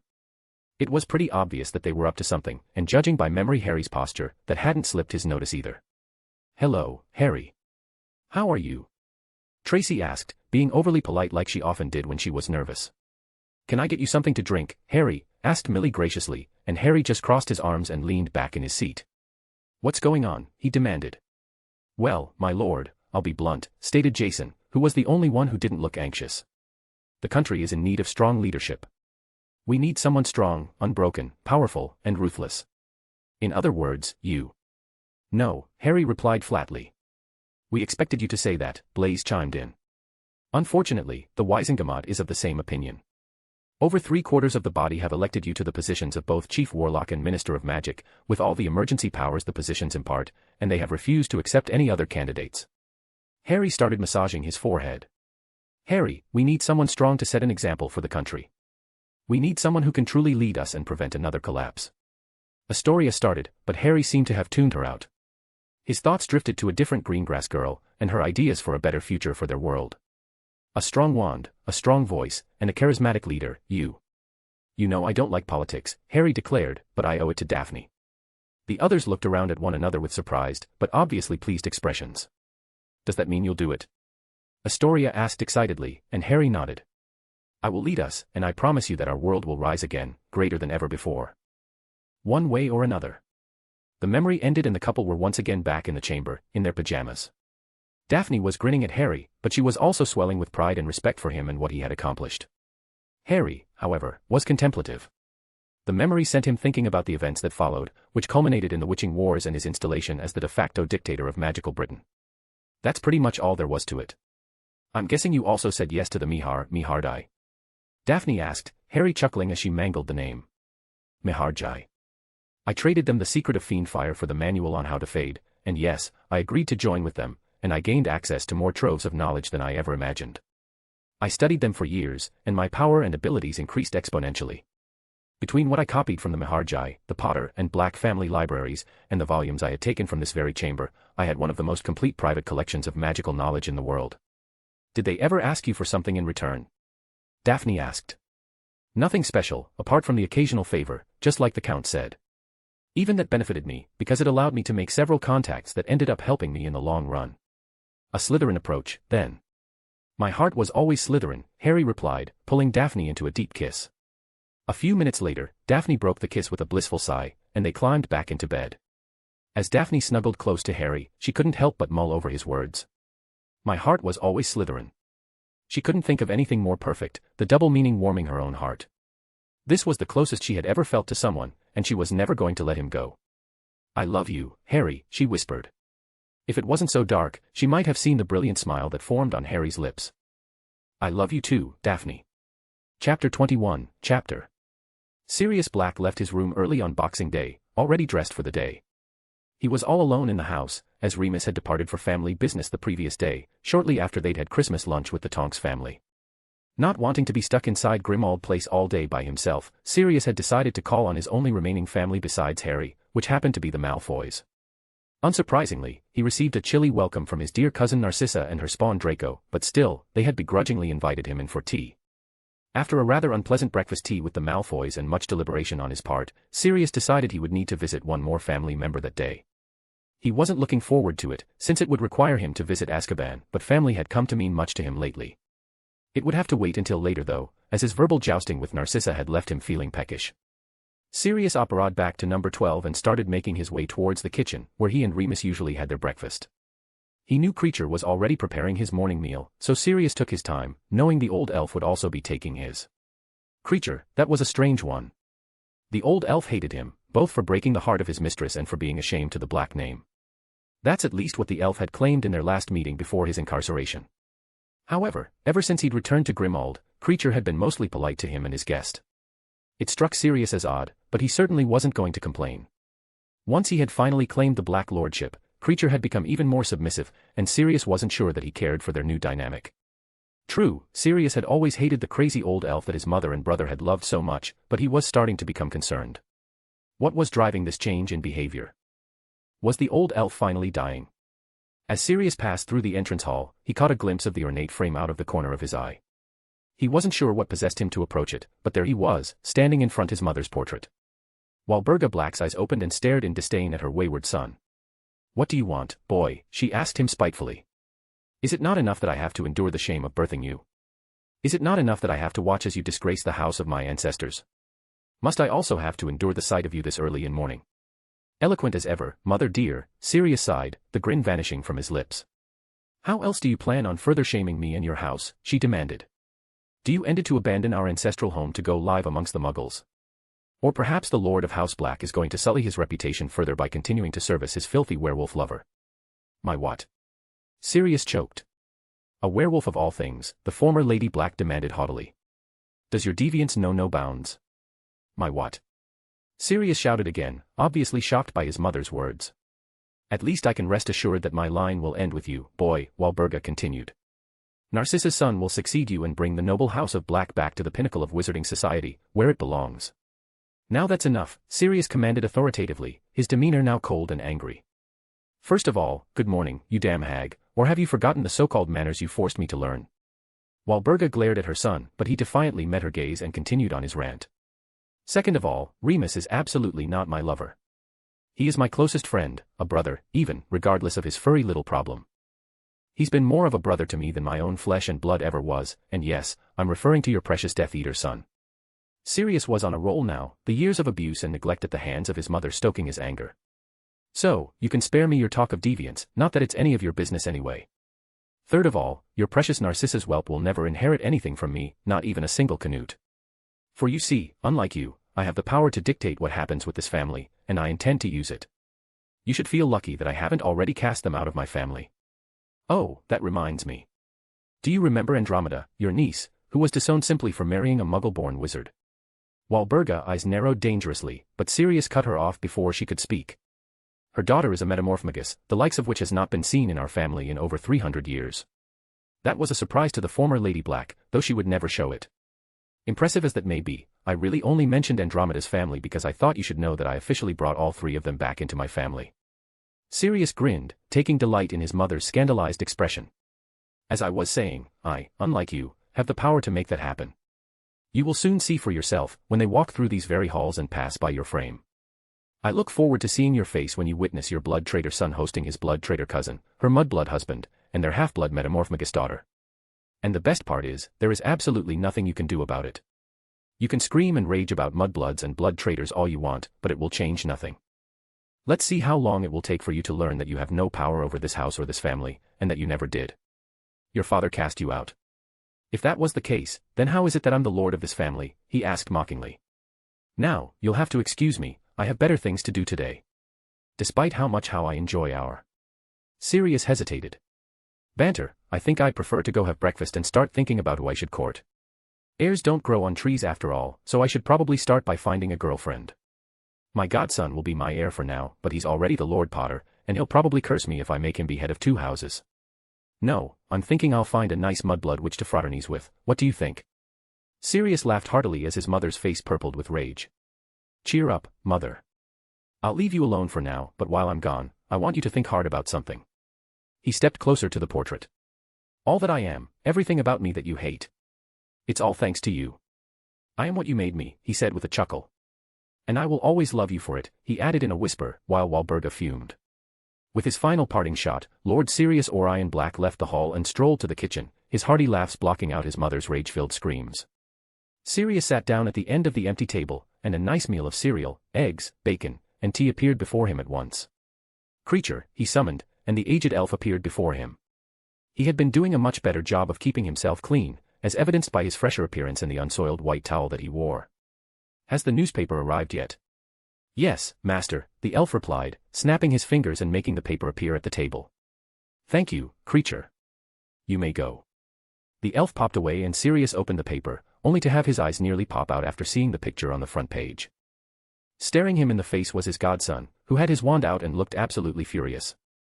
He was standing slightly in front of his beautiful girlfriend, and circled protectively around them both was an enormous snake, which was rearing up with its fangs bared, as if readying itself to strike. Sirius glanced upwards to read the headline. Violent Night. Vicious Attack at Hogwarts Yule Ball. By Rita Skeeter. Sirius read the whole article twice, just to be sure.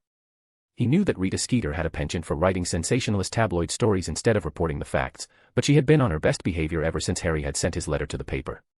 According to Miss Skeeter, Ginny Weasley attacked Miss Daphne Greengrass during the ball, but Lord Potter's gift to his girlfriend summoned the giant snake, which protected her and ripped off her attacker's arm.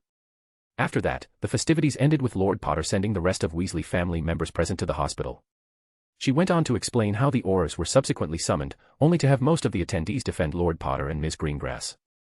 Sirius didn't bother trying to hide his laugh. Reading between the lines, he could almost feel Skeeter's frustration. She was almost desperate to imply that Harry used dark magic, or even revert back to calling him a Dark Lord in training, but she knew she couldn't after Harry's previous warning. Since he came back into his life, Harry Potter kept turning out one big surprise after another, and Sirius had to admit, he was really starting to enjoy it. Damn pup, you're good. Very good, he snickered as he watched the picture. What do you think of your son now, James and Lily? He's nothing like I ever imagined, that's true, and yet. Sirius chuckled. Well, I'd better finish my breakfast before I head off to Hogwarts. No need to rush. Besides, it's only 9, the kid's probably still sleeping. With a grin, Sirius tossed the paper aside and started munching on a piece of bacon. How the hell am I supposed to act like a concerned parent and scold Harry, when all I want to do is laugh my ass off? Break. Daphne rolled over in the bed and opened her eyes to unfamiliar surroundings. She sat up with a start, then relaxed as she remembered she had spent the night with Harry in the Chamber of Secrets. She stretched leisurely, as the memories of everything that had happened the previous night flashed through her mind. Harry must have been up for a while, because he was nowhere to be seen. Daphne noticed she was covered by an extra blanket, which Harry must have done before he left. She hummed in disappointment as she looked around the empty room.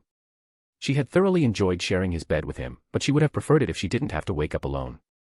Harry, she called, but there was no answer. She had no idea what time it was, but she definitely felt like she could have slept a bit longer. She picked up her wand from the nightstand to check the time and found that it was only 10:15. With a yawn, Daphne plopped back down on the bed, thinking back to everything Harry had shown her the previous night. There was Daffy, his war against Oberon and Titania, Daffy, the artifact of Rasselthoth and the Maharjai, Daffy. Daphne hid a small smile. Just thinking about her daughter and the adorable way she interacted with Harry filled her with joy. She wanted that, so badly. Of course, remembering what happened to her made Daphne feel like her heart was being ripped out, but she didn't want to think about that at the moment. No, she'd rather focus her thoughts on the smiling little girl who shared her face, along with Harry's brilliant green eyes. She wondered if Harry would mind sharing some other happy memories of their daughter with her. She grinned happily at the thought. Who could have predicted that she would fall in love with Harry Potter? If anyone had suggested it to her even a few months ago, she would have laughed in their face. Or more likely, she would have acted cold and aloof at the sheer stupidity of the statement and looked down on whoever had suggested it, but that was then. Now, she would probably just smirk at them and roll her eyes, or maybe even giggle. She felt somewhat abashed at that, and even little irritated with Harry for so easily breaking through her icy exterior. She had an image to uphold, after all, she was not supposed to giggle. She decided to get up and look for the boy in question. Daphne doubted he would have just left her there by herself, so she figured he must be doing something in the cavernous outer chamber. She wondered what they would do next, knowing now what the future held. Harry was actively searching for Voldemort's Horcruxes, which was something she could at least help with. Oberon and Titania needed to be dealt with as well. She had no idea if Harry had anything planned for them, but she would make sure they suffered, and she would have her revenge for the daughter she had never met. Lost in thought, Daphne made it to the doorway of the main chamber of secrets and stopped short. Inside, Harry was naked from the waist up and casting rapid-fire spells at half a dozen training dummies. He was constantly on the move, never staying in the same place for more than a second. Every time he destroyed a dummy, it would quickly repair itself, only for Harry to blast it apart again a short time later. She passed through the door and was immediately assaulted by the sound of explosions and spellfire. Harry had apparently cast a silencing ward over the door, probably so he wouldn't wake her up with his training. The craters and gashes in the stonework gave testament to the destructive power of Harry's spells, not to mention the decapitated snake heads that once adorned the chamber's serpentine statues. Not wanting to interrupt him, Daphne stood just inside the door and watched him in silent awe. His spell work was impeccable.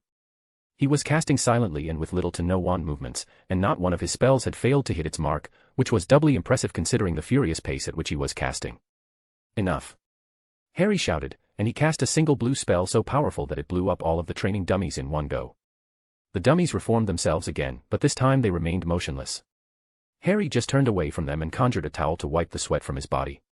"Good morning," he said, noticing that Daphne had been watching him. "How did you sleep?"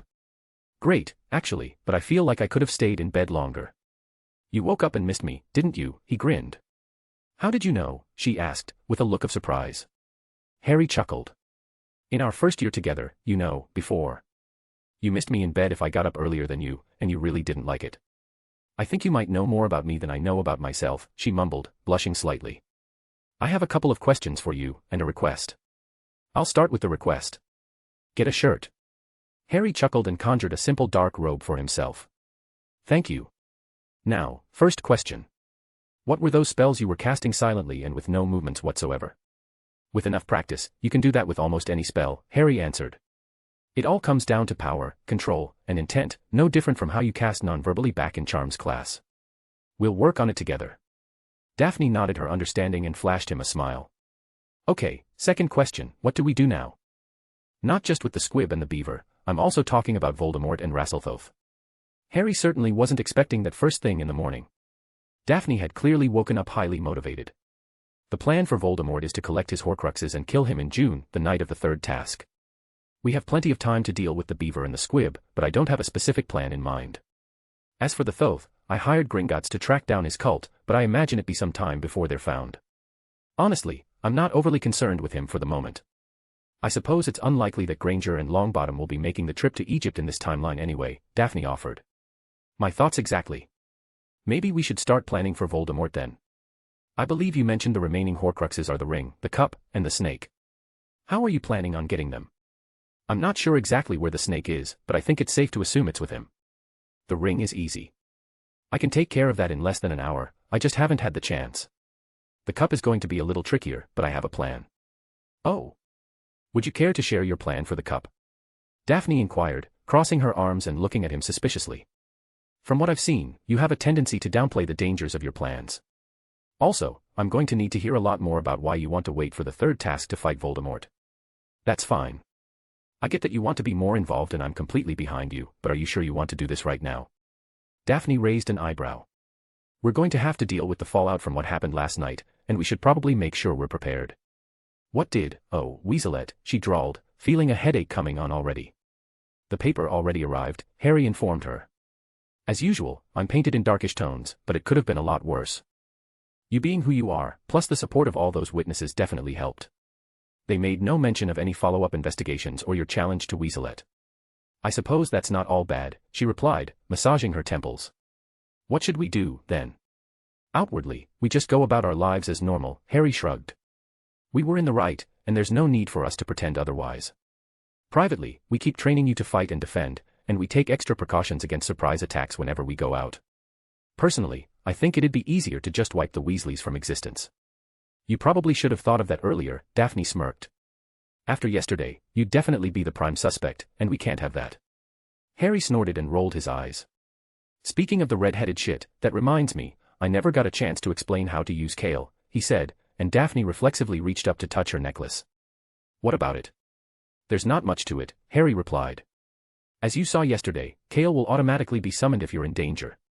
If you want to summon it proactively, all you need to do is focus your magic on the necklace and call him forth by name. What about controlling him? Asked Daphne. I'm not a Parselmouth, you know. I keyed the array to your magical signature. Kale will obey you and only you, no matter what language you choose to speak. Besides, I only use Parseltongue with Zale for show. Daphne looked intrigued. Sometimes, all that's needed to hide the truth is a properly weaved illusion. If I want people to believe these are real snakes instead of golems. You act as if they were, Daphne finished, suddenly understanding. Very good, and also very Slytherin. I said it once and I'll say it as many times as necessary, I was taught by the very best I ever met, he replied, pulling her to him and leaning in for a kiss. Before his lips could make contact, however, Dobby popped in right beside them. Mast, oh. Realizing what he had just interrupted, Dobby winced and averted his eyes. Dobby, I swear, sometimes you have the worst timing, Harry complained. I hope this is important. Sirius Black and Remus Lupin just entered Hogwarts, requesting to speak with you. Not only that, but Jonathan and Persephone Greengrass arrived 15 minutes ago and have been in a meeting with Snape and Dumbledore ever since. Daphne's eyes widened at the mention of her parents, while Harry rolled his. He was having such a good morning, too. Let's get ready, then, he said to Daphne, sounding slightly defeated. Would you like Dobby to pop you into your dorm? That would probably be best, she replied disappointedly. Meet me in the common room in 20 minutes. Sure, he replied, and gave her a soft peck on her lips. See you soon. Daphne felt Dobby's magic surround her as she took his hand, and with a pop, she was back in her own dorm. Her dorm mates were already up and moving about. They all shrieked loudly when Daphne suddenly materialized in the middle of the room, and then immediately started bombarding her with questions. Daphne, shouted Tracy. Where have you been? Millie demanded. You slept with Harry, didn't you? Pansy asked with a wide grin, making Daphne blush furiously. That was all the confirmation the other girls needed, leaving Millie and Tracy gaping. Did you, she asked, and Daphne shook her head. We talked for a long time, and I didn't want to be alone after everything that happened. We slept in the same bed, but that's all. Oh. Millie replied. She sounded mostly relieved, but Daphne thought she also detected a slight touch of disappointment. We were just getting ready for the day, when Dobby appeared and told us that his uncles and my parents are in Hogwarts. I'm sure they all want to speak with both of us, which is just what I needed. Daphne rolled her eyes and turned to head towards the bathroom to take her shower. The other girls just laughed, and then they too went about getting ready for the day. 20 minutes later, the four of them went down to the common room together to meet Harry and the rest of the boys. It turned out they wouldn't have to wait for long, because the boys were already there, having a conversation with Alistair Pants while they waited for the girls to arrive. The older boy noticed the girls before the others did, alerting them with a nod before taking his leave. Beautiful as always, Harry whispered to Daphne, offering her his arm. Sirius and Remus are killing time in the Great Hall, and your parents are with them. Snape sent Alistair to summon us, but he was smart, he called Dobby first, so we'd be here by the time he got back to the common room. I'll have to thank him later, Daphne said, and the 9 fourth years left for the Great Hall together. They met no one on their way, but the moment they entered the Great Hall, conversation stopped and all eyes turned towards their group. Having expected this, they kept their cool and made their way to the Slytherin table, where they were greeted by their housemates and the handful of Demstrang students sitting there. Harry acknowledged Victor Crumb with a nod, but his and Daphne's attention were mainly on Sirius, Remus, and the Greengrasses, who were watching them from their place seated near the staff table. Sirius seemed the same as always, but Harry thought Remus looked a bit preoccupied.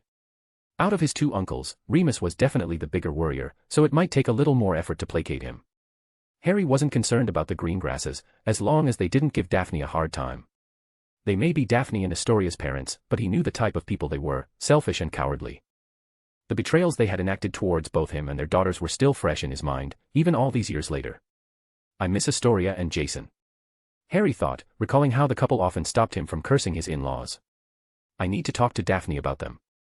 They're still young, but maybe they can become friends, and one day, who knows? Daphne, a voice called from behind them, and he turned to see Astoria hugging her sister tightly. Speak of the devil.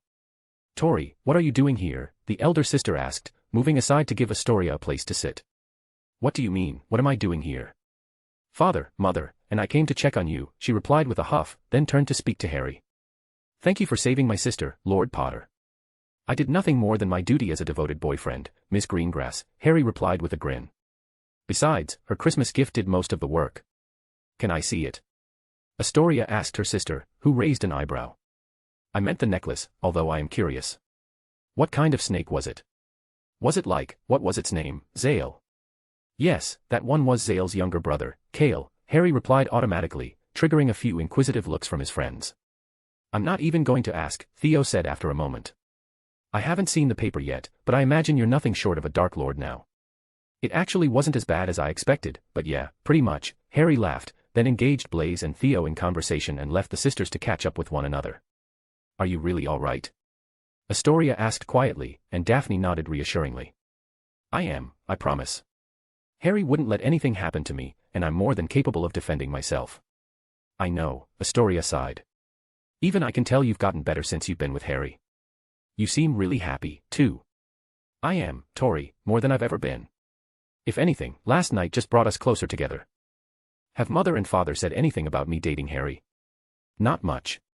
They don't seem thrilled, but I don't think they're completely set against it either.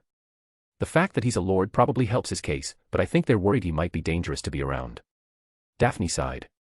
It's true that I was attacked because of my relationship with Harry, but it was also him who kept me safe, she replied. Trust me, Tori, I know things seem to happen around Harry an awful lot, but we can handle it. Astoria squeezed Daphne's hand and gave her an encouraging smile, and then turned to join in the conversation with the rest of the older girls. All of her friends had left for holidays, so she might as well spend the morning with the fourth years. Once everyone had finished eating, Sirius, Remus, and the Greengrasses approached Harry and Daphne, wanting to speak with the two of them alone. They led them to one of the abandoned rooms on the first floor, Remus out in front. Harry was sure that his earlier assessment was correct. Remus was very alarmed by the situation, and it was going to take some effort to calm him down. What were you thinking? Remus demanded, rounding on Harry the moment the wards went up in the room. Merry Christmas to you too, Uncle, Harry replied, crossing his arms and looking unimpressed. Harry, this is serious, Remus countered. Yes, we've met, Harry deadpanned. The room was silent for a tense moment, until Sirius started guffawing. Remus deflated and started massaging his temples, while the Greengrasses looked somewhat perplexed. Good one, pup, Sirius replied heartily. Easy, Moony, first things first, he said, putting a hand on Remus's shoulder to encourage him to settle down. Miss Greengrass, a pleasure as always. Would you do the honors? Lord Black, Mr. Lupin, Daphne said, greeting them with a small curtsy. Harry, these are my parents, Lord Jonathan Greengrass and Lady Persephone Greengrass. Harry did his part and observed all the niceties, comporting himself as the lord he was. He wanted to make sure the Greengrasses had as few reasons to complain about him as possible. My Lord Potter, it is a pleasure to finally make your acquaintance, Jonathan said amicably, shaking Harry's hand and smiling at the way the young lord had subtly taken control of the situation, with the help of his own daughter, of course. We've heard much about your exploits. I'm sure you've only heard the embellished versions, he replied cheerfully, and the two shared laugh. Now, just to ease Moony's heart, would you mind explaining exactly what happened last night? Sirius requested. Harry was relieved to see the amusement dancing in his godfather's eyes, at least he didn't have to worry about there being problems with him. Harry and Daphne recounted the entire evening, beginning with their entrance to the ball. Daphne summoned Kale while Harry summoned Zale, so the adults could see the two snakes for themselves. Daphne went on to explain how the two Gryffindors accosted her, and then how Kale saved her by intercepting the Weaselette's spell. She got to the part where Kale bit the Bint's arm off, and Remus couldn't help himself. And you see nothing wrong with that, he asked accusingly, but Harry was having none of it. What, am I supposed to feel guilty? Why should I care what happens to a jealous little bitch that tried to curse the woman I love? Both of the elder Greengrasses' eyes grew wide at Harry's declaration, then took on a calculating look. She crossed a line and she paid for it, Harry added frostily. You maimed a child. Remus exclaimed. I did nothing, apart from offering my girlfriend a magical necklace. A necklace that summons a bleeding snake that rips people's arms off. Only if you attack Daphne, which the bitch did. There were dozens of witnesses, and the DMLE came and took statements from everyone. Which leads us to the other attack on the Weasleys, Remus continued heatedly. They attacked first, all I did was defend myself, Harry scoffed. You sent 3 of them to the hospital with serious injuries. Enough, shouted Daphne, shocking everyone by loudly intervening in the conversation. Mr. Lupin, as Harry explained, the Weasleys directly attacked him while he was making sure I was okay. All Harry did was make sure they wouldn't be able to assault us again. If anything, he showed restraint with his retaliation. I'm positive he could have done far worse, had he wanted to. The Weasleys are no friends of mine, Harry added, folding his arms in front of him. The Weasleys are good people, Remus attempted, and Harry again scoffed. I once counted 4 of their number as my friends, but they all turned against me, while the rest stood by and let it happen. I don't care about any of them. But Harry, what is happening to you? Remus pleaded. I was forced to grow up, uncle. There are many who would do me harm, and I can't afford to let people walk all over me anymore. Part of that includes protecting the people I love. I did it for Daphne, I did it for Sirius, and I would do it for you without hesitation. When did you protect me? Sirius asked curiously. Who got you a trial? Point taken. Anything else, uncle? With a sigh, Remus closed his eyes and shook his head in defeat. Sirius stepped forward, patting Remus on the shoulder as he passed. He still seemed somewhat amused by the situation, even if he was trying to hide it. He stopped in front of Harry and addressed him directly, ignoring everyone else in the room. As you know, 2 of the more important figures in my life were my grandfather Arcturus and your grandfather Charles. One of the lessons they tried to instill in me was the importance of family. That's one of the reasons I fled from my own, because unlike them, I refused to put the dark bastard above my family. It's a shame that the rest of my family didn't see it that way. Sirius paused for a moment, looking pensive. So, I got myself a new family, the Potters. We defended each other from our enemies countless times, and I wouldn't have hesitated to do so against my former family. That's why I don't have a problem with what you've done. Harry nodded his understanding. Whether he needed it or not, Harry found himself feeling grateful for his godfather's approval. There may be problems, of course, Sirius added, now speaking to both of them. It's a good sign that the DMLE let you go last night, but you should be prepared just in case they decide to come back and question you further. The Weasleys may also come looking for retribution, and you should always count on Dumbledore trying to stick his crooked nose where it doesn't belong. We know, Daphne replied, intertwining her arm with Harry's. Good, replied Sirius, his expression shifting to a grin. So, how was the ball? Any developments in your relationship? He asked suggestively. Daphne's face immediately started turning red while Harry shot a panicked glance at the green grasses. Are you trying to get me killed? Harry whispered, inclining his head towards Daphne's parents. Sirius just laughed. Lord Greengrass, do you feel the sudden urge to grill my godson concerning the nature of his relationship with your daughter? Indeed, I do, he replied sternly. Consider it payback for all the worry you've put me through since I saw the paper this morning, Sirius grinned. I hate you, Harry grumbled, but Sirius only laughed and slapped his godson on the back. Break. Harry and Daphne said their farewells to their families around noon and returned to the common room. Daphne declined her parents' offer to spend the rest of the holidays at home with them, as did Astoria. Harry did the same with Sirius and Remus, owing to his impending examinations to join his peers' ancient runes and arithmancy classes. Daphne wanted to spend the day training and talking about Harry's plans for the future, but their friends had other ideas. They were obviously concerned about the couple after the previous night's ordeal, and they wanted to make sure they were really okay. Harry and Daphne decided this was the perfect opportunity to introduce their friends to the Room of Requirement. This way, they could spend some time with their friends and get some practice in at the same time. The other 4th years were blown away by the Room of Requirement, especially when Harry explained how it could change into anything they needed. Theo's eyes lit up when Daphne informed them that the room was where Harry had been teaching her. So, we can use this room to practice. Could we learn any spell we want? He asked eagerly. I wouldn't recommend trying Fiend Fire in here, but otherwise, sure, why not? Harry confirmed. Are you thinking about forming a study group? Tracy asked Theo. Not really, he answered, shaking his head. But think beyond schoolwork. In here, we'd have the freedom to practice any spell we want without teachers or anyone else interfering. He turned to Harry. And you could help us. Me? Asked Harry. Yeah, let's face it, you're the best in defense in our year, probably the entire school. You put on a show against the dragon, and you took down Malfoy and the dorks like they were nothing. You also know a lot more magic than you let on. We can tell. The others started muttering in agreement. You're already teaching Daphne, so why couldn't you give us some pointers as well? You know, that's not such a bad idea, Millie quietly chimed in. True, added Pansy, Moody is a good teacher, but I don't know, something about him makes me uncomfortable. I think he hates us snakes. It's more like he hates the children of the Death Eaters he thinks betrayed Voldemort, Harry thought to himself. He turned to Daphne, seeking her opinion, and she just shrugged as if to say, it's up to you. If you guys really want to do this, I'm game. This room is open to all of us, and if you need help, I'll do what I can. Theo and the others traded satisfied looks. That being said, I think we should keep this to ourselves, Harry added. For one, we don't want too many people finding out about the room. Also, we might one day want to work on things that not everyone may approve of. So what are we now, a secret club?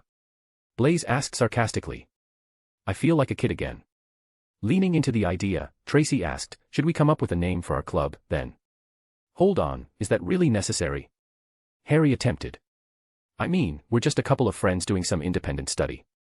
But with a name, it sounds more official, Tracy replied confidently. It should be something strong and mysterious, not something dull like Defense Club or anything like that.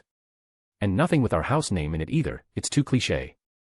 Daphne was starting to find this eerily reminiscent of what Harry shared with her about the formation of the DA in his 5th year. That line of thought led her to remembering another group of dedicated friends from Harry's past. Black Wands, Daphne spoke, almost without thinking. Her eyes connected with Harry's, whose own eyes widened in response to her suggestion. I say that if we really do want to give our little study group a name, we call it the Black Wands. Why? Pansy asked curiously. What does it mean? Black, because it's mysterious, and wands, because that's what we use in here. Plus, if someone overheard us talking about it, they'd have no idea what it meant. It could be the name of our Gobstones team, as far anyone knows. While the other Slytherins were debating the merits of the suggestion, Harry stepped closer to Daphne and murmured in her ear. Black Wands, you say? I thought it was a suitable name. She answered demurely. Thank you, he whispered, and she leaned into his shoulder as a reply. After another minute of deliberation, they realized no one was going to come up with a better suggestion. The only argument against the name was a vague similarity between the terms Black Wands and Dark Wizards, but since people called them that anyway, they decided not to let it bother them. Daphne's proposal was accepted by the group, and their secret club officially had a name. That the afternoon, the new Black Wands had their first practice session. A few of them took the time to finish up any unfinished homework, but they all eagerly started practical spell work. To Harry's relief, not one of them complained when he suggested starting with the most basic dueling spells. Before they went any further, he wanted them all to be able to cast the disarming and shield charms with as little effort as possible, but that would be only the beginning. One of the hallmarks of their group would be the way they each shared knowledge of their own specialties for everyone's benefit, in contrast to how the DA mostly relied on Harry to teach them everything. Daphne would even solicit healing tips from Ursula Corwin and Madame Pomfrey, so she'd be able to properly heal their minor training injuries. In addition to their work with the new Black Wands, Daphne and Harry continued training together in the Chamber of Secrets. Daphne had redoubled her focus since the night of the Yule Ball, and she was rapidly becoming a fearsome opponent. It was on one of those nights together that Harry laid out his plan for collecting the Ring Horcrux. Knowing Daphne would want to go with him, he insisted she put in extra training so that she'd be ready to go by the first week of the new term. The announcement of Harry's plan had taken her by surprise, but not as much as when Dobby showed up later carrying 3 full sets of basilisk hide armor. 3, she asked. Of course. I had ordered 1 each for Dobby and myself, but once you made it clear that you wanted to be a part of it, I ordered a 3rd set for you. And how did you get my measurements? Daphne questioned, crossing her arms. Really, he sighed. I had Dobby take your measurements from one of your school robes. Daphne chuckled and started examining her armor, running her fingers over the greenish-black scales. Thank you, she said sincerely. What, for the armor? Think nothing of it. Not just for that. For wanting me to be safe, for giving me a chance to be a part of it. For everything, she said, wrapping her arms around him. Anyway, she said, changing the subject. What was it you were going to tell me before Dobby arrived? Oh, right. Remember what you saw in the memory, about Jason and Astoria? Yes. She said warily. Well, I can't help thinking about how happy they were. I'd like to give them a chance to be together again someday. I know they're still young for that now, but I thought that maybe we could introduce them or something, and then one day, who knows? I'm not opposed to it, but why now? She asked. She was mostly just curious. If Harry vouched for the Halleys boy, then she had no problem with him. Harry just shrugged. Maybe reliving all those memories with you stirred something. Astoria was my sister, Jason was my brother, and their son was my godson. That got Daphne's attention. Son. Harry smiled back at her and confirmed with a nod. He was a good kid, cunning too. You would have liked him, he added with a chuckle. I'm sure. All right then, we can introduce them, but we won't force them. No spells or potions. Never, Harry replied firmly. Break. The rest of the holidays passed quietly, and soon the first day of the new term was upon them. The rest of the students would arrive in a few hours, so the group decided to have a walk outside in the snow, despite Blaze's complaints. Harry was trying to enjoy himself, but he was distracted by the fact that Daphne seemed anxious about something. She hadn't been herself for the last few days, but any time he'd asked her about it, she'd insisted she was fine. Deciding it had gone on long enough, Harry resolved to get to the bottom of it that day. He's coming back, Pansy sighed, breaking Harry's train of thought. Draco. He's coming back, and... I don't know how long this peace will last, or what to do with him. What do you mean? Harry asked. Have you ever wondered why me, Greg, and Vinny are always around him? She asked awkwardly, almost as if she was embarrassed. Well. If you'd asked me a few months ago, I would have said it was because of your shared belief in pureblood supremacy, but now. By now, you've spent enough time among the snakes to know that we're all bigots to a point, Pansy replied with a hint of amusement. Yourself included. True enough, Tracy added, earning a quizzical look from Harry.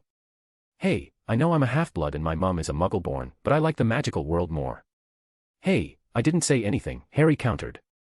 The truth is, by being raised in a traditional family, we're taught that wizards are simply better than muggles and other magical races, Theo sighed. We're told that muggle-borns are inferior, and because they come from outside and don't respect our culture, they don't deserve to be a part of our world. Half-bloods aren't necessarily better, because they're tainted by their parents' blood and often show a preference towards the muggle world. You and Tracy are good examples of acceptable half-bloods. Thanks, I guess, joked Harry. But then you have the more radical fanatics, Pansy continued. I'm talking about those who think that all mudbloods should be eliminated. They believe that magic should be owned only by the purebloods, and that the most ancient families should rule our world. Yes, I'm familiar with all that, but what does any of this have to do with Malfoy? Harry asked. Well, you know how our parents were all part of that same group? Pansy asked hesitantly, gesturing at herself, Vince, Greg, and Theo. Of course, but you know I don't hold their affiliations against you. Thank you, but that's just it. Even though we don't personally buy into the extremism, our parents did, and it's not an easy alliance to walk away from. After the Dark Lord fell, Malfoy Sr. was the one responsible for keeping our parents out of Azkaban. They may have been able to do it themselves, but the Malfoys had so much more money and influence that they gladly accepted the help. Harry finally understood where they were going with this. Ah, I get it. Because of that, your parents ordered you stick close to the Ponce and kiss his arse, he asked, and the others nodded in the affirmative. But if that's the case, then why aren't you as close to him, Theo? We were closer before, I just found a good reason to stay away from the git, he replied, glancing at Tracy. I couldn't care less about what my father wants, we're not that close. Pansy sighed. So, now you know. Because of our parents, we have no choice but to support him, pamper him and, ugh. How he was sorted into Slytherin, I'll never know. His father would probably hear about it if he wasn't. Harry joked, receiving a few laughs in reply, although Daphne's were clearly half-hearted. Harry didn't want to press her on what was wrong in front of the others, but the way she was becoming more and more irritable as the evening approached was starting to worry him. Before long, it was time for the feast, and the Slytherin fourth years had gathered at their usual spot at their house table. Greg and Vince were supposed to go down and wait for Malfoy, but Pansy convinced them not to. Seeing Draco Malfoy storm into the Great Hall by himself and on the verge of a temper tantrum was quite a sight, and the group didn't bother trying to hide how entertaining they found the display. Why the hell weren't you two waiting for me outside? Malfoy demanded, glaring at Greg and Vince. Because by now, you should be able to find the Great Hall without getting lost, Tracy said dryly. You'd better watch it, Davis, he retorted spitefully. I will soon be the Lord Malfoy, and then you'll grovel at my feet where you belong. Care to repeat that, you blonde? Theo threatened, rising from his seat. Sit down, Theo, Harry ordered. Theo reluctantly sat down, still staring daggers at Malfoy while Harry turned his gaze to the irritating boy. Malfoy, you seem to have forgotten a few things over the holidays. Greg and Vince are not your slaves, and they are free to do as they will. Now, sit down and shut up before you annoy me. I don't need to remind you what would happen then, do I? Malfoy paled at the reminder of the oath Harry forced him to give. With a scowl, he sat down next to Blaise, who simply ignored him and his grumbling. Stupid git. Theo mumbled, while his smiling girlfriend worked on calming him down. Harry shifted his focus and started searching the Great Hall for familiar faces. He saw Jason conversing with some of his year mates at the Gryffindor table, and over at the Ravenclaw table, Justin Smith and Hannah Callan were sitting with the 3rd and 5th years, respectively. Francis Talbot was the only one of the original Black Wands not in attendance. He had once been a Hufflepuff, but being several years older, he was no longer in school. He wanted to suggest inviting them and perhaps a few others to join the new Black Wands, but it was probably too soon for that. Come to think of it, that might be the perfect way to introduce Astoria and Jason. He would never tell Daphne this, but he was eager to introduce them partially for the never-ending source of entertainment they were sure to provide. In his prior timeline, the way they had bickered and argued over the tiniest things had been hilarious, at least until they finally admitted their feelings for one another. Smiling to himself over the fond memories, Harry turned to Daphne and was surprised by what he saw. Her expression was stony, but he recognized the look of utmost loathing in her eyes. He followed the direction of her gaze and realized she was staring directly at Neville Longbottom, who had just entered the hall, accompanied by the pig and the beaver. Whispers erupted in the Great Hall when Weaselette entered a few minutes later with a stump where her arm should be, but even that wasn't enough to drag Daphne's glare away from Longbottom.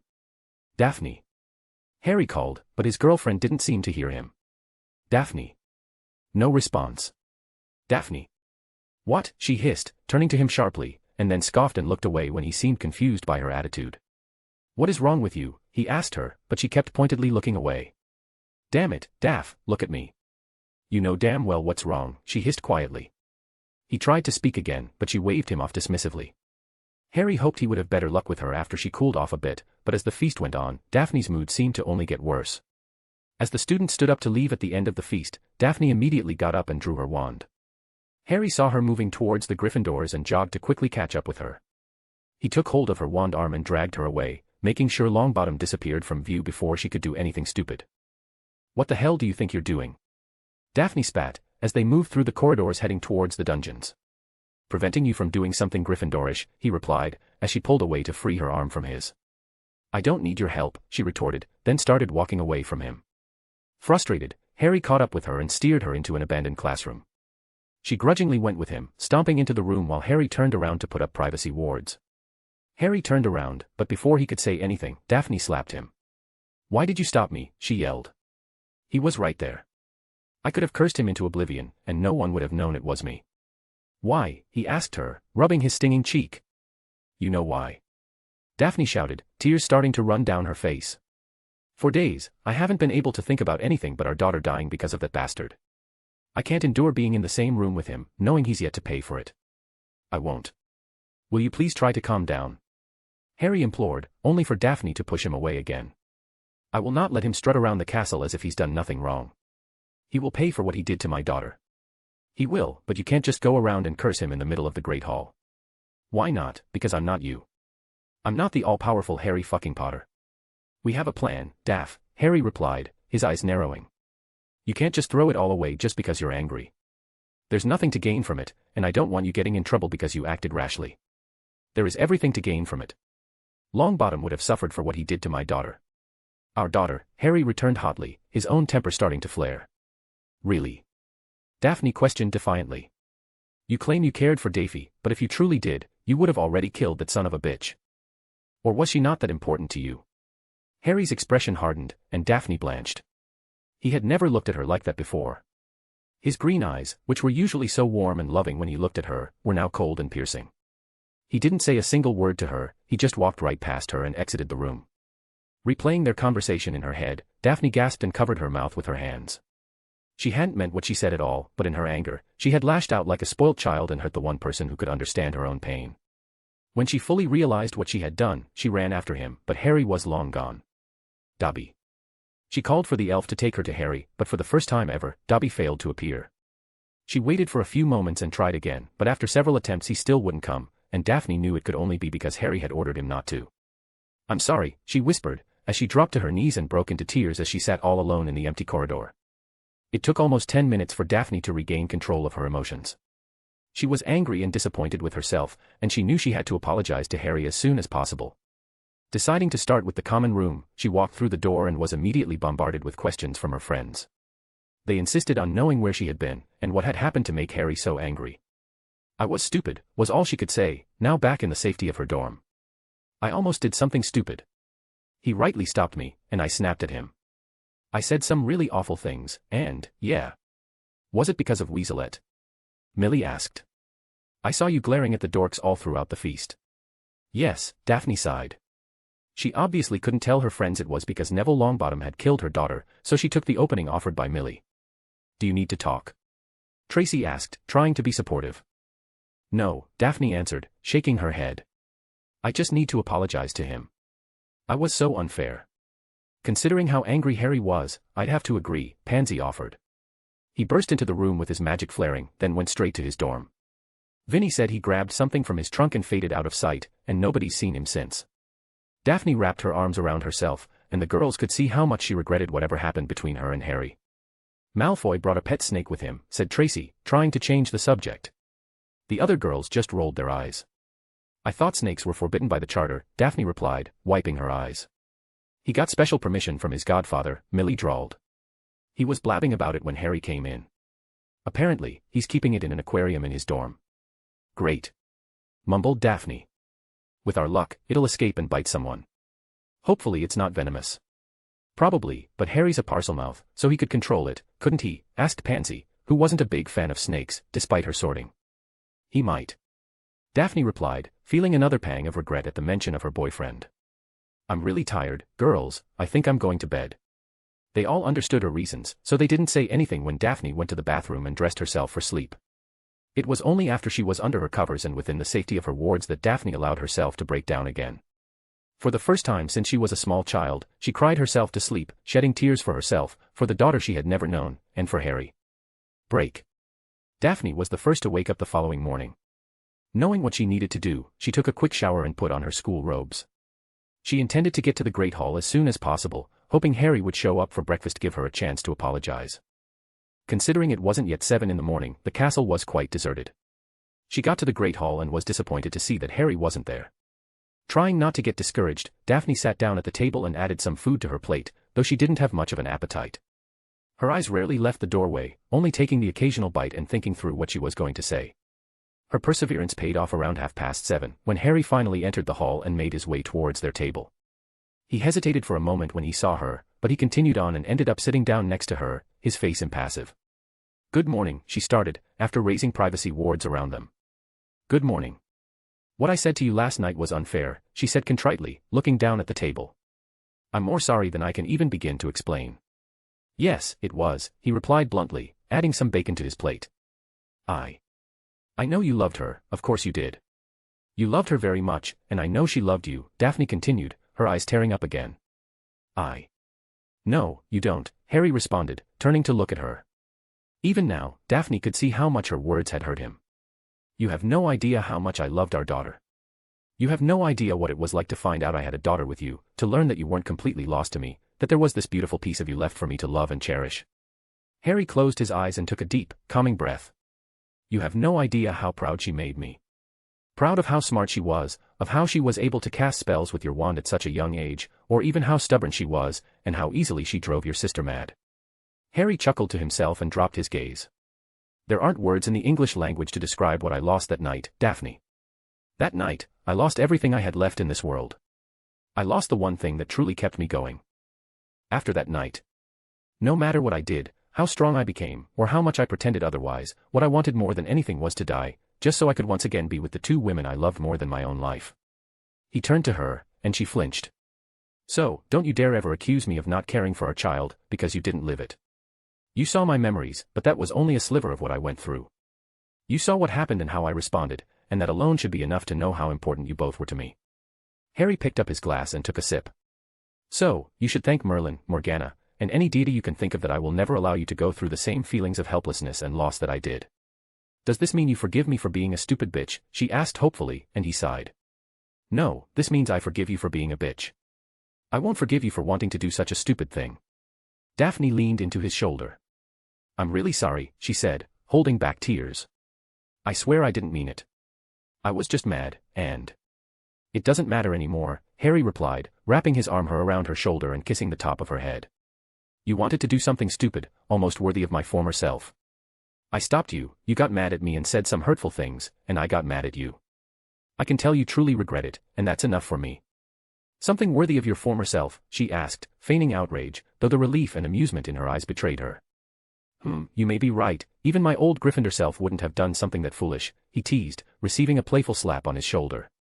They laughed together, both of them feeling as if a weight had lifted. I'm sorry. I really am, Daphne said again. Me too, Harry replied, breaking the privacy wards with a wave of his wand. You two made up, asked Tracy, who was at that moment leading Theo, Blaze, and Millie to their table. Good morning to you too, Tracy, Daphne quipped, making Harry snort. The fourth years sat around them, satisfied with their friends' reconciliation and falling into their usual banter. Where are Pansy, Greg, Vince, and Malfoy? Harry asked. Malfoy was still getting ready, and Pansy decided to wait for him, Blaze said, rolling his eyes. Greg and Vince are with her. What the? Mumbled Millie, looking up and seeing the unusual sight of Draco Malfoy being dragged into the Great Hall by Greg and Vince, while Pansy was following behind them and giving out orders. If I say you need to hurry up, then you do it, are we clear, Draco?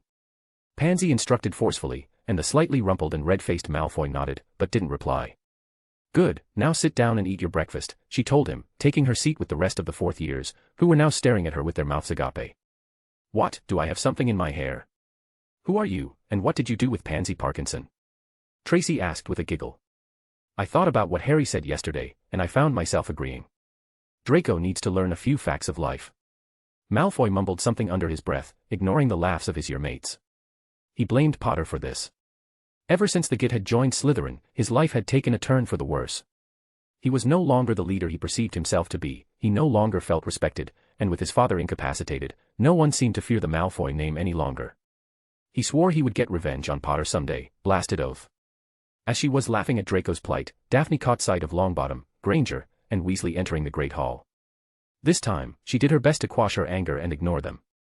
Harry noticed, and he turned to her with a smoldering look. What? She smiled, a little shyly in the face of her boyfriend's intense gaze. The corner of Harry's mouth tugged upward for a moment, and then he gently leaned into her space. She tilted her head to accept his kiss, only to feel a slight twinge of disappointment when his lips bypassed hers, then brushed past her cheek so that he could whisper in her ear. They are not important enough for you to risk yourself for vengeance, he whispered, and Daphne's breath hitched a little. I will not lose you again because of them. Her heart started pounding, and she reached up with one hand to touch his cheek. Wow, Daphne, what did he just say to you? Tracy teased, who was enjoying watching the interplay between the couple. Leave them be, Tracy, it's obviously personal, Millie drawled, and the two girls shared a laugh. It's all your fault, Longbottom, you son of a bitch. Reducto. Every head in the Great Hall turned to the Gryffindor table the moment they heard Ron Weasley start shouting at Longbottom, just in time to see the shy, pudgy boy's head explode into a cloud of blood and gore. Screams rang out across the hall, only to intensify when Weasley inserted his own wand into his mouth and cast another Reductor curse, suffering a similar fate to the one he had just inflicted upon Neville Longbottom. It was absolute pandemonium. The blood and gore-spattered Gryffindors ran away from the table, screaming in horror, leaving Granger frozen in shock next to the headless bodies of her two best friends. Some people began vomiting, while others fled the Great Hall. The only two teachers present at breakfast were Professors Babbling and Sprout, and both of them were too horror-struck to act. For once, Malfoy had nothing to say. Millie buried her face in Blaze's chest while Tracy threw up on the floor in front of her. Pansy nearly fainted, and probably would have collapsed if Vince hadn't caught her. Harry put on his best shocked expression as he looked on at the chaos, clutching Daphne tightly to his chest. To an outside observer, it might have looked like Daphne was crying into her boyfriend's shoulder at sight of the senseless violence, but that was far from the truth. If her face weren't hidden, one might have seen the light of satisfaction in her eyes as they glittered in happiness. For our Daphne, she whispered. She felt him nod against her, and she shut her eyes tightly. I love you. Chapter 22, Chapter. At the start of the new year, Augusta Longbottom was the disappointed grandmother of her son's only child, Neville. He had always been a weak wizard, and a shy, spineless boy who seemed to have little of his father in him. Raising him had been a long string of disappointments and embarrassments, the most recent being the breaking of the Potter-Longbottom alliance, but yet he was still her grandson, and she had hoped he would one day grow into something worthy of the name Longbottom. 1 week later, Augusta Longbottom was the grieving grandmother of a murdered grandson. He had been slain in the Great Hall of Hogwarts, and by a boy her grandson had considered a friend, no less. A boy whose true motivations may never be known, because after performing the deed, he had also taken his own life. Ronald Weasley. With a single spell, the Weasley child had guaranteed the extinction of one of the oldest families in Wizarding Britain. Unable to resist the urge to see it for herself, Augusta used her influence to gain access to the students' memories the Aurors had collected as evidence. What she saw in the Pensive snapped the last fragile thread of her restraint. There had been no warning, no challenge. It was a cowardly attack, and her grandson didn't have enough time to even understand what was happening, let alone defend himself. It was at that moment that Augusta Longbottom declared war on the Weasley family, just as she had done with House Lestrange after the attack on her son and his wife. The difference was that this time, the targets of her ire were not already beyond her reach. Regrettably, her only remaining living relatives were in no shape to join in her war, but what she did have was plenty of money and no one to inherit it. The Weasley family was not faring much better. The burrow, usually filled with shouting and laughter when the children were home from school, had become a gloomy reminder of the misfortune that had recently plagued their family. Ronald was dead and would forever be known as a murderer, and Ginny had permanently lost her arm. Augusta Longbottom had used her influence to ensure Percy would be fired from his junior position in the ministry and permanently blacklisted.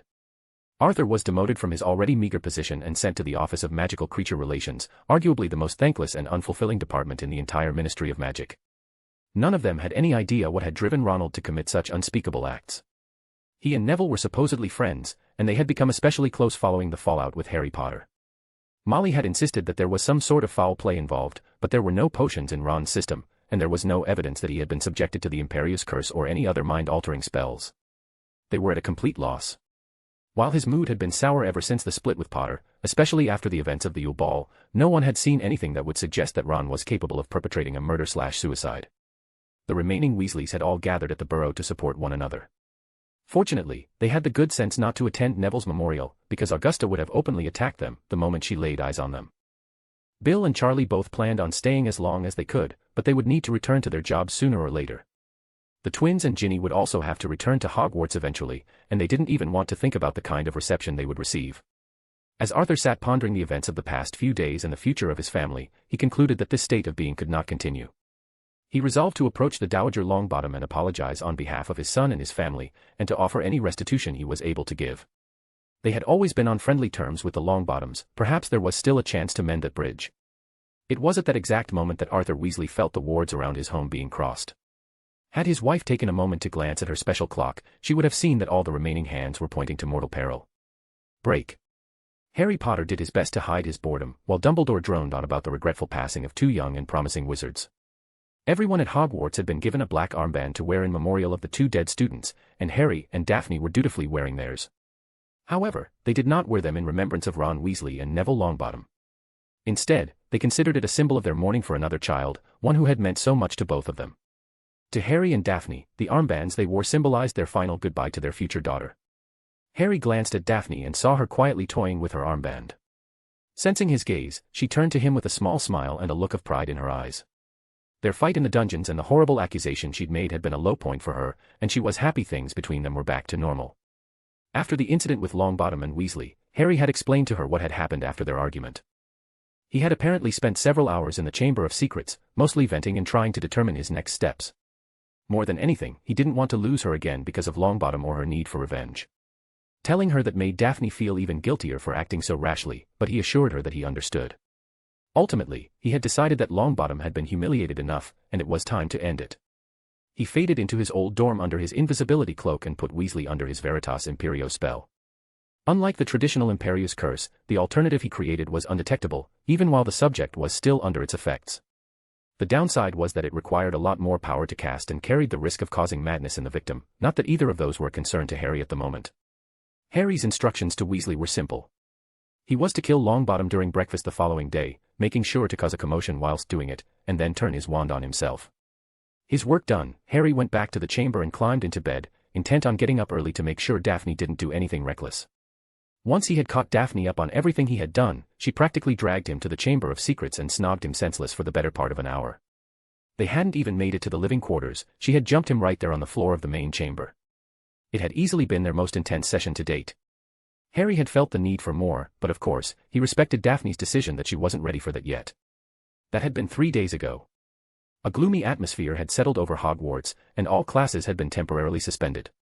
Every student who had been present in the Great Hall for the incident had been questioned by Aurors, which had done nothing to settle anyone's nerves. Granger was still in the hospital wing, apparently near catatonic and unable to do anything but cry and stare at the walls.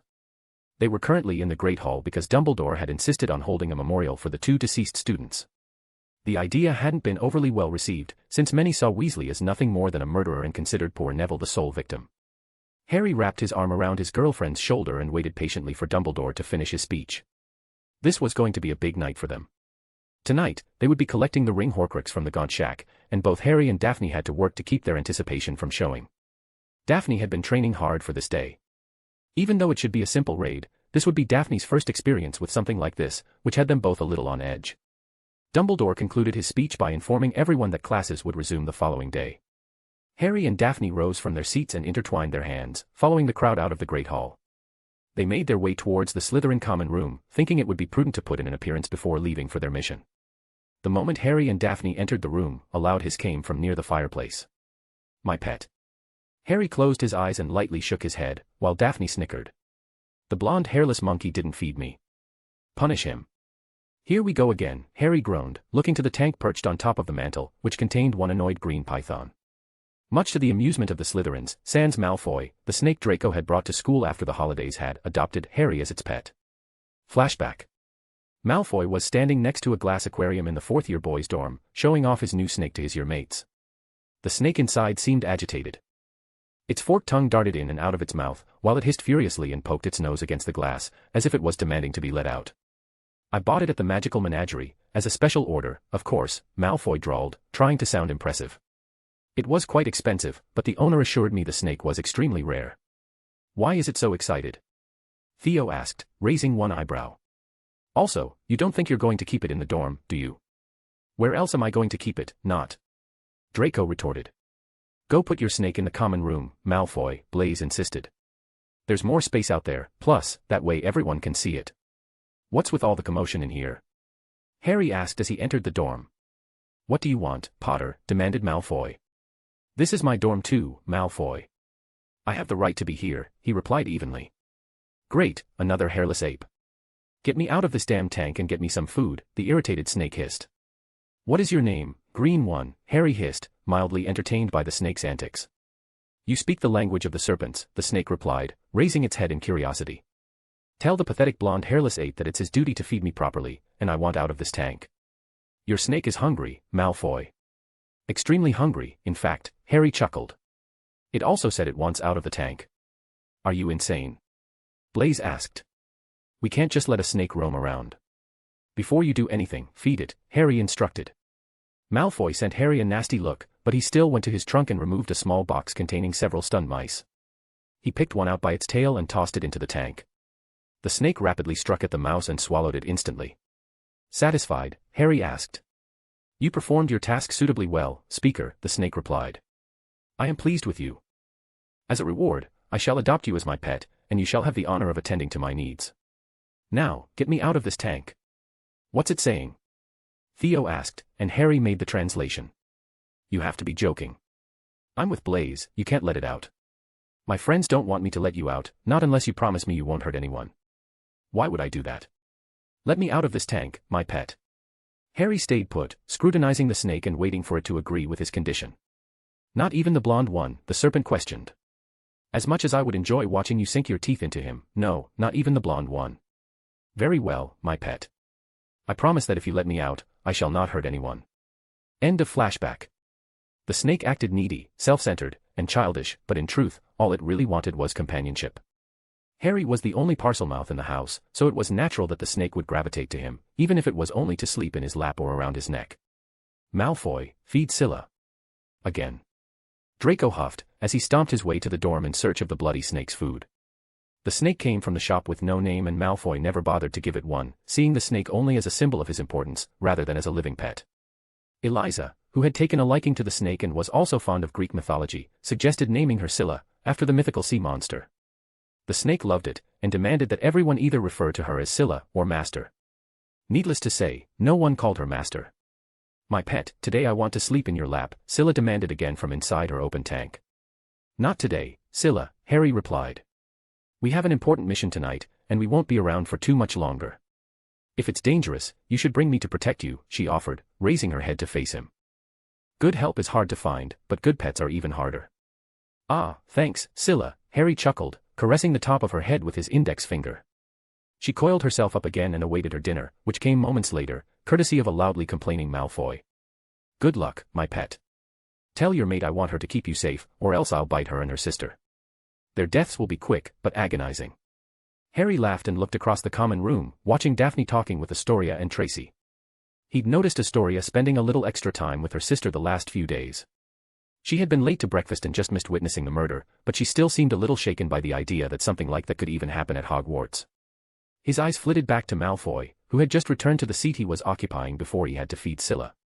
Malfoy had been a bit sullen lately, and everyone knew that it was because of Harry and the attention his snake was giving him. To make matters worse, it wasn't unusual to hear a crude, "Malfoy's snake wants Harry," joke around the common room, something neither boy cared for. Harry couldn't figure out why Malfoy would believe he'd gain prestige by buying an exotic pet.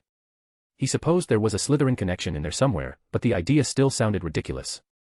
How does the guy come up with these crazy plans? How could getting a snake possibly improve his house standing?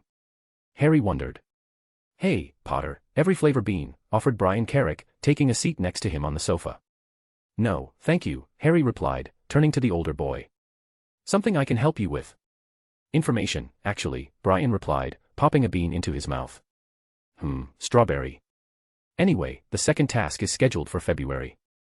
There's a rumor that you've figured out the clue. Correct. According to the clue in the egg, the one thing I'd miss the most will be taken to the bottom of the lake, and I'll have 1 hour to retrieve it. The one thing, or the one person? Brian questioned. Yes, I'm afraid I've had the same thought, Harry replied, already knowing full well they intended to take Daphne to the bottom of the lake. I see. Well, I just wanted to be certain. I intend to place a considerable bet on you, so you better make sure you win. Have no fear, I've been convinced I should be trying to win, he assured him, gesturing towards Daphne. Believe me, if the imbeciles organizing this thing take the girl I love, nothing will stop me from getting her back. Excellent, Brian smiled. Have you decided on your strategy? Bubblehead charm. I thought about using gillyweed, but I think it'd be easier to cast spells underwater using the charm, he answered. And a lot of warming charms. I have a feeling the water will be absolutely freezing. Brian laughed, then engaged Harry in small talk for a few minutes before taking his leave. It was around 10 o'clock that night when the common room finally started to empty, and Harry and Daphne had Dobby-popped them from their dorms down into the chamber. Half an hour later, they were both examining themselves in their new basilisk hide armor. The latest additions were their enchanted vambraces, which used carved runes to power the brace's formidable shield charms. Dobby popped in a moment later, similarly garbed. Now, let's go over the plan one last time, Harry insisted, and Daphne rolled her eyes. Since there are no wards around the surrounding fields, Dobby will pop us just outside of the shack. You'll put up protections while I break down the wards on the shack, and Dobby will guard the perimeter. The two of us will enter the shack and secure the ring, and Dobby will be standing by to pop us away in case of trouble. Are we all clear? Both Daphne and Dobby nodded their agreement. Good, let's go, Harry stated, and the three held hands and popped away. It was so dark, they had to light their wands. They were surrounded by a tangle of trees and brush so dense that it obscured the night sky and the entire surrounding area. In front of them, nearly wedged between two large trees, was a small, run-down wooden building half hidden by the overgrown brush. The walls were almost entirely covered in moss and lichen, and between the missing tiles and the visible rafters, it seemed like the roof was on the verge of collapsing. This was the Gaunt's home? Daphne asked with a hint of disgust. Yes, or at least this was his grandfather's home, more than that, I have no idea, he answered. Daphne set to casting protections preventing anyone else from entering the area, while Harry worked on taking down the multitude of defensive and alert wards covering entrance. Daphne joined him when she was done, and even between the two of them it took almost 10 minutes to clear away all of Voldemort's spells and enter the shack. All right, we're in. Now, let's find the Horcrux. Harry mumbled, waving his wand around and casting detection spells. He found the small golden box underneath the floorboards, so he levitated it out of its hiding place and onto the floor. Now, let's break the curse and leave this forsaken place. Do you want to do the honors? I can try. Daphne replied uncertainly, pointing her wand at the box. Ignore the whispers of the Horcrux, Harry said, opening the box with a wave of his wand. Nestled inside was a gold ring inset with a black stone, the very same that Harry had originally seen on Dumbledore's blackened hand.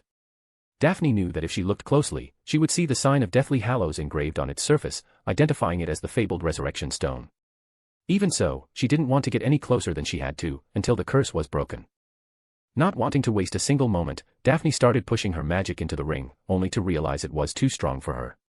Damn it, I can't do it, she said, straining, and Harry put a supportive hand on her shoulder. Yes, you can. Come on, I'll help you. He raised his wand up alongside Daphne's.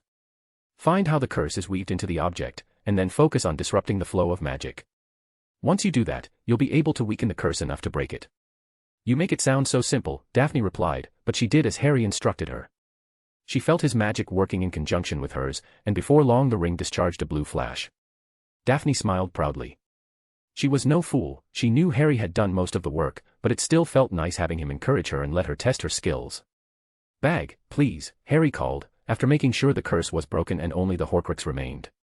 Daphne conjured a green silk bag, and Harry deposited the ring inside of it before putting the box back in the hole and replacing the floorboards. Well done, Harry told Daphne as they exited the shack. That's it, she asked, feeling slightly disappointed. Believe me, we did plenty for today. Daphne's brow furrowed. You said that by this time, Riddle was hiding out in his paternal grandparents' house with Nagini and Peter Pettigrew, right? Yes. Why, what are you thinking? Why don't we go for him and the snake today? We could capture him and keep him trapped somewhere.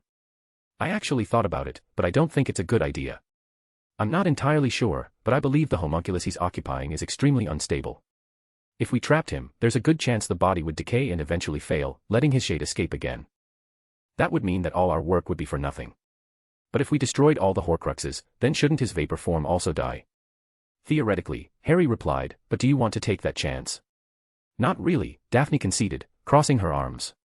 One more question I've been meaning to ask. Why are you so insistent on finishing him the night of the third task? Harry shrugged noncommittally. For one, we know he's intending to regain his body that night. I could kill him immediately after he gets a body, and then we'd know for sure it was over. That, I understand, but I feel like you're leaving something out. Harry just smiled and handed the silk bag to Dobby. Take that to the chamber and place it with the others. I'll call for you when we're ready to go back, he said, and Dobby gave him a quick bow and popped away. Harry offered Daphne his arm, and they started up the narrow path away from the Gaunt shack and towards the road. I'll admit that I've considered the idea that killing Tom after he regains a body could benefit us in the future. If we could ensure people would see the duel, I'd have all the credibility and political clout I'd ever need. Perhaps, Daphne said contemplatively, but you're already famous as it is. You've already accomplished so much by age 14, and I'm sure you're just getting started. Is the extra recognition you'd get for defeating the Dark Lord again really worth all the risk? If that was the only reason, then no, probably not, he conceded. The chance that his shade would somehow escape if we don't wait is my biggest concern. I considered sabotaging the ritual, but I don't think I know enough about it to take that chance. I know he needs flesh from a servant, willingly given, and the blood of an enemy, forcibly taken, but I'm worried about what would happen if we even upset that balance. What if somehow it made him stronger? Good point, mumbled Daphne. We still have time to research it though. And no idea where to look. Not to mention we still need a plan to get to the snake. Remember, it's the only Horcrux that's actually alive, and it's far more dangerous than the others. Fine, I'm convinced, Daphne sighed. It still feels like you're wasting time to me, but I can't really argue with your reasoning. They cleared the woods, and the trees no longer blocked sight of the vale. From their vantage point they could see the village of Little Hangleton, the street lamps illuminating the buildings and the occasional muggle going about their business. On the opposite side of the vale stood an old manor, built on top of the hill overlooking the village. At this distance it was difficult to discern its features, and impossible to tell if anyone was using it. So, now we have the ring. What about the cup? Daphne asked. I thought I came up with a plan a couple of weeks ago, he started, looking up at the sky. I would send Dobby to Azkaban to snatch Bellatrix Lestrange and take her to a safe location, where we would be waiting. Once we had her, I'd place her under the Imperius Curse or my own version, Veritas Imperio, and send her to collect the cup. He didn't see the look of surprise on Daphne's face. After giving it some more thought, I don't think it would work. Oh, really? Daphne drawled. Really, he replied, not picking up on her sarcasm. The goblins have a security system called the Thief's Downfall, which breaks the Imperius Curse. I don't think it's worth risking it breaking my Veritas Imperio and unleashing Bellatrix inside the bank. No, that wouldn't be ideal, she shuddered. Didn't you just bribe a goblin last time? Yes, I did, but I don't have the sword of Gryffindor this time. I don't see any goblin accepting a bribe for anything less than that. I think the 3 Lestranges in Azkaban are all that's left of their family. Should they die, the vaults would revert to their next of kin, but that doesn't help us. Daphne thought about it for several more moments before sighing in frustration. I can't think of anything else, short of breaking Bellatrix out of Azkaban and somehow tricking her into believing we're on her side. That's an interesting idea, Harry remarked, conjuring 2 chairs so they could sit and talk while enjoying the picturesque nighttime view overlooking the vale. The problem is that if we break Bellatrix out, the other prisoners would realize it, and so would the Aurors. Even if we obliviated her and returned her to her cell afterwards, they'd still know that something happened, which might lead to an investigation. Daphne scoffed at that. Harry, think about what you just said, she replied in a tired tone. Do you really think anyone would investigate how a prisoner vanished for a few hours? Do you honestly believe the Aurors would want that on their record? Some of them might. Amelia Bones was both tough and competent, and she leads the DMLE now. There are always exceptions. Daphne shrugged. An alternative might be to infiltrate the prison and engineer a breakout. We could take Bellatrix and let the Dementors handle the other escapees. We could dispose of Bellatrix somewhere near the prison when we were done, and the escape attempt would cover everything. Daphne blinked, then thought about it for another moment. That's not a bad idea, she admitted. Some of the most dangerous individuals of their time would be dead, unable to hurt anyone ever again. If we didn't want to rely on the Dementors, we could always create a portkey to send them inside a volcano, the bottom of the sea, or maybe Antarctica. He replied nonchalantly. Could you actually do that? She asked curiously. I've made a few in my life, yes. Harry shrugged. So, what now? How about a date, he asked, giving her his best puppy dog eyes. Daphne snorted at his attempt, but she still leaned in and gave him a brief kiss. The date didn't happen, as it was a school night and already late enough as it was. Instead, Dobby returned them to the Chamber of Secrets and they sparred for about half an hour. Daphne was improving by the day, in both her spellcasting and her dueling instincts. After their spar, Daphne grabbed a quick shower in the chamber and had Dobby bring her back to her dorm, leaving Harry alone. Harry opened up the locked container and surveyed his collection of Voldemort's Horcruxes. Only 2 remained, Hufflepuff's cup and the damned snake. They needed to be dealt with first, and only then would he be free to attack Voldemort and destroy him for the last time. Daphne's words from earlier that evening echoed in his mind. Why did he want the recognition for killing Voldemort?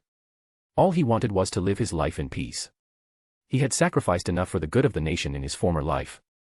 He'd led the magical world for decades, made sure the magical world was safe from the Muggles, and fought in 3 wars, losing most of his family and many of his friends in the process. I don't want to live through that again. He thought to himself, closing the lid of the container and magically sealing it. I don't want to see any more senseless bloodshed, like we had with Voldemort, Titania, Oberon, or the Muggles. I do want our people to be great again, but I've done enough. Harry wore a thoughtful expression as he walked back into the main chamber, his hands clasped behind his back. His steps eventually brought him to the spot directly in front of Slytherin's statue. What say you, Salazar? Harry asked quietly. I've learned much about you, and the words you left behind in your diaries have taught me even more. I know that your dreams were ultimately realized, thanks to the work of your grandchildren. The magical folk successfully hid themselves from the Muggles, despite the wishes of Gryffindor and Ravenclaw. What would you do, were you in my place? Harry whispered, but the stone visage of the Hogwarts founder offered no advice. We, as a people, have potential, but we stagnated. Our numbers can be counted in thousands, while there are now billions of Muggles populating the planet. If nothing changes, we will one day end up being discovered, but this is our home, damn it. Harry smacked his fist into his palm. It won't be for much longer, though, if we let those damn Muggles take it from us. It was only after our war against the Muggles that we started progressing again, and that was mainly because the old guard were afraid of another war. He hesitated, seeming to come to a realization as he started quietly chuckling to himself, eventually dissolving into outright laughter. Déjà vu. He chuckled again, looking up at the statue. No, not this time. I've done enough, Salazar, Harry said, turning his back to the statue. Let somebody else do the good work for a change. You're the best, Daddy. If anyone can do it, you can. He stumbled as the memory surged to the forefront of his mind, seemingly out of nowhere. Daphne would be proud of you, Harry. He suddenly recalled Astoria's words to him at the inauguration of Noden's Magical Medical Research Center, which he helped establish after the success of a similar institute he'd supported at St. Mungo's. There are many people who I'd like to thank, but the first will have to my uncle, Harry Potter, for making this day possible.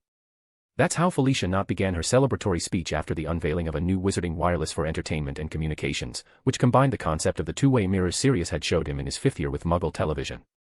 Harry still cringed at the quality of Wizarding entertainment those first few years. Hey, Uncle Harry, did you know the Muggles put a man on the moon? Why shouldn't we? His second godson, Adam Greengrass Halleys, asked him one day. They never did anything of the sort, but they did start work on developing long-distance port keys. The day we lose you, Britain will stop, Theo told him once, after a long night of drinking fire whiskey together. No. Harry shook his head, the flood of memories causing his eyes to water. I'm not that arrogant. What I did, others can do. One last memory hit him, something Daphne told him once. People look up to you, love, whether you want them to or not. It has to be those with power to set the example and drive the changes that move us forward. If you don't, then who will? The people with no voice. Now go make me even prouder, and don't fall asleep in the Wisingamot meeting. Harry Potter sighed and went to bed, deciding save the cup problem for another day. Break. The next morning, Harry faded into his bed in the Slytherin dorm with his book bag, as he did every day. He exchanged a quick greeting with Blaise and went down to the common room. The other boy snorted and shook his head. The fact that he always came out of bed with his robes already on made it pretty obvious that Harry never slept in the dorm. Harry sat down in one of the chairs near the fireplace and waited for Daphne and the others to come down breakfast. He gazed into the fire and reflected on the previous night, both their mission and the moral conundrum he found himself in, until his thoughts were interrupted by a serpentine voice. My pet. Good morning, Sila, Harry replied. How did everything go last night? We had no trouble. Sila climbed out of her tank and slithered towards him. Knowing what was coming, Harry extended his arm and allowed the snake to coil herself around it. You seem troubled, Sila hissed. I had some bad dreams. I never have bad dreams. I always dream I'm all grown, in a cool, dark place filled with lots of food. Harry chuckled at that. Lucky you, he whispered back. What were your dreams about, she asked, and Harry decided to humor the snake and tell her. The future, Sila, Harry answered. After I kill the evil wizard that is after me, what will I do next? All I want is to have a quiet, peaceful life, but at the same time, I want the world to become a better place. For your hatchlings, Sila asked approvingly, and Harry took a minute to ponder her question, staring back at the fire. No, Sila. Not only my hatchlings. It seems you made your decision already, my silly pet, Sila replied confidently, then coiled herself on Harry's lap. You are very wise, aren't you, Sila, he praised, and Sila hissed out what Harry interpreted as an amused laugh. I was always the smartest in the tank, ever since I hatched. If those lousy apes would have fed me properly, I would have already grown much larger as well. Well, you're doing great now, Harry replied, stroking her scales. There was something about Sila that always felt odd to him. He could never quite figure out what it was, but whenever he spent time alone with her, a strange feeling always niggled him in the back of his mind. That's because I have a good pet to help with all my needs, she said, which Harry took as a compliment. Soon, I will be big and fearsome, and I will protect you. Really? Have you been listening, silly pet? Of course, I will. Then I look forward to it, Harry expressed, and Sila left his lap and moved over to the cushion next to him.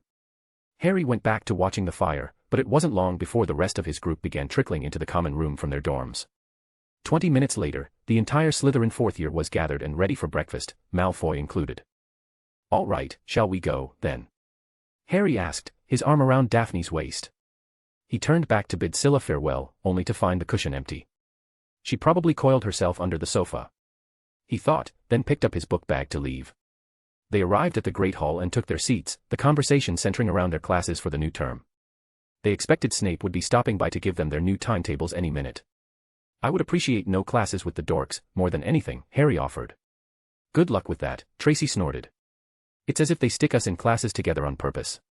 Well, maybe if we try to get along. Millie started, before trading a look with Tracy. Nah, they said simultaneously. Hey, Harry. Theo called. What about our little group? What about it? Harry asked. We'll arrange a time slot and continue on as we have been. Yeah, but what about the blonde wonder?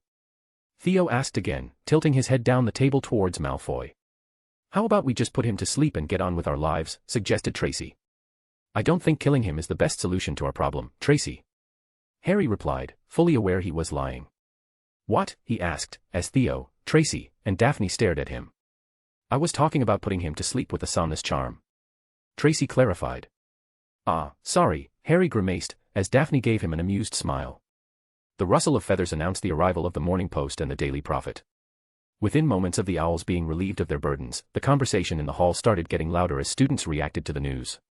Harry unfolded his copy of the Prophet, and his eyebrows shot up immediately. Printed in enormous bold letters was a headline announcing Augusta Longbottom's declaration of war against the Weasley family. The secondary headline below it reported an attack by unknown assailants on the Weasley home, the Burrow, leaving 3 casualties. Harry skimmed the article to find the victims were identified as Arthur, Charles, and Percival Weasley.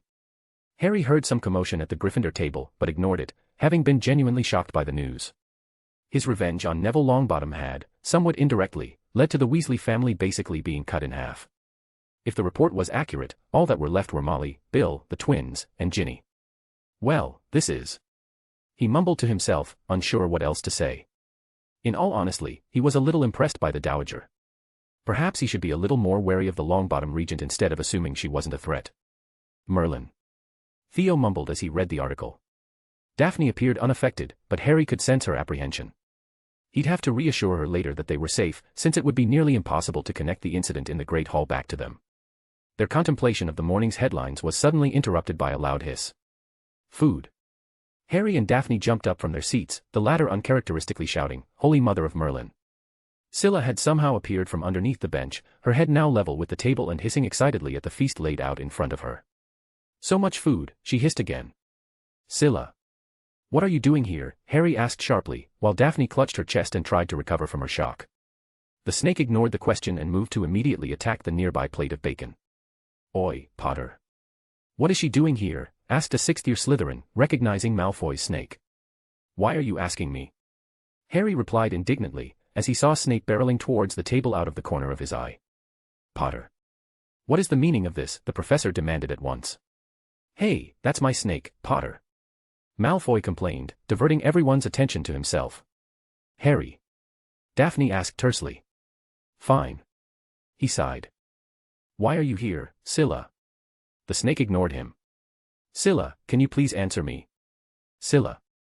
I'm angry with you, the snake hissed, and Harry frowned in confusion. Why? Because you had all this food for yourself, but you never shared or even told me about it, Sila replied, having finished the bacon. But I'll forgive you if bring me here every morning. I'll see what I can do, Sila, but why were you here in the first place? Staying in my tank all day is boring. I wanted to protect my pet instead, so I hid in your bag. Harry closed his eyes and rubbed his temples in annoyance, trying to stave off a headache. Well, Potter. Snape drawled. The ruckus had drawn several onlookers, even a few from the other houses. Sila hid in my book bag because she was bored in the common room, and she wanted to. He hesitated with his next words, protect her pet. 1 second of stunned silence later, everyone from the House of the Snakes erupted into laughter, Malfoy being the lone exception. Even Snape's face betrayed a small smirk, which disappeared as quickly as it arrived. Those watching from the other house tables looked on in confusion. How lovely, Snape drawled.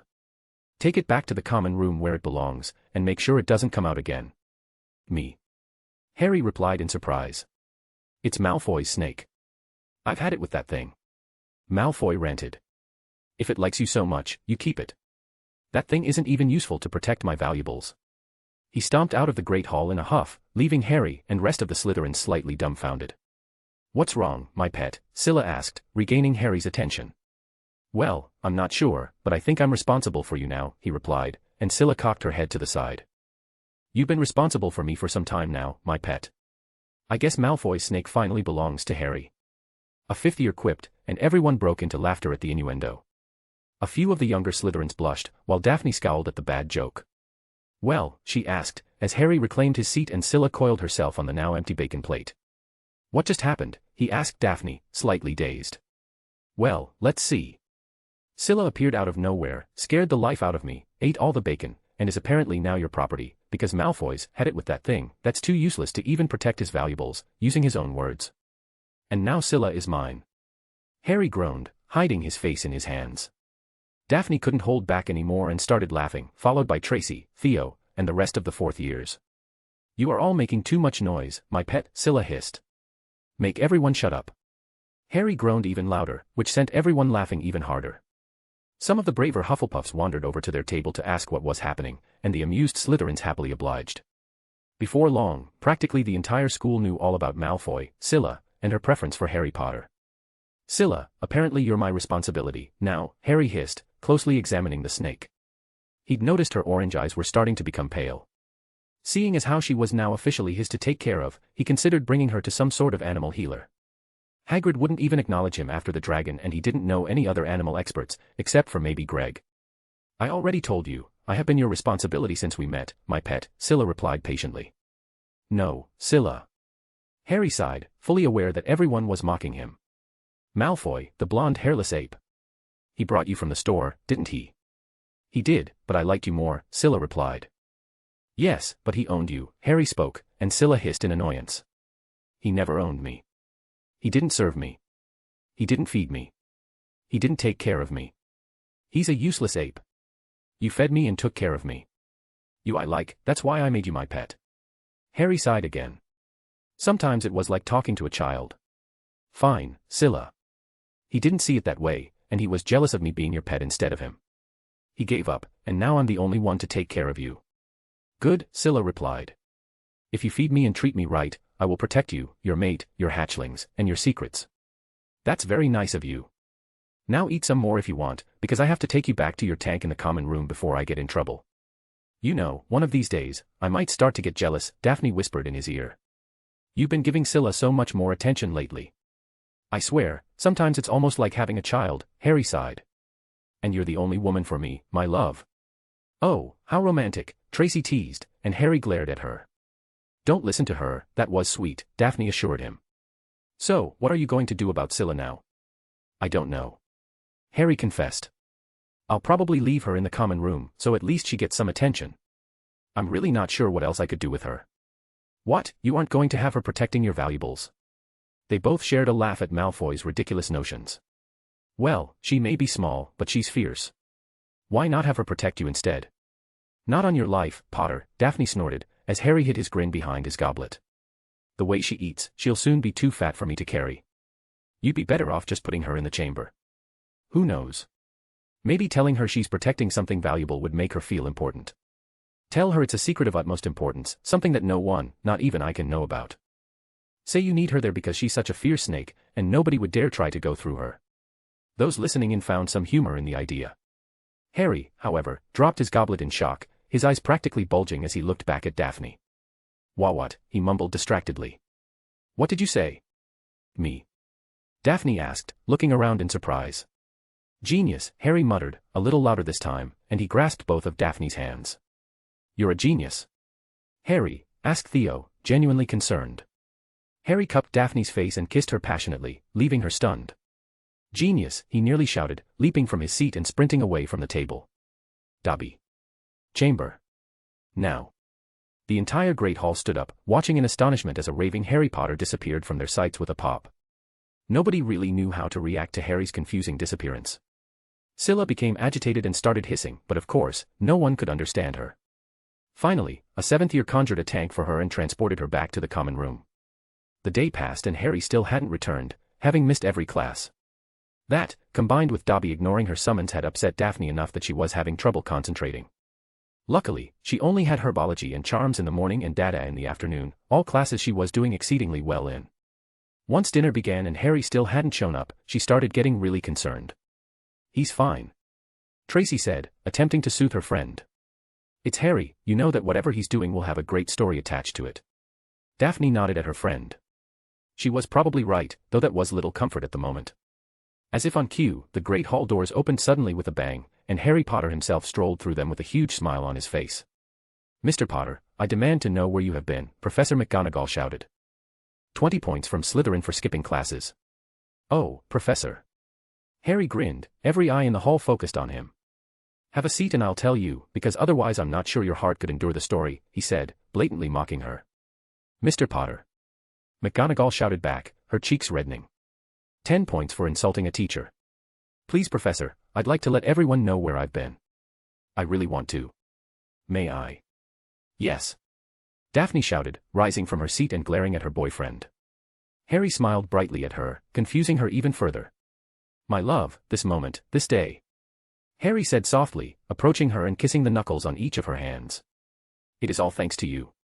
Daphne blushed and sat down again, slightly flustered, as Tracy, Millie, and Pansy snickered.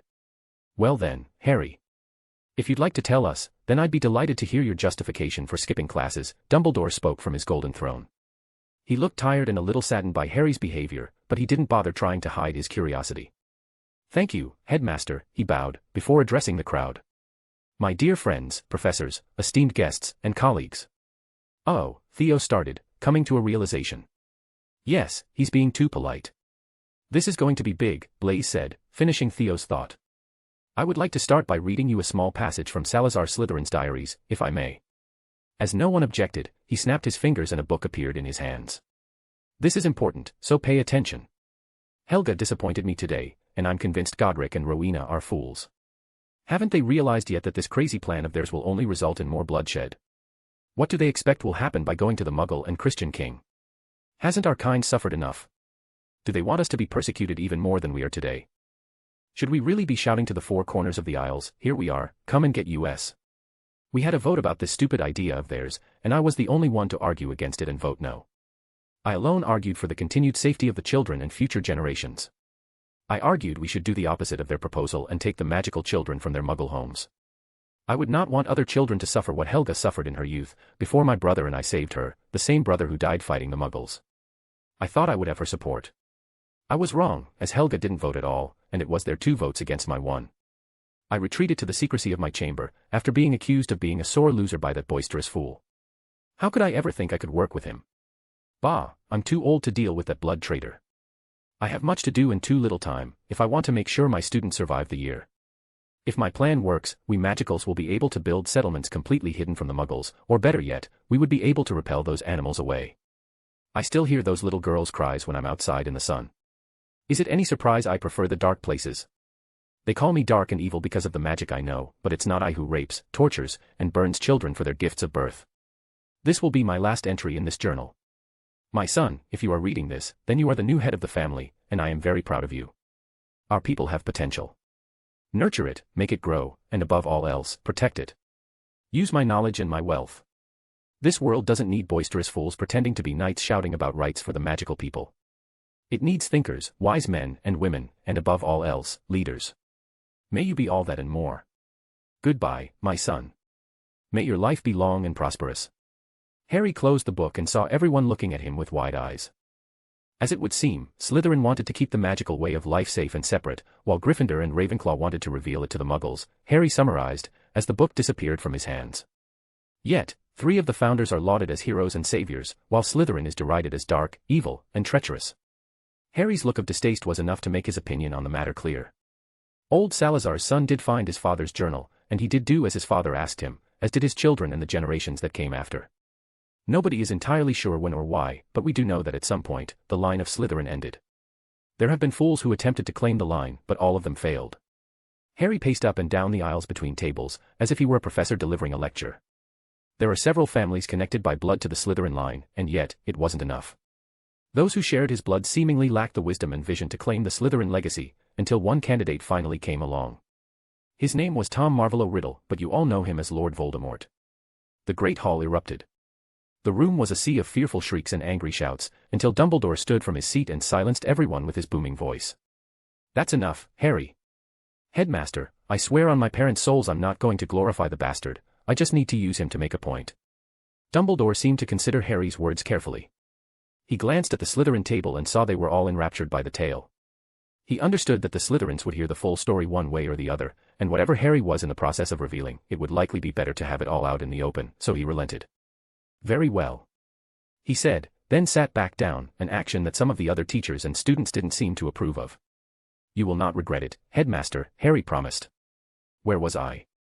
Oh, yes, Tom, he scoffed. Tom Riddle, the son of a near squib witch born from House Gaunt and a rich muggle, conceived thanks to a love potion. Dumbledore looked at the Slytherins again, and he was surprised to see them still paying rapt attention to Harry. Everyone else was astonished by this revelation, and yet the Slytherins all seemed to take it in stride. Did they already know the truth about Tom's parentage? Was Harry the one who revealed it? That seemed the most likely scenario, and the wizened headmaster was dreadfully curious about how the house reacted to that knowledge. He pretended to be the heir of Slytherin when he was really just an heir, Harry continued.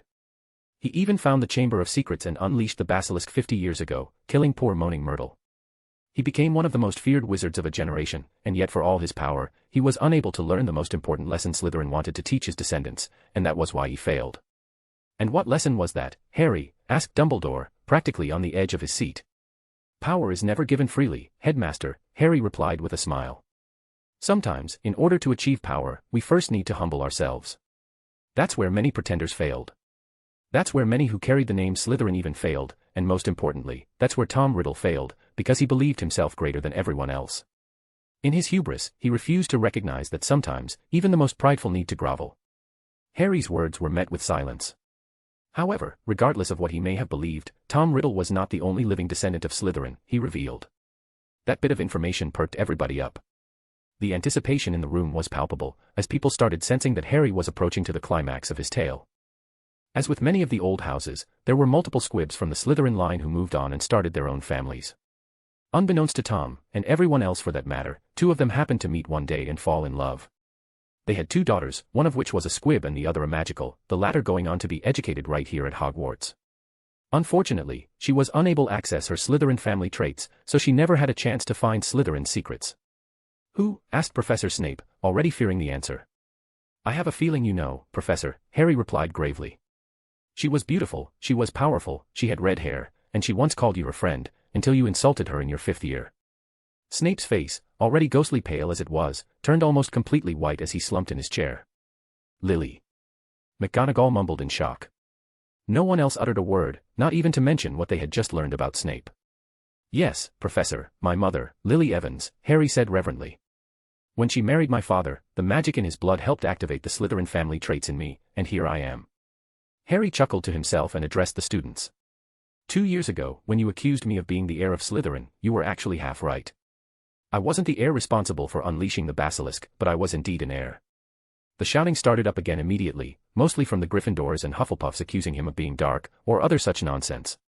The Slytherins remained mostly quiet, all of them knowing Harry well enough by now to know that he still had something up his sleeve.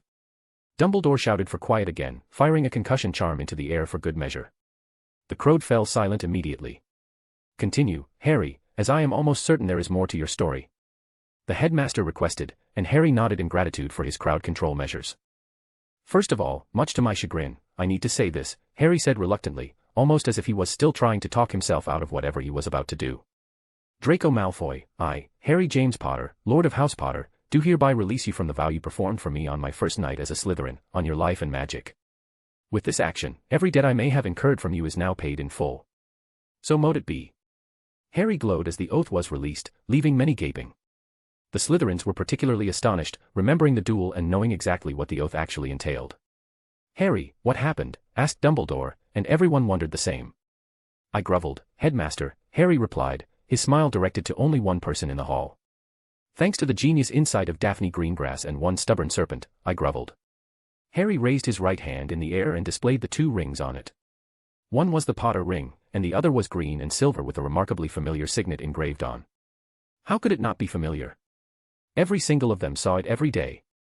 And because of that, I was rewarded with the chance to claim the line of Salazar Slytherin as my own, from this day until the day of my death. The celebration that erupted from the Slytherin table dwarfed every other spectacle that had ever occurred in the Hogwarts Great Hall. Harry walked towards his table, but only made it 3 steps before he was lifted onto Brian and Alistair's shoulders. Everyone cheered his name and that of their house. The rest of the school was rendered speechless.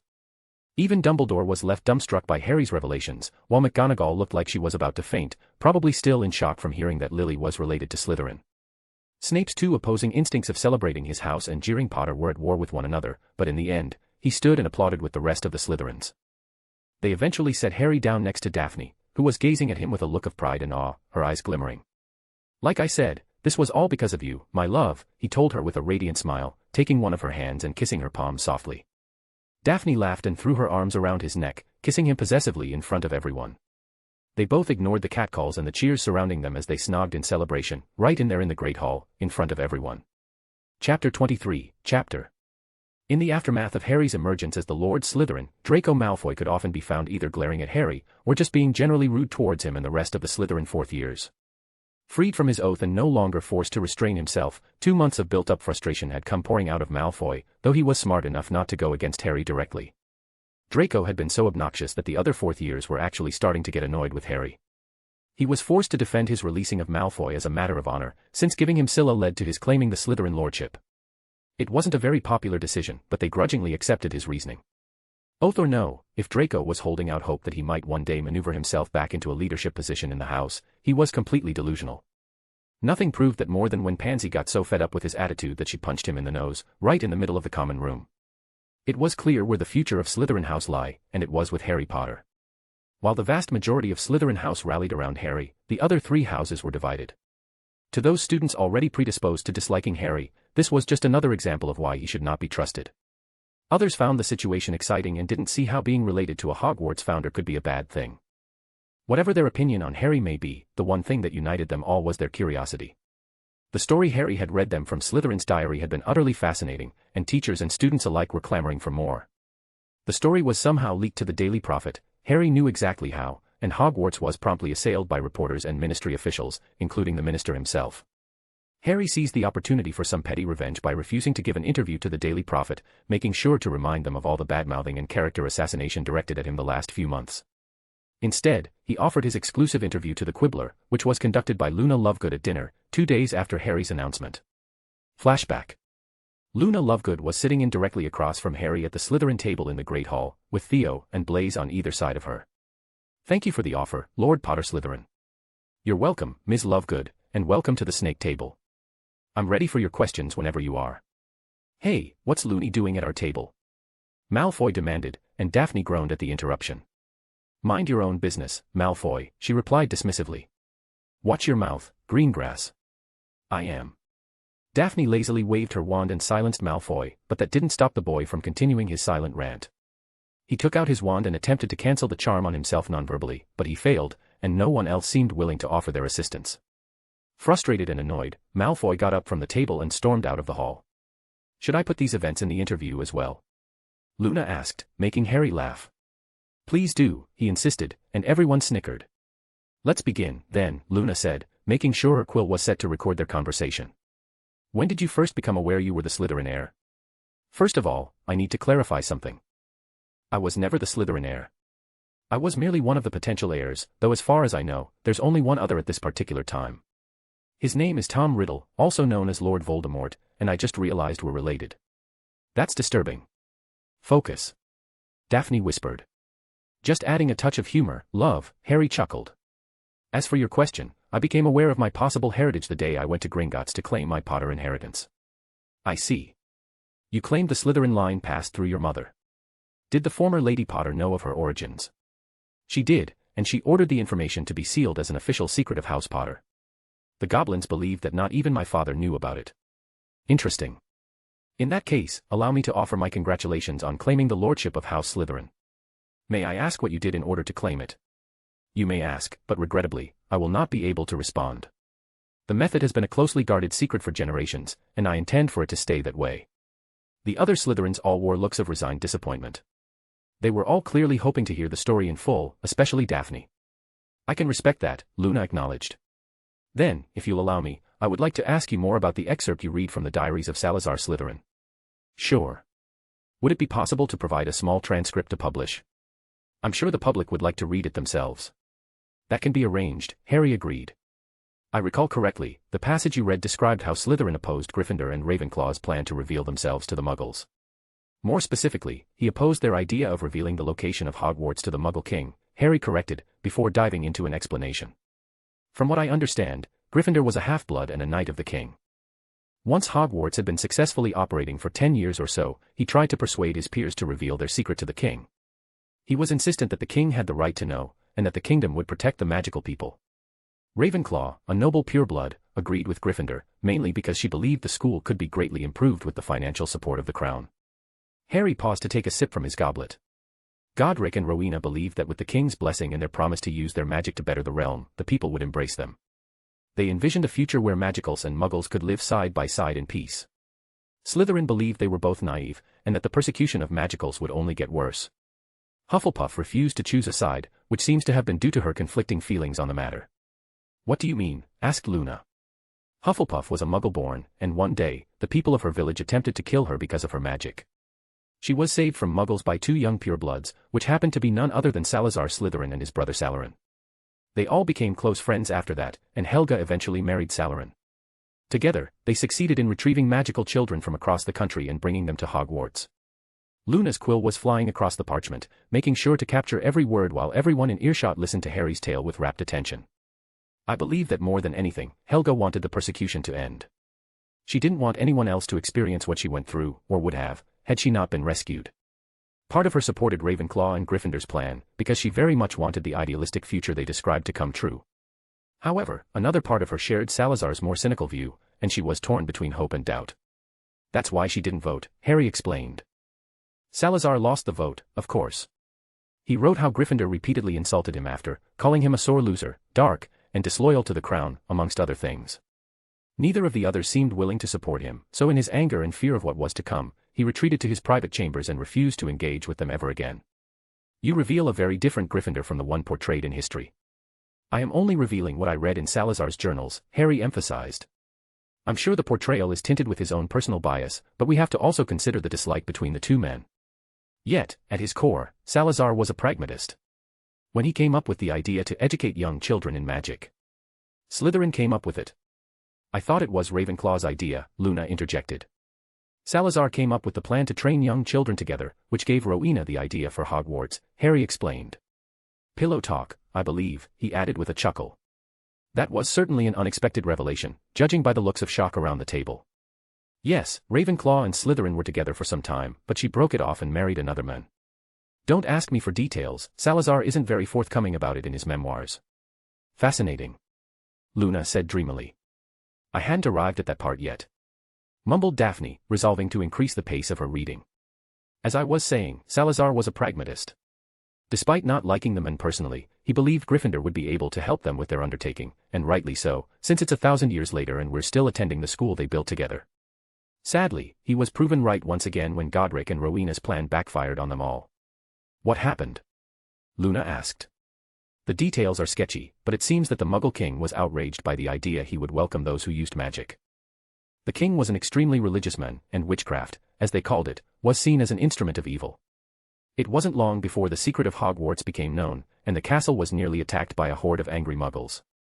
The castle and all of its students would have been lost, had it not been for Slytherin. Slytherin prevented the attack. Who do you think created the Muggle-repelling wards around this castle? Harry asked, to the general astonishment of those around him. Even with the advantages of magic, Hogwarts was underdefended and filled with children. Attempting to fight the Muggles would have been a slaughter.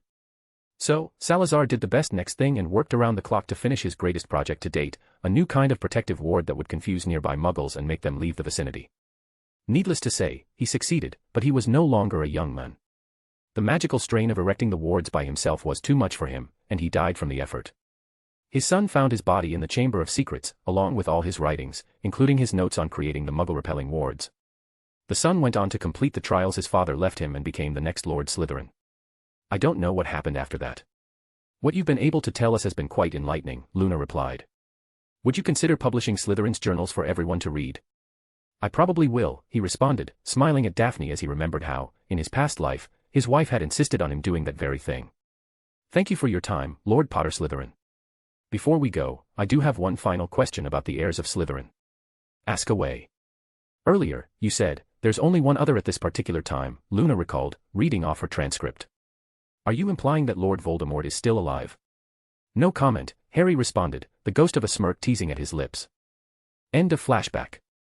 The evening after Harry gave his interview, the couple were relaxing in the Chamber of Secrets and Daphne finally got to ask the question she'd been holding on to since Harry's announcement. So, are you ever going to tell me how you did it? Obviously, Harry replied. Before I do, would you care to take a guess? Daphne furrowed her brow and thought back to the conversation they were having before he ran off that day. I said to put Sila in the chamber and set her guarding something to make her feel important. How did that help? That part didn't, it was the other thing you said that did.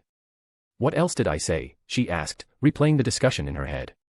I said to tell her it's an important secret that not even I can know about, and that no one would dare go through her because she's such a fierce snake. Daphne shrugged and said, I'm not making the connection. Alright, let's try it this way. If you were Slytherin, how would you hide something? Using Parseltongue, so it could only be accessed by people with my traits. And if there was something you wanted to keep hidden from everyone, even the people you love who share your traits. What then? Daphne frowned. I'd hide it under powerful wards keyed only to me. Daphne guessed, but Harry shook his head. You're being too obvious, Daph. Think Slytherin. What, hiding it in plain sight? Somewhere nobody would ever consider. Cunning and guile, Harry nodded. Hide something in plain sight, yet make it so that people instinctively don't want to go near it. I'm sorry, but I'm still not following your logic. It doesn't make any more sense now than it did at breakfast. Maybe it would help if I told you what I was thinking. When you suggested having Sila protect something, I almost snorted. I was laughing to myself at the idea of her guarding anything, knowing all anyone would have to do to get past her is give her food. I remember thinking that nobody would be scared of her anyway, it's not as if she's dangerous like a king cobra, an anaconda, or a basilisk. Daphne gasped, finally making the connection. No, she whispered, turning to look at the statue of Salazar's head, its mouth open and displaying the path the basilisk used to leave its nest. Hiding something in plain sight, somewhere no one would ever consider searching, Harry laughed. Who would be mad enough to crawl through a dark tunnel into a basilisk's nest in search of Slytherin's legacy, even if they were a Parselmouth? That's brilliant, she said bemusedly. Would you like to go and see it? Don't worry, I cleaned it up on my way out. Daphne followed Harry through the tunnel, which was small enough that both of them had to crawl on their hands and knees. As Harry stood and exited the tunnel, the torches on the walls sprang into life, illuminating a large room that seemed to be carved out of solid stone. The room had two separate levels, the upper level set slightly behind the other and accessible from a set of stairs set along the wall. I think the basilisk slept here on the lower level, Harry said, leading Daphne towards the stairs. They made their way to the upper room, and Daphne was stunned at what she saw. There was obviously more to this place than just a hiding spot for the Slytherin ring. Shelves lined the walls, holding hundreds of books and scrolls that seemed remarkably unaffected by the passage of time. She wondered why these would be hidden here, considering there was a library in the living quarters of the already well-protected Chamber of Secrets. Her eyes grew wide when she realized that this knowledge was intended only for the head of House Slytherin. What amazing secrets must this room hold? In the center of the room was a small stone pedestal. Harry confirmed that's where he found the ring, resting on top of Salazar Slytherin's final journal. Along the back of the room were lined at least 20 large trunks, stacked on top of one another. With Harry's permission, Daphne opened a few of them and saw that they were all filled with gold, silver, and assorted relics. The entire room was an amazing treasure trove.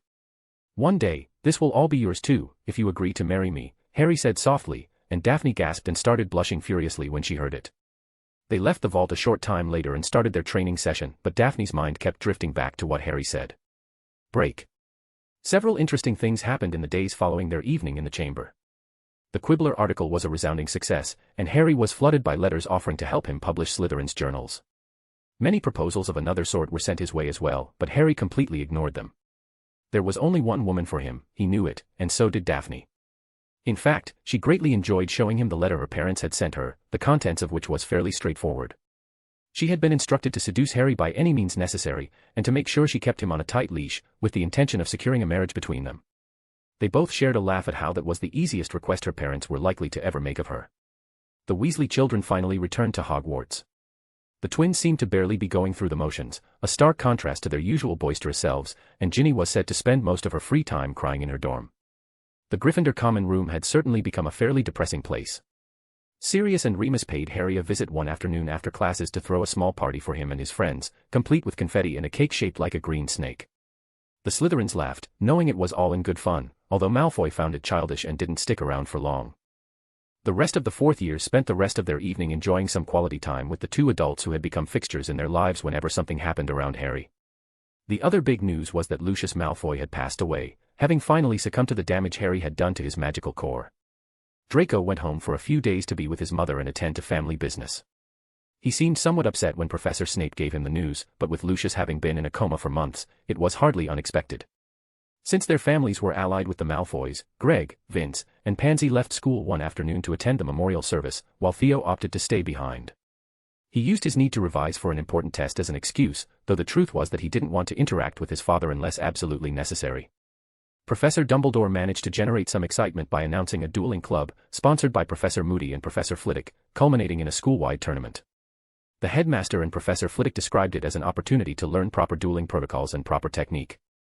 Moody, however, insisted it would teach them to be prepared for anything and to practice constant vigilance. The new Black Wands were looking forward to the club, and in the days leading up to the first meeting they spent a significant amount of time practicing. Harry had been working with all of them on their spellcasting, and they had all taken turns holding practice duels with each other. As they had planned, each night they charmed Malfoy to fall asleep in his bed while they practiced. If Draco thought the number of naps he'd been taking lately was unusually high, he hadn't said anything. "All right, that's enough for the day," Harry called out, as the new Black Wands finished up their routines.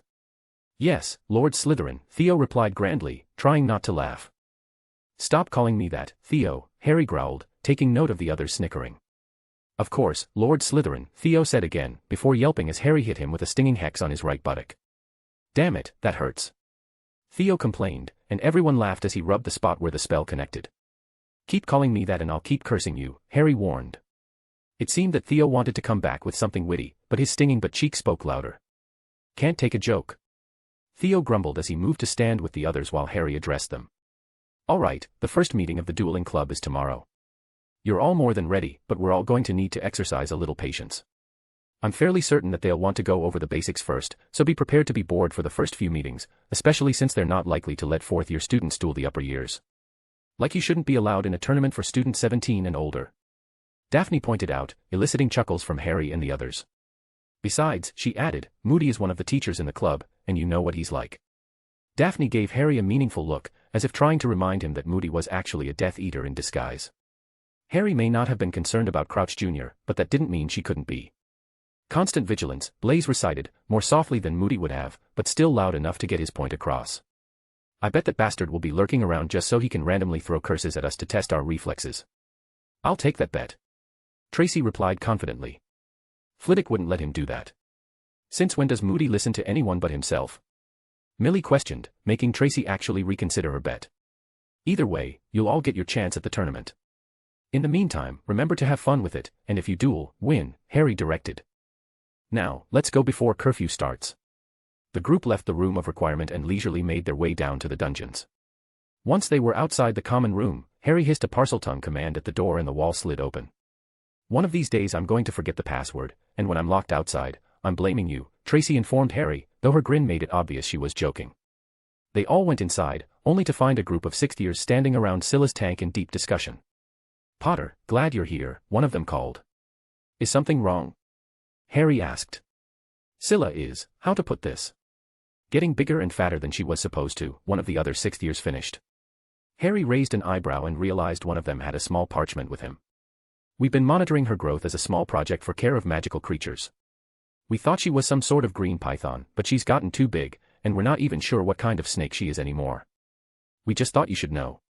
Yeah, I know. Harry sighed. With the amount of food she eats, I'm surprised she hasn't burst already. Stop making so much noise. Sila chose that moment to enter the conversation, raising her head up and spotting Harry. My pet. I missed you today. Where have you been? Training with my friends, Sila, Harry replied, looking at the snake curiously. Sila, are you all right? You seem to be drooling. I know, I finally started producing venom, the snake hissed proudly. It's all thanks to you and your care, my pet, so I want to offer you a gift. I want you to have my first venom. Your first venom? Asked Harry, raising an eyebrow. You've been threatening to bite people for weeks, and you're telling me you didn't even have venom. Sila lowered her head slightly, almost as if she was ashamed. I had to be threatening to be fed, didn't I? Harry laughed. Well, congratulations, then, Sila, you smart girl, Harry said with a smile, reaching into the tank to rub Sila's head. It seems like you're growing up. About time, Sila groused. Now bring me a vial, my pet, and all the venom I can spare will be yours. Harry waved his wand and a small, unbreakable crystal vial appeared in his left hand. Sila coiled herself around Harry's other arm and brought her head closer to the container. You're getting stronger, Sila, Harry complained, wincing slightly as Sila squeezed his arm. Harry, what are you doing? Daphne asked curiously. Sila decided that since I took such good care of her, I should have her first venom, Harry responded. Just making her happy. Her first venom? Millie questioned. She's already huge, how can it be her first venom? I have no idea, Harry answered. She tells me that the people at the store didn't feed her enough, so she didn't grow properly. Maybe.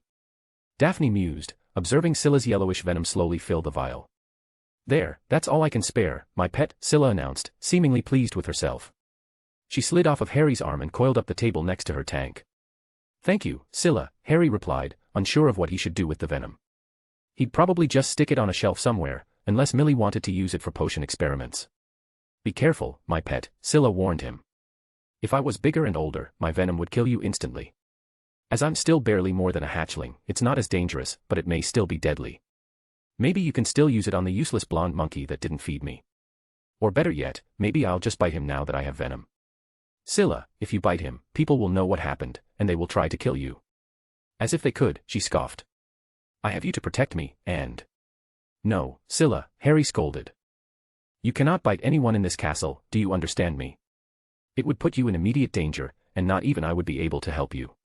To his surprise, the snake lowered her head coiled around herself in what seemed to be a contrite manner. If you don't want me to, then I won't. Thank you, Sila, Harry sighed, offering her his arm again. We all like you, and we don't want to see you get hurt.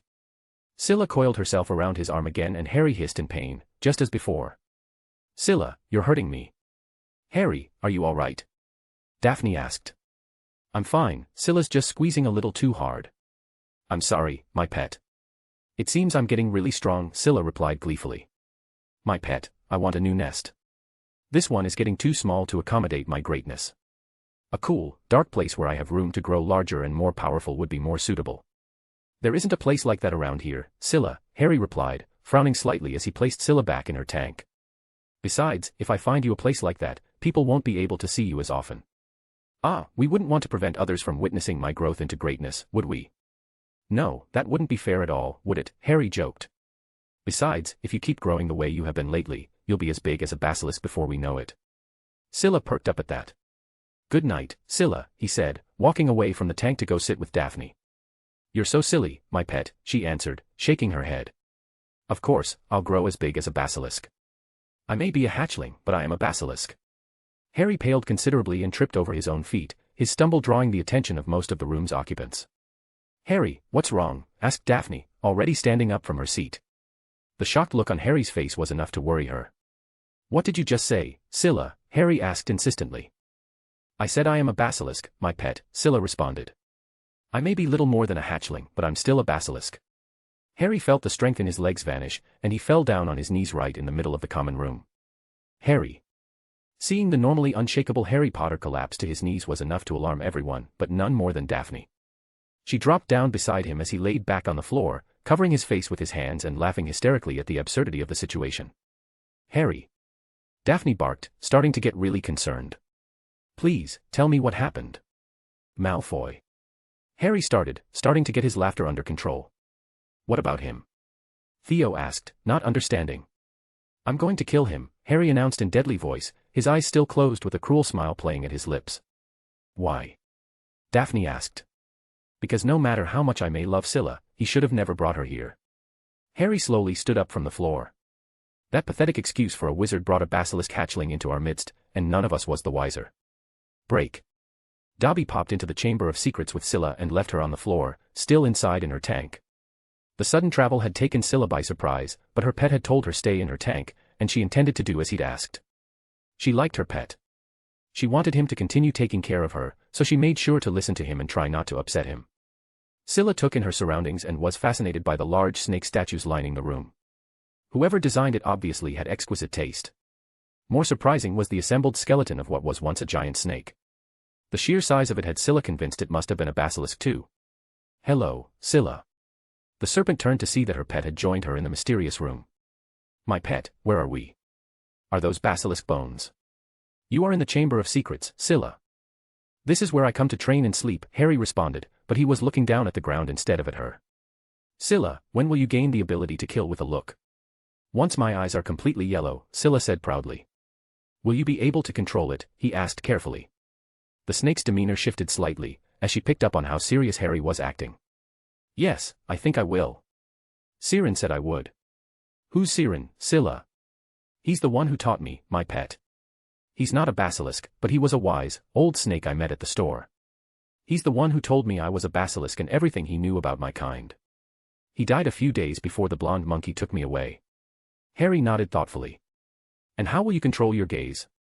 Basilisks have 2 sets of eyelids. Siren told me that if I close the inside set, I will still be able to see, but my stare won't kill. And you have it closed now? Harry asked, surprised at having learned something new. Of course, my pet. I wouldn't want to hurt you, your mate, or any of the other monkeys that you keep around you. If I did, you wouldn't like me or take care of me anymore. Sila, Harry said, after several moments of silence. I'm sorry, but you're going to have to stay hidden now. If people find you, they will kill you. But why? Because they are afraid of what you'll become when you're fully grown, Harry replied gently. If you want to go somewhere away from the castle, I can ask Dobby to take you somewhere safe. All you'll have to do is find your cool, dark place, and hunt for food. But. Or, he continued, a small smile appearing on his face. You can stay and help me. I'll make sure you are well fed and have a dark and cool place for yourself, but you'll have to stay away from everyone in the castle. Yes, Sila hissed loudly, causing Harry to chuckle at her enthusiasm. He pointed at the bones of the chamber's original occupant. That was the former guardian of the chamber, Harry told Sila. A badman was controlling him and forced him to try and kill students, including me. Sila hissed angrily. You are even stronger than I thought, my pet. I thought I killed the badman too, but he used special magics to make sure he didn't actually die. My mission is to kill him once and for all. And of course, you need my help, Sila replied excitedly. Perhaps, Harry conceded. Do you promise not to attack anyone unless I ask you to? Yes, my pet. I promise, Sila replied, bobbing her head up and down. Then you can stay here, if you want, Harry said, gesturing at the wide chamber they were standing in. The old one's nest was inside the large statue's mouth. That might be the best place for you, but my mate and I will go there from time to time, and we may disturb you. We also stay in that room there, Harry explained, pointing out each place in turn. Dobby will bring you some food every morning, and all you have to do is stay here. You will often be by yourself, but I'll be here at least once per day. I understand, my pet, Sila replied. Can I go see the nest of the old one?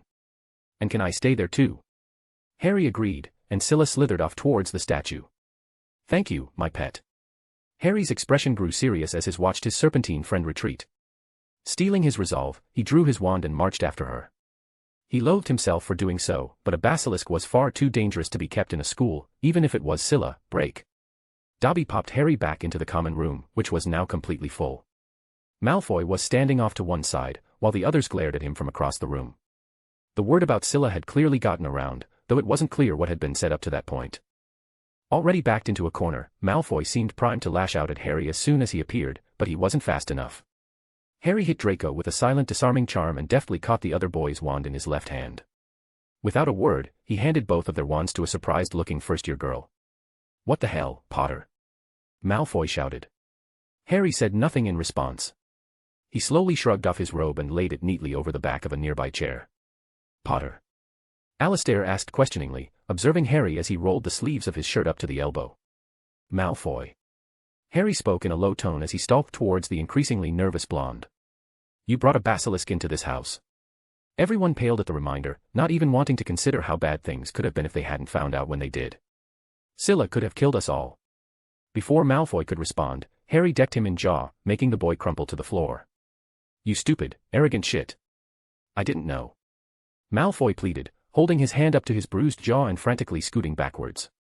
"I'd like nothing better than to take you apart right here and now," Harry hissed, "but that's not how we do things in Slytherin. You endangered the entire house, and everyone here has a right to decide what to do with you." Harry turned away from Malfoy and moved to reclaim his wand and his robes. "Potter, what about Sila?" Eliza asked hesitantly. "I took care of her," Harry replied without emotion, eliciting a few gasps from the gathered Slytherins. You killed it," a sixth-year asked in disbelief. "I said I took care of her," he shouted, the sudden outburst startling several of the onlookers. Harry slipped his robe back on and left the common room through the main door, his wand still in his hand. "Stay here and deal with this, I'll take care of him," Daphne said, following Harry out of the room. "So, what do we do about Malfoy, then?" Astoria Greengrass asked the silent room, as the door closed behind her sister. Daphne quickly caught up to Harry and entangled her arm with his. She didn't bother speaking, she just matched his pace and hoped her presence would help comfort him. Harry flashed her a grateful look, but he remained silent and didn't break stride. After a few minutes of walking, Daphne realized they were moving in the direction of the 7th floor. "I'm angry," Harry whispered. "I can tell." No more words were said until they reached the wall concealing the entrance to the room of requirement. Harry paced back and forth 3 times until the door appeared, and then opened it to reveal an expansive garden with a small creek flowing through it. Daphne followed him in and looked around in wonder at the serene landscape. "What is this place?" Daphne asked softly. "It's on the Potter estate," Harry explained, letting out a long sigh as he sat down on the ground and dropped onto his back to look up at the clear blue sky. "It used to be our favorite spot." "It's beautiful," she declared, kneeling down next to Harry and stroking his hair. "Lay down beside me," he requested, and Daphne did just that. There was no kissing, no snogging, or anything like that. They just laid there in the grass, silently taking comfort in each other's presence. Break. Harry and Daphne wound up spending the night together again, mostly because they were so comfortable that neither could bring themselves to separate for the night. This time, Daphne felt like she was the one taking care of Harry. The whole Sila situation had weighed heavily on him, and she did her best to make sure he didn't obsess too much over whether he'd done the right thing. Early the next morning, Dobby popped them both back to the common room, where they both showered and dressed for the day. Harry was done first, so he went back down and sat in front of the fireplace to await Daphne and the others. "Good morning," Alastair greeted Harry as he sat down next to him. "I thought you might like to know what happened after you left last night." "I'll admit I'm slightly curious." "Malfoy was banished from the house. We brought him to Professor Snape and explained everything, and we haven't seen him since." Harry looked mildly surprised. "We don't know what will become of him, but whatever happens, he won't be a Slytherin." "Well, at least we know his father won't hear about it," came a voice from behind Harry. The other boys laughed at Brian's joke as he sat down on Harry's other side. "Good morning, by the way." "Good morning," Harry replied. "Wait, is it a problem that Daph and I weren't here for the house meeting?" "Don't worry, the extenuating circumstances were taken into consideration," Brian assured him. "Potter." "Harry, how are you?" Alastair asked. Harry sighed and gave him a brief chuckle. "I'll be fine, thank you though. Yesterday was difficult, but I think I acted for the best." The 2 older boys nodded grimly, but then Brian started to grin. "So, are you fourthies ready for the Dueling Club later today?" he asked, and they both saw a slight smirk form on Harry's face. I suppose that depends on what exactly the club will entail, he replied. Theo came down shortly after and joined the others by the fireplace. Brian and Alistair took that as their cue and got up to leave, Brian giving Harry an encouraging pat on the shoulder on his way. Morning, Harry. Good morning, Theo, Harry replied. Malfoy's gone, Theo said, not knowing what else to say. Alistair and Brian told me. It was also unanimous, Theo added with a chuckle. You should have seen his face, it was priceless. I can only imagine, Harry grinned. I'll admit I was a little surprised, though, he added, his expression turning contemplative. Until recently, it always seemed like Malfoy had the full support of the Slytherins. It's hard to imagine the Draco Malfoy of the last 3 years being banished by the entire house, regardless of what he did. I can see why you'd think that, Theo acknowledged. The truth of the matter is that Draco was never that popular to begin with. His father held a lot of influence, so the kids whose parents either wanted to curry favor or were outright afraid of Lucius Malfoy had no choice but to support Draco. Lucius is dead now, so Draco doesn't have his father's power to leverage, and he doesn't have any friends who would care enough to support him. I guess that makes sense. Of course, you repeatedly putting him in his place this year didn't help his image, laughed Theo. No, I suppose not, Harry chuckled. Theo's face became serious again, and he made sure to look Harry directly in the eyes. Face it, Harry. Between the things you've shown us this year and being Lord Slytherin, you're the one the house will look to from now on. Last night just proved it. What do you mean? You may not see it that way, but for a lot of Slytherins, last night's vote was as much about showing support for you as it was punishing Malfoy. Harry looked at Theo skeptically, but he didn't argue. Trust me, just ask Daphne to explain it to you later. Anyway, enough about Malfoy. How are you doing? I'm fine, Harry replied. We spent the night in the room of requirement, and Daphne helped calm me down. I'll bet, Theo grinned, before again turning serious. We all owe you, you know. Owe me for what? Harry asked inquisitively. Are you serious? For finding out about Sila, before, you know, anything happened. Harry nodded regretfully. Was it hard? I did the right thing, Harry replied vaguely. Theo accepted the answer, and both boys fell into a comfortable silence as they awaited their friends. Nearly 30 minutes later, all 9 remaining fourth years had gathered in the common room. Shall we go, then? Asked Harry, his hand tightly entwined with Daphne's. When no one protested, the couple led the group out of the common room and towards the Great Hall, the group engaging in their usual banter as they made their journey. They were just settling into their seats at the Slytherin table when Professor Snape approached. Mr. Potter. Professor, if this is about beating up Malfoy, just tell me the time and I'll be there, Harry offered. 9 o'clock tomorrow night, Snape said, nodding curtly. 100 points to Slytherin for identifying a dangerous creature and potentially saving many lives. I believe the headmaster will want to speak to you soon, as well. Harry nodded his acknowledgement, and Snape turned to leave. Wait, Professor, Harry called, rising from his seat and pulling a crystal vial from his pocket. Snape looked at the vial with a raised eyebrow. I'm sure you can find a suitable use for this basilisk venom. Snape's eyes widened as he examined the vial's contents. He gave Harry another curt nod and stalked out of the room, but not before giving him 10 additional points. So, what's our first class today? Harry asked, dropping into the seat next to Daphne and offering her a kiss on the cheek, which she accepted gladly. Break. People were naturally curious about why Malfoy was looking sullen and wearing plain black school robes without the usual green and silver accents. All anyone would say was that Malfoy had jeopardized the lives of everyone in the house and had been permanently banished. The morning and afternoon passed without incident, and before long 6 o'clock had arrived, and it was time for the inaugural meeting of the Dueling Club. Here we go, Blaise muttered as the 9 Slytherins marched into the hall, joining what appeared to be almost the entire student body. They didn't have to wait long before Professors Flitwick and Moody entered through the side door and called the meeting to order.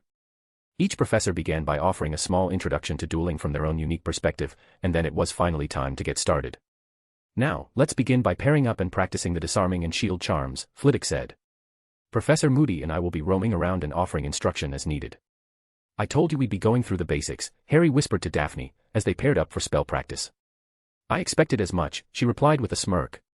Most people probably need the help. We're a special case. Harry laughed and cast the disarming charm at Daphne, who defended it with a perfectly raised shield. The 9 Slytherins went through the exercises sharing the same board expressions with the 6th and 7th years, mainly using the opportunity to observe the other students. Daphne was watching Astoria as she cast a passable disarming charm towards one of her friends, only to fail at successfully shielding the rebuttal. Maybe I should go help my sister, she whispered, mostly to herself. If nothing else, it might help her grades. Do you want to invite her to our study group? Harry asked, having overheard her. Sure, Daphne decided, after a moment's deliberation. She could learn a lot, and I think she'd enjoy it. Harry happily agreed, and then started scanning the crowd for other candidates. He had decided that the most plausible excuse for inviting friends from his past life would be to say that he'd seen their potential in the Dueling Club, and that he thought their skills would benefit the group. He was pleased to see that both Hannah Callan and Justin Smith had easily managed both spells. They would almost certainly accept the invitation.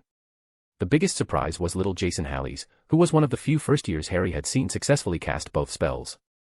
That brat will go far, he muttered. Who? Asked Daphne. Halleys. He's only a first year, but I just saw him cast both spells. Intrigued, Daphne followed Harry's gaze and observed the boy for a few moments. He stood out among his fellow Gryffindors by not outwardly celebrating every time he succeeded. Fine, he's impressive, Daphne admitted. She turned to look at Harry. Are you thinking about inviting him to the group? Can I? Harry asked, sounding surprised by the question. I don't know, she responded. You're the leader, it's your decision. But if you want my opinion, which I always do. The boy may have potential, but don't forget he's a Gryffindor. He may not easily be accepted by the others, and that's if he'd even agree on joining in the first place. It might be easier if we invited more people from other houses. True. Let's talk about that later though, it looks like they're wrapping up. Yes. Harry replied, and sure enough, Moody and Flitwick had finished helping those needing assistance and were readying to address the crowd. Well done, everyone, Flitwick declared. Now, let's try some actual dueling. The charms professor waved his wand and raised a dueling platform in the center of the room. You will now get the chance to test what you've learned against a random opponent from your year. Let us start with the first years. After 3 exceedingly boring duels, Harry's ears perked up at hearing Jason's name being called to go up against one of the Slytherin first years. Both boys followed the protocol they'd learned and bowed to each other before taking up their positions. The Slytherin boy looked overly confident while Jason looked focused, and Harry had a feeling he knew how this was going to go. And, begin. The Slytherin raised his wand to start casting, but he was far too slow. As soon as Flitwick gave the signal, Jason took a step to the left and quickly cast the disarming charm, striking the other boy in the chest before he even finished his own incantation. And the winner is Mr. Halleys. 5 points for Gryffindor, Flitwick excitedly announced. The other Gryffindors were cheering and congratulating Jason, who still had a businesslike expression on his face. The duels went on for another hour or so before closing for the evening. Not everyone had their turn on the platform, but the professors promised to pick up where they'd left off the following week. Well, that was a complete waste of time, Theo grumbled, as they returned to the dungeons. I don't know, I thought some of the younger kids were pretty entertaining, Blaze countered. Did you guys see anyone who might make a good addition to our little group? Daphne asked, giving Harry the opening he needed. I did, Harry replied, as she knew he would. I saw a Ravenclaw who seemed decent, but I don't know his name, Tracy replied. Why? Asked Millie. Are you thinking about inviting people to join us? If we find anyone who would make a good addition, then I don't see why not, Harry responded. Even if they're from another house? Theo questioned. Sure, as long as they aren't imbeciles. What's the point? Mill wondered. Do you intend to use the group to influence the other houses? Well, I wasn't, but now that you mention it. Harry remarked, tilting his head to the side. It would be nice to have some peace and quiet around the school for a change. Says the boy responsible for most of the disruptions, Pansy cracked, and they all laughed. Break. That's. Are you sure? Daphne asked apprehensively. Harry had just finished laying out his plan to retrieve the cup from Gringotts, and Daphne was having doubts. February had just begun, and the couple had secluded themselves in the room of requirement for some light training before the rest of the Black Wands arrived. I know it sounds ambitious, but trust me, it's very doable. Plus, this way we'd solve the problem of the Death Eaters once and for all, while directing suspicion as far away from us as possible. Can you actually do everything you just said? Preparing the necessary equipment should take me about 3 days, give or take, Harry replied. I'm not against eliminating his supporters, but... Daphne sighed self-consciously. It's just that much of your plan relies on me. And that's a problem how? Harry questioned. Are you sure that's okay, she asked, and Harry nodded confidently. Absolutely. Between your skills and your pureblood upbringing, you won't have any trouble convincing them, he reassured her. And you were a Dark Lord who led this entire country for years, she pointed out. Which meant everyone did as I said without question. I didn't have to play nice with the pureblood faction, I had my sister-in-law for that. Believe me, you're far better suited to the role than I am, he insisted. Or would you rather deal with the Dementors? Daphne scoffed. Fine, I'll do it. She sighed. What else do we need? Glamours, proper code names. It wouldn't do to spill our identities to anyone. Obviously. Daphne drawled, in a reasonable impression of their head of house. Maybe I should teach you a painful curse to encourage anyone who doubts us, Harry mused. We should assume that some of them will be suspicious. A bone breaker can be almost as convincing as a cruciatus, Daphne replied, and he had to agree with her on that. Very well, then. That really only leaves one question. When do we act? How many days do you think we need to prepare? Daphne asked, folding her arms across her chest. We should have everything we need in no more than a week, but do you feel like you're ready? Daphne gulped. She had been disappointed by how easy it was to retrieve the ring, but Harry's latest plan sounded insane by comparison. She was starting to regret hoping their next mission would be more of a challenge. Was she really ready for this? I'm as ready as I'll ever be, Daphne admitted. So, let's do it as soon possible, while I still have the nerve. Besides, the second task is at the end of the month, and it would be best to resolve the cup situation first. Harry looked like he wanted to say something, but Dobby popped into the room before he could respond. Master, Mistress, your friends are waiting outside along with some guests. Already? Asked Daphne. We'll finish this conversation later, Harry told her. Dobby, in the meantime, you can start gathering the equipment and materials we need. Very well, Master, Dobby replied, popping away. Daphne unlocked the door with a wave of her wand and moved to stand by Harry's side. Their friends entered the room first, the new recruits following close behind them. Astoria was one of 6 Slytherins to join them, split evenly between upper and lower years. There were also 2 Ravenclaws, and Harry was glad to see that Justin Smith was one of them. They were all looking around the room in wonder, having never known that such a place existed in the castle. Welcome to the Room of Requirement, Harry started, addressing the new additions. I'm glad you decided to accept the invitation to join us here today. What is this, and why are we here? The older Ravenclaw asked. Harry wasn't familiar with the boy, and he wondered who had invited him. And you are? Harry inquired. Roderick Bulstrode, the boy replied.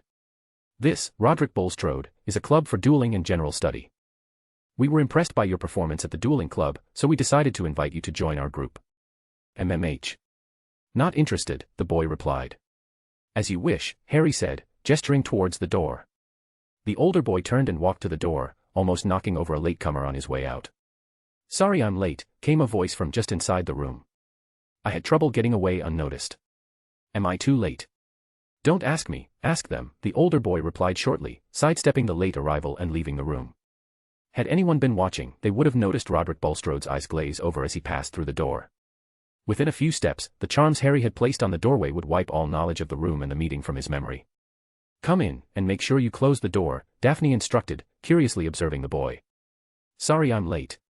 Like I said, The words died in Jason Hallie's throat at the sight of over a dozen Slytherins looking back at him. None of them exhibited any signs of hostility, but they were clearly surprised by the appearance of the young Gryffindor. Ah, Mr. Hallies, glad you could join us, Harry said in a neutral tone, though he was secretly happy the boy had made it. Do come in. You didn't miss much. Embracing his Gryffindor courage, he took a deep breath and strode forward to join the rest of the group. He had no idea what was happening, but he'd received an invitation from the Lord Potter himself, assuring his safety, and that was good enough for him. What's a dork doing here? Asked a surprised Astoria Greengrass. He was invited, just as you were, Daphne replied, before nodding to Harry. As I was saying to Mr. Bulstrode, who regrettably left us, we are a study group in search of new members. You have all been invited thanks to your performances at the Dueling Club, Harry explained. Our primary focus will be on dueling, but we will certainly not limit ourselves to that. Those of you from the lower years were selected because you have shown real potential. We believe that with the right support, your skills will flourish well beyond what they would if you limited yourself to school lessons. For those of you older than the founding members, those being us fourth-year Slytherins, I envision a more reciprocal exchange where we can help each other grow. Furthermore, if we manage to recruit members from all 4 houses, we can form an influential alliance here in Hogwarts. And control the school, an older Slytherin asked. I prefer to think of it as helping to maintain order and keep the peace, Harry replied. There have been too many conflicts in these halls over trivial things. Perhaps one day the petty house rivalries will be a thing of the past, but for now, our focus is on practice and study. Harry's answer seemed to satisfy the invitees, so he had only one final question. Now, who wants in? They all stayed. They split up into 2 groups, with Daphne leading the 4 younger students to one side of the room while Harry stayed with the others. The newcomers were a little startled when the training dummy suddenly appeared, but they listened attentively as Harry gave them some instruction on how to use them. Harry suggested a few starting exercises for the older group and then went over to join Daphne. They all looked so small compared to the older group. Jason was the youngest student invited, while Astoria was right behind him as the only second year. Rounding out the younger group were Charles Armstrong and Denise Brownhills, both third years. Jason felt like a fish out of water. Being the youngest was one thing, but being the only Gryffindor in a room full of Slytherins would have been enough to intimidate most anybody.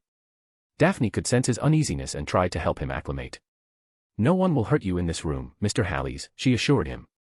"Just try to relax. I did tell you that when I invited you, didn't I?" Harry asked as he joined them. "Yes, but about that, why me?" Jason asked Harry. "I know you said I have potential, but there are other Gryffindors much better than I am. I'm just a first year and a Muggle-born, so why me?" "Fine," Harry said. "If it puts you at ease, I'll answer your questions. I invited you for 2 reasons. The first, you already know. You were rather decent in your match at the Dueling Club, and with help, I think you have the potential to grow quite powerful. Even more than you were the first time around," he added to himself. "And the second reason," the boy asked, feeling a little prouder of himself after hearing Harry's praise. "You apologized to me before the break. You were the first to do it, and the only one, as well," Harry replied bluntly. "Is that enough for you?" Jason looked at Harry and nodded before giving him a small bow. "Then I thank you for the opportunity, and for your faith in me." Harry nodded and went right into a lecture on the stunning spell. After 10 minutes of explanation, the 4 were already attempting to cast the spell at the dummies, leaving Daphne and Harry to stand off to the side. "I'm sorry," Daphne mumbled to him. "I'm sorry for what I did before, how I treated you before you joined us. I never did apologize for it, did I?" "Oh. Don't worry about it. I never held that against you or any of our friends," Harry replied with a small smile, pulling her into a one-armed hug. "But it's nice to know you feel that way." "Stupefy." Jason chanted, but nothing happened. Daphne turned to watch the young wizard and didn't miss his perturbed look, nor the smirk on her sister's face. "You're not doing any better, Astoria," Daphne admonished, and her sister actually blushed before going back to her casting. "Ma'am?" Jason asked, surprising Daphne with his method of address. "What am I doing wrong? Personally, I think you and my sister are too young to cast the stunning spell. However, Harry seems to think that if you can successfully cast the shield and disarming charms, then you should also be able to cast a stunner," Daphne told him. "I can only tell you what Harry told me, and the same goes for you, Astoria. Try to feel your magic and channel it through your wand. You're either doing something incorrectly or you're simply not channeling enough power." "Yes, ma'am," Jason replied, and went back to work. After an encouraging nod from her sister, Astoria also resumed trying the spell. Harry was busy speaking with the third years, who had managed the spell, and he was now giving them new instructions. Now that Daphne was tasked with supervising her sister and Jason Hallows, she decided to take a closer look at the boy who had been her brother-in-law in Harry's past life. Outwardly, he didn't appear to be anything special, just another boy. She couldn't help but wonder how this seemingly unremarkable child could have become the man Harry told her about. She remembered the story about his grandfather's death, and she knew he had participated in the Battle of Hogwarts, but was there more to it? As she watched both him and her sister trying to cast the spell, she wondered if future Astoria was as truly happy with him as Harry believed. "Canute, for your thoughts?" Harry asked as he embraced her from behind. Just to be safe, she threw up a quick privacy ward and quietly answered him. "I was watching Hallows and my sister, and I was wondering about them in your past." "Ah, have they started ranting at each other already?" "No, they haven't, and what do you mean by that?" Daphne asked critically. "She's a Slytherin, he's a Gryffindor." Sparks flew every time the two of them disagreed on something, which was fairly often. "I readily admit that I found their squabbles wildly entertaining." "Oh?" Daphne asked, crossing her arms. "If they argued that much, then how did they even get together? To be honest, I'm not really sure. I remember hearing them arguing about something one night, but I ignored them because it was late, and I had to put our daughter to bed. The next day, Daphne told me she saw them kissing." "Huh, and did they argue a lot? Before they got together?" "All the time. After that, not so much, unless it was about something really important." "They had a son, didn't they?" "Adam Greengrass Hallows," Harry replied, smiling fondly. "Bold as his father, cunning as his mother, and the bane of both the Greengrass and the Malfoy families." "And what does that mean?" "I'll show you later," he chuckled. "Fine," Daphne huffed. "Just one more thing, didn't you tell me that Hallows died?" "Yes. He died in the Third War, the one against the Muggles," Harry said sadly, as he looked over at the boy still attempting the spell. "How did that one even start?" "How else? It started with Titania's policies," Harry replied, his expression darkening. Do you remember how I told you they wanted to reveal ourselves to the Muggles and integrate our world with theirs? Daphne scowled at the reminder. Well, we learned that she actually made contact with the Muggles and introduced them to our potions and certain magics. They formed a company together, ostensibly to mass-produce magical potions and develop ways to help the Muggles using magic. I'm not sure how successful they were, but I do know that much of their research involved kidnapping and experimenting on magicals. Daphne breathed in sharply. Wasn't she doing the same thing with werewolves? Among others, yes, Harry confirmed. She seemed to be obsessed with the idea of using Muggle science to study magic. Anyhow, by the time Titania fell, the company was already fully autonomous and had grown exponentially. They had their own security force, which was essentially a small, private army, and their agents were well trained to capture magicals for their research. It was the kidnappings that first alerted us to the fact that there was a problem. Wait, so does this mean the Third War was actually an extension of the Second one? Daphne asked heatedly. More or less, Harry nodded. We started by hitting their facilities and rescuing the people they kidnapped. They responded by hiring mercenaries to bolster their security force and begging the Crown to help protect them from the terrorists targeting their company. They also approached the Prime Minister for his direct support. They claimed they were working on recreating magical potions using Muggle methods, so they wouldn't have to rely on magicals for them. They convinced him that it was in the country's best interest to help fight against us, even though we were the legal magical government at the time. No. That was when we realized that losing would mean the end of magical Britain. We knew we didn't have much time, we had to win before the Muggle army could get involved. Fortunately, we were able to locate the company's headquarters in London, which ironically was fortified with every kind of magical protection imaginable. They even warded the place against house elves, and I hadn't quite figured out how to fade yet, so our only option was a frontal assault. We lost a lot of good people doing it, but we put an end to that damned company. We killed their leaders and destroyed all their research, but my personal favorite was when I put both the Prime Minister and the Queen under the Imperius Curse. Daphne's eyebrows shot up. I ordered them to make sure the last vestiges of the company were wiped out entirely. I also used them to ensure we would be protected from any further attacks from the Muggles. We may have won, but our losses were devastating, especially considering that we hadn't fully recovered from the last war.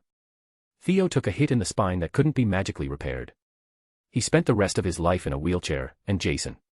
Daphne wrapped her arms around Harry, trying to let him know that he didn't need to say anything else. He buried his face in her hair and sighed deeply. It didn't help that Astoria figured out she was pregnant right around the time it happened. Oh gods. Daphne whispered, turning her head to watch the two continue to work on their stunners. Astoria managed the spell first and started to gloat, but her celebration was short-lived, as Jason succeeded only seconds later. Break. Harry cursed the last of his opponents and took a short breather while he surveyed the room. Littered across the floor were the bodies of several men and women, all of them wearing business suits and carrying guns. He was slightly bothered by the wounds he'd sustained, but he didn't have time to worry about that now. That's all of them, my lord, called one of Harry's black-robed soldiers. At that moment, a cat Patronus came up through the floor and approached Harry. Lord Potter, we located the research labs and have destroyed every sample and freed every prisoner. We are unable to send them to St. Mungo's while the wards are still up, but we will be standing by with portkeys. Badenhill, send a message to the Cursebreakers to find the ward stones and take them down, Harry ordered one of his soldiers, who nodded and cast a Patronus of his own, a bird of some sort. Regis, what can you tell me? These computers have access to the mainframe, so I should be able to use them to make a remote connection, said a man in Muggle clothes, typing away on a computer. In English. Harry demanded, and the Imperiustman blinked. I can use these computers to get the locations of all bases and safe houses, if there are any others left, and destroy all the information. Then do it, Harry ordered, running his hand through his graying hair in annoyance. My lord, I just received a Patronus from Captain Halleys' team. The captain was injured in one of the labs, and it looks bad. He needs an immediate extraction. What? Demanded Harry, paling considerably. Where is he? 10th floor, my lord. We are on the 15th, the men called Badenhill replied, and Harry swiftly left the room, followed by 3 others. Harry practically flew down the 5 flights of stairs and burst into what was left of a destroyed lab on the 10th floor. He found the team with little effort, with 4 of the unit having taken up a defensive position while the other 2 were gathered around their fallen captain. What the hell happened here? Harry demanded as soon as he reached them. One of the Muggles had a new weapon, my lord. I saw it, and it seems to be one of the Mashkine guns, the woman replied uncertainly. Harry glared and waved at her to continue. We examined some of the bullets. They were larger than usual and were engraved with runic patterns, and they seemed to be coated in some sort of poison, but we couldn't determine what kind. Hey, Harry. Harry heard the strained whispers and immediately turned to the fallen body of his brother-in-law. Did we win? Yes, Jason, we won, but don't worry about that now. You need to hold on. As Harry spoke, he noticed the blackened blood oozing from the wounds in Jason's belly, which was definitely not a good sign. Being shot, fucking, hurts. Jason replied with cough, spitting up blood. Could use healer, Tori, angry. We're working on it, Harry chuckled nervously, and turned to address the others. Take him to the first floor, that's where we're gathering all the injured and the dead. Keep him alive. It's too late, my lord, the woman replied mournfully. Harry turned around, and much to his horror, Jason had gone limp and was no longer breathing. The captain, he's dead, my lord. Break. Tears were pouring down Astoria's face as she held Jason's hand to her own face. You fool. Why couldn't you be more careful, you moronic Gryffindor, she cried. Harry was standing behind her, far enough to give her some space while still being present. Why? Why did you have to die, she sobbed, and Harry chose that moment to step up and place his hand on her shoulder. I'm sorry, Tori, Harry said. He shouldn't have died, Astoria replied tearfully. I loved him so much. He shouldn't have, I need him. It wasn't his choice, Tori. He was taken from us by the Muggles. At least you killed them, Astoria growled, anger rising up behind her bloodshot eyes. Tell me you killed them all. I killed them all, Harry confirmed, and Astoria broke down again. He shouldn't have died. She sobbed again. I need him. No, he shouldn't have died, Harry said, as Astoria collapsed on top of her husband's body. Why did you have to die, you fool, she cried. I'm pregnant. You were going to be a father. Memory Harry took a step backwards as he felt his own heart squeezing in his chest. Break. Harry Potter Black, the Dark Lord of Britain, massaged his temples to try and alleviate the stress of dealing with his in-laws. Care to say that again, he requested of the two in front of him, choosing to ignore the outraged ranting of his adopted sister, Astoria Hallies Potter, who also happened to be his undersecretary. Certainly, my lord, an aged Jonathan Greengrass replied. Since young Adam defeated his half-brother Scorpius in the honor duel, resulting in the regrettable death of our heir. Malfoy challenged my son. Astoria bellowed. Scorpius was also your son, Astoria, Persephone Greengrass replied distastefully. That boy. Enough. Harry slammed his fist down on the table, silencing everyone in the room. You want to make Adam Hallies the heir of the Greengrass estate, correct? Indeed, my lord, Jonathan replied. Why? Astoria raged. You never cared about him before. Is it because Malfoy is dead and he's the next in line? Or is it because Harry made him his heir too, and you want the prestige of having such a powerful heir? Tori, that's enough. Summon Adam here, Harry demanded, and Astoria gasped and gave him a betrayed look. You can't be serious. You can't allow this, she spluttered. It's out of my hands, Tori, and you know it, Harry replied angrily. It's not within my power to interfere with the naming of an heir. Only Adam can decide whether he wants to accept the role or not. Astoria huffed and drew her wand, casting a Patronus that took the shape of a mongoose. As the Patronus left the room, both she and Harry stared daggers at the two elder Greengrasses. I don't know what you're planning, you cowards, but it won't work, Astoria spat. Astoria, how dare you? Her mother started, but Harry cut her off before she could continue her rant. Shut up, you harpy, Astoria is right, he challenged. Where were you when we fought 2 wars for the survival of our kind? Where were you when we discovered that Astoria had spent years under a love potion? You were quick enough to disown her. Where were you when Daphne was murdered? Regrettably, we. Silence. Harry shouted, wanting nothing more than to curse them both into oblivion. I despise the both of you, and... Adam, come in. A young, clean-shaven man with dark brown hair entered the room, wearing deep blue robes and a look of surprise at the presence of his so-called grandparents. Mother, uncle, the young man greeted warily. Why did you summon me? These two decided they want you as their heir, Astoria announced angrily. Because I killed Malfoy, he asked with a small scowl. Yes, by killing your brother in the honor duel, you became the heir yourself, Jonathan replied calmly. You are of Greengrass blood and have grown powerful, much more so than your brother ever was. His loss is regrettable, of course, but you proved to be the superior wizard. Jonathan Greengrass flashed a smile, which looked far from genuine. We wish to make you heir to the Greengrass family, but of course, that would require you to move in with us so you can learn about the business and attend official events. And if I were to agree, what would I gain from all this? Adam asked, his response apparently shocking both his mother and his uncle. What? Astoria shouted. You can't tell me you're considering accepting. And why not, mother? Adam inquired. It's my birthright, isn't it? Disowned or not, we are still of Greengrass blood. Besides, this could be a way for us to get out of Uncle Harry's house and stop living at his expense. Are you out of your mind? Harry blurted out, stunned by what he was hearing. His hand involuntarily twitched towards his wand at the smug looks coming from the two Greengrass elders. You taught me that family is important, Adam continued, addressing Harry and Astoria. It's my duty to make sure my family doesn't die out. He turned to his grandparents and said, I accept the heir position, grandfather. No. Astoria snarled, seething at her own son's attitude. Have you no pride, Adam? Is this what I taught you? Is this what your father fought and died for? For you to sell yourself to them? What would your father say? We'll never know, will we, mother? Adam replied coldly. Father has been dead for a long, long time. The slap came in a blur, leaving Adam with a red handprint on his cheek. How dare you speak that way about your father? Jason was a great man, loyal and brave. He would be ashamed of you. Astoria was breathing heavily, glaring at her son as if he had suddenly become a complete stranger. Fine, be their precious heir, but don't come near me while you carry that forsaken title. They betrayed my sister, betrayed your uncle, betrayed me, and now you want to take their side. Get out, Harry ordered, rising from his seat. All three of you, get out of my office before I make you.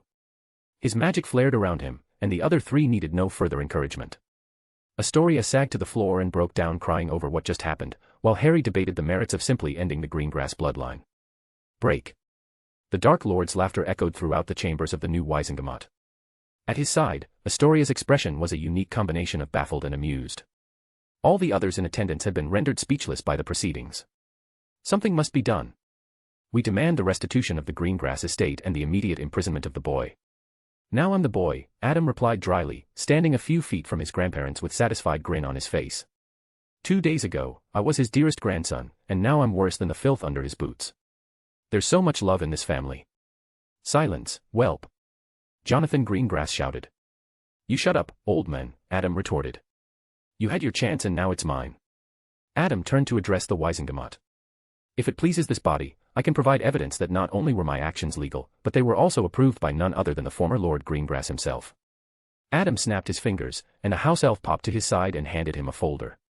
He pulled a sheet of parchment from the folder and held it up for everyone to see. As you can see here, that's the signature of my grandfather, the former Lord Greengrass, selling all properties and businesses owned by the Greengrass estate to Adam Halleys, that's me, 430 sickles. He held up a second sheet of parchment. This one gives the heir full control of the Greengrass vaults. I don't dispute that I moved the contents to the Halleys family vault, but as you can see, it was all completely legal. Each of these documents are affixed with the official Gringotts seal, which cannot be forged. He picked up a third document. Finally, I have here the official document signed by the former Lord Greengrass, naming me the new Lord Greengrass and disowning himself and his wife from the family. Adam passed around copies of the documents, and many laughed while others looked at the young man in admiration for his display of cunning. It's not my fault that the former Lord didn't pay enough attention to what he was signing. He has no evidence for his claims, and since I can provide all the legal documents to my defense, I ask this body to dismiss these outrageous accusations against my character. The representative of Gringotts, a goblin wearing a pinstriped business suit, took the documents and read them in silence for several moments. The documents are legal, he announced. Then I declare Adam Halleys innocent of committing the crimes for which he's been accused, Harry announced formally. I won't take this. Jonathan Greengrass roared, drawing his wand against his grandson. Avada. Before he could even finish the incantation, he was struck in the chest by 2 spells, one coming from each of Astoria's and Harry's wands. Persephone Greengrass cried out in shock as her husband fell to the floor, dead. How could you? Persephone shrieked at her daughter, having seen who cast the first spell. He was your father. My father abandoned me a long time ago, Astoria replied flatly, only having eyes for her son. He will never take someone I love from me ever again. Never again, no matter what. The Aurors took the dead body and the widow away from the chamber, and the Dark Lord closed the session. If I may have a moment of the Dark Lord and the Undersecretary's time? Adam asked, once the rest of the Wizengamot had filed out. Your words cut me deeper than any blade or spell, Mum, he said to Astoria. Did you really think I would abandon you for them? I wanted to avenge you, and avenge Dad, Aunt Daph, and Uncle Harry. They gave me the chance, so I took it and used it to my benefit. That's what you taught me. Astoria threw her arms around her son and cried on his shoulder. I'm sorry. I'm sorry for what I said to you that day. I just acted as you taught me, Mum, Adam whispered. You taught me, damn it. You should have known better. I'm so sorry. I forgive you, Mum, he replied, hugging her back and looking over her shoulder at Harry. Am I forgiven, Uncle Harry? Kid, you just made my year, Harry grinned. Very well done. Your father would be rolling around on the ground, laughing his ass off, Astoria whispered with a sob, and Adam hugged her tighter. He would be so proud of you, even more than I am. Break. Daphne emerged from the Pensive strangely unfazed. Despite having seen her father's death, she was more concerned with her sister. After viewing several memories of her and the Halleys boy, his death, and their son, Daphne recognized that her sister undoubtedly loved and respected the boy. I don't have any problems with Halleys and my sister, should it happen, she said, sitting down in her usual chair. I'm not going to force anything, Harry agreed. We already introduced them to each other, so now we just let time do its thing. From here on, it's up to them. All right, but after that last memory I do need to ask another question, she added, her expression darkening. Did my father have anything to do with Astoria being potioned by Malfoy? Harry sighed. We never knew for certain, but we suspected. If nothing else, he took advantage of the opportunity to get Scorpius away from her and turn him into what he became. I often wondered how the kid would have turned out if Tori actually got to raise him herself. Daphne sank into her chair. She knew her parents weren't good people, but the idea of using their own daughter that way just to tie themselves to an influential family, only to cast her out and steal her child. That was beyond abominable, even for them. What became of my mother? I think she moved in with her maiden family, Harry replied, and Daphne nodded thoughtfully. That's enough time wasting, she said after a minute, rising to her feet. I have spells to learn, if we want everything to go right with this crazy plan of yours. You can still back out. Don't be ridiculous, Harry, she replied, crossing her arms. We're in this together. Have you thought of any good aliases? Harry asked. Daphne shook her head. It looks like we'll have to go with mine, then. I came up with Jormungandr and Medusa. Oh sure, because naming ourselves after mythological legends is neither narcissistic nor conspicuous, she snorted. But on the other hand, the names do have a good ring to them. Come on then, we only have an hour left to practice, Daphne insisted, walking towards the doorway that led to the main chamber of secrets. As you wish, Lady Medusa, Harry teased as he followed her out, making her laugh.